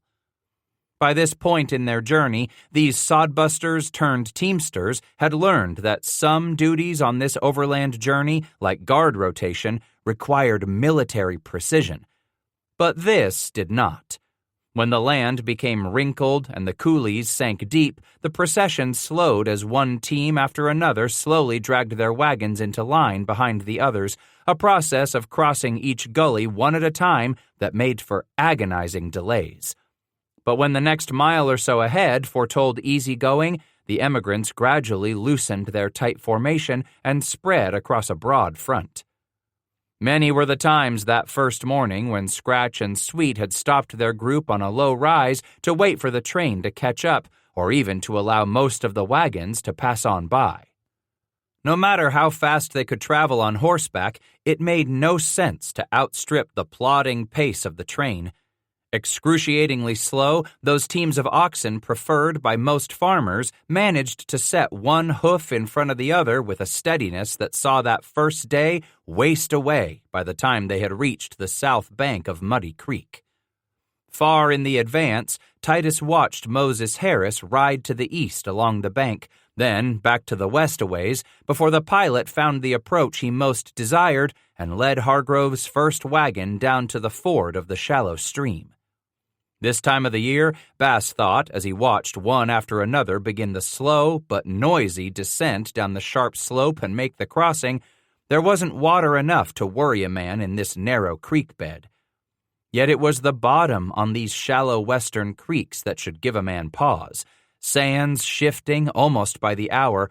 What was solid footing beneath the first wagons could, by the time the last few teams entered the creek, have turned itself into no more than a bowl of mushy grits beneath the 2-inch bands of iron welded around every wagon wheel. It had taken him most all of yesterday, his last in Bridger's Forge, but he and Roman had managed to swap off those much-worn 2-inch-wide iron tires the Burwells had rolled away from Westport on, then hammered and shimmed wider 3-inch rims around their shrunken wooden wheels. "Wished I'd had these back in May after we got ourselves out on the prairie," Roman had commented as they were muscling one of the hot tires onto a wheel there in the shade of the awning. "When all them rains come day after day, a narrow tire sinks faster." "Ain't nothing gonna keep your tires from sinking under a heavy wagon," Titus had told him. "But out here, a wider tire do better crossing creek bottoms and rocky ground, too."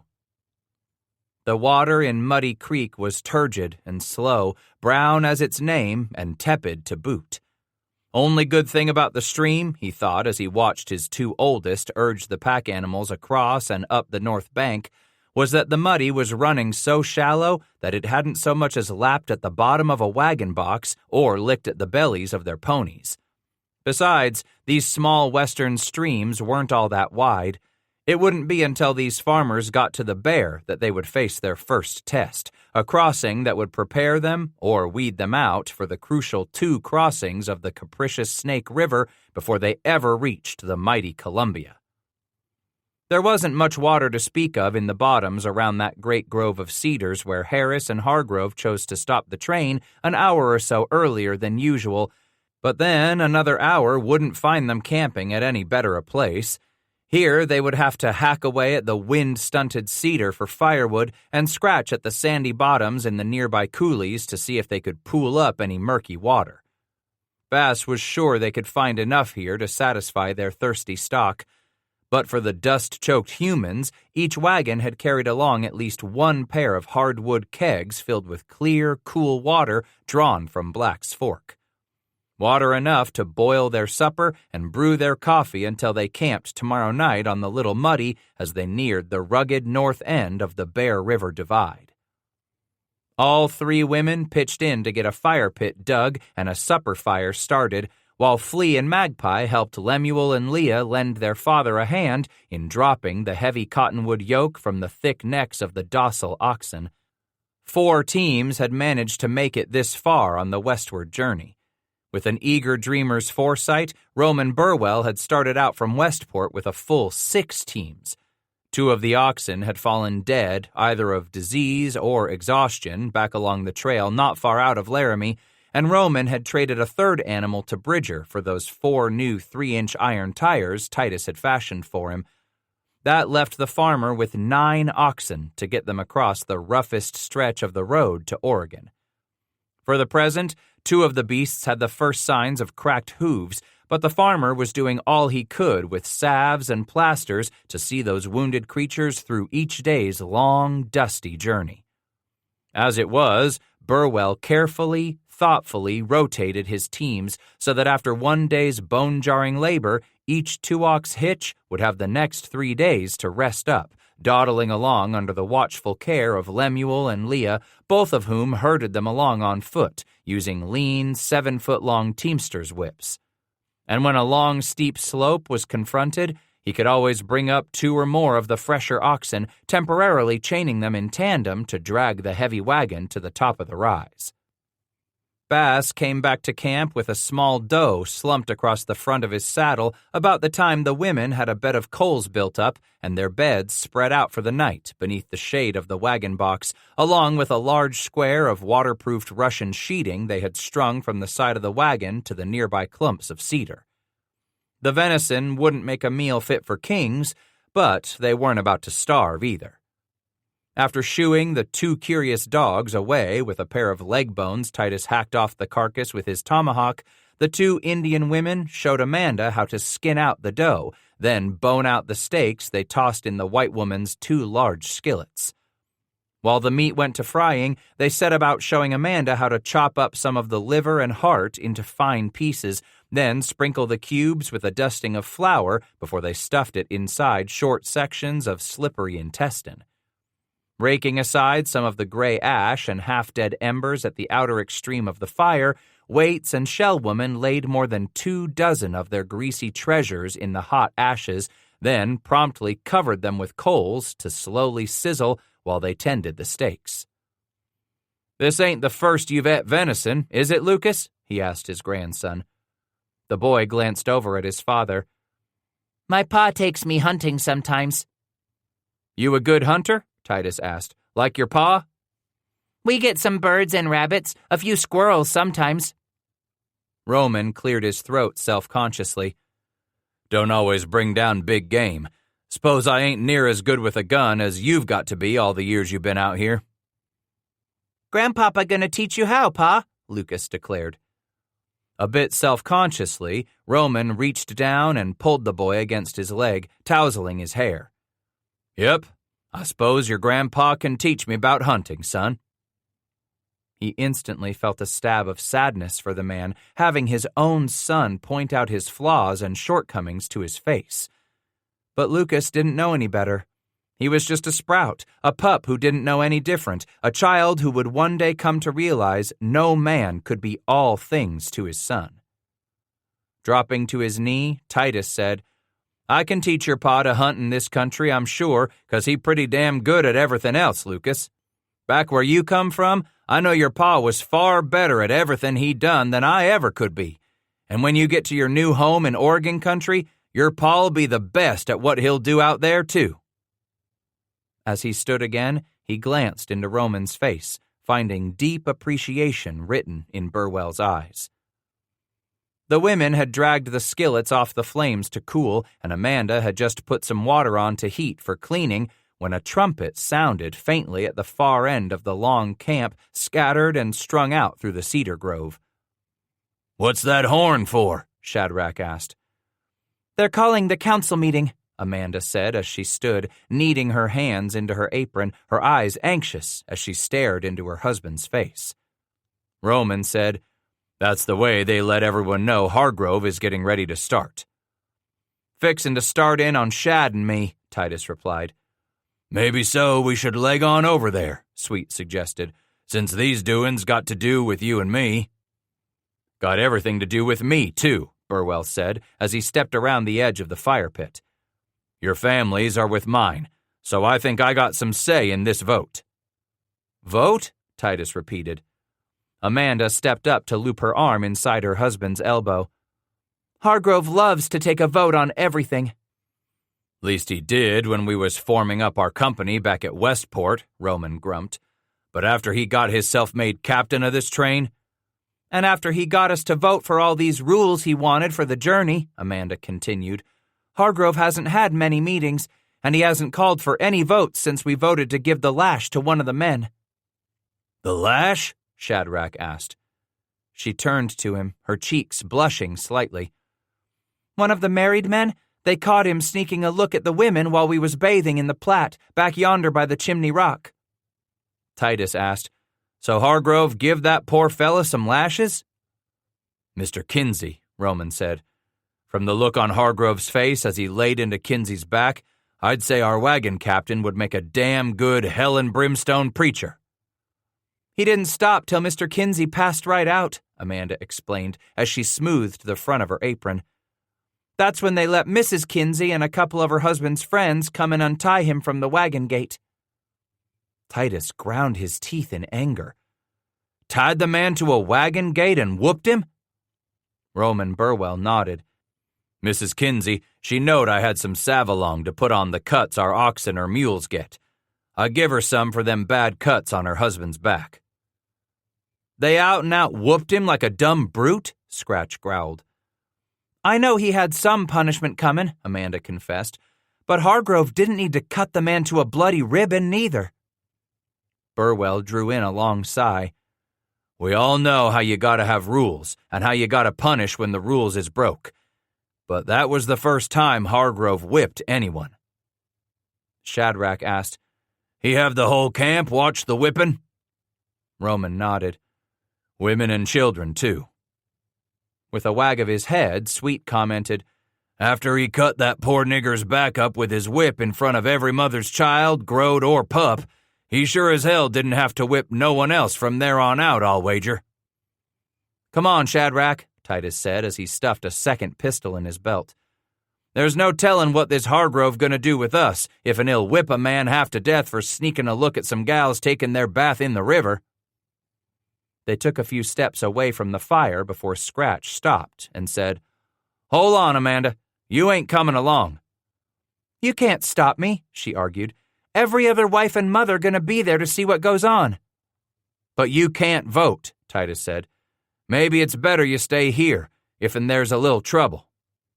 If there's trouble, that just gives me an even better reason to come along. Titus, Roman used his father-in-law's name for the first time, best you realize you aren't going to talk her out of this. I ain't? Amanda wagged her head. No, you aren't, Pa. He snorted in disgust, but a grin crept onto his face as they started off again. Lot of respect a father gets around here.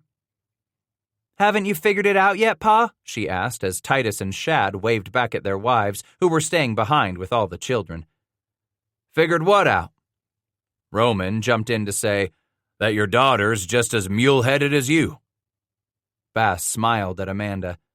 Are you now? Leastways, Shad said with a chuckle, the woman's fortunate she got her mama's purty looks and not your bird dog face. You best be careful who you call a dog face, Shadrach, Titus warned, squinting one eye at the tall man as they neared the assembly. You damn well may need all your friends when you go up against a vote by Preacher Hargrove. A cool breeze stirred the air as Roman Burwell stepped through the women and children who parted for them. It was clear to Scratch how the lines had been drawn and solidified across the last day of travel. Those who had cast their lot with Phineas Hargrove now tended to cluster close by the wagon captain and his hired men at the right side of the circle, while the majority of the train comprised the other 2/3 of that milling ring with no clear leader to throw the weight of their votes behind. All they had to hold on to was that they knew far, far more about Oregon country than they knew about California. Most every pamphlet and news story published back east, most every backer of emigration spoke only of Oregon. These settlers had cast their eyes on Oregon. They trusted the dream of place more than they could ever trust the persuasive charisma of that one powerful man and all his money. As they entered the assembly, more than a dozen men made a point of crowding around Burwell to shake the man's hand, and that many more nodded or murmured with approval as Bass and Sweet followed Roman around the inner edge of the circle, stopping just short of that spot where Hargrove was holding court among his loyal supporters. One of the faithful leaned in and whispered something to the captain. Hargrove turned. "Ah, I see the principals have finally arrived," he gushed with enthusiasm and a metallic smile. "It's time we call this council of the Hargrove Organ Company to order." Titus leaned close to Amanda and whispered, "Ain't gonna be the Hargrove Organ Company for much longer, is it?" "Maybe call it the Cowards Run to California Company," she whispered back to Titus just before she stepped over to her husband's elbow and squeezed one of his big, rough hands. Just as quickly, she inched back through that front row of men until she stood among the other women and children who would serve only as spectators for this rare practice of frontier democracy. Only adult males possessed the right to vote. Their wives and children did not hold such a privilege. From that outer fringe of this assembly, Amanda could only watch what was guaranteed to have a bearing on her family's fortunes and its future from here on out, no matter how the vote came down. Scratch watched his daughter take up her position with the other women, who all looked on in silence. Come what may this warm summer evening, as the land finally cooled, he realized that the vote Hargrove would call for would affect his daughter's family one way or the other. If Hargrove convinced enough of the emigrants to vote against Bass and Sweet tagging along to Fort Hall, then it was a certainty the two of them would have to push on ahead of the train so they could go through with their plans to help scratch up an old comrade from the Beaver days to guide the farmers on down the Snake to the Columbia on into Oregon country. But if enough of these emigrants turned aside the wishes of their wagon master, there might well be a chance that Hargrove would retaliate against the Burwells for what the wagon master would see as mutiny. Titus Bass hadn't lived 53 years not to recognize an oily-tongued, snake-bellied, duplicitous bastard when he saw one. Dangerous thing was, Hargrove seemed just the sort of man mean enough to make anyone who turned against him pay for that transgression, and pay dearly. Throughout that day, after the long procession had formed up and slowly rambled out of that meadow along Black's Fork, pushed for Muddy Creek, then dawdled through that easy crossing, Scratch had weighed out the heft of that dilemma. Would it just be all the better for him and Shad to tell Hargrove that they would turn around and start back for Fort Bridger in the morning, then secretly slip around the far side of the Bear River Divide and march on to Fort Hall on their own, so there would be no more confrontations with the man and his bullies that might end up hurting his daughter and the ones she loved in the long run? Maybe so the two of them didn't need to ride on to Fort Hall in any event. Wasn't it entirely possible that Roman and the others who would not be turned away from Oregon could find someone to pilot them to the Willamette on their own? Did these farmers and settlement folks really need two old hibernants throwing in to see them through to Fort Hall and they're digging around for a pilot? Maybe this matter of his tagging along to the Snake River was causing more trouble than all the good he could ever do. Phineas Hargrove stepped to the center of that open ground surrounded by the men who had selected him to serve as their captain all the way to Oregon, while his 7 hired men dispersed among the others. Titus began to cipher how many men there were, how many votes there would be to count when it came down to a show of hands. I'm going to assume that most of you don't have any idea why I've heralded this meeting tonight with our trumpet, Hargrove began, his stentorian voice clear as a clarion bell over the crowd of hundreds. You don't want my father-in-law to ride along to Fort Hall, Burwell roared as the throng fell quiet. Him and his friend, both men good on the trail.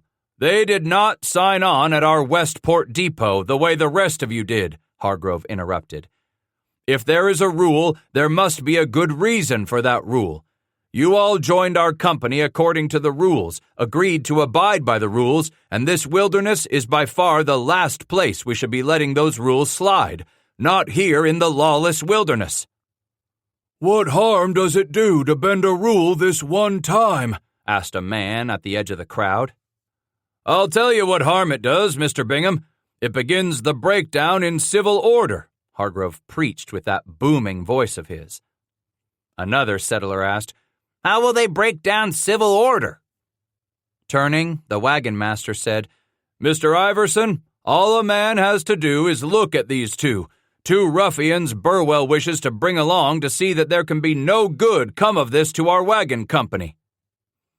"What are you claiming they're gonna do, Hargrove?" He turned slightly again to address the new speaker. "Dulmer, isn't it? Agreed, we have no idea what men such as these might do to disrupt the law-abiding orderliness of our company. These roughs have been freed of the constraints of civil society for more years than we could ever guess. They have lived without the fetters of responsible, God-fearing men like the rest of you." "How safe are our wives and daughters around these two strangers?" one of Hargrove's backers prompted.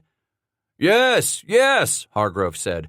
"Wouldn't you fear for your wives and daughters with such lawless, unscrupulous creatures as these ruffians and scoundrels along on the journey?" "Hold on a minute," cried a man standing near Burwell. "Why the devil we have to fear for our wives and daughters from these two? You know something about them you ain't told us?" Hargrove took 2 steps toward the doubter. "Just look at them, dressed like Indians, their hair long and unkempt like a pagan savage keeps his hair. Do you want that specter residing in our camp?" Off to Bass's left, a man took a step into the ring before he spoke. "So what the blazes do you call that?" Turning on his heel, the wagon master looked in the direction the farmer was pointing. "What, Amons? Call what?" "That pilot you hired back at Fort Laramie." With a hearty laugh, Hargrove asked, "Harris? You mean Harris?" "Yeah," Amons responded with a tug on his soiled suspenders. "These two who came along with Burwell don't look no worse than your hand-picked pilot." "For God's sake, the man is our pilot!" Hargrove shrieked. Roman Burwell snorted. "Sure as the devil looks like he's your pilot to California, Hargrove." "Listen, Burwell," Hargrove snarled as he whirled on the big farmer. "Ever since Laramie, Harris has been our pilot. Each and every one of you trusted in me to engage a pilot when we reached Fort Laramie. This man is our guide. He's not like those other two who threw in with your family at Fort Bridger." "The man's my father-in-law," Burwell growled, "and the other one is his good friend. That makes 'em both near kin to me." "But we do not have room for any travelers to throw in with this company," Hargrove said, frustration crimping his features. A new voice called out, "What's it hurt?" He turned on the man. "Why, Fenton, it hurts the rule of law and orderliness here in the wilderness. If we let things slip out here, even a little, then we truly are not bringing God's order and civilization to our new homes." "These two won't ruin nothing," another shouted. Then a voice seconded that opinion. "And I haven't seen either of 'em coming round my wife and daughter like you claimed they would." Hargrove countered, "This is but the first day. There hasn't been time for these beasts to show their true stripes." "Maybe so we ought to put it to a vote," called a voice. "No, Pruitt," cried the wagon master. "We haven't had our full debate." Bingham took 2 steps away from Burwell and yelled, "We can call for a vote now." "No!" Hargrove bellowed his desperation, wheeling to gesture at his supporters. "We haven't heard anything from the other side." "I say let's vote," Burwell called. Titus felt the palpable surge of electricity that shot through the murmuring crowd like a jolt of lightning. "No, you can't!" But Burwell was not distracted. "Those who don't want my father-in-law and his friend along to Fort Hall, not yet, you can't vote yet." Yet Burwell continued, "Let's see a show of hands." Immediately, those on the far side of the assembly raised their arms, perhaps as many as 20 men, along with Hargrove's 8 hired men, while the train captain began to wave both of his arms frantically. "No, there must be time for more debate." Roman Burwell continued, "So we should have a show of hands for those who see nothing wrong with these 2 men coming to Fort Hall with us." Only a blind man without ears would have trouble sorting out which way that vote went. As soon as more than 60 men held their arms in the air, they began a spontaneous cheer of relief, of jubilation, of revolt against the tyranny of the man who had arrogantly turned his back on them and would be making for California, leaving them high and leaderless at Fort Hall. Burwell turned to Hoyt Bingham and said in a voice just loud enough for those close to hear, "I think it's time we got this all settled here and now." "The new captain?" Bingham whispered. "Yep, let's get this over with so we can toss Hargrove out on his ear." Bingham quickly looked at the wagon master shuffling over to his supporters, listened to the noise of their arguing, then pursed his lips and nodded his head once in agreement. "Friends! Friends! Fellow members of the Hargrove Organ Company," Roman bellowed, shaking both arms aloft for silence. "We have an important vote to make tonight, even more important than the one we just made." "Vote?" Hargrove squealed as he wheeled about on his boot heels. "What other vote? You can't do this without your captain's permission." Burwell took a step toward the center of the ring and told the crowd, "We ought to vote on a new captain." For a long moment, the entire assembly fell into a dead hush. Not a sniffle or cough, not one shuffle of a boot on the sandy soil or the murmur of a mother scolding a child. Nothing for 3 long heartbeats. Then, all hell broke loose. Hargrove's supporters and hired men began screaming their objections, which only prompted the man's detractors to cheer, clap their hands, and stomp their feet on the ground, which drowned out most all of the naysayers. Once more, Roman was signaling for some quiet. Then he yelled, "For our new captain, I throw in the name of Hoyt Bingham." "Hoyt Bingham?" Hargrove yelled. "I put a second on that vote," Iverson shouted. "How about you, Roman?" Burwell turned to the speaker, who stood at the side of the throng. "Mr. Ryder, I do appreciate your confidence in me and all." "You stood up to that two-tongued no-good who lied about taking us all the way to Oregon," Ryder said as he scratched at his gray-flecked whiskers. "I say you showed you got the stuff to be our captain." A moment after some of the crowd began to roar its approval, Roman shushed them again and said, "No, I won't let my name be put in the vote." "Why, Roman?" Burwell turned to the man. "Mr. Truell, I won't let you vote on me because I know I'm nothing more than a simple farmer. I know I haven't got the brains to lead this outfit to Oregon." That's when Titus roared, "But you got the heart to do it, son." Roman turned and stared incredulously at his father-in-law with something in his eyes that told Scratch that the man was about to loose some tears. Suddenly Bingham was beside Burwell, saying, "I don't believe what Roman Burwell says when he tells you he doesn't have the brains to lead this outfit, but I do believe that Roman has the heart to make a good captain of this Oregon company. I will serve as your captain, but only if Roman Burwell will serve as my co-leader." The deafening roar of more than 200 throats drowned out the exasperated cries of the desperate knot of men and women which had tightened around Phineas Hargrove. "All those in favor?" Bingham called for the vote. But the noise was even louder still, frightening magpies and jays from their roosts in trees for a full half-mile around the cedar breaks. "Any opposed?" Bingham shouted. "Any except Hargrove's California Company?" "But we're going to the same place," Hargrove growled as he parted his supporters and advanced on Bingham and Burwell, his hired men in tow. "I will serve out my term as the leader of this whole company." Suddenly, Roman and Bingham stood shoulder to shoulder before him, more than 24 friends closing in a phalanx behind their newly elected leaders. That stopped the wagon master and his young muscle in their tracks. "Unless Hoyt Bingham has something against it," Burwell announced to the throng, "Phineas Hargrove and his people can travel with us till we get to Fort Hall, but only 'cause the rest of us gonna let them stay." "Amen to that," Bingham cheered. "Out here in this new country we're gonna build, a man can't stay leader if the people he leads decide they won't follow him." Burwell drew himself up and looked down at the smooth-faced Hargrove. "It's a new day, Cap'n. No more are you going to walk on the rest of us just so you can get yourself and your guns to California." The apologetic look that came over Hargrove's face appeared convincing enough to the crowd. I can see now where I've been a little harsh," he confessed with downcast eyes. "But I had a job to do, a job you men of this train elected me to." "Now you take your people to California," Roman reminded him. "Yes," Hargrove agreed, appearing contrite and duly chastised.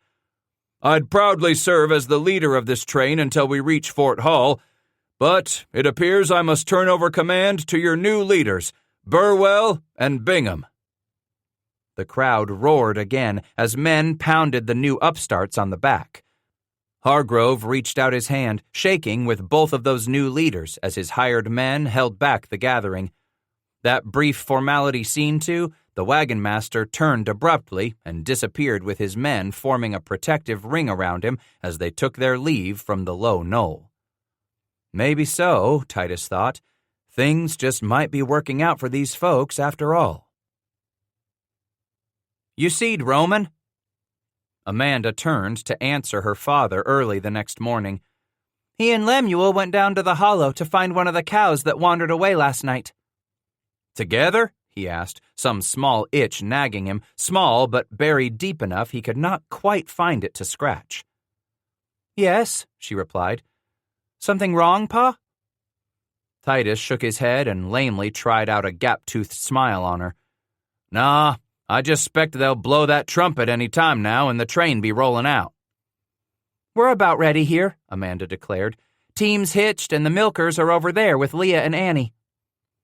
As she turned away to toss the last of the bedrolls over the rear gate of the wagon, Scratch slowly scanned the cedar brakes that surrounded them on 3 sides.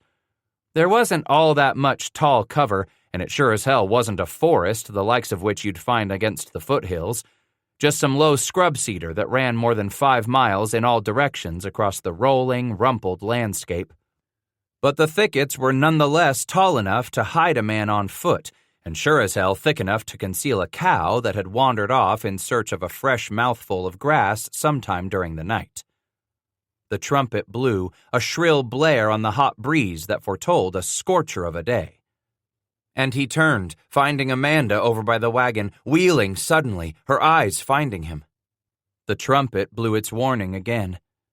Scratch watched his daughter swallow as she blinked into the distance, smoothing her open hands down the rumpled pleats at the front of her dirty brown dress. "Ma!" They both whirled, finding Lemuel trudging out of the cedar brakes, the front of his shirt dark with sweat. This early in the cool of daybreak? As the youth lunged closer, Bass could see how his hair was plastered with dampness, his face glistening. "Lem!" she cried, starting for him. "I heard the trumpet," he gushed breathlessly as he approached the wagon and his mother, who lunged forward to greet him. "Come fast as I could." "Where's your pa?" "He's not here?" the boy asked as his dusty boots slid to a halt on the flaky soil. "Didn't he come back with the cow yet?"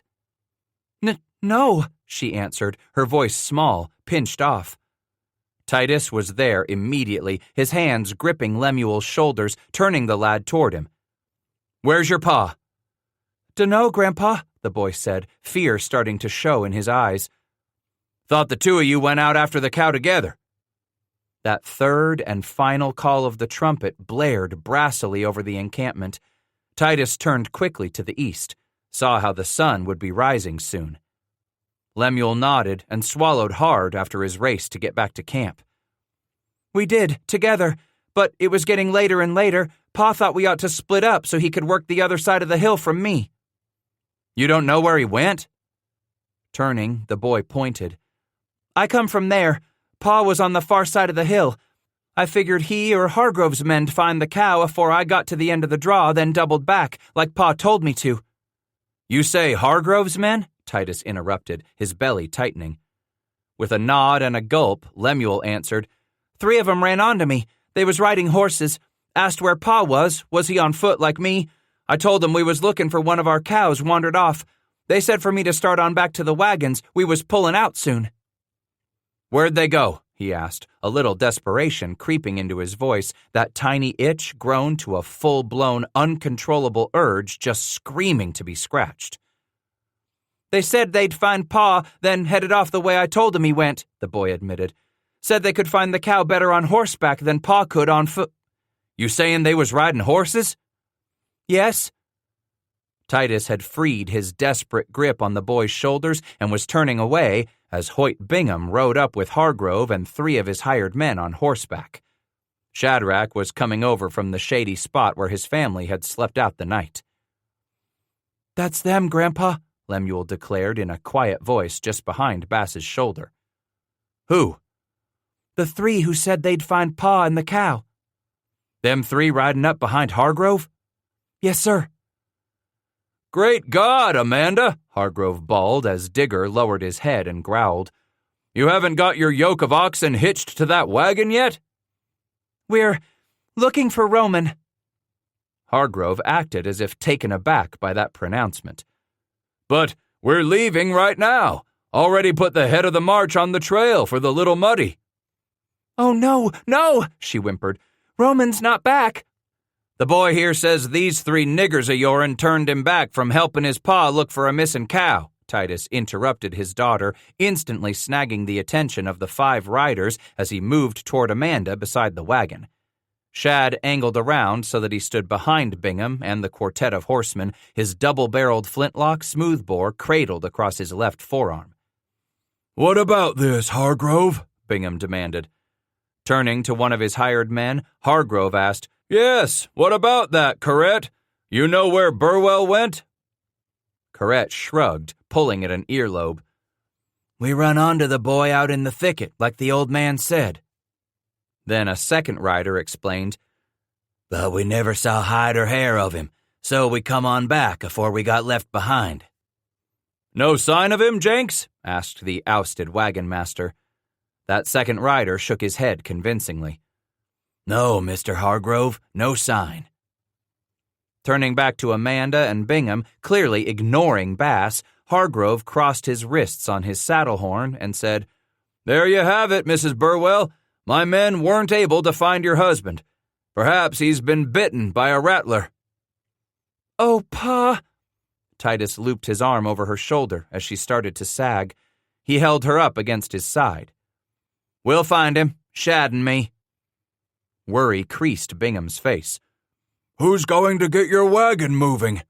He pointed off at the rest of the wagons, the last of which were rumbling into motion, oxen lowing, mules braying, men barking commands at the animals, and women hollering at their children to catch up.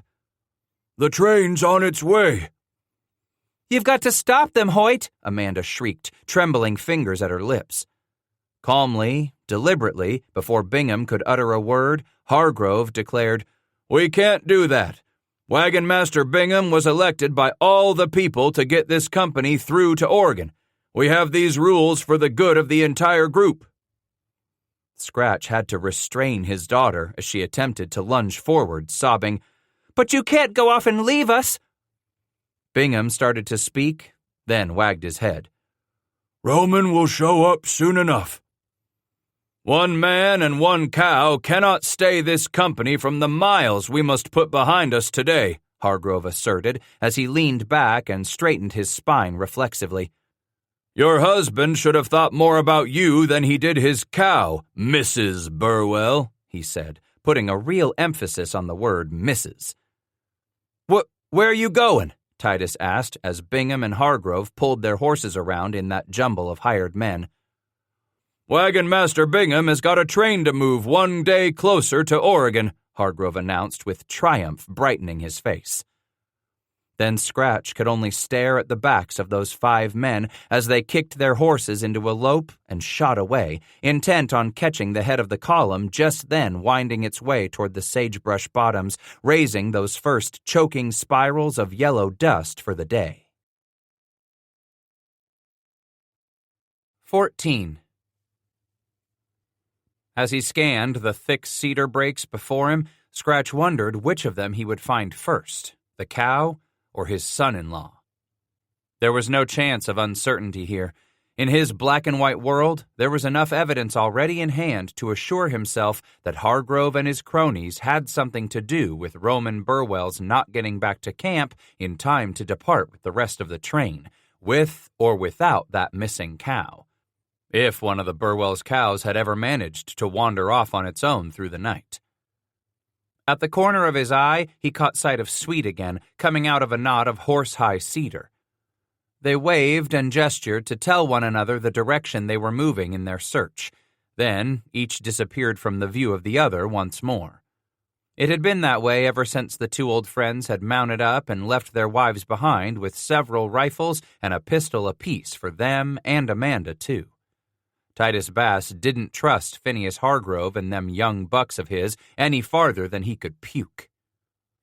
"I'm going with you," Sweet had announced as the backs of those 5 riders headed down the long slope toward the bottoms, where the grayed canvas of the wagon tops looked like the back of a bull snake winding its way north by west for the Little Muddy and the north end of the Bear River Divide. For a long moment, Amanda had shoved herself against her father, clinging to him, sobbing into his chest. That's when Titus noticed his 4 grandchildren coming their way, their eyes filled with questions, even the beginnings of a little terror. "Amanda, your young'uns," he whispered, and pulled her away from him slightly so he could peer into her face. "They need you right now." But, Roman?" His eyes narrowed meaningfully. "We'll find him, Shadrach and me. You see to the young'uns while we're gone. Don't let 'em see you worry." She nodded and swallowed deeply, quickly dragging a palm down both of her cheeks as she blinked her eyes clear. "Yes, you're right," she said bravely, then attempted a smile. "I'll wait here with the children while you and Shad go find Roman." The children stopped right behind her, Annie and little Lucas both tucking themselves under their mother's arms as they pressed themselves against her legs. She clutched them desperately. "We'll wait here for Grandpa to find your father. Then we'll be on our way for the day." "But them others has left without us," Lemuel said. "It doesn't matter," she snapped at her eldest. Titus put a hand on the boy's shoulder. "That train ain't going nowhere we can't find it. All them tracks, we'll catch up before end of the day, son. Tie up them dogs so they stay right here with the rest of you." All right, sir." He patted the lad on the shoulder, then turned to his tall friend. "Let's see the women got 'em plenty of guns ready afore we light out." Each of them had stuffed an extra pistol in their belts before leaving their 2 Indian wives with the spare rifles and smoothbores. Both of them could shoot center well enough. There was never any telling what sort of critter might wander out of these cedar breaks to pose a danger to the women and children they were leaving behind. 4-legged and clawed, or 2-legged and snake-eyed to boot. "Why can't I go with you?" Lemuel demanded as he sprinted up to them a few minutes later when the men swung into their saddles. Titus had peered down at the boy's face. "Your ma, she needs you right now, and I need to know I left a man behind to watch over the rest, Lemuel." The boy took a step back from the horse, peering up at his grandfather from beneath the shapeless brim of his low-crowned hat, his eyes glinting with a newfound courage. "Yes, sir." "That's a good man," Titus said quietly as he reined aside. He made it a point to ride right past Amanda as she stepped toward them in their leave-taking. When she held out her hand, he reached out with his, and seeing the tears streaking her dust-covered face, he gripped her thin fingers a brief instant as his horse carried him past, then kicked the horse for all it was worth. He was feeling his own eyes sting as the animal beneath him bolted into a gallop. And he didn't slow the horse until he and Shad reached the bottom of the next swale where he could no longer look back over his shoulder and see the wagon camp. Nothing more than that long smudge of dust rising yellow against the hot, pale blue of the summer sky as the sun finally broke the horizon, instantly creating shadows in the cedar thickets where before they had been only shades of gray outlines. He found the body at the head of a draw.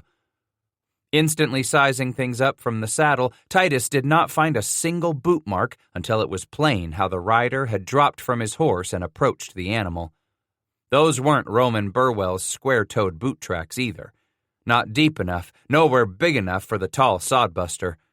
Titus sighed, searched in 3 directions for Shad, took one last look around for sign of Roman or maybe a strange rider on the horizon, then came out of the saddle. Dropping the reins, he stepped toward the carcass of the milk cow. A few flies were clustered on the udder, and by the hundreds they were already clotting the long, deep gash across the throat. He followed the 6 boot tracks to the carcass, saw how the man had walked right up to the docile animal, then slashed its neck then and there. There was a dribble of blood where the boot tracks ended, then cow prints as the animal stumbled sideways, flinging its head and blood in both directions until it fell several yards from where the boot tracks ended. Titus stepped beyond the last of those prints, right over to the cow, and knelt beside its head. He held out his left hand, fingertip tapping the wide puddle of dark brown molasses beneath the carcass. Cold. A little gummy beneath the crusty surface, but soaked into the ground and hard for the most part. Wiping his fingers across the gritty soil, he stood and turned back for the horse.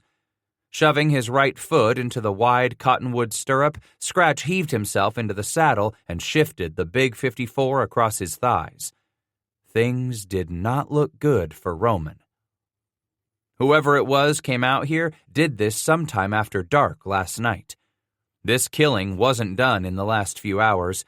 The lone horseman had wrangled the cow away from the rest of the stock, then herded it over 2 hills and into the bottom of this draw.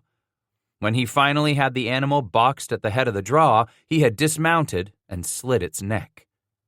Things did not look good for Roman Burwell at all. Slamming his heels into his horse's ribs, Titus Bass tasted the sour burn of dread rising in his throat with the burn of gall.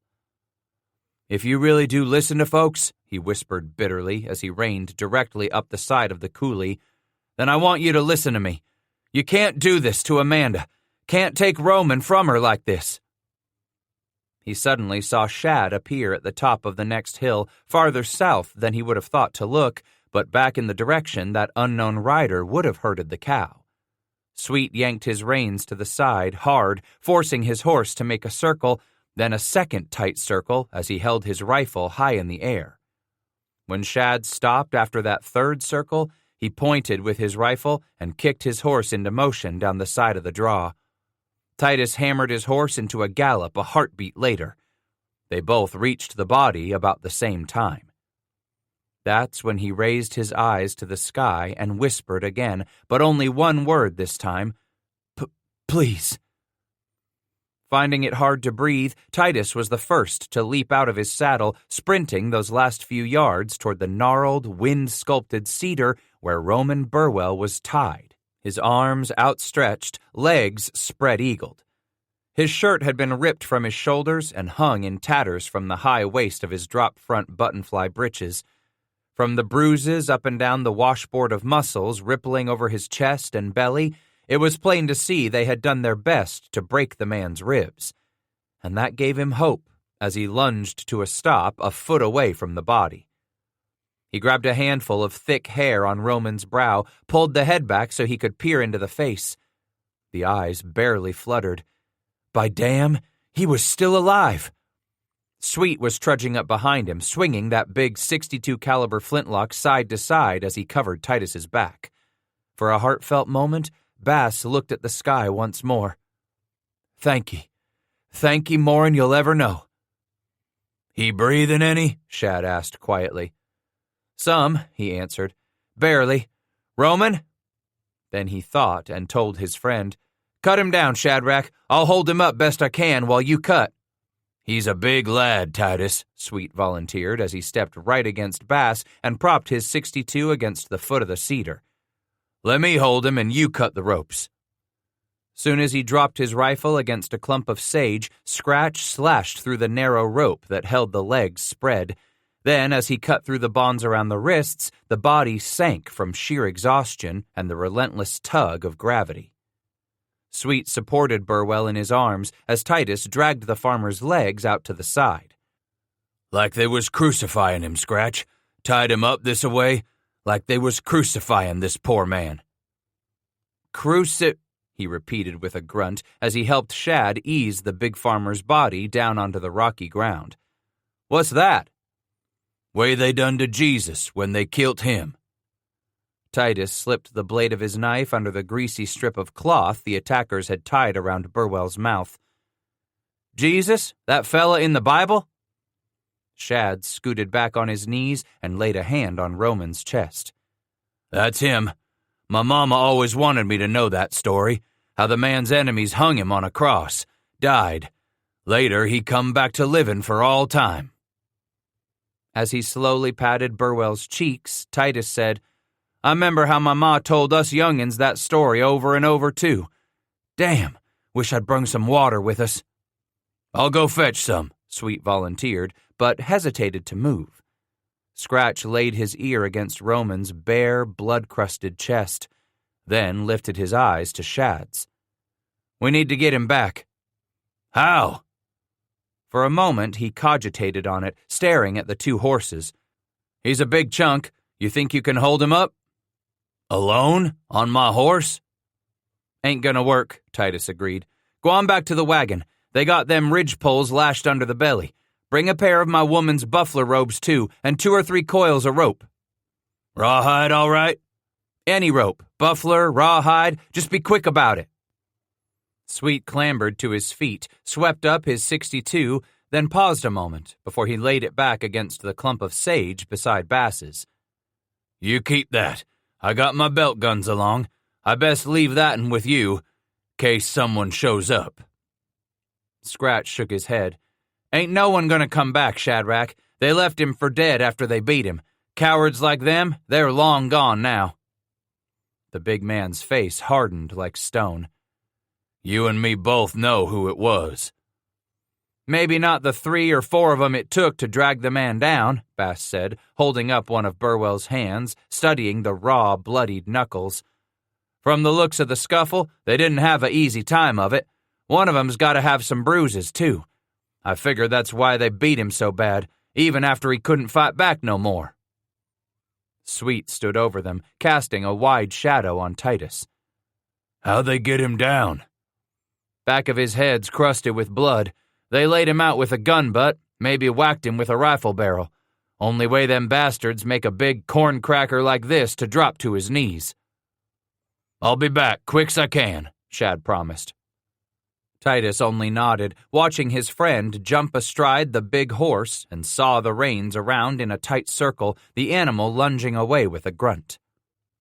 When he looked back down, he saw that the new sunlight was starting to reach Burwell's eyes.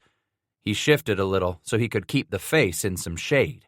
Swollen, cracked lips, puffy eyes, tiny cuts on the brow and cheeks, blood crusted in the 6-day-old stubble on his chin. The wounds had hardened, their dribble almost completely dry. Hadn't been that long ago the attackers had approached the farmer, likely claiming they had come to help him find the cow that was already drawing flies and dung beetles farther up the draw. As he held Roman Burwell across his thigh, out there a few yards away, Titus saw the scuffed ground where the struggle had taken place. Likely, one had come up behind Roman as he struggled with one or more of them at his front, at least from the way the ground was trampled. And it was easy to see from the knees of his breeches that the farmer had his legs knocked out from under him. But he was still alive. That's when Titus looked back at the aching blue of that midsummer sky, cloudless, flawless, pristine, and pure. He had never asked anything of the first maker, of his mother's creator, from the God of Brigham Young saints, nothing for himself. Never had he asked, much less pleaded and begged the way he had this morning. When it came down to asking on behalf of someone else, Titus Bass would not hesitate to plead and beg. He was not ashamed as he cradled his son-in-law in his arms and shooed the annoying flies from the oozy wounds. He was not ashamed that he had asked for the help of a power far greater than he. Too many of those he had known did believe, be they the women of his Johnston clan back in Boone County, or be they the shamans and rattleshakers of the Ute, Shoshone, or Crow clans he had wintered among. They had a different one, but he figured it had to be the same one in the end. More and more of late, he had felt the presence of something greater than himself. In his coming to this country, Titus Bass had first sensed how his heart sang with the endlessness and exquisite beauty of the land, both plains and mountains. For a long time, he hadn't realized that the feeling making his heart swell had really been the one talking to him, those first simple words he could not recognize, much less understand. It was only the utter freedom, the timelessness of each new bend in a creek or the view from the crest of a hill just topped. For a long time, Scratch had only thought the music he felt in his heart was merely the fact that he was here and now in a place few would ever see. But there was the God-talkers, old friends like Asa McCafferty and Bill Williams, circuit-riding preachers who, although they had strayed from the path, nonetheless laid claim to the impossible, so much of the impossible that Titus Bass could only have doubted all the more the presence of any spiritual force in all of this wildness, be it the nature of the wilderness itself before the coming of man, or the nature of man alone and unfettered in that wilderness. Those who claimed to believe, be they white or red, they were merely superstitious, and maybe to be pitied for their scary beliefs. He himself was not helpless in the face of what might confront him. He had stood tall and bold against the wind, and survived without clinging to a superstitious belief in something he could not see. Then he had held his baby daughter in his hands, and over the next few weeks he listened to Waits by the Water tell him more and more about the one above, the first maker, the grandfather, each day as they plodded north from Taos, making for that next rendezvous on Ham's Fork of the Green in 34. By the time he had truly heard his daughter's name whispered in the softness of the breeze that caressed his face, Titus Bass had taken that first step in admitting to himself that there was something far more powerful than man himself, something far greater than this wilderness that challenged his courageous breed. Perhaps, just perhaps, there was some force that had created him and this land, a power that had pulled him west into this uncompromising garden of beauty and sudden death where he could no longer deny its existence. How, he thought, could he have ever gazed up at the tall and hoary peaks of these Rocky Mountains, still mantled with snow in the heat of summer here far below, and not admit that there was some great life force that had created all of this? How could he have ever lain on his back, elbow curled beneath his head, and stared up at the night sky with its countless, numberless, infinite tally of stars, and not accept that some great hand was at work in this world, if not at work in the tiniest recesses of his own insignificant heart? While a younger man, a man more prone to squinting out at the world around him through a cynical eye, might have determined that any belief in the spiritual was nothing more than a weak-minded person's attempt to explain away a magician's tricks or the vagaries of unexplainable happenstance, Scratch had simply had too damn much happen right before his eyes for him not to admit the presence of some all-powerful might be at play here in this wilderness where the trappings of civilized man and his society had not sullied this high and pristine world the way they had contaminated most everything back east. Leave it to others to refute the existence of a power outside themselves. Titus Bass had seen how a white buffalo calf robe told the old sightless porcupine brush that Scratch and the rest of Mad Jack Hatcher's men were sorely in need of rescue from the Blackfoot days before the white men were attacked, telling Goat Horn's Shoshone warriors they must ride hard and fast to save their trapper friends. And Titus Bass had seen how some all-powerful spirit had worked its healing through Shellwoman to save Shadrach Sweet's life, even to turning that bloodied black hump fur carved off a buffalo cow into a strip of creamy white hide, the color of which was more sacred than anything else to Shellwoman's people. How could Porcupine Brush, blind and nearly deaf as well, have known the white men needed help if he hadn't been told by the first maker through that sacred buffalo calf hide? And how was it that Shad's unstoppable bleeding was healed, and that makeshift rap turned white, if not through a power that answered Shell Woman's fervent prayer, if not as an answer to Scratch's own prayer to spare the life of his old friend? The two of them hadn't talked about it much at all since that stormy night down on the South Platte. Some things a man found hard to describe, much less explain, even to himself, especially to others, no matter that they had gone through the very same experience together. So if not a man to pray for himself, eventually Titus Bass had begun to pray for others, to ask that the power of that great hand be brought to bear on the fortunes of those he loved and cared for. How he had asked to get Waits back from the Blackfoot, prayed that the pox would not take her from him, asked to be freed from the grip of the desert and the diggers and the distance too, and how he had begged that Roman Burwell be spared to his family. In the end, this simple man realized that what blessings were showered upon his loved ones would be showered upon him too. By the time they got Roman back to the wagon, even the train's dust had disappeared from the horizon. By then, the two old friends had put hours of work behind them. Upon his return to the coulee, Shad explained he hadn't wasted a lot of time when he rode up, yelling for their wives to fetch him the spare rope from the pack animals while he himself untied 6 of the hardwood ridge poles from beneath the wagon box where Burwell kept them secured. They, and 8 shorter poles, had been brought west with a large section of oiled Russian sheeting, kept in the event they needed additional shelter and had to erect a wall tent, or might use the extra canvas for repairs to the main wagon cover. With the 2 long poles tied into a V and 4 shorter ones quickly strapped across them, he laid the 2 buffalo robes over the back of the pack animal, then climbed into the saddle once more. That's when he said Amanda had come running up, pleading with him to take her back to Roman. "I've got to see him," she begged, gazing up at the tall man in the saddle. "Can you ride?" "I can ride." As he began to turn, prepared to have his wife fetch up one of their saddle horses, Amanda pulled herself up atop that pack saddle frame to which he had lashed the improvised travois. "You ever ride 'thout a saddle?" "No," she answered with determination. "But I've never had my husband near get himself killed neither. Let's go."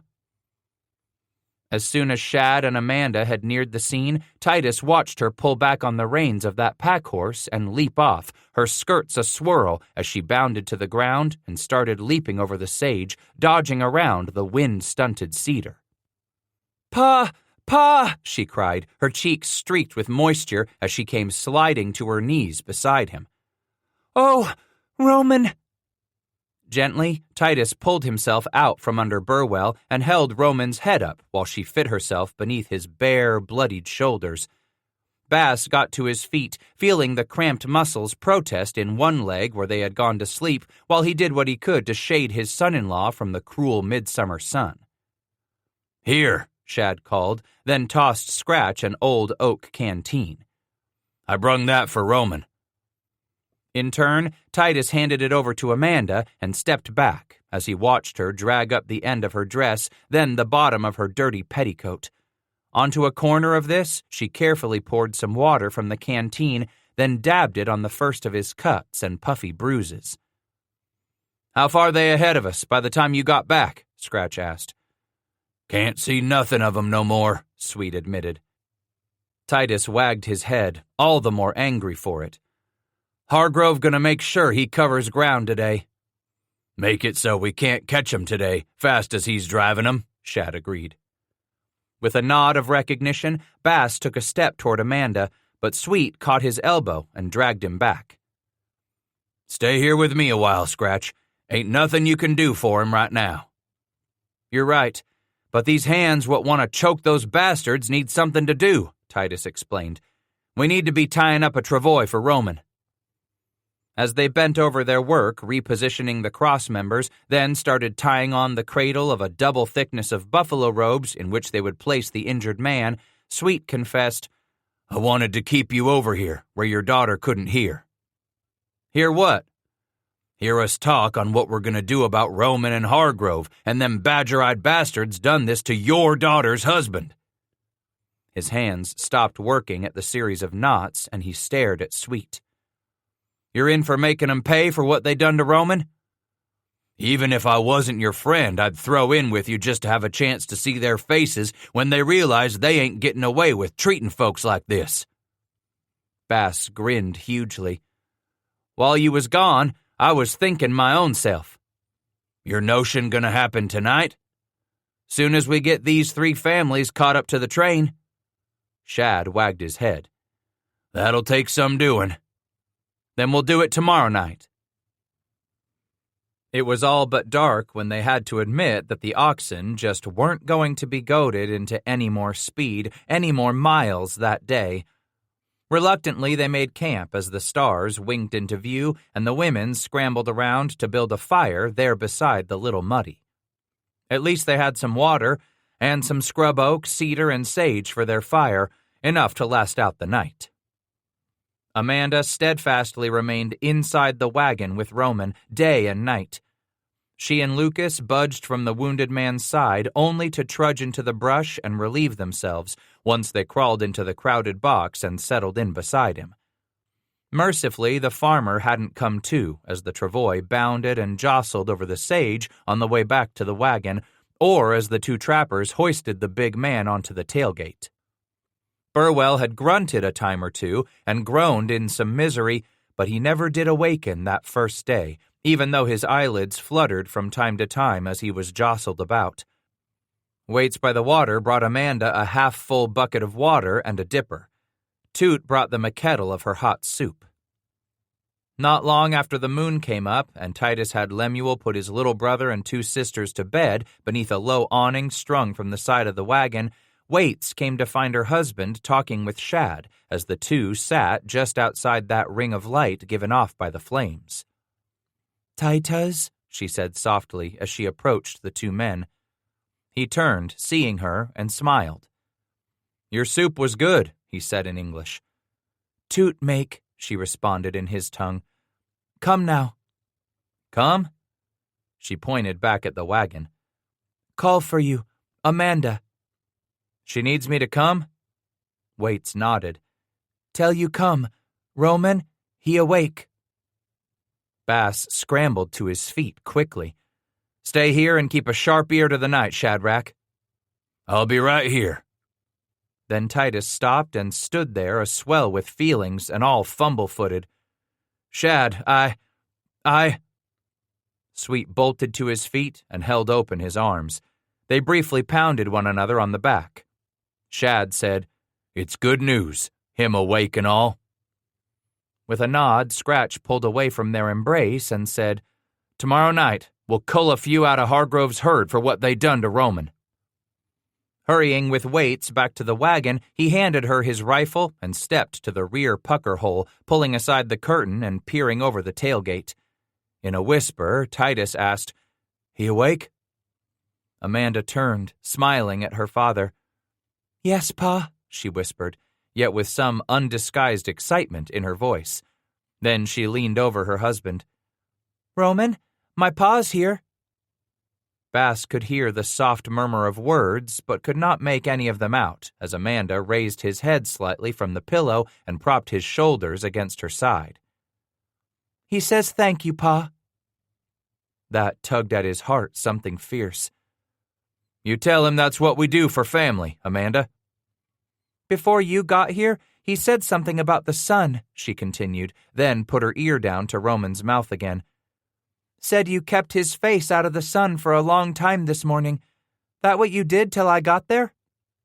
Yeah. Burwell murmured more, then she explained.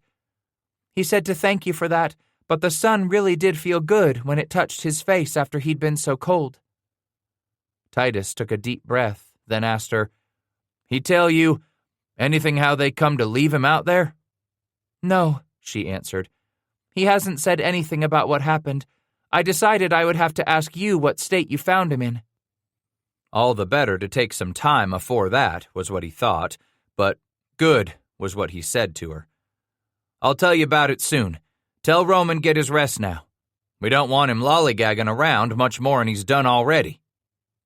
"Good night, Pa," she said quietly. "Night, Amanda." "Good night, Grandpapa," came a small voice. "That sounded like you got a Lucas critter in there with you, Amanda." "It is me, Grandpapa," and the little youngster giggled. "Shh," he hissed with a finger at his lips. "You can't stay quiet in there so your pa can sleep. I'll come drag you out here with me." This time the little boy's voice came out a delicate whisper. "I'll be quiet, promise. Don't take me away. I want to stay with my hurt pa." "Night, son." He had dropped the cover sheet and was turning away when Amanda's voice drifted softly one more time through the back pucker hole. "Thank you, Pa. Thank you for saving Roman for us." "Thank you, Grandpapa," said that dear little voice. He stood there, feeling the tears course down his wrinkled, scarred cheeks. It was almost enough to fill a man's heart to overflowing, listening to those quiet voices caress him in the still of that starlit night. That's what a man counted on his family for. Late on the evening of that second day of goading the very most from Roman's docile oxen, they had managed to straggle into the wagon camp on the headwaters of a narrow stream draining the northwest end of the rocky Bear River Divide. 3 times that second day they had stopped just long enough to swap out the tired team for a fresh pair of the beasts. Mid-morning, noon, and again in mid-afternoon they made another rotation, desperately attempting to cover in faster time the same ground the train had crossed. Bass didn't know a damn thing about these dull-witted brutes, but he was sure they could make up more than the time they lost during the many changes with stronger, fresher animals setting the pace. His gamble paid off as they pushed each team to their lumbering limit through that second hot and waterless day. When the first emigrants on the outskirts of camp spotted the Burwell wagon swaying down the long slope toward the grassy, lush camping ground, Bass watched them turn and hold up hands to their mouths, shouting for the others to look on their back trail. The sun had already set, but it was still light enough to recognize the faces of friends and allies as the families came streaming out of that orderly camp, racing for the lone wagon and that dusty menagerie walking or riding on both sides of the rumbling wagon. Behind them came the extra weary oxen, a few head of Roman's mules, and those pack horses, the whole herd of stock tended by young Lemuel and Flea. Men whipped hats off their heads as they came rushing forward, waving them back and forth aloft, while women and girls came lurching up the long slope, their graceful movement hampered by the long, layered impediments of skirts and petticoats that easily tangled between their legs or snagged on the calf-high sage. "Look at that, will you?" Shad said, his cracked lips crusted with a coating of fine dust. "This here family's got some good friends." "Lord's sake, where you been for 2 days?" hollered the one named Pruitt, the first to reach the yoke. Licking his bleeding lips, Titus jabbed his thumb back to the wagon. "Didn't that bastard Hargrove tell you folks nothing of what happened to Roman?" Fenton lunged up at Pruitt's elbow and said, "We didn't know a thing till after we was in camp more than an hour or so last night." "Any one of you ask after the Burwells?" Shadrach inquired. Iverson peered at the wagon while he answered the horseman. "Goodall was the first. I suppose we all figured the wagon was way back in line till none of us could remember seeing any of you making camp." Ryder spoke up. "That's when Carter and me rode a circuit round the camping ground to have ourselves a look." "Didn't find you," Dahmer confessed. "We knowed something bad had come of it."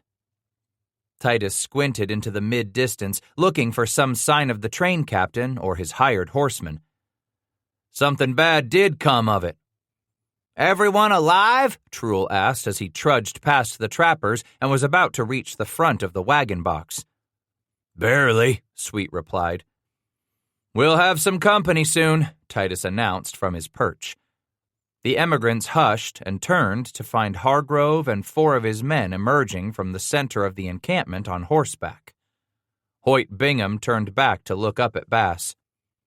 "Hargrove said it was likely you'd not find Roman alive."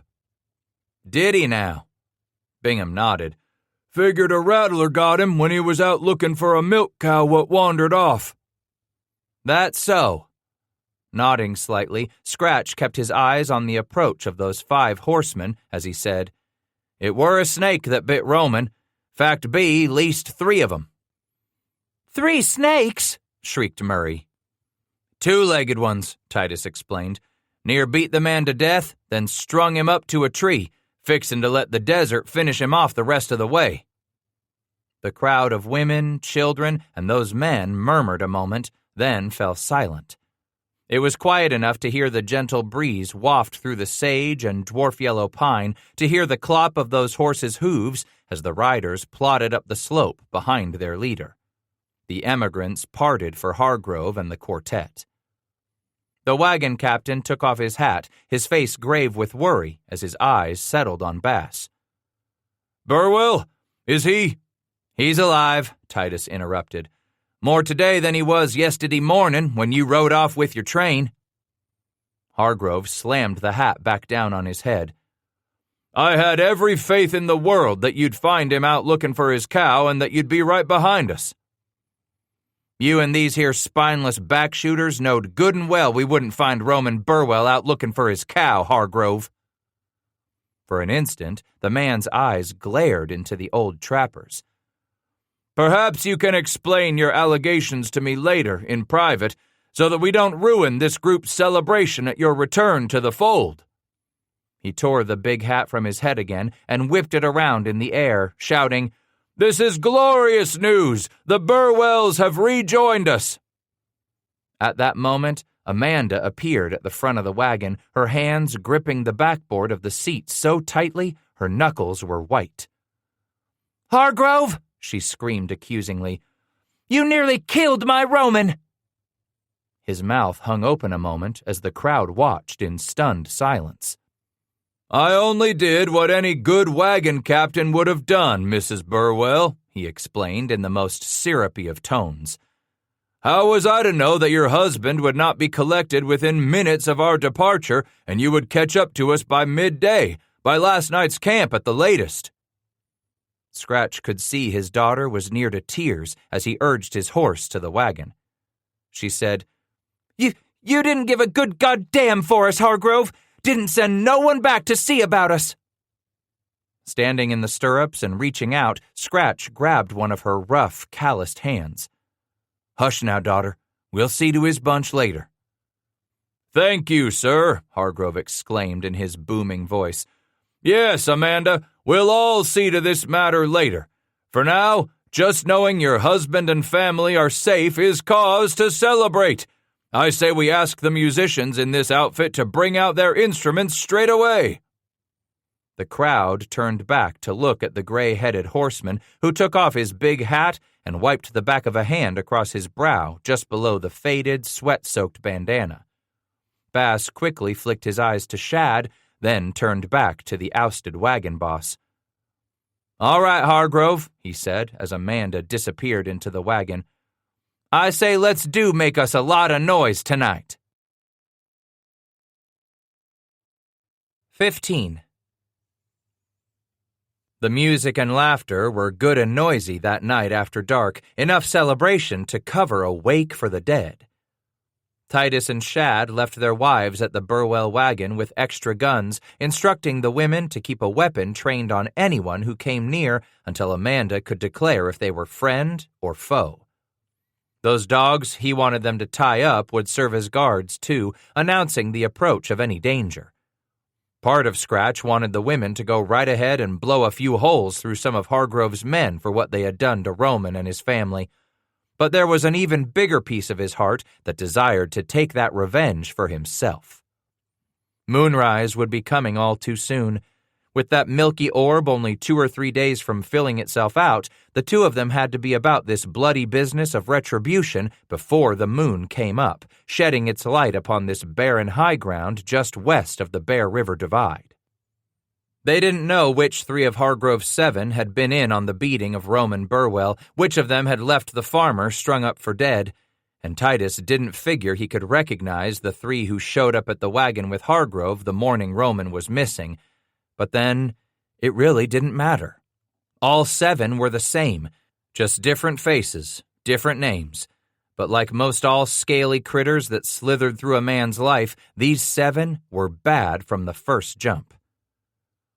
"Least 2 of them gonna be out watching Hargrove's animals," Titus said, as he and Shad moved like whispers on the periphery of the dancing, clapping, jubilant emigrants. Bitter as he was, Scratch couldn't blame these simple folk for climbing right aboard when it came to a celebration, so starved were they for music and joy and happy abandon. Besides, with so much gleeful merrymaking, all he and Sweet had to do was show their faces here and there before they slipped into the dark to see about finding a couple of those bullies tending to their employer's herd of animals. As they walked around the edge of the celebrants, he managed to pick out 3 more of the hired men. In this group of homespun emigrants, the bully boys stood out like whores stepping through the doorway of a country church. Most times they were off by themselves, since most of the farmer families did not much want to have anything to do with the single men who eyed their young daughters and never lent a hand with creek crossings, the roundup of strays, or a settler struggling with a troublesome animal when it came time to hitch up for the day. "3 of 'em," Bass whispered as they eased back into the dark behind a wagon. "Means Hargrove's got more'n 2 men watching his herd tonight, or we ain't picked out all the weasels back at the hurrah by the fires." "That leaves 4 of 'em out there," Sweet said. 2 for you and 2 for me."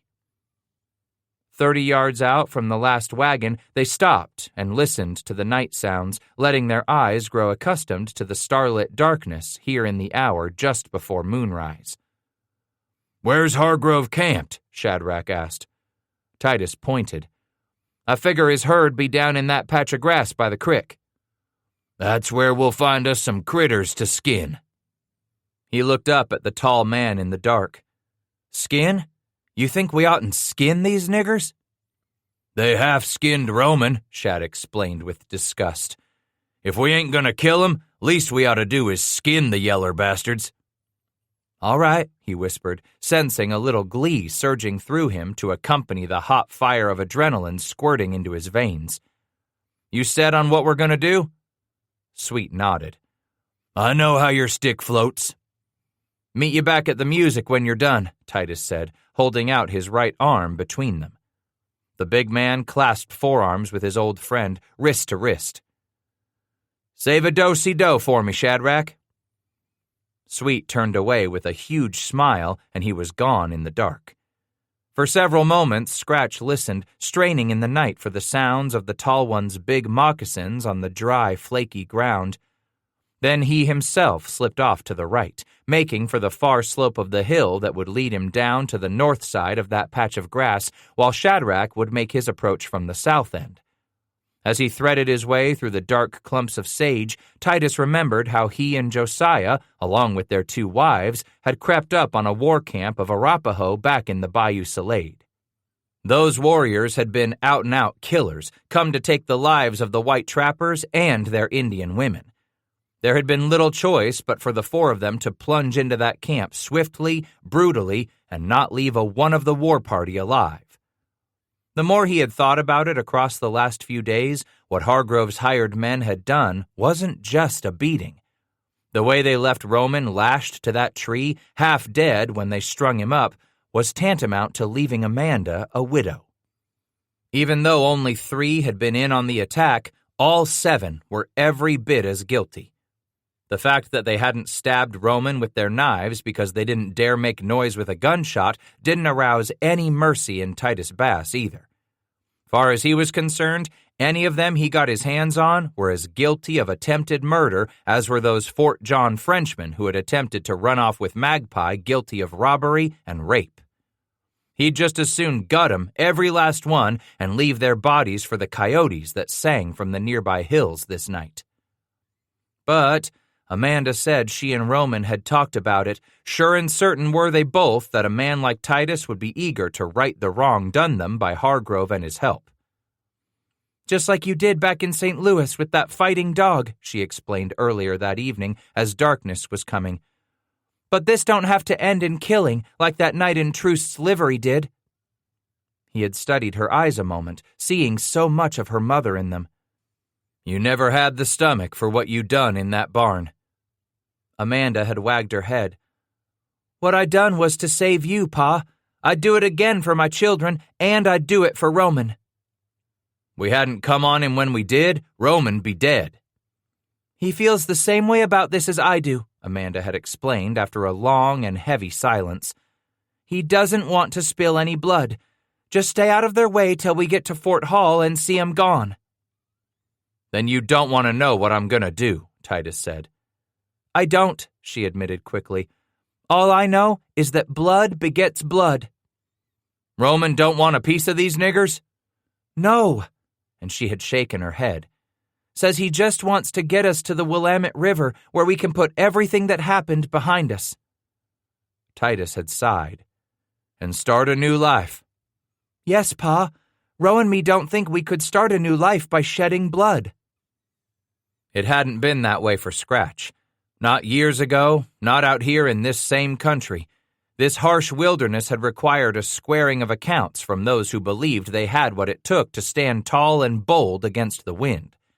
And that payment was often made in blood, either their own or in the blood they were forced to take in order to survive. How he wished his life had been different somehow. But this wilderness had to be accepted on its own terms. Maybe so things were far softer back east, the way these settlement and farmer folks hoped things would be once they made it all the way to Oregon. Perhaps the reason these sodbusters were on their way west was because they figured that far country would be as easy a land as the east had been to them. Otherwise, why would a man risk everything on staking a claim in a place that would demand a payment in blood? But to get from that soft country back east to that gentle country called Oregon, these settlement folk had to pass through an unforgiving gauntlet, a long, wide strip of harsh territory, a land that demanded a man must become about as brutal and unforgiving as that wilderness itself. This here's my country, Amanda, he had quietly explained to her at the rear of the wagon, just as the music started and the joyful voices were raised to the starry sky.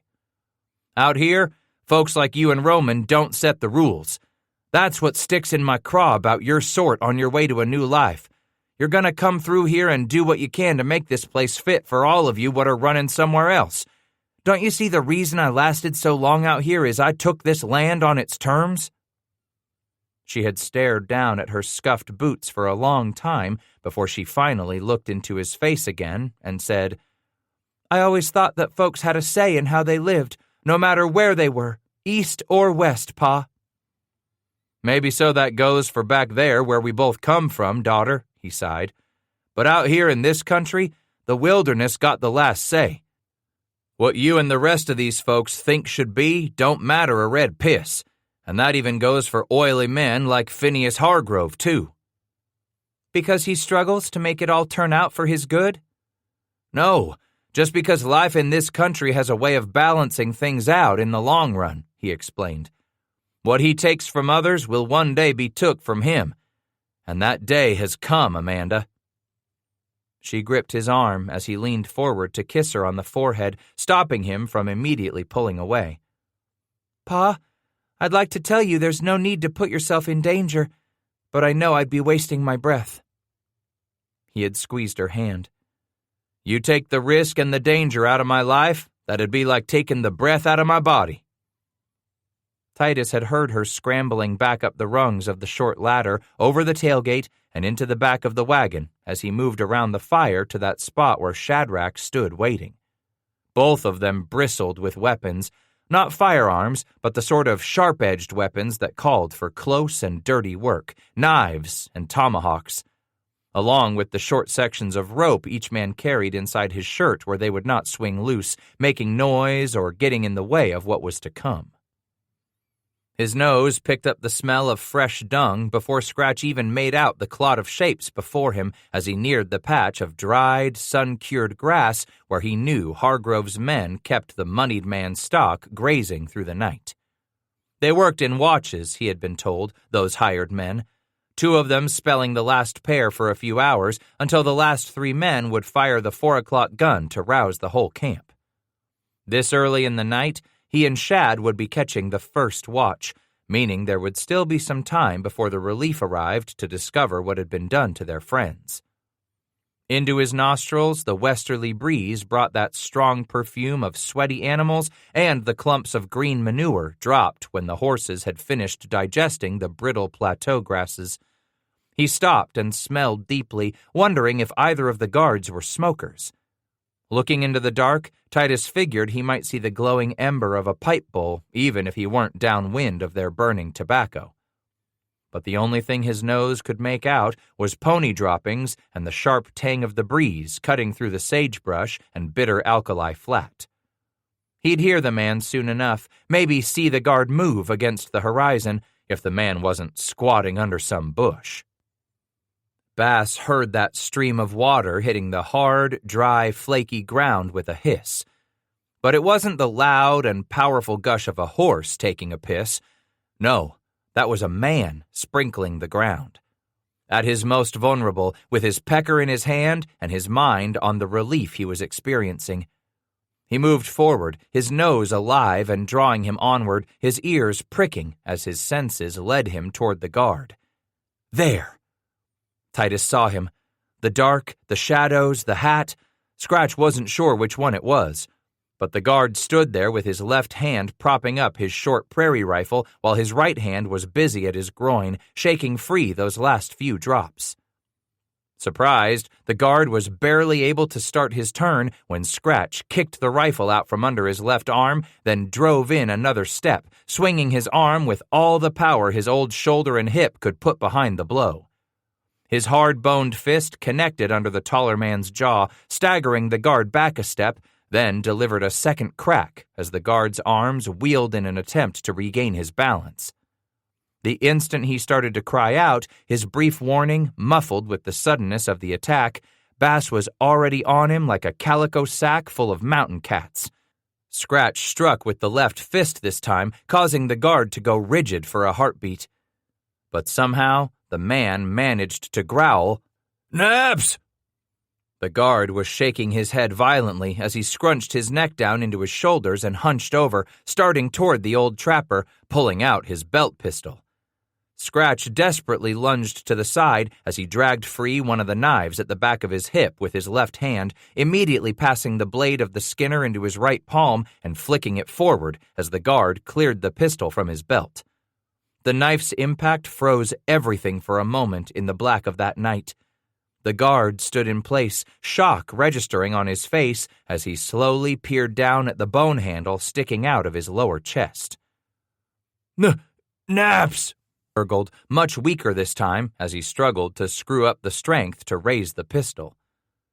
As the weapon floated up, Titus was already lunging forward, quickly knocking the pistol hand aside before he seized the handle of the embedded knife with his right hand, clenching his left around the back of the young man's neck like talons. Grunting with pain and fear, the guard flailed away with his arms, pounding Bass with one while the other struggled to jam the pistol's muzzle against the old trapper's belly. Just as Titus was twisting away, his right hand dragging down on the knife's handle through flesh and sinew, he heard the click of the hammer spring, felt the hammer fall against his arm at the same moment his sleeve was trapped beneath the frizzen, preventing flint from striking steel and igniting powder in the pan.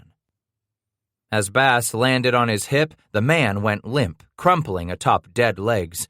The guard hit his knees, staring down at the long, jagged gash high in his abdomen where a dark and shiny gush spilled over the front of his breeches. Rocking for a heartbeat, the man tumbled backward. As Scratch wrenched the tomahawk from the back of his belt and rolled onto his knees, he watched the guard arch his back in a brief leg-twitching spasm, yanking the knife free of his chest before he collapsed and moved no more. Bass got to his feet, took a single step, and laid one of his moccasins on the man's wrist, pinning the hand against the ground. Bending over, he pried open the guard's sticky fingers and reclaimed his knife. After wiping it on the man's gingham shirt, he stuffed it back into the empty scabbard.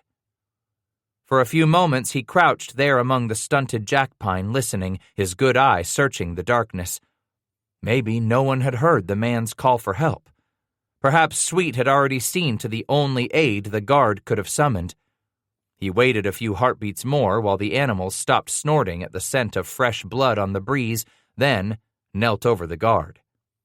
"You stupid idiot," Bass whispered as he leaned over and seized the back of the man's collar, dragging the body around in a half circle, then starting for a nearby clump of trees. It was there he propped the body against the narrow branches, then reached inside his shirt for a short coil of rope. Titus looped it around the dead man's chest and tree twice, then tied it off in a knot before he pulled his knife again to cut off what rope he hadn't used. "Frakes!" A voice cut the night behind him.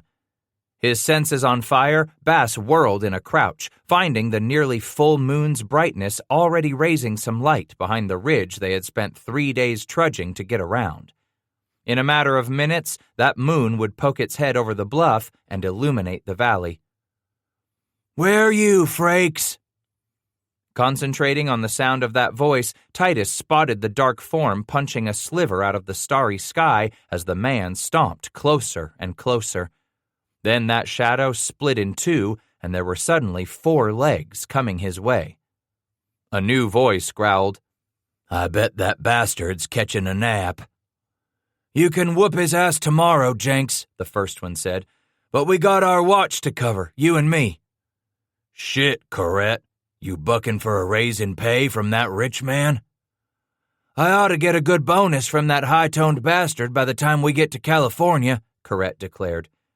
"Hargrove promised us all some good money if we took good care of that farmer and left him behind like he wanted." "Lot of good we done whipping him and stringing him to that tree," Jenks grumped. "Them old skinners saved that farmer's worthless life." "Maybe so, like Hargrove promised, he'll give us a chance to dance with them 2 skinners once we divide off at Fort Hall." Jenks laughed with Corette, then said, "That farmer was big and hard, but he sure was a stupid sort." The other shifted the rifle across his arm and said, "The real fun's gonna be watching them skinners bleed when we hang them both upside down in a tree like a gutted hog." Suddenly, Jenks halted in his tracks, throwing out his arm to stop Corette. Their leather boot soles slid on the hard ground with a crunch. "Where the hell's Frakes?" Jenks hissed. "Likely he's crawled under a tree sleeping." "Shut up," the first voice snapped, then began to call in a loud whisper there beneath the slinky drip of moonlight just starting to creep over the divide. "Frakes?" "I don't like this none." "Something's wrong. Bad wrong," Jenks growled. "You got your pistol loaded?" "Both of them," Corette responded. Titus crouched in the dark, quickly sorting through the few options open to him. The darkness gave him an advantage in one respect, but it hampered him in another way too. Damn if he only knew what Sweet was up to. "Let's go look for him," Jenks's voice demanded. "You go off that way. See if you can find that sleepy son of a bitch." Corette grumbled a reply just before a whistle came drifting out of the gloom. The shrill mating call of a blue grouse. Both of the men froze and slowly turned. Titus began to search the dark in the direction of that telltale sound. "That you, Frakes?" Jenks questioned. "Come on, damn it, you're getting me riled." "Over here!" Both of the men turned their backs on Bass, directing their attention at the direction of the distant voice. Corette whispered, "Coming from over there, that's gotta be Naps. But where's Frakes?" "Show yourself," Jenks ordered. "Right here." "Shit, Frakes," Corette spewed with relief. "You didn't answer us there. I was thinking you was—" Jenks growled his interruption. "Who the hell are you?" Not far ahead of him in the dark, Titus saw the 2 men bring their guns up in the starlight. Jenks demanded again, "Who are you?" "And what are you doing out here on Hargrove's ground?" Corette joined in. "Better clear out, sodbuster," Jenks boomed his order. "You know the rules. Hargrove don't like none of you around his stock." The reply came that much closer to Titus now. "It's you niggers I come for." Corette suddenly sounded brave. "You asking for trouble?" 2 of you? Sweet said, his big feet crunching on the hard ground. Only 1 of me. Sounds like fair odds to this here child. Maybe we should shoot him, Corette boasted, as Bass watched the big shadow take shape out of the gloom, congealing just beyond the 2 hired men. Yeah, maybe Hargrove give me a nice bonus for taking care of this one, Jenks cheered himself as he brought his rifle up at his hip. I didn't bring my gun, fellas, Shad confessed. Won't be a fair fight. Don't need to make it a fair fight, Jenks warned. Only need you dead. Yeah, Corette chimed in. You come out here to steal some stock from Hargrove, and we shot you red-handed. I'll keep my gun on him, Corette. You go bring him over here by the horses. The stocky man stomped right over to the big shadow, cocky as a young bull in spring. But the instant he was within an arm's length, Shad swung out with his thick leg and knocked the rifle aside, stepping in quickly to whirl the hired man around and drag him backward by the scruff of his neck. Now Sweet had his hard arm crooked around Corette's throat, lifting the man onto his toes as his legs flailed. Drop him, Jenks demanded. Drop him or I'll shoot. Shoot and you'll hit him, Sweet said. Jenks moved 3 more steps a little to the right. Hell if I won't shoot. You don't want to do that, Shad warned. Your gunshot'll bring folks down here, wanting to see what happened. That's right, Jenks agreed. So let him go, and we'll make this quick. The hired man heard Titus behind him at the last moment, but didn't get fully turned in time as that shadow ripped itself out of the darkness and struck out with the short-barreled prairie rifle he'd taken off Frakes. The man's eyes were about as wide as his mouth at the instant the rifle butt slammed against the side of his jaw, catapulting him off his feet. Easy there, Sweet whispered to Corette as the man suddenly stopped struggling. You be good, I won't have to put you to sleep. Bass stood over Jenks, straddling the body, ready to drive the iron butt plate down into the man's head again if he stirred. But the body remained limp, sprawled in the dust and sage.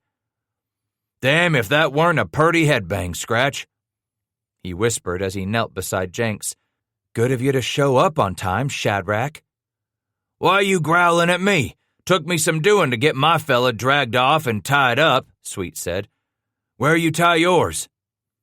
He's dead, Scratch admitted. Wasn't as clean as you was with yours. Corette wheezed. You killed one of Hargrove's? Shad squeezed down on the man's throat even more. I'll gut you if you make me. Bring him over here, Titus commanded. We'll take 'em both across the crick, other side of the hill. Why you gonna kill me? Corette whimpered. We ain't gonna kill you, Bass hissed. Much as I want to cut the heart out of every one of you. Shad, let's get something in his mouth to make sure he's real quiet. I won't make a sound, the man promised. Scratch stepped right up to the man, sticking his nose an inch from Corette's face. First whack, you better tell me who it was rode off the other morning to give Burwell that beating. Corette's eyes immediately dropped to the body crumpled on the ground. Titus asked, Him? He was one of 'em? Inside the iron grip of Shadrach's arm, Corette nodded slightly. Who was the others? Sweet growled at the man's ear. Frakes, he whispered. That's the one I killed over yonder, Bass said. I know there was 3 of 'em. Who was the... Benjamin, he interrupted in a harsh whisper. He come back bragging how his hands was so sore 'cause he was the one beat the farmer so bad while the other 2 held him up. Benjamin, Titus repeated the name in a whisper. You let me go 'cause I told you? No, Scratch said, turning back to the body on the ground. You and this'n going across the crick a ways. You don't tussle, Sweet advised. You don't have to hurt. Understand? Corette nodded as Bass stepped up to him. Put your hands out front of you. You tying me up? Shad leaned into the man's ear again. Be glad we don't string you up on a tree just like your 3 friends crucified Roman Burwell. They laughed about doing that when they come back, but I didn't have nothing to do with it. Give me your hands, Corette begged. You won't hang me in no tree like Benjamin done to that farmer." Wrenching the man's hands together, Titus snapped, "Ain't it just like settlement folks, Shadrach? They're all full of brag and windy big talk when they got the bully odds on their side. Damn your kind, and damn what your kind's already doing to my mountains." After the moon rose off the horizon later that night, Scratch had slapped Jenks into consciousness and dragged him to his feet. Then the two old trappers shoved their prisoners across the narrow creek and over the first hill, eventually finding a place with enough cover that the two would not be discovered right off. "More shade than they deserve," Titus grumped as they pushed Corette down at the base of the first tree. "Better that the sun grows so hot it peels their eyelids back." "We'll tie 'em down so they're facing west." "Them others, they'll come looking. They'll find us," Jenks vowed. "Hargrove and Benjamin, they'll come looking for us." "Then what?" Bass demanded, grabbing the hired one's lower jaw in his hand. The younger man sneered at the trapper. "Then, all of us come and find you." "Smart-ass little greenhorn," Titus growled, bringing his thin-bladed skinning knife up, pressing its fine-honed edge up against the underside of the man's nose. "Maybe so I oughtn't go ahead and cut this'n's tongue in two, Shadrach." He had to admit he liked the way the young bully's eyes got big at that. It wasn't long before he and Shad were slipping back among the wagons well after the music and laughter were spent, but they did not have to wait until morning for Hargrove and the last three of his men to go stomping through camp in search of the 4 missing guards, yelling, kicking over cooking tripods and trivets, spilling contents of kettles and water buckets in anger and frustration. Eventually, the wagon captain and his trio tore up to Burwell's wagon to find the old mountain men armed for bear and not about to be blustered the way the settlement folk had been as Hargrove rudely awakened the entire camp and cowed them all. "I know you two got something to do with this," Hargrove roared with indignation as he stopped directly in front of Bass. "Don't have no idea what you're so spittin' mad about," Titus remarked, his 2 pistols hanging in his hands at his sides, both Ghost and Digger barking loudly, barely restrained by Flea and Magpie. Hargrove's eyes flicked aside at some movement. Shad stood a few yards away with his 2 pistols drawn and pointed at the 3 who had come to back up their employer. "Which of you gonna be first?" the train captain asked. "First for what?" "First to die," Hargrove said. "Tell me where my men are or I'll kill both of you. Perhaps when the first one is dead, the other will decide to talk." Sweet asked, "How you figure you're gonna get away with killing us here?" "Look at my guns. There's 4 of us against the 2 of you." "Damn, Shadrach," Titus groaned. "Appears we forgot to count. No, wait. What about them 2 women of ours? They know how to handle guns, don't they? Right over there, Hargrove." And he pointed at the end of the wagon where Shell Woman stood with Shad's double-barrel smoothbore pointed at the hired men. "And over there, too." This time he directed their attention to Waits standing just at the edge of the firelight behind them, holding an old trade musket, both its barrel and its stock sawed off to make it a deadly, close-range weapon. Hargrove's eyes came back around to rest on Bass in that dim gray light of the coming morn. With the blackest menace, he promised, "One day, old man." "Yes," Titus answered quietly. "One day you and me gonna dance for sure. If it ain't Roman chews on your gizzard first, someday it'll be me tears off a piece of you for myself." 16. As soon as that bloody night had begun to gray into false dawn, Hargrove and his trio were out on horseback. It hadn't taken them long to find Frakes tied to the tree not far from the grassy patch of ground. They brought the eviscerated body back into camp, slung over the bare back of a horse for all to see. "Look at this, everyone!" Hargrove demanded with an indignant roar. "Look right here at the lawlessness I did everything I could to protect you people from. 1 man's dead for sure, maybe 3 more."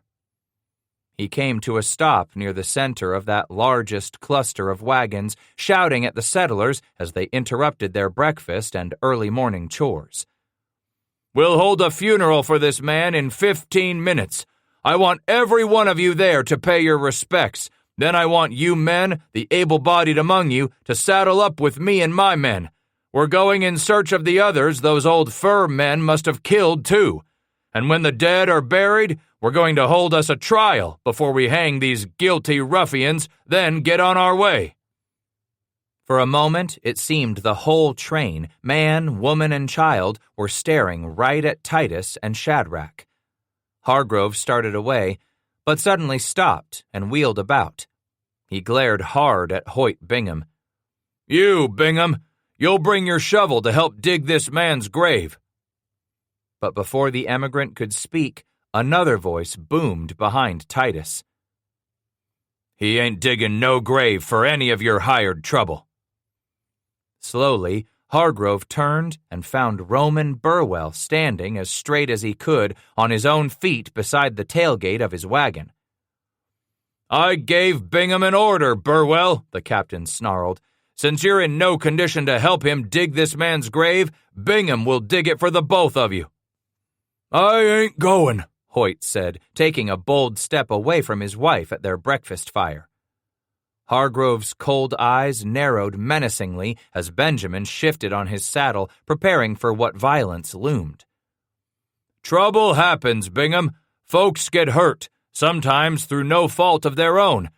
Then there's folks like you and Burwell. They get hurt because it's their own stupid undoing."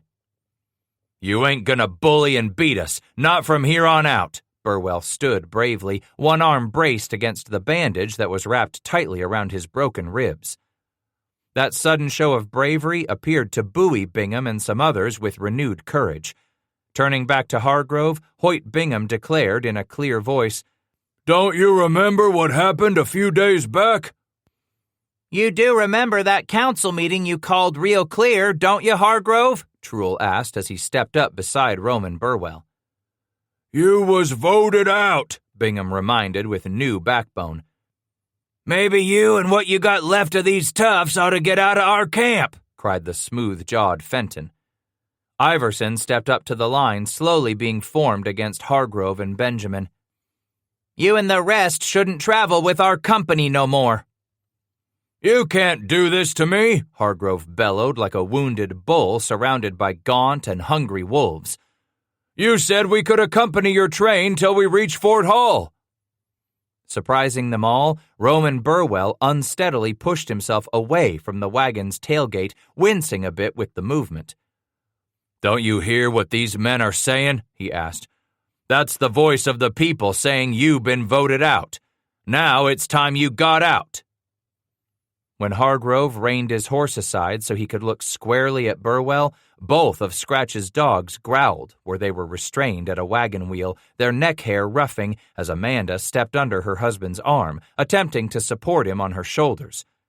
Roman gently pushed her away, wagged his head at her, and stood there alone. The ousted wagon boss jutted his chin out and told the wounded emigrant, "Not one of you farmers here is man enough to go against me." "We aren't going to force you and your hired men out lessen you make us," Burwell interrupted. "As for the rest of them who want to go to California with you, all of you can stay with us till we get to Fort Hall. We'll see your bunches safe till you get to the Snake.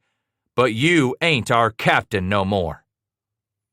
At the edge of the gathering crowd, a man named Rankin grumbled loudly, "I say the California folks go their own way from here on out." "No," Burwell cried, wincing with a spasm of pain. "We aren't going to become the sort of people Hargrove is."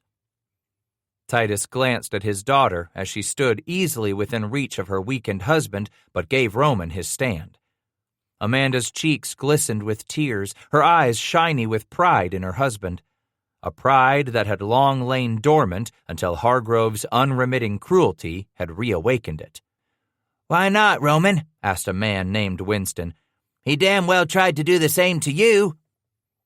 "Maybe that's the way things was for folks back there in the East," Roman said steadily. "Fact is, that's the way it was for most all of us. Them with money had the power to rule over the rest. If we were so happy with that way of things back there, why'd any of us decide to strike out for Oregon in the first place? Better lives! That's right, Burwell responded to the anonymous cry from the crowd. But are any of us going to have better lives if we all act like Hargrove and his kind when we get where we're going? What have we made better for our families if we still fight to grab money and power for ourselves? Bingham started for the wounded emigrant, saying, How are you saying we're supposed to make things different? This here journey to a new land is our chance to do something good for our women and our children, he explained to the hushed gathering.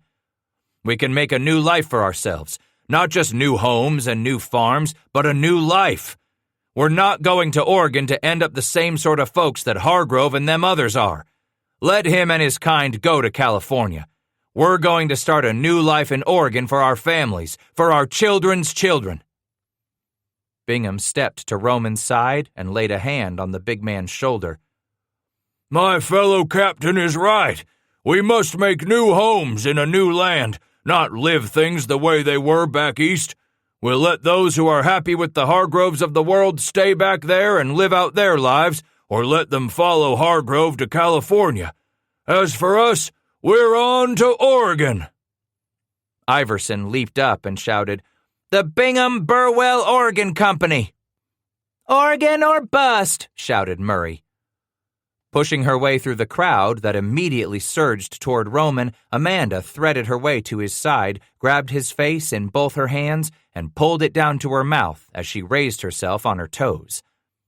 Watching them together at this pivotal moment, Titus felt his heart grow light, weighing far less than it had ever since that day at Bridger's Forge when she told him about her husband and the troubles they were running from back in Missouri.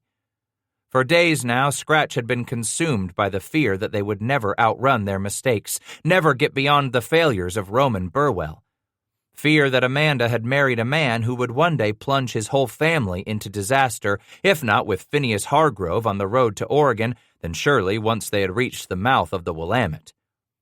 But instead, his son-in-law had stood up for the right, as Titus saw it. He had stood up to power, greed, and bullies. Here, with the coming of the dawn, Scratch had realized his son-in-law was not so simple a man as one might suspect at first blush. Roman Burwell was as loving a husband as any he could hope for Amanda, as good and kind a father as he himself could be to his own children. The farmer was, in the end, the sort of man Scratch believed he could call friend. And to the old trapper, there was no finer distinction than that. Oregon or bust, the crowd echoed again as they washed forward, forcing the two horsemen back from their rejoicing in a swell of noise and a surge of bodies. Amanda and Roman were going to be all right. For the first time in days, Titus felt that clear to his marrow. They and their children were going to be all right. The family would get to Oregon, and that country would indeed prove to be their promised land. He felt his eyes sting as he watched that crowd of jubilant men, women, and children tighten around Burwell and Bingham, clapping and singing trail songs of Oregon. How proud he was to witness this moment. Strong, simple, good people, the sort who could surely make that new land thrive the way nothing back east ever would again. Titus Bass felt as if he was witnessing the birth of a whole new country. Off in the distance, there was no mistaking that narrow, winding tangle of emerald green, luring and seductive against the sere and sunburned sienna of the summer landscape. That's the bear, Titus said to Waits in English, holding the first two of those fingers left on his right hand in front of his mouth, pointed down as if they were the mighty canines of the beast. She repeated in his native tongue, Bear. You said that good, he sighed with contentment. Off in that country, south a ways, I first met Jim Bridger. How long? He considered. That's some. Must be going on 20 winters now. 20? She mimed, then asked again, How long? So he balanced his long rifle across the tops of his thighs as the horse rocked beneath him and held up both hands, fingers extended. Then he quickly closed his fists once and extended the fingers again. 20. Old man, this Titus now. Yeah, he admitted. Some days I feel so goddamned old I wonder why I'm still living. She looked at him with worry creasing the crow's feet at her eyes. In her own tongue, she asked the difficult question, Your heart, it's ready to die? With a shake of his head, Titus answered, No, not ready to die. He recalled that her people believed very strongly that every man would know when he was about to cross over. That same mighty power was what had prompted, provoked, and inspired Jack Hatcher to warble his favorite song as he lay mortally wounded in battle against the Blackfoot in Pierre's Hole, and the very same spirit that compelled Asa McCafferty to pick his own time and his own place to make what Asa realized was coming down to his final stand. To these warrior peoples of the high plains and the tall mountains, a man knew in his bones when his time had come to cross over that last, high and lonely divide. Alone, for dying was at best a one-man job. You stay with me a long, long time still, she said, the worry gone from her face. Woman, ain't none of us know what's in store, he admitted. Much as I'd love to die in my blankets with you and our children at my side, a passel of grandpups crawling on the floor of our lodge, in this here country, nothing lives long but the rocks and the sky. Her eyes misted a little, gone cloudy as a stormy day when she turned away from him and nodded once in agreement. Only the rocks and sky live long, husband. But just look at you, he exclaimed with good cheer, leaning over in the saddle and grabbing hold of her elbow. Why, you ain't ever gonna grow old, are you, woman? He gazed deeply into her eyes. Many winters have come and gone since you first looked at me, she said in Crow, gazing at him from beneath those black eyelashes with a profound gratitude for his compliment. But you don't look no different than the day you come to sit with me aside the Elk River. But what of the sickness that ravaged my face? I don't see that, he confessed. When I look at you, I never have seen the sickness scars. How long you and me was together? She struggled some with his American tongue. 14. This'll be 14 winters since you come to talk with me on that rock beside the river. She smiled at him. You give me 4 good children. 4? As suddenly as he spoke the question, Bass realized his mistake and grinned at her, roaring, Yes, number 4 is coming this winter near my own birthing day. How he wanted to be back up in Absarica long before then, before the hard winds blew the yellow leaves off the cottonwood standing so stately along the Yellowstone, the Bighorn, on north to the winding valleys of the Judith and the fabled Musselshell. By the time the trembling aspen on the high slopes had begun to shed their leaves of gold and the snow line crept down, down, down toward the rolling prairie where the buffalo had begun to put on winter coats and take shelter in the lee of the mountains. How he hungered to be back among the places where the white man did not come with his women and wagons, with his ways meant to change everything that had been into what those stiff-backed folks demanded it must be. To be back among a people living generations beyond count in a land that had always been. All a man could do was pray that the soft ones back east would never find a way to change that on him, for if they did, then life would no longer be worth the living. If a man could no longer hear the shrill whistle of a red-tailed hawk circling overhead but for the noisy clatter of mankind and his wagons, if he could no longer make out a wolf's howl drifting down from the nearby hills because the aching stillness of night had been ruined by the nearness of one dirty, stinking settlement after another, then life no longer was sweet. Life was no longer worth the living. Till then, he'd go higher and higher still, farther and farther back, all to stay away from those who came to take what they could from each new place before they ruined it and moved on. Men like Phineas Hargrove and his kind. But then, there had always been that kind. Yet wasn't he much the same sort? Hadn't the beaver men come to take until there was little left to take? Perhaps it was so, and it made his heart ache with the weight of that realization.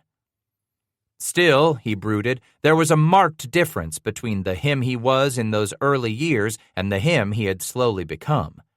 When the bottom fell out of beaver and there was no earthly reason to wade ice-cold streams in search of the elusive flat-tails, most all the old trappers had given up and fled, east for what once was and west in the hope of what might be. But only a handful stayed on, clinging to what could never be again. Maybe so that proved he was not like the rest, not the sort who came, used, and moved on when they had taken all that could be dug up, cut down, or carried off. Which got Scratch to wondering just how white a man he was anymore. Gradually, inexorably, more and more with every year, he had come to think of himself as a man in between, someone who could never become a part of his wife's Crow people, someone who would never again be considered completely white by his own kind. If most of the white trappers had fled back east to old jobs and old ways, and other white folks fled the east in their wagons, desperate to make a new start and new lives for themselves far to the west beyond these mountains, being neither white nor red anymore, just what the hell was he? Merely some mule-stubborn old man refusing to let go of a way of life that was in its death throes? And all the more important, he worried about what the devil a man would do as he realized he would never fit into that world he saw coming down the trail. Titus stood at the lower edge of a crusty patch of ground where the sulfur-laden waters had soaked into the earth over the eons, relentlessly leaving behind one thin layer of mineral sediment on top of another. "That's boiling water?" asked young Leah. "Hotter'n your mama has in her kettle," he explained to his granddaughter. As Ghost and Digger traipsed away to sniff at new and intriguing smells off in the sagebrush, both young boys accompanied the old trapper on this excursion to witness a true wonder of nature. Jackrabbit gripped one of his gnarled hands, and Lucas clutched the other. On both sides of him stood the other children, all of them a little in awe at the sight. As soon as the first steamy gush of water spewed from the geyser, more than 100 excited, enthralled emigrants came racing out of the camp they were setting up that afternoon near Soda Springs. Young Lucas asked, "Can I touch it?" "Don't you dare," his mother warned as she stopped behind the child and rested her hands on his narrow shoulders. "That'll burn you good." "Like fire burn me?" "Wuss'n that," Titus told his grandson. "Fire just burn you up and kill you quick. That there water burns so you die slow and hurtful, Lucas. That ain't no way for a little man like you to go under." Leaning forward, Lucas peered around the front of Bass's legs to get Jackrabbit's attention. "We can't go there to play." Little Jackrabbit, about the same age as Lucas, shook his head with understanding and confirmed, "No go." "No is right," Amanda said gravely. "You boys play close to the wagon while we're getting settled for the night. Over there, that side of camp, away from this here hot spring." "Where, Popo?" Jackrabbit asked, gazing up at his father. "You boys play yonder, where Lucas's mama said," he explained and pointed.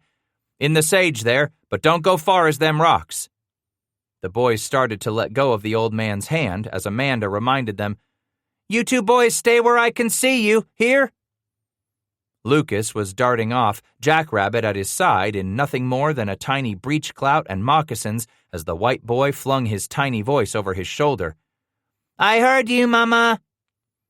6.5 days after they had left behind Hargrove's California-bound party and the headwaters of what the emigrant maps were already calling Bridger Creek on the Bear River Divide, the Bingham-Burwell Organ Company reached Soda Springs, high on the gentle, looping northward curve of Bear River.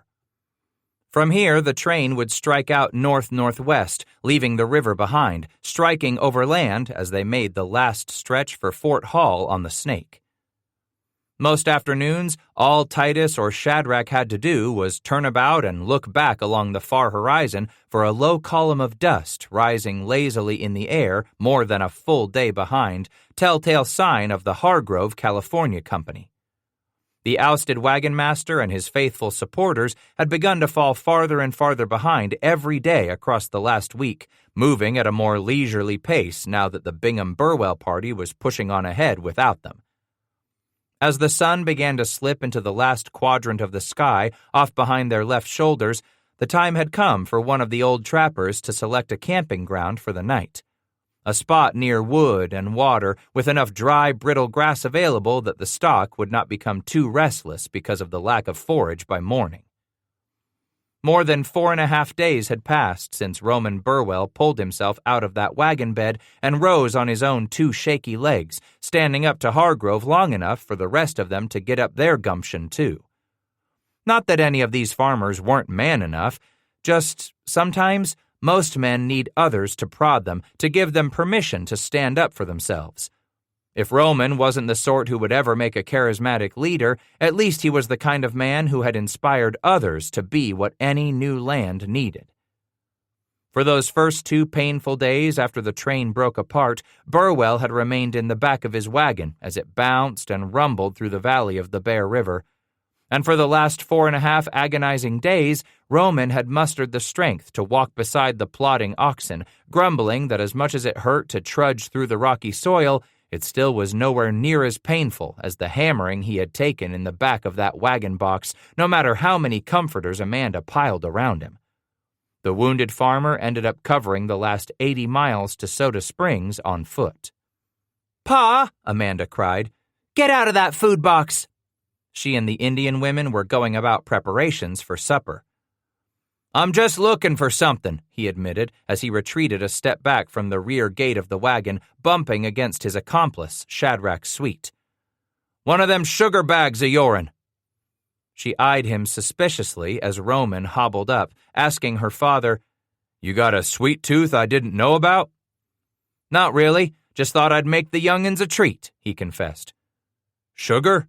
For what?" Roman asked. "Shad and me gonna go fetch some of that soda water in our cups," Titus explained with a playful grin.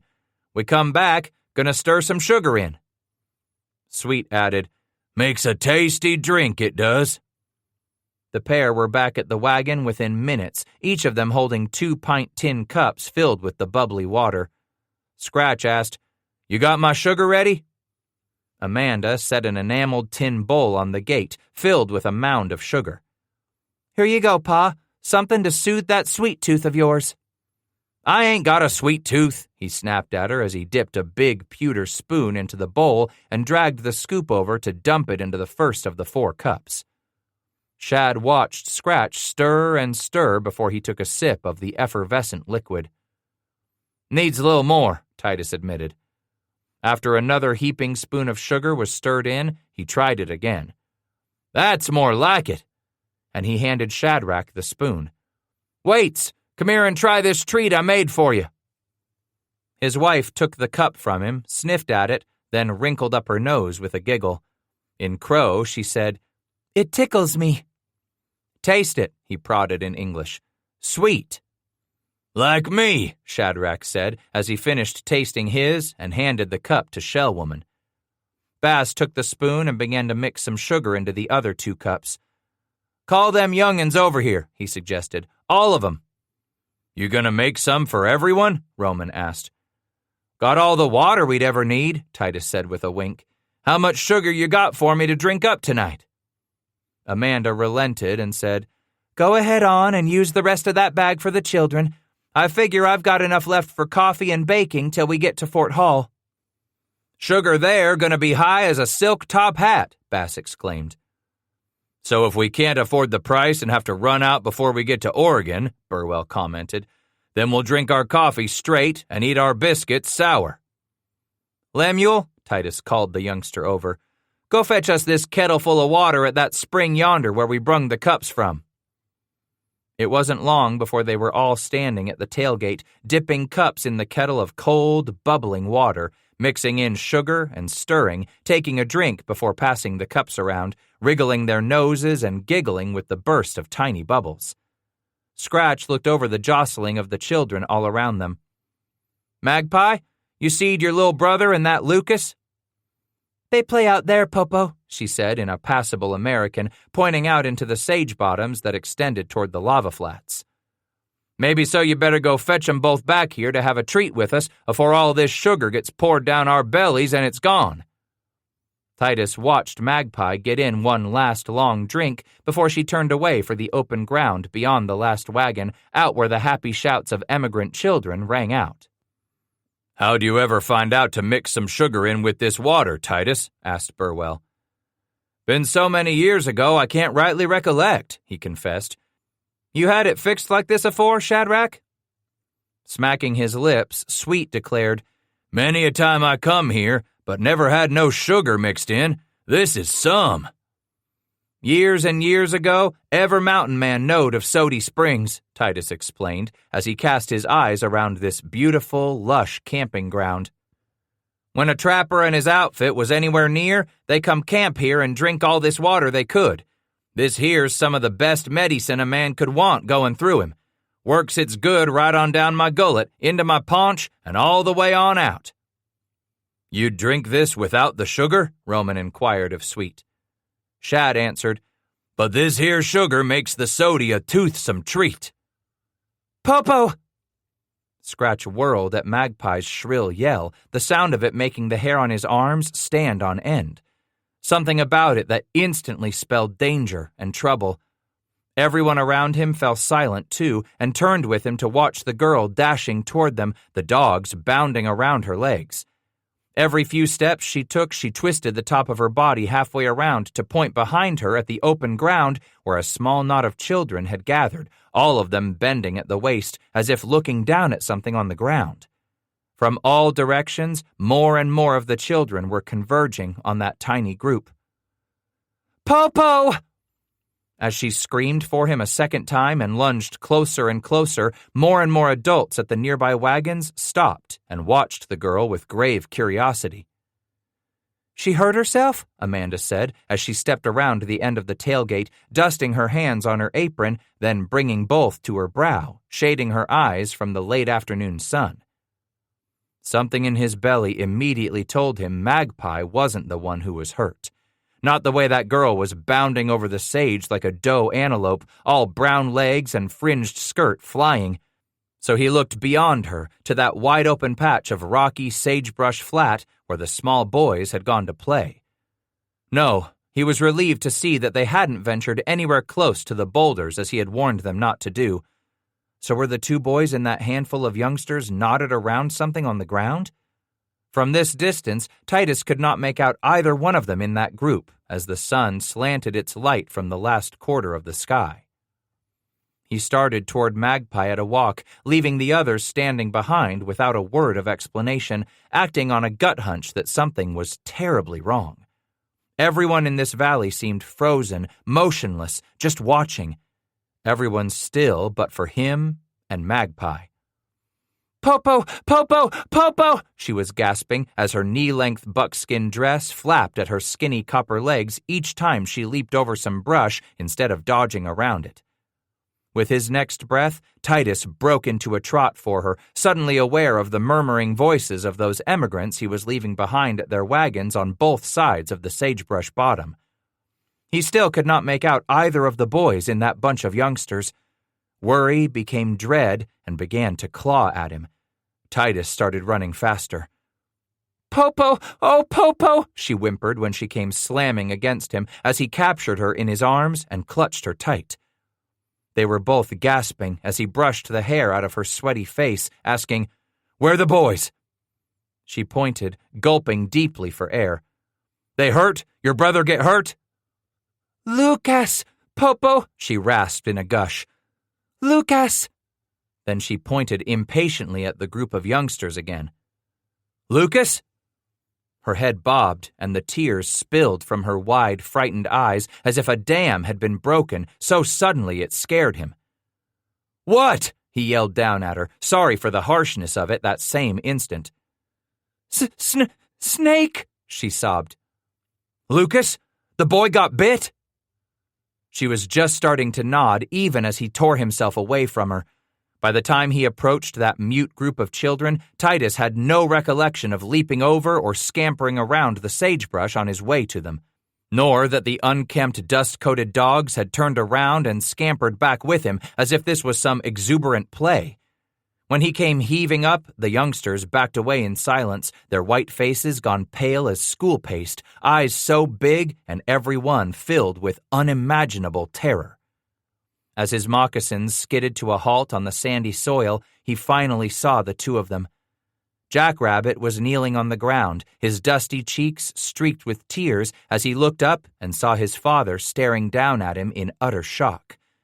Strange, but Titus froze a moment, gazing at the way a few wild strands of his son's hair stuck to the boy's dirty, tear-tracked cheeks. Jackrabbit had both of his tiny brown hands wrapped around Lucas's right leg, fingers interlaced and their knuckles, pale with pressure, clamped just below the knee. Popo, he croaked, runny phlegm oozing from his nose as he cried. Slowly kneeling to keep from collapsing under his own weight, Scratch settled on the opposite side of Lucas and looked first into his son's eyes. Snake? His son nodded. Then Bass looked into his grandson's face, afraid, so afraid of what he might see in those eyes, and his heart broke as he recognized the sheer terror in those half-lidded eyes the moment he leaned over Lucas and caused a shadow to pass across the child's face. The eyes widened slightly, moved liquidly, eventually found him. That's when all the terror disappeared from his grandson's eyes, even though they continued to leak big teardrops from their corners, streams of them washing down the boy's temples through the dust matted on his face, in his ears and his dirty corn silk hair. Grandpapa, he said weakly. See, Jackrabbit? I told you it's gonna be all right now. Then he brought up a sharp, hacking cough. Be all right now. Grandpapa's here. Laying his hand on Lucas's brow, Titus gently lowered the hand so that it closed those two lids and covered the eyes. He could no longer bear to gaze into them. Instead, he turned his attention to the leg. "Your hands tired?" he asked Jackrabbit in Crow. The boy nodded.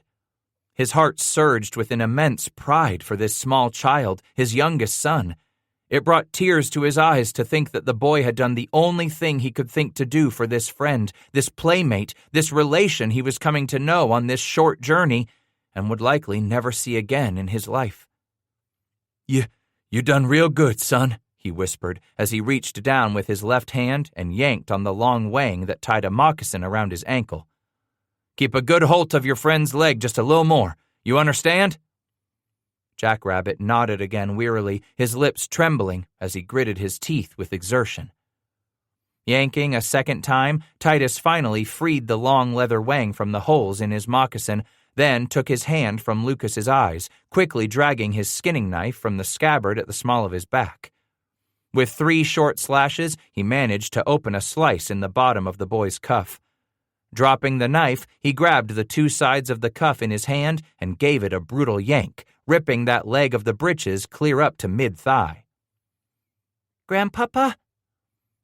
You be quiet now, Lucas, he whispered as he saw Roman and Amanda running their way with Magpie and Waits by the water right behind them. Farther back came Toot and Shad, Lemuel and Leah too, and from other directions came what seemed like 100 other nameless, frightened folks. I be real quiet for you, Lucas whispered back from his dry, cracked lips. Grandpapa make it better now. Yes, Lucas, he vowed, as he stuffed one end of that narrow strip of leather under the bony leg, dragged up both ends together, then looped them in a knot. Now he pulled for all he was worth on those ends. Jackrabbit, get me a stick. How big, Popo? Big as a pin to close your mother's lodge cover. Sweeping up his father's knife, Jackrabbit hacked off a short branch from a nearby sage, no more than the diameter of his stubby little thumb.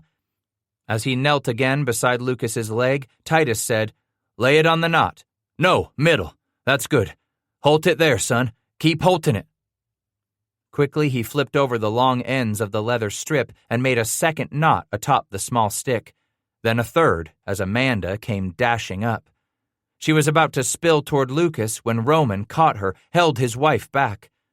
Titus gazed up at his daughter, reading the fear on her face, not having seen her cheeks so bloodless since that moment she had plunged a pitchfork into a man intending to murder her father in Trust's St. Louis livery. "Pa?" she questioned, weak and winded like a frail animal as Roman held her up, kept her from collapsing. That's when Bass moved his gaze to his son-in-law's face, reading the stoic pain registered there. The iron set of a man's jaw when that man knows if he doesn't clamp his teeth tight, his chin is going to quiver and he will betray himself. When a man realizes he must be strong for everyone else, even though his own heart is already crying out in bitter anguish. In Roman Burwell's eyes showed the despair of a man who already knew. "Snakebite, Amanda," Titus declared. Burwell cleared his throat and asked in a whisper, "Rattler?" When Scratch nodded, Amanda stifled a shrill sob and twisted about to bury her face in Roman's chest. Titus looked down at the child as he stuffed his knife back into its scabbard with one hand, slowly continuing to twist the stick with the fingers of his left hand, tightening the tourniquet. "Lucas," he said quietly, bending low so his face was just inches from the boy's, "we're going to take you back to the wagon, son." "Get me better there, Grandpapa?" God, how he wanted to lie to the child, to tell Lucas everything the boy wanted to hear, deserved to hear. But instead, he said only, "Jackrabbit, you help me help Lucas now." "Yes." "Take hold of the stick from me." And he waited while his son seized hold of the stick. "Don't let go of it. Keep hold of it. I'm going to pick Lucas up." I can help you, Titus," Roman offered. "No," and he shook his long hair. "You keep holt of Amanda. Just keep holting her real tight, too." Once Jackrabbit had the ends of the stick steadied in his two tiny hands, Scratch quickly stuffed both his arms under the child. Raising first his narrow shoulders, Lucas's long corn silk hair spilling over Bass's forearm, Titus next raised the knees, then got his own legs under him and stood. Digger was the more inquisitive of the two dogs, rising on his back legs to momentarily sniff at the boy. He turned and slowly started through the sagebrush as the crowd peeled back from his path, he and everyone in that crowd on either side of him moving slow as a death march, both his loyal dogs easing along at his heels. Bending his face over the child's, Bass was constantly vigilant that he not let the sun's intense afternoon light touch the boy's face. His left moccasin finally worked its way off, and he began to walk through the sage across that rough, rocky ground with one bare foot. Waits immediately scooped up the moccasin and dashed in front of him, holding up the limp moccasin and quickly pointing at his foot. He shook his head and resolutely continued for the wagon. On both sides of him, the crowd quietly murmured in wonder and fear, explaining to one another what they heard had happened. In that way, a story was told in but a matter of a half-dozen compelling words from one mouth to the other, to another, then to the next, on, as they shuffled through the sagebrush on either side of him and the boy's gray-faced parents. He could hear Amanda sobbing behind him, could make out Roman talking softly to her as he continued to clutch his big arm around her quivering shoulders, holding her up, helping her walk, getting her back to the wagon for the sake of their youngest. 8-year-old Annie suddenly pushed through the crowd and stopped right in front of her grandfather, staring at her little brother Lucas, her eyes never so wide. She stood rooted to the spot as Titus approached. He realized she needed something to do. "Annie, go lay some more wood on the fire for me." In an instant, the child had whirled about on her heels and darted back through the edge of the throng that made way for her. Titus took a deep gasp as his bare foot found some tiny cactus hidden among the dried bunch grass, and kept walking with that boy cradled in his arms. "Waits," he called out to his wife in Crow. "Gather your medicines." She stared into his eyes a long moment, then understood. Her eyes fell to the ground. "Everything you have," he choked in his wife's tongue as she turned aside. "We'll need it all, so we can do everything we can." 17. "Is there anything we can do for the boy?" Titus whispered to his wife as he crouched at the fire beside her, their faces almost touching as they rummaged through Waits by the Water's rawhide pouch filled with small skin sacks of leaves and roots, powders and mosses, bark and crushed insects, too. All of it they spread out on a piece of old blanket between them, then waited for the water to come to a boil. She looked into his eyes, and he already knew. "There is nothing I know of that has enough power to kill the snake's spirit," she confessed in a barely audible whisper, even though she spoke in Crow. "Except the first maker," he whimpered, as Shad came up to kneel beside him. Sweet glanced at his wife and said, "Toot's seen a lot of rattler bites." "And?" Shad's face was long and drawn as he answered, "But none of 'em ever made it, Scratch." Then Sweet laid his trunk of an arm across the thin man's shoulders. "You done all you could. You sucked him, you burned them bites too. There ain't nothing but the leaves and roots and a medicine man's praying left to do now." How he wanted to let go so his own shoulders could quake with frustration, with utter fear, even some building anger, too. But instead, he turned and peered into the face of his old friend. "Ask Shell Woman to bring over anything she's got what'll help us make the boy feel a little easier. I knowed her medicine saved your arm, likely it saved your life. I can only pray Shell Woman's power gonna save that little boy's life too." Without a word, Shadrach stood and shuffled off. Behind him, Titus could hear Amanda sobbing again as her feet dragged across the sandy soil. Other folks were murmuring around them, too, everyone staying back a ways, keeping a respectful distance from the wagon and the wide awning Roman had just finished stringing up between the top of the wagon bed and a pair of poles when Magpie came running with her terrible news. Titus had Magpie and Leah pull out the canvas bed sacks and comforters from the back of the wagon as they approached, instructing the girls to make Lucas as soft a pallet as they could in the shade beneath that awning on the lee side of the wagon near the fire. It was where the children and the two dogs always chose to sleep each night on the trail. This is where Digger and Ghost now dropped to their bellies and scooted across the sandy ground to keep a watch on the humans. And here, too, Scratch slowly settled with the tiny body in his arms, Jackrabbit still clutching that tourniquet stick with both his tiny brown hands. "Amanda," he had called to her in a quiet voice as Roman brought her up to the awning, the crowd stopping several yards behind Mother and Father. "You need to be strong, woman. This boy needs a strong mother right now." She had nodded. "Can you be strong for my Lucas boy?" Her chin quivered so as she had nodded again, then slowly peeled herself away from Roman. "Come here and sit beside me, daughter," he asked. Once she had settled right beside her father, Amanda took a long, deep breath, then leaned over and wrapped her arms around Lucas, slowly taking him from Bass's embrace. Into Jackrabbit's ear, he had whispered, "Your hands tired?" The boy shook his head and kept holding that stick with white-knuckled intensity, his big black eyes pooling, tears muddying his cheeks.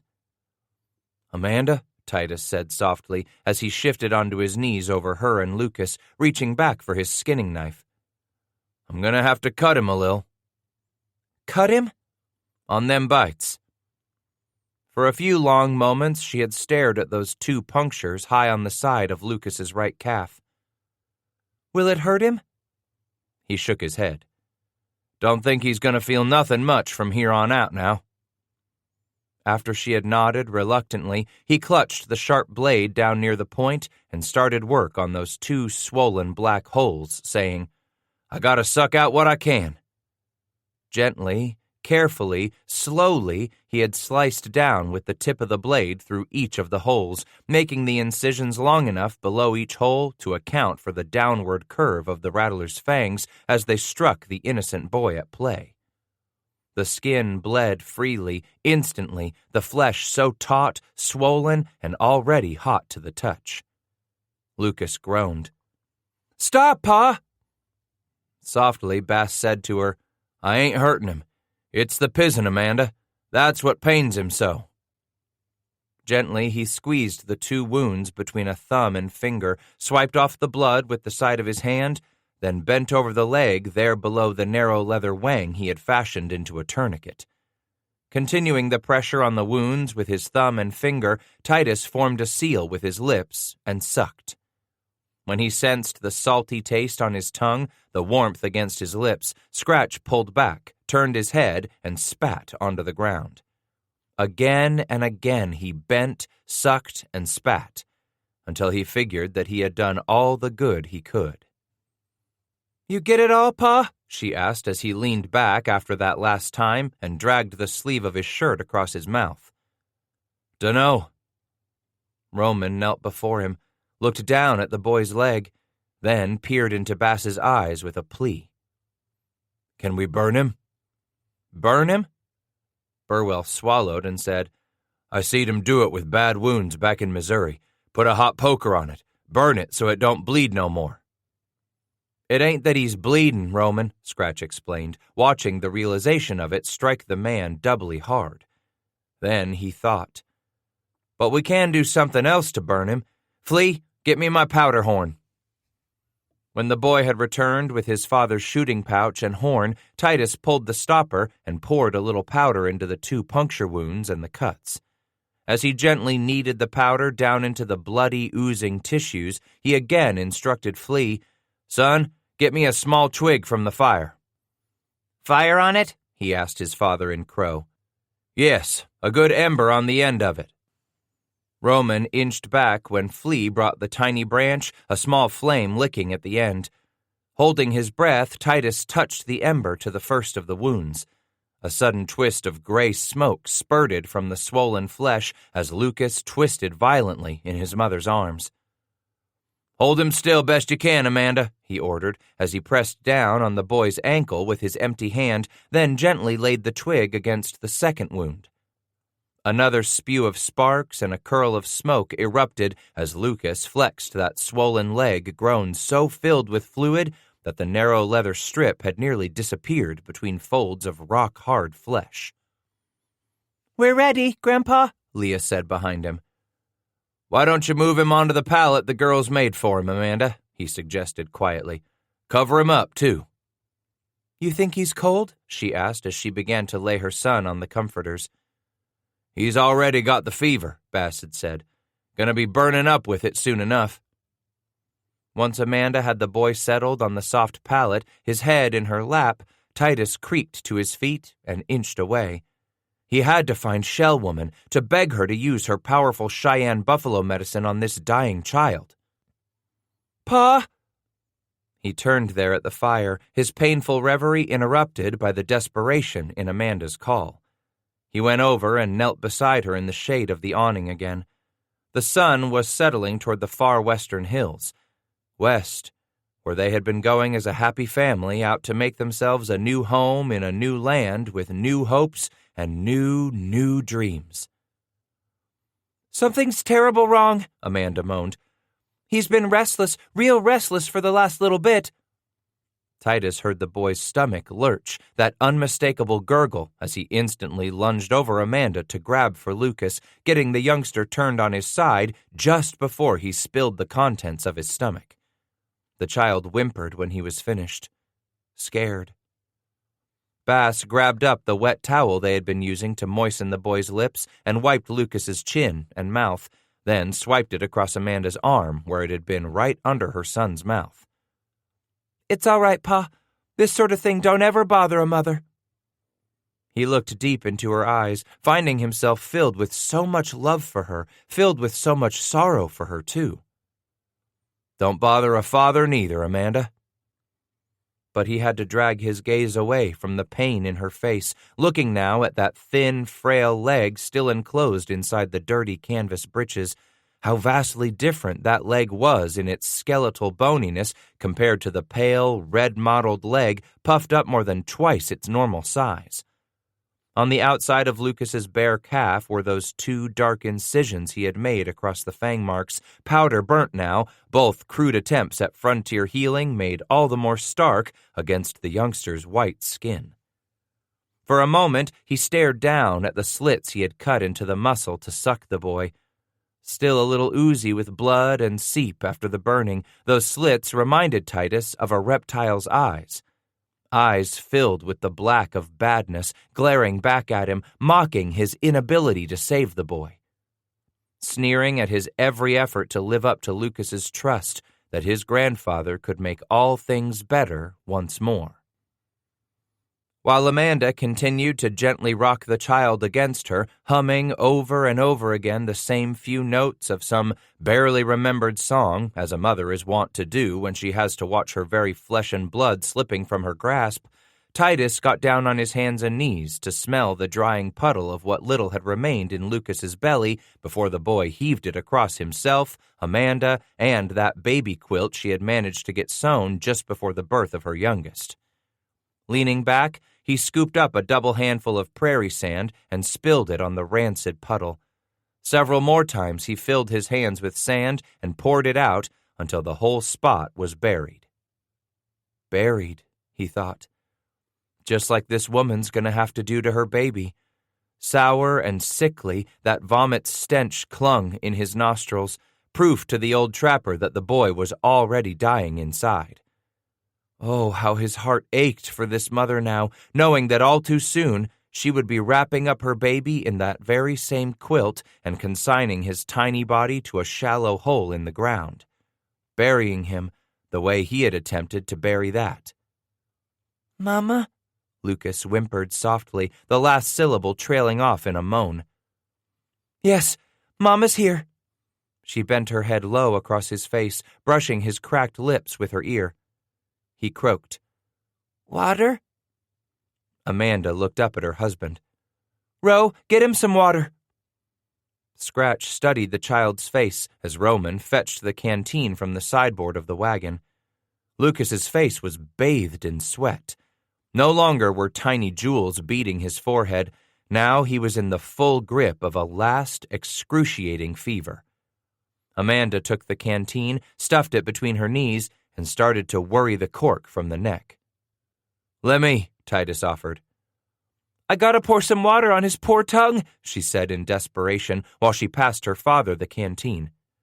"No, not that way," he said as he pulled the cork and looked around them. "Here, I'll use the corner of your apron." Picking up the corner, Bass pressed it against the canteen's mouth as he turned it upside down. Water soaked a bit of the apron. This he brought to the child's mouth, rubbed it across the dry, cracked lips. "Here, Lucas, suck on it. Suck the water." "For God's sake, Pa," she whimpered, "give him a drink of water." "He'll just throw it up," he wanted to explain. "This way his tongue won't be so dry." "It doesn't matter," Amanda snapped, her red eyes hardened with despair. Lucas is going to... It damn well doesn't matter anymore if his stomach don't hold it." He felt shamed, chastised by her words, more so by his lame attempt to do right by Lucas when the time to do anything for the child was past them all. No longer should any of them worry about the boy throwing the water back up. You're right, Amanda," he said quietly, handing her the open canteen. "Give Lucas anything he wants what'll make him feel better. Anything." Her eyes suddenly softened. "I'm sorry, Pa. So sorry." And she started to cry again, her upper body quaking with the force of her sobs. Quickly, Bass threw his arm around her shoulder, saying, "Don't do that now, Amanda. Time enough for that later. But right now, for what time you got left, you be Lucas's mother. You just be this boy's mama."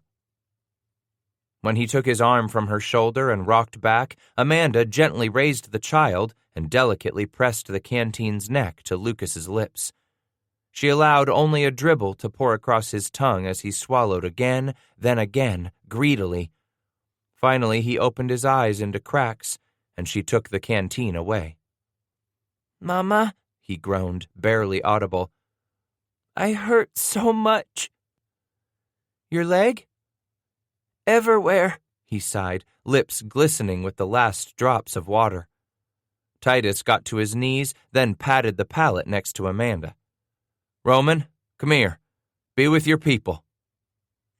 For a long moment, the big, burly farmer just stood there at the edge of the awning's shadow, staring down at his son, grief relentlessly chiseling away at his sharp, thick-boned features. His arms hung stiffly at his sides, those big calloused farmer hands balling into fists with a white-knuckled intensity, then opening before they balled again with a fierce helplessness. "Ro?" Amanda whispered. "We gonna just sit here and watch him die?" Burwell spewed suddenly, his face flushed red with fury. Amanda glanced quickly at her father, then said, "Ro, he needs you now." Closing his eyes, Burwell wagged his head. I don't think I can sit here with him, Amanda." Pa? Roman Burwell immediately collapsed to his knees there on the pallet with that pitiful groan from his son's lips. As tears started welling from the farmer's eyes, he scooped up Lucas's hand between both of his. How small and white it looked to Titus now, lying there, protected between the father's big, strong, hard-boned paws. How small and frail and helpless, too. Anyone close to that awning now, in the death-still quiet that held its grip on family and friends and fellow sojourners on this road to Oregon, could plainly make out how the boy's breathing came harder and harder over the next excruciating minutes. Almost as if he were struggling to breathe underwater. Short, shallow breaths, each successive one seeming to come quicker and quicker, as if the child would never again catch his breath. And with these last few moments came that pale bluish hue of impending death, its once-seen, never-to-be-forgotten color smeared beneath the tiny youngster's eyes. How many times in all his living had Titus Bass witnessed that sheen paint its fateful crescent there against pale skin? Grinding his teeth together, the old trapper had gotten to his feet, feeling more weary than he could ever remember being. Without a word, he turned away from the awning, his muscles tensed as he hurried on this vital errand to beg of Shadrach what he himself could not do. At the front of the wagon, he now spotted Sweet and Shell Woman. Lunging over the wagon tongue, Bass grabbed the Cheyenne by her shoulders and shook her, bringing her frightened face close to his when he snarled, "You gotta help that boy. Go put your hands on him, sing your prayers, do what you gotta do to save him." "Scratch," Sweet whispered as he jabbed an arm down between Toot and the old trapper, tugging them apart. He looked up at his tall friend, desperation growing, a plea in his eyes and in his voice. "You gotta tell her to come say her magic words. Come help Lucas, Shadrach. For the love of all that's holy, she can heal him." "I told you afore, the Cheyenne don't have no medicine strong enough." The despair was growing, more than palpable in the pit of his belly. "How come she saved you, and she won't save that boy?" "Ain't that at all," Sweet said soothingly. Gradually, he got Bass's hands pried from Shell Woman's arms and got his friend turned aside. "You gotta make her save Lucas, same way she saved you." Sweet suddenly shook the smaller man. "God damn it, it's different, Scratch." He stared at his friend's eyes and asked, "How?" Taking a long sigh, Shad explained, "Because when she healed my arm with her white buffler medicine, there wasn't no spirit fighting her prayers." Bass squinted his eyes, attempting to get his mind around what he had just been told. No spirit fighting her prayers?" "All she had to do was stop that real bad bleeding, and I was healed," Sweet declared. "What's different here with that boy Lucas?" Letting go of Titus, Shad said, "Toot told me the Cheyenne's white buffler medicine ain't no good fighting against a bad spirit." For a long, long time he stared into the tall man's face. "The snake, it's a bad spirit she can't fight with her medicine?" I'm real sorry, Scratch." He looked at Shell Woman now, feeling so hollow and dry, like everything good had been sucked right out of him. "I'm sorry, too. Tell her, Shad. Tell her I'm sorry I grabbed her, if'n I hurt her." "Titus?" Waits whispered behind him. Turning, he found his wife standing at the corner of the wagon, holding a small brass kettle, steam rising from its surface in the full blast of summer's hottest fury. In her other hand, she held what looked to be a wet towel. "What you made? Will it help?" he asked her in Crow. Her eyes already spoke their grim answer for him. Then she said, "No, but I made it from a root that will make it easier, his last journey, for him." Bass could see how hard it was for her to stand there without sobbing, without breaking down herself.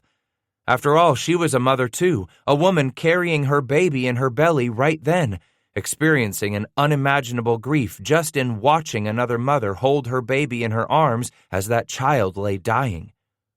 He took the kettle's bail from her and carried it around the front of the wagon to set it beside Amanda.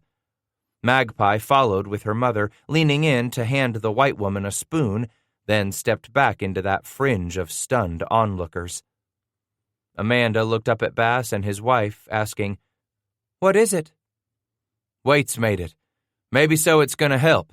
Help Lucas so he don't hurt so much." Her eyes bounced back and forth between them for a moment, then she said, "If it will make his going easier, Pa." While Amanda raised Lucas up again and held a spoonful of the steamy broth against his lips, Titus knelt on the other side of the child, by the lower leg that was already blackening with an impatient death rising inexorably from the wound. Unwrapping the wet towel Waits handed down to him, Titus found inside a mash of roots and leaves. This dripping pulp he scooped up with his fingers and laid against the wounds, knowing the boy's flesh was dying, if not already dead, the flesh darkening the way it was, those wound sites seeping a foul ooze. Lucas did not move the leg as Scratch wrapped the wet towel over the poultice. After a half-dozen sips of the steamy broth, Lucas barely managed to turn his head before his stomach revolted and emptied itself. As he watched his daughter, Scratch saw how Amanda positioned herself, refusing to look below her child's waist anymore, to look at the snakebite, at the bloated, blackening leg. Instead, she kept her eyes only on Lucas's face as she stroked his tiny arm and gently rocked the boy. Her tears spilled one by one onto the child's pale, dusty shirt, each drop making its own muddy circle on the much-faded cloth. Titus turned at the rustle and murmur behind him, watching Hoyt Bingham come through the crowd with a green bottle in his hand. The train's other captain knelt just inside the late-afternoon shade of the awning and held out the bottle to Roman. Maybe some whiskey help it," the man offered. Roman nodded to Titus, and Bingham shifted his offering to Bass. For a long moment he stared at that bottle in the settler's hand, an old hunger raising its head in the pit of him, the sort of hunger that came when there was nothing else to do but numb a pain with the forgetfulness of liquor. Then he looked at Bingham's face again, and those eyes pleading that he could find some way to help. At last, Scratch looked down at how Roman held his son's tiny hand, not thinking that offer of whiskey was such a fine idea after all. "Maybe so later," Titus said softly. "Likely, we could sure use that whiskey a little later. Thank ye, most kindly." Again and again, Waits and Toot brought steaming rags in a brass kettle, rags he held over the soupy poultice. Changing the rag that had cooled off for a hot one as the crowd around them breathed but did not mutter a word. Maybe they were all talked out for now. Nothing more to say. No words that could make any difference. Maybe not even prayer words. So he glanced up at those vacant eyes in those dusty faces here beside the soda springs where the small geyser spewed at that moment with a watery gush. He was helpless as any of them were, these emigrant farmers who had no earthly reason to be out here in this wilderness when they should be back in their hardwood forests or on in their promised land on the Willamette River of Oregon Territory. Anywhere but here, an unnamed, unmapped hell of the country more than halfway between where they'd come from and where they still dreamed of putting down new roots. Easy was it for Titus to read that despair on their faces. It could have been any child, their youngest, the baby who would have grown up strong and bold in that far-off land of promise. But here they stood, suspended in time and distance, much, much too far from their old homes to ever consider turning back for what was. Still too damn far from Oregon country to truly believe any of them could make it to that promised land without being forced to pay some terrible price for their wanting and hungering for it. Everything came with a price, Titus brooded. The wanting of that paradise on the Willamette, it had come with a hard, hard price for this little family. Was his wanting of a little paradise far, far to the north for his family going to come with some awful price, as yet hidden beyond the horizon, somewhere out there where he could not see it coming, could not turn out of its way? So he peered up at Bingham and Ryder, Murray and Truell, Fenton and Iverson, and all those nameless ones who had stood up against the way of Eastern men like Hargrove. Good, simple, hard-working men who sweated into the ground, bled on the soil to coax something green from it. Men who had already spent months and much more than 1,000 miles learning what it was going to take to reach Oregon. Not just the anvil one of them had abandoned way back on the Kaw, or a sideboard already some 5 generations old left behind on the lower Platte. Maybe that clumsy, bulky grinding stone thrown out by the time the great shallow river split in two and they began to follow the road's course as it northed to Laramie. Perhaps some heavy china that had belonged to a great-grandmother now left carefully stacked and abandoned beneath a wind-stunted tree at the base of Chimney Rock. Treasures left behind for them that might appreciate what treasures they were and what it had taken to leave them behind forever. All of these sojourners had left something behind, even loved ones, blood of their blood, flesh of their flesh, bone of their bone. Each loss a supreme sacrifice paid on the altar of this wilderness crossing. A stillborn child laid to its rest in a tiny hole beside the Little Blue. Then the train's first cholera victim, who awoke one bright, clear morning with nothing more than a headache, was taken feverish by midday and at death's door before the train stopped for the night. That woman wasn't the last to be taken, Amanda had told her father, as tears had pooled in her eyes several nights ago at their fire when she had attempted to explain what sacrifices these emigrants had been making all along. 17 more had died, gripped by the cholera that chased them right out of the settlements, she declared, chased by that scourge until they finally outran it somewhere close to Courthouse Rock on the North Platte. No more graves after that one they dug for the husband and father who had stumbled, clambering out of his wagon, dropping his loaded rifle, and shot himself under the chin. He had been the last one of these Oregon-bound sojourners they had buried on the way. At least, until this day. Why the babes and the youngest among them? He sat there in the coming twilight asking this troubling question of that great still being he was just beginning to trust. Why this little Lucas? As dusk deepened about them, someone brought 3 lamps, and though a few left, going back to stir up fires and put supper on the boil, Titus was surprised that most of these people ended up staying on in silence. A watch, he thought. A wake they were making of the boy's slow, fitful death, but nothing noisy in the slightest. No, these were the sort of people who were standing out there in the gathering clot of night, wondering on this happenstance, thanking their capricious God that it hadn't been one of their happy, laughing, carefree children who had been sacrificed to this camping ground at Soda Springs. These simple folks with simple dreams and simple prayers, standing there on the edge of the fire's glow or lamplight 4 or 5 deep, watching without a murmur, trying to grasp onto some sense of how it must feel to be Roman or Amanda Burwell right now. Every one of these sojourners sure to sense how the journey had just taken its heaviest toll, its tithe, its blood sacrifice from this little family. Perhaps praying, they were wondering if they would make it the next 1,000 miles or so to the Willamette without being required to make a flesh-and-bone sacrifice of their own to this life-altering journey. Secretly, in their heart of hearts, offering thanks to their God that it was someone else who had paid, and not them. So Titus brooded darkly on what kind of prayer maker it would take to thank their God for taking some other person's child.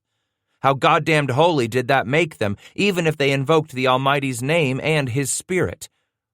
All these simple people inching west toward the setting sun, brazenly believing they were only moving from one old home to a new home, with only a matter of some miles and months in between. Stupid, simple people, he cursed them, thinking of this march across the prairie, onto the high plains and over the mountains, fording powerful rivers, fighting off the cold and dust and bugs and water scrapes too. Who were these people to stand out there in the dark and pray to their God, a God who hadn't done a damned thing to help save the life of this small, happy, tow-headed, helpless boy who'd never done a thing to hurt anybody and was just coming to know his grandpapa? Who were these people to judge anyway? Pa? He turned at Amanda's weak, raspy call, found her leaning over Lucas. "Hold that light up for me, Roman." Burwell raised the lantern, its oil sloshing in the brass well as the farmer held it above them all, creating stabs of shadow and light in a half-circle. Titus bent close, hoping, perhaps praying, to feel the soft brush of breath on his cheek as he stared at Lucas's face. A thick and greenish ooze seeped out from the corner of the boy's crusted nostril. Titus stifled a sob, thinking, the pizen is riz clear to the child's head now. Which meant Lucas was near gone. Sweet mercy, sweet, blessed mercy, the roots in that broth Waits prepared had given the child a little peace as he slipped into the hardest part of his passing.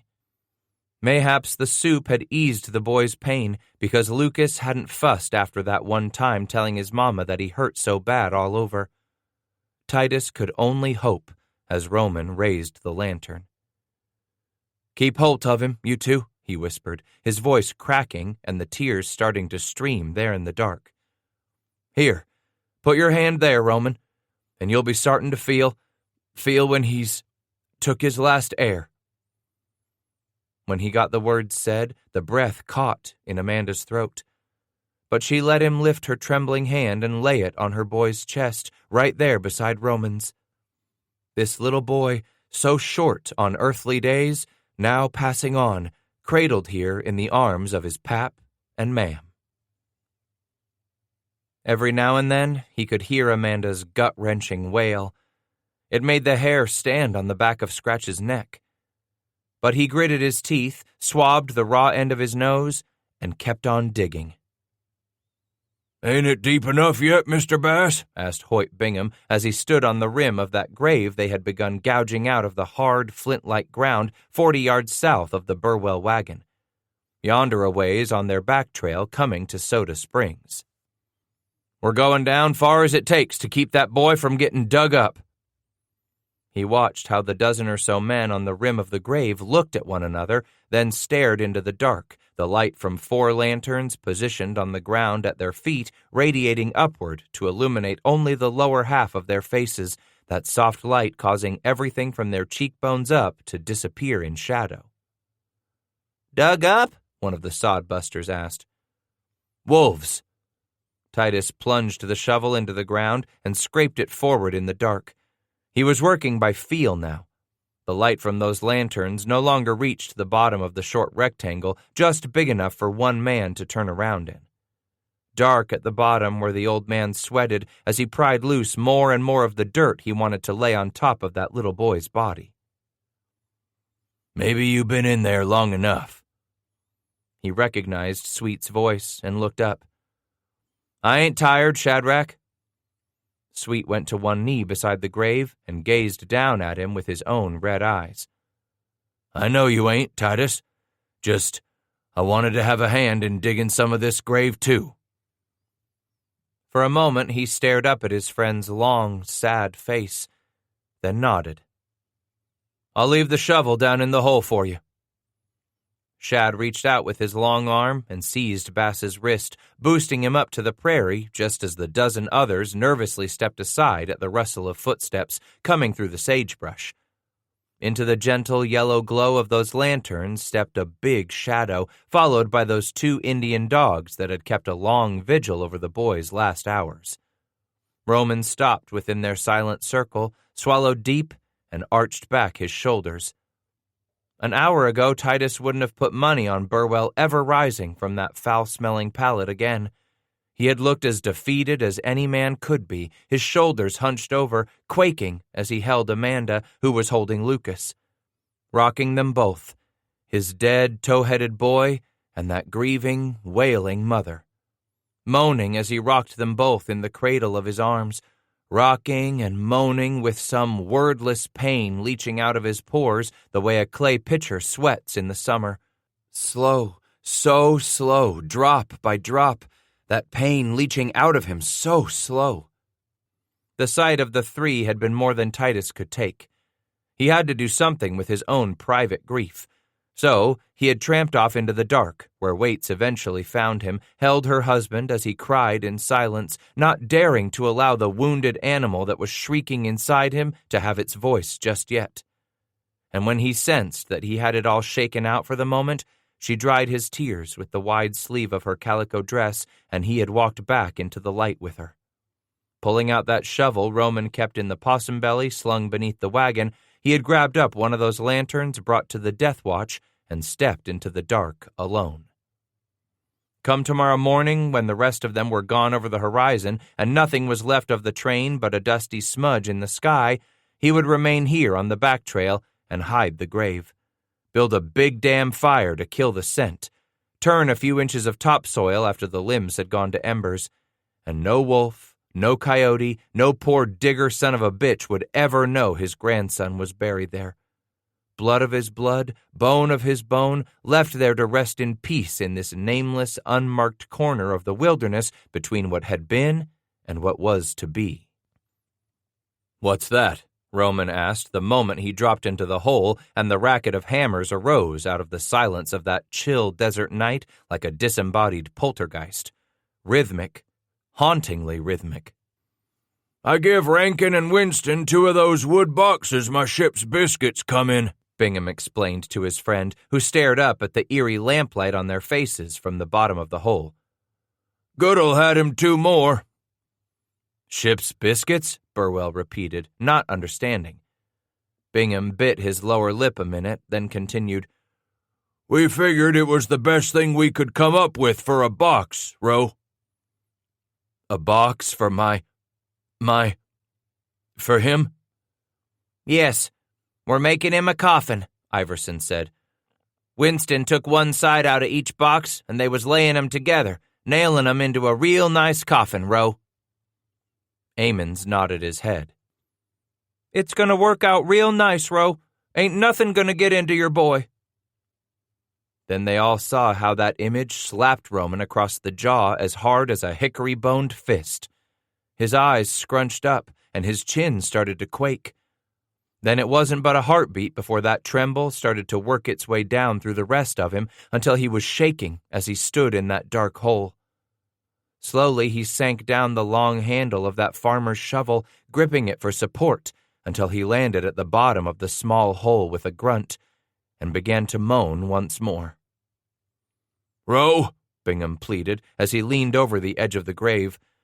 But Titus pulled the man back and knelt so he could look down on the grieving father.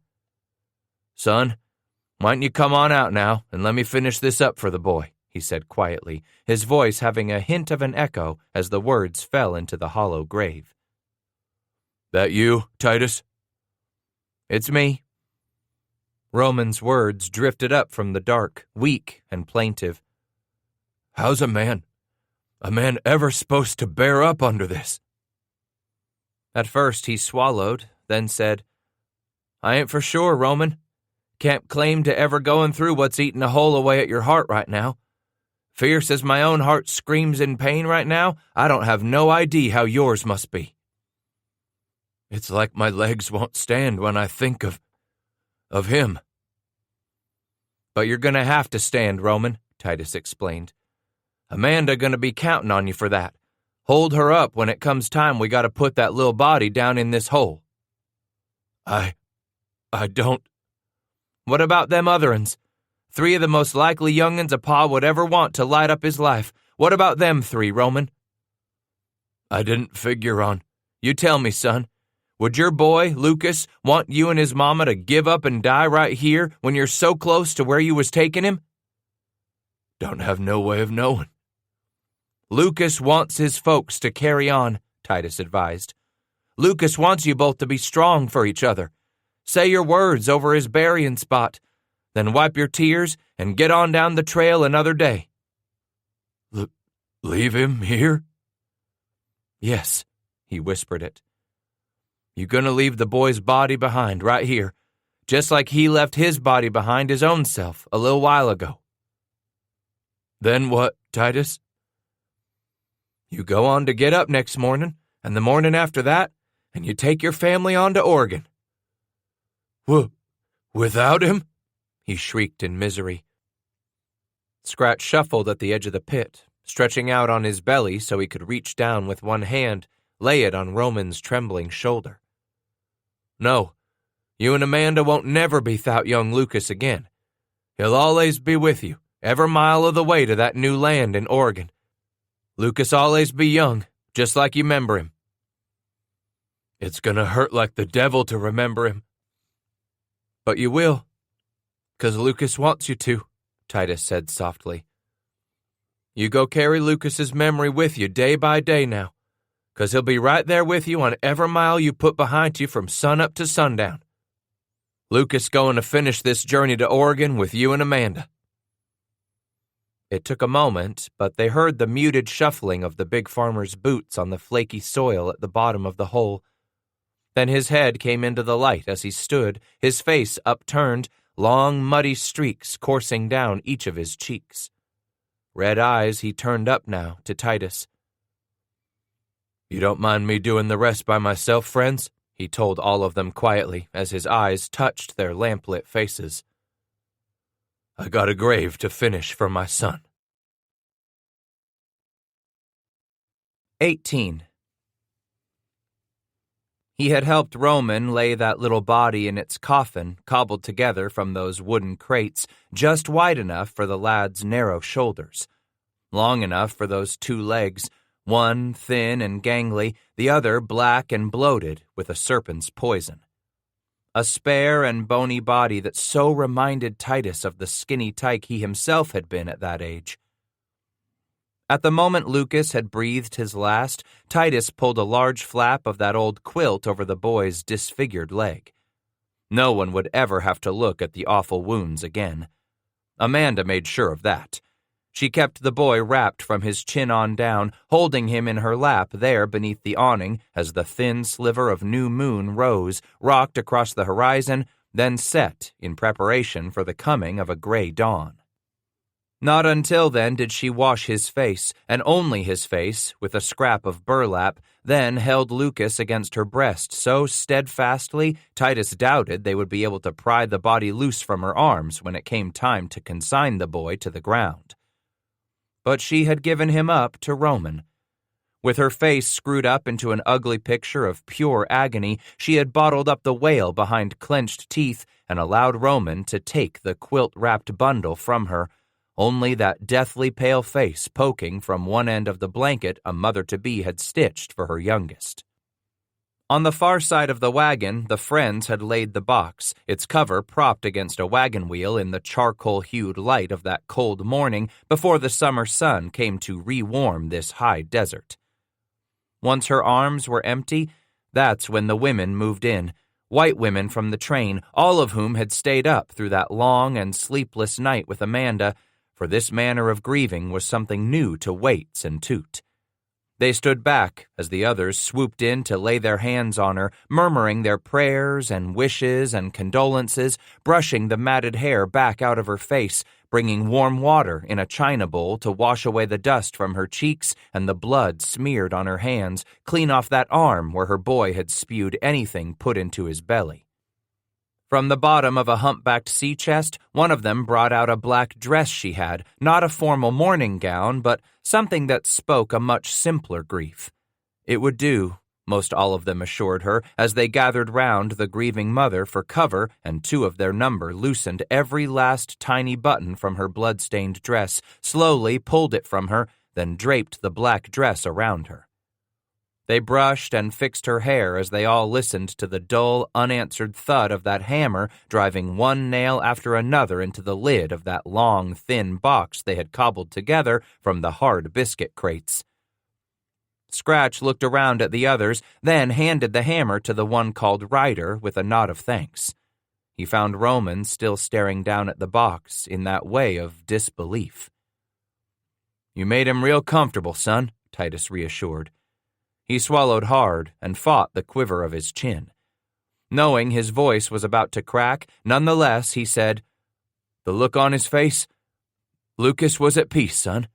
His hurtin's over now." "You ready, Roman?" Iverson said as he stepped up, his old scuffed Bible held in both hands at the center of his belly, as if protecting the buckle of a belt that wasn't there. Burwell nodded again, his eyes never rising from the lid of that long, narrow box. 3 of the others immediately stepped around Iverson and knelt beside the coffin, but before they barely had their arms around it, Titus and Shadrach tapped on those emigrants' shoulders and shooed them away. Together, without a word spoken, the 2 of them gently lifted the box and positioned it on their shoulders, on Scratch's right as he stepped away in the front, and on Sweet's left shoulder as he made his strides shorter, more deliberate. That much taller was he than Titus Bass. "Bring them 2 coils of rope," Scratch whispered to Bingham as he shuffled past. A long gauntlet of men, children, and now the women too, was forming on either side of the path the 2 old trappers were taking through the gray of first light to that deep, deep hole Titus had wanted to be half again as deep as he was tall. In the end, so deep that Shadrach had been the only one who could pull Burwell from the grave after Roman had passed up the shovel to them, then that empty bucket on the end of a 1-inch line they used to drag out the dirt the grieving father tore up from the bottom of what would forever be Lucas's resting place. On his right, just past the wagon tongue, the crowd parted with a murmur, and through that gap stepped Roman, his right arm around Amanda's shoulders, his left hand gripping her arm across her body, holding her up, making her move with him, slowly, taking small steps as they fell in behind the coffin. Behind them came Lemuel, Leah, and young Annie, the baby of the family now that Lucas was gone. Up ahead in the graying light, Bass saw the faces of his children appear at the side of the gauntlet of white folks, saw how they poked their heads out to watch. "Popo?" Magpie whispered as he came near, one small step at a time, carrying the front of that coffin. "All right, we come with you too?" Her words were respectful, filled with awe and a pain that hadn't subsided since yesterday when she discovered the boy not long after the snake struck. She had one arm laid over Flea's shoulder, her other arm holding up her smallest brother. Jackrabbit looked frightened, confused, downright scared. Bass's eyes softened as he quickly peered at the boy. "You come with me."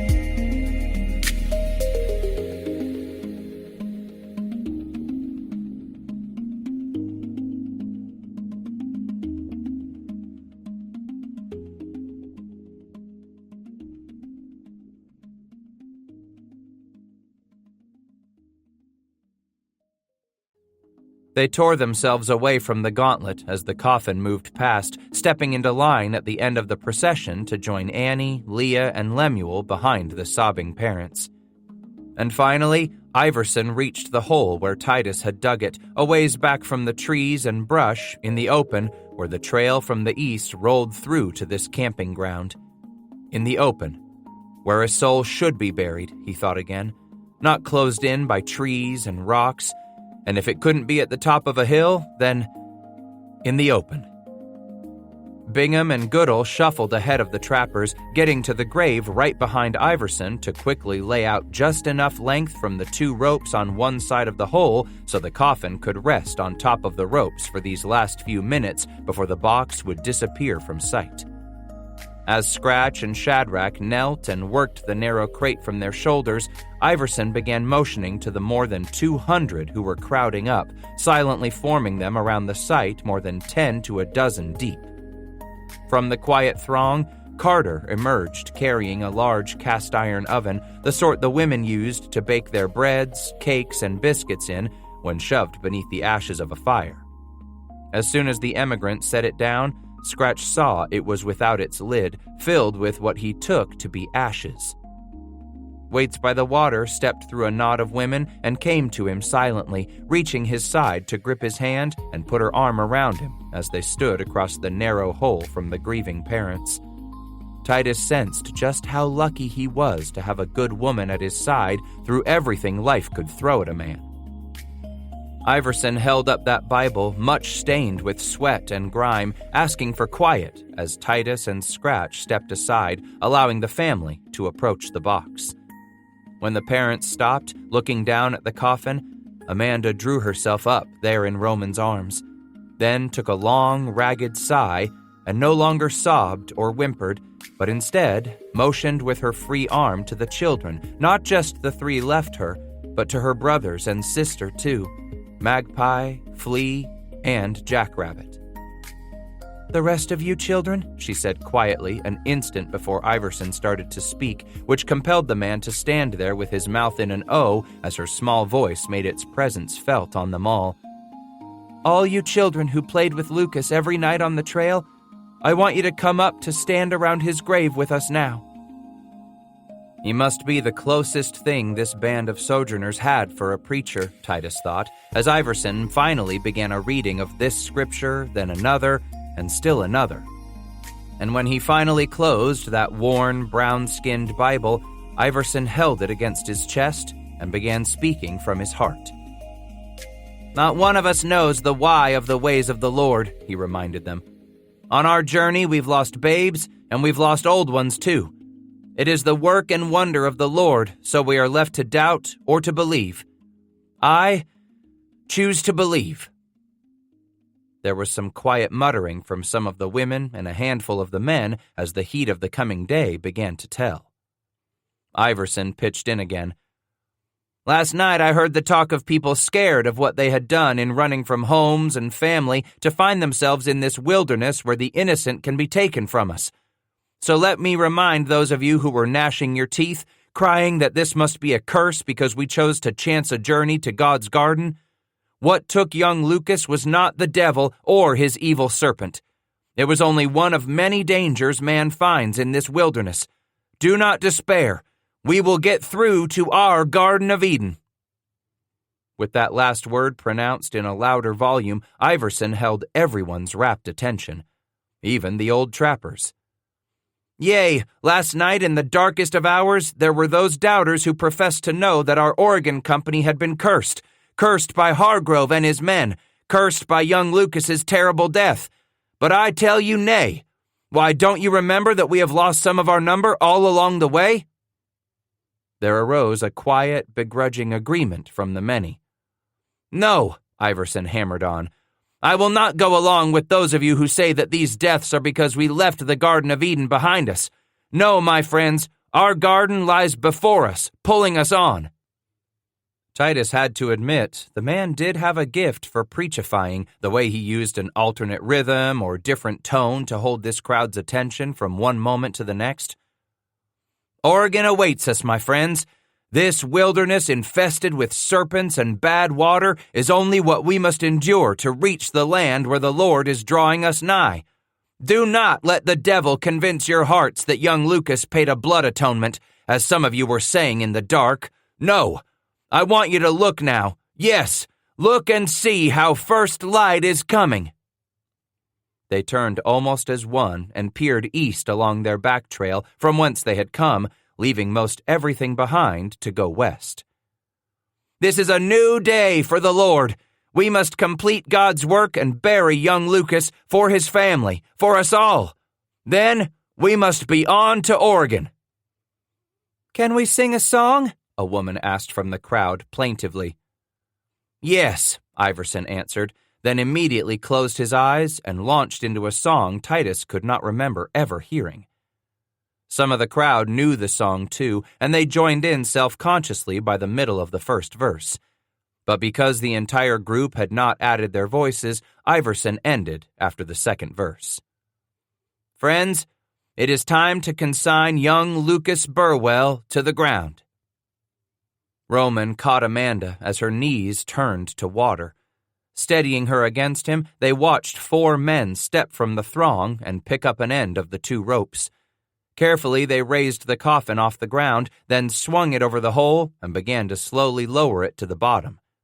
When it rested securely, 2 of the men pulled the ropes from the grave.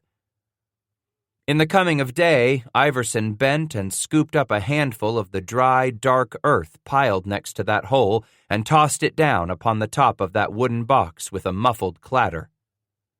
Dust to dust. Kneeling beside the cast-iron oven, Iverson seized a handful of the cold ashes he had asked be brought here. He opened his hand, allowing the flakes and dust to fall, most of them drifting into the hole. "And ashes to ashes," he reminded them. "From dust we come, to dust we all will go." Rubbing his palm against the leg of his pants, Iverson stepped back and made a quick gesture to Roman. Mr. and Mrs. Burwell knelt at the edge of the grave, where they each tossed in some dirt clods, landing hollow on the top of that crude coffin, then reached over to toss in some ashes. Roman got to his feet first, helping Amanda as they moved aside, and Lemuel brought his 2 sisters forward. At the side of the grave, Lemuel turned, signaling Magpie and her brothers to join them. All bent and made their offerings to the grave. And as the children inched back, Iverson said, "Anyone who wants to come to the graveside, offer a prayer by throwing in some dirt or ashes, now is the time." They shuffled around the small hole, long lines of silent folk coming from 2 directions. As they finished, then passed by, most every one of these emigrants reached out to touch Amanda's hand or shake with Roman, offering in that quiet, unspoken way something of their own grief and hope, too. Titus stood there with his arm around Waits, watching this long procession, realizing just how many friends the Burwell family had made on this unfinished journey to Oregon. Friends, these were. Friends who had stood watch, knowing nothing else to do. Friends who had offered to help dig, knowing nothing else to do. Friends who brought food and drink all through the night, not knowing what else they could do. But here they stood, as the words and prayers and songs were said over this deep, deep hole dug for a tiny child, because it was what they could do. It was what they would want others to do for them if tragedy had struck their family instead of the Burwells. But in the end, only the Burwells stood beside that hole with the 2 trapper families. The others had moved off, busy with breakfast, bringing in the stock, hitching up the oxen and mules, saddling the horses, rolling up the bedding, and dousing the fires once the trumpet sounded, high and brassy on the motionless air. It was still so cool, Titus thought. But soon the earth would begin to heat up and the breeze would stir. Restless wind. It would be restless all day long and into the evening as the earth cooled once more. Wind every bit as restless as was he. "You take your family back to the wagon now," Titus said, as he and Shad moved up after the last of the emigrants were gone. "Time to get your stock hitched up for moving out." Roman gazed down at his wife, then nodded and turned without a word. The children started back with him, joined by Waits and Toot. Scratch moved up and laid his arm across his daughter's shoulder. "Sure you want to watch us finish this?" She nodded once, and Sweet reached out to grab the handle. "I can do this," Titus said. "Let me," Shad offered quietly, his big, sad eyes imploring. "You stay with your daughter." They watched the big man scrape and scrape and scrape the soil back in on that tiny box at the bottom of such a deep hole, deep enough, Titus thought, that no wolf would do anything but give up, even if it was able to smell something on this tiny patch of ground. When he had the hole completely filled in, Shad began stamping around on the new soil, compressing it, before he tossed on some more of the dirt and compressed again with his big feet. "I'll carry the rest away from here," Sweet explained, as he took the first shovelful of the excess dirt and started toward a copse of trees 15 yards away. "Gonna stay behind a while, Amanda," he said softly to her, while Shad was coming and going. "Build me a fire over the spot. Make sure no critter can smell a thing and try digging it up. Too far down, made sure of that, but I don't even want to think about some wolf trying—" He saw she was crying again. "I can't go, Pa." "Can't go?" She wagged her head. "I gotta stay here. Not ready to go on. Not just yet." "All right, Amanda. You want to, you can stay here with me. You can take your time for grieving, all you need." Minutes later, as Roman pulled the 4-hitch team of oxen around in a circle nearby and halted, Titus announced to Burwell, "Come see her afore you go, son." Then he explained that she would be staying there with him to see to the grave. "You gonna be all right, Amanda?" Roman asked, lines of concern deep in his brow. You'll be coming, right?" "Yes, Roman. I'll come along soon. I just need a little more time here," she confessed. "Not ready to let him go just yet." The big farmer embraced her a long while, then kissed the top of her head and wiped the tears off her cheeks before he clambered back up the front wheel, squeaked onto the seat, and slapped the reins down on the backs of those oxen. Lemuel came up beside the lead ox and snapped it with a long whip, hollering at the animal to get up as he turned to look back at his mother in farewell, wet streaks running down the young man's cheeks. When the wagon came around, the 2 girls were at the rear gate, there above the swinging buckets, waving back at their mother from the rear pucker hole, sobbing once more. Toot and Waits stood with the children, those 2 shaggy dogs, and the extra stock until the wagon caught up. Then they all fell in on the road to Oregon, the last in line for the day's march. Shad swung into the saddle and waved his long .62 flintlock in the air before he wheeled around and heeled into the march, eventually disappearing with the rest. "You want to sit over there in the shade, Amanda?" Scratch walked with her over to that copse of trees near some large boulders. "Stay here in the shade, and don't you go too near them rocks where the He bit off the word too late. So she looked up at him as she settled to the ground in the shade of that sunny new day. "Gonna always look out for snakes here on out, Pa." "You sit yourself, daughter, and you do your grieving. It's what a body's supposed to do when a big chunk been tored out of their heart." After a minute, while she sat staring at that patch of disturbed ground several yards away, he knelt before her and said, "I'm going off now. Fetch some firewood from what's been left round the camp. Build me a fire on the grave." He stood up in that silence, her sigh the only sound, along with the slight tremble among the leaves brought by a first breeze stirring through the branches overhead. A good place for a body to rest in peace, he thought, as he started away to scratch up a heap of firewood. This silence made for a mighty fine place for a mortal body to rest for all time to come. It had taken the better part of the morning to drag in what wood was left behind by the others, logs and limbs scattered across the camping ground.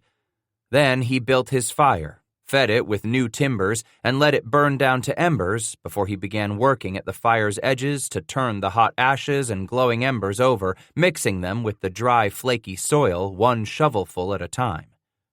Hot work, what with the way the sun had come up mean and resentful in that cloudless sky, baking him from overhead while the rising heat from those embers scorched him from below. Both moccasins were permanently blackened now, along with the bottoms of his buckskin leggings and that fringe that trailed at his heels, too. But fire was a good thing. Flames had a way of cleansing what they touched. Just the way he had rubbed that powder into Lucas's snake bites and set them afire, now this ground had been cleansed of the smell of man, the stench of death.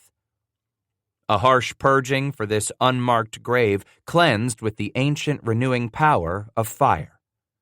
Just like a lightning storm started a whisper of smoke, burnt down a whole mountainside of timber, then from the fallow and black ground rose new life the following spring. As he slowed his digging, straightened, and wiped the huge drops of sweat from his face with a sleeve, for the first time since the others had gone, Titus began to sense the unalterable numbness of that hole eaten away inside him again, a hole he had filled with all the nonstop work of digging and hammering and filling and burning. But now the fire was out and the embers lay scattered, turned over and over and over with the soil that had grown as hot as the sun's own scorchy breath. He stood there, leaning on the handle of that shovel, helpless to stop its pain from rising within him like the black, bubbling tar in those pits over on the Wind River, north from the mouth of the Poposha. Hot, thick, rising bubbles of pain that threatened to gag him with the bitter taste of clabbered gall. Below him lay a child, fresh and dewy at life, innocent of pain and evil, ignorant of betrayal, a child Titus was just coming to know. A grandson with a soul so beautiful, remembering how the boy held out his hand to shake with a grizzled stranger who wore beaded earbobs or looked his grandfather squarely in the eye to ask a why to almost everything, or bounded upon the old man's knee for a story of grizzly bears and Indian warriors and rendezvous glories, too. It nearly chewed away a hole inside the old man there beside the child's unmarked grave. A gaping void he didn't know how he'd fill, or where, or with who. Amanda had her head buried in her forearms, looped across her knees, where they were tucked against her breast as he returned to the shade. She looked up as he approached. "Oh, Pa," she whimpered, her eyes still full as he dropped the shovel and collapsed in exhaustion beside her. "How am I ever going to remember where Lucas is buried?" Enfolding her in his arms, he cradled her and said, "You will. You'll remember the Soda Springs and remember how we done everything we could to keep him safe." Shaking her head, Amanda pushed back from him. "I shouldn't have let them bury him. Roman and me, we should take him on with us and bury him there." "No," he interrupted her, again pulling his daughter against him gently, reassuringly. "Always best to leave a body where he's been took from the living. It's the most fitting thing." "I can't bear to leave without him," she confessed. "Don't know how Roman was able to go from this place." "You can too," he vowed, "because you're going to take Lucas with you when you leave this place behind." Her red eyes studied his a moment. "How?" "You'll take the memory of him from this place, Amanda. Always remember his smile. Remember the way that shock of his yellow hair fell in his eyes and he had to keep pushing at it? Take that with you to Oregon now. Keep the memory of your boy Lucas with you." She pressed her face against his chest and murmured, "When I come back here, I won't be able to remember where we laid him, Pa." Gently raising her chin, he wanted to convince her she never would return to this place, but instead he wiped some of the tears from her dust-streaked face and said, "Yes, you will remember, daughter. Look there at them hills. See that cone where the water bubbles up? Then look at the cut in that ridge yonder." He turned her slightly. "See that saddle there and the sharp rise of that butte? Look here now where the creek makes that horseshoe, and you'll remember where we made camp here. You'll remember where we put him to rest." She nodded confidently. Yes, I will remember when I come back to see him again. Real soon I'll come back. No, Amanda, he finally admitted it as he held her tightly. Once you get to that Oregon country with the memory of your little boy, there won't ever be no need of coming back here again. Just keep the memory of Lucas in your heart, and let his body, this place, and this long, hard road to your new home be nothing but a distant memory. Once we turn our backs on this place, it's going to be up to you to keep him alive in your heart and forget this place. There's nothing here for you to ever come back for. The profane smack of a lead ball against the tree trunk reached him an instant before the low grumble of the gunshot from a distant rifle. Immediately throwing himself across Amanda, Titus quickly searched to find where he had propped his rifles, laying both pistols across the shooting pouch he left at the base of the same bush before he had picked up the shovel, and a second ball sliced through the branches right above them, and the weapon's roar floated overhead on the hot breeze. 2 shots, too close together for it to be one shooter. There were at least a pair of them. "Come on," he cried as he rose to a crouch, counting off the seconds they had before that first attacker could reload, aim, and fire again. Grabbing Amanda at the back of her collar, Titus dragged his daughter in a crouch toward the low boulders to their left, snatching up the pouch and one of the pistols on the way past the brush. A third shot rang out, kicking up a spurt of dust near his hand, coming too quickly for that first shooter to have reloaded. "Shit, there's at least 3 of them." "Get in," he ordered as he shoved her through a cut in the scattered rocks that stood about knee-high. As Scratch was turning around, he pushed Amanda down against the ground, slinging the pouch and powder horn against her shoulder. "You know how to load a rifle?" She looked up at him dumbly, but nodded her head. "Good," he said, and patted her on the shoulder. "All I gotta do now is go out there to them guns of mine and get back in here without getting shot." I can help, Pa." "I ain't letting you go out there." "Will you listen to me?" she said, scooting up on her hip. "Man like you, seems you're always attracting trouble like flies to syrup." He snorted, flicked a glance at the open ground between them and the sound of those guns, then looked at her. "All right, what you got in mind?" "I can shoot, Pa." "Pistol?" "I can hold it." He squinted a moment at her. "Maybe so you give me a break to get them guns, Amanda. Here." And he pressed the big horse pistol into her hand. "When I bust out of these rocks, they're going to aim at me real quick, so when I start moving, I want you to count to 3 while you're aiming off there at them trees." "That where they are?" "I think so, but I ain't for sure," he admitted. "You count to 3, then you shoot that pistol at the trees. That ought to make 'em flinch a wee bit. Mayhaps give me time to grab them rifles and get 'em back in here." "If you don't get back here with them?" "Then you reload that pistol from my pouch," he said, staring her hard in the eyes, "and you keep it cocked till they come real close, so you can stop one of 'em." "You think they're coming for me?" He shook his head. "I hope it's me they're coming for. Now cock that hammer and tell me when you're ready to start counting." "I'm ready." Quickly touching her cheek with his fingertips, Titus crouched in the gap between rocks, then rasped, "Start counting." He was counting himself as he exploded from cover. While his mind roared with the number 1, a gun thundered from that copse of trees off to the south. Too quick a shot, indicating he had caught them by surprise. The ball went wild as he reached the rifles on the count of 2, and turned, scooping up the pistol and stuffing it in his belt as he kept moving in a half circle. 3.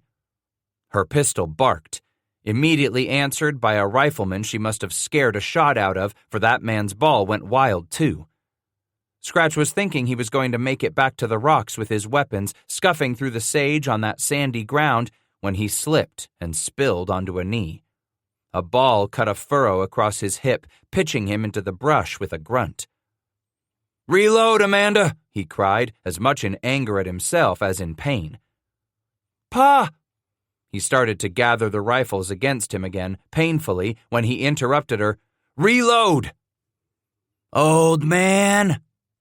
Jerking his good leg under him, Titus froze at the call from the trees, trying his damnedest to place that voice. "We come only for you." A second voice shouted, Like to get my hands on that friend of yours too, but he can wait.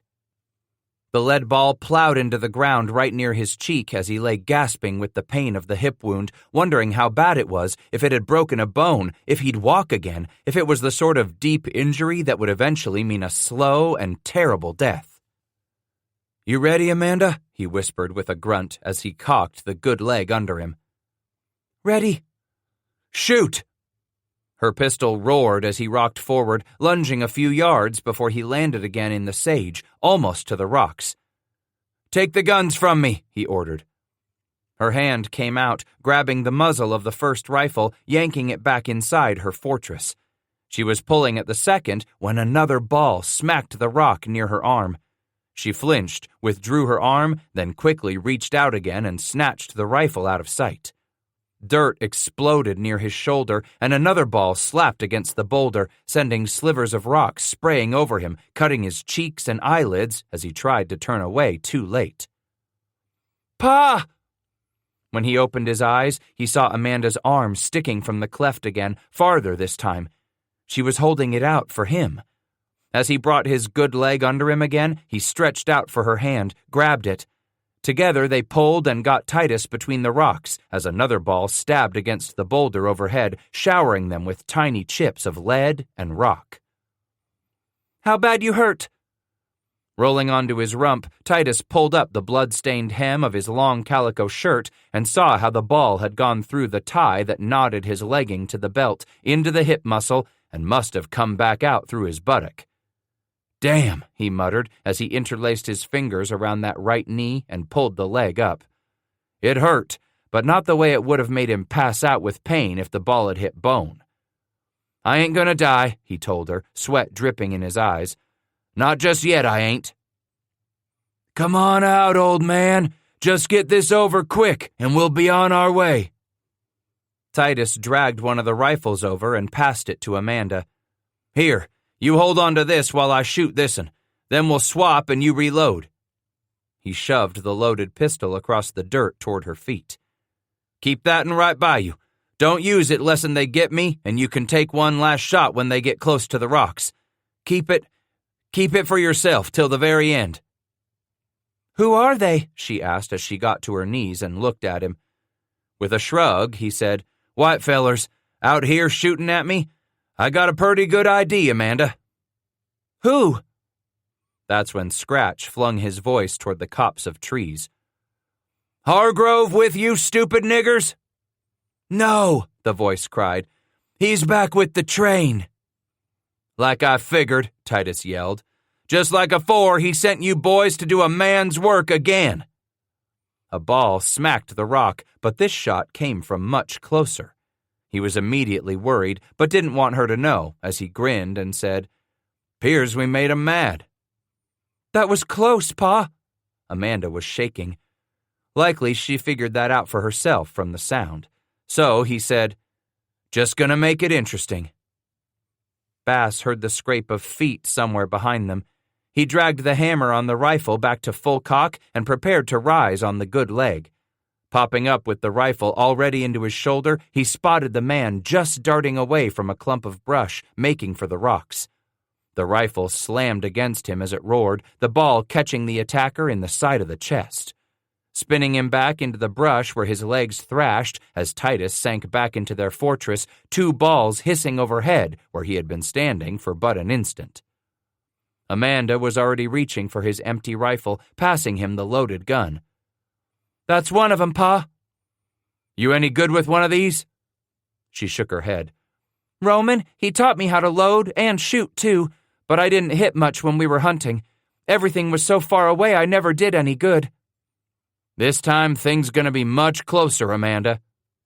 A loud voice interrupted him. "Did he get Ullman?"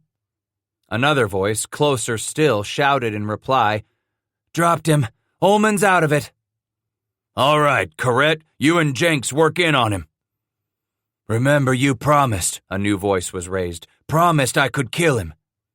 "That's right, Jenks. You get to do the honors this time since you messed things up so bad for Hargrove before." "Jenks," Scratch hollered, "you the one I beat like a half-growed alley cat a few nights back?" God damn you, old man, the voice shrieked in fury. I'm here for you, Jenks, he needled the young bully. Just waiting for you, boy. You and me here now, so you even the score with me, since these other niggers saw how bad I whooped you. A ball splattered against the rocks. Jenks, the leader's voice shouted. Don't be a damn fool like that. Yeah, Jenks, Titus prodded as he watched Amanda pour priming powder into the pan. Don't be doing anything stupid like that again. You hear that? She asked in a rough whisper. Yeah.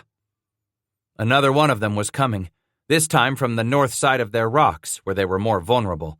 He waited and waited, listening carefully each time the angry voices paused, listening for the sounds of the man's approach. Then the voices fell silent, and he heard the sound of them coming from the south, too. 3 of them now, 2 behind the rocks, 1 in front. Amanda, you just might have to show me you can hit something up close here real soon. She swallowed hard, her mouth firm and determined, though doubt showed in her reddened eyes, and nodded once. Give me that pistol you loaded. Passing him the second pistol, Amanda leaned back against the rock and clenched her eyes shut. Just like I told you when Lucas was passing, this here's come a time when you gotta be strong. Take a deep breath and hold on the target. You're gonna be strong for me, ain't you? Her eyes popped open. Yes, Pa. Get ready for the third one behind us, that way. I'm taking on the other 2. He popped up with that rifle, afraid he didn't give himself enough time to aim before he snapped off the shot. The ball went wild as the 2 men ducked aside, then immediately got their feet under them and started running at a full gallop for the rocks. Bass let the rifle slip out of his grip as he heard her gun roar behind him. You hit him? He asked as he slapped the pistol into his right hand. I dunno, she whimpered. I don't see him. Bass double-handed the pistol, held for a breath, and pulled the trigger as the man zigged through the brush. The ball caught him in the leg, spun him around a half-turn as he flopped to the ground. But the second man kept coming at a crouch through the sage. With no time to reload, he'd have to use the only weapon they had loaded. Pa! She shrieked as he was turning in a crouch to scoop up the pistol. He saw him, the 4th attacker. Side of his belly was bloody, but he was back on his feet and still coming, that rifle held low in his hands, lunging toward them from the north side of the rocks. And the one who looked like Benjamin, advancing on horseback at a lope from the south. Reload me, Amanda. Go on and get 'em, Jenks, the horseman yelled. They ain't got a loaded gun between 'em now. Back and forth he looked, then decided on Jenks, closer than Benjamin. Bass swallowed down the burning pain in his hip, setting the butt of the pistol on top of the rocks. Hunching up behind the weapon, he aimed it right as Jenks brought up the muzzle of his rifle and fired an instant before Bass's ball slammed into the bully's chest, just below the throat. Titus was sinking to the ground and dragging the pouch toward him, sensing in the pit of him that one of the bastards would get him now. He didn't want her to see it. Lose a son, then her father, too. Now you're mine, old man, promised that disembodied voice of the horseman. Plug came out of the powder horn, and he spilled the black grains down the muzzle of the pistol. The hoofbeats slowed, then stopped. Then there were footsteps as the voice came at him again. Hargrove wants you real bad. Had everything going his way till you came in the picture. Desperation overtook him as his fingers scrambled for a ball from his pouch. Pushing it into the muzzle with his thumb, he yanked out the ramrod and drove it home just as another voice yelled, Out of the way! Whirling with the pistol, he found the wounded man standing just outside the rocks, his rifle wavering as he growled at Amanda. Something in the bully's desperate eyes told Bass he was going to shoot anyway. But Titus fired his pistol instead, sending ball and that short ramrod both toward the target. That means you're empty now, old man. He spun around with the empty weapon, realizing Benjamin was right. Dead right. Shifting the pistol to his left hand, Titus reached at the small of his back for a knife. With a wicked and broadening smile, Benjamin stopped as if enjoying this moment. When the bully brought the rifle to his shoulder and took aim at Titus down the long barrel, he laughed and said, Looks like you just run out of chances." With the rest of his words swallowed by a sudden gunshot that made Titus flinch in surprise.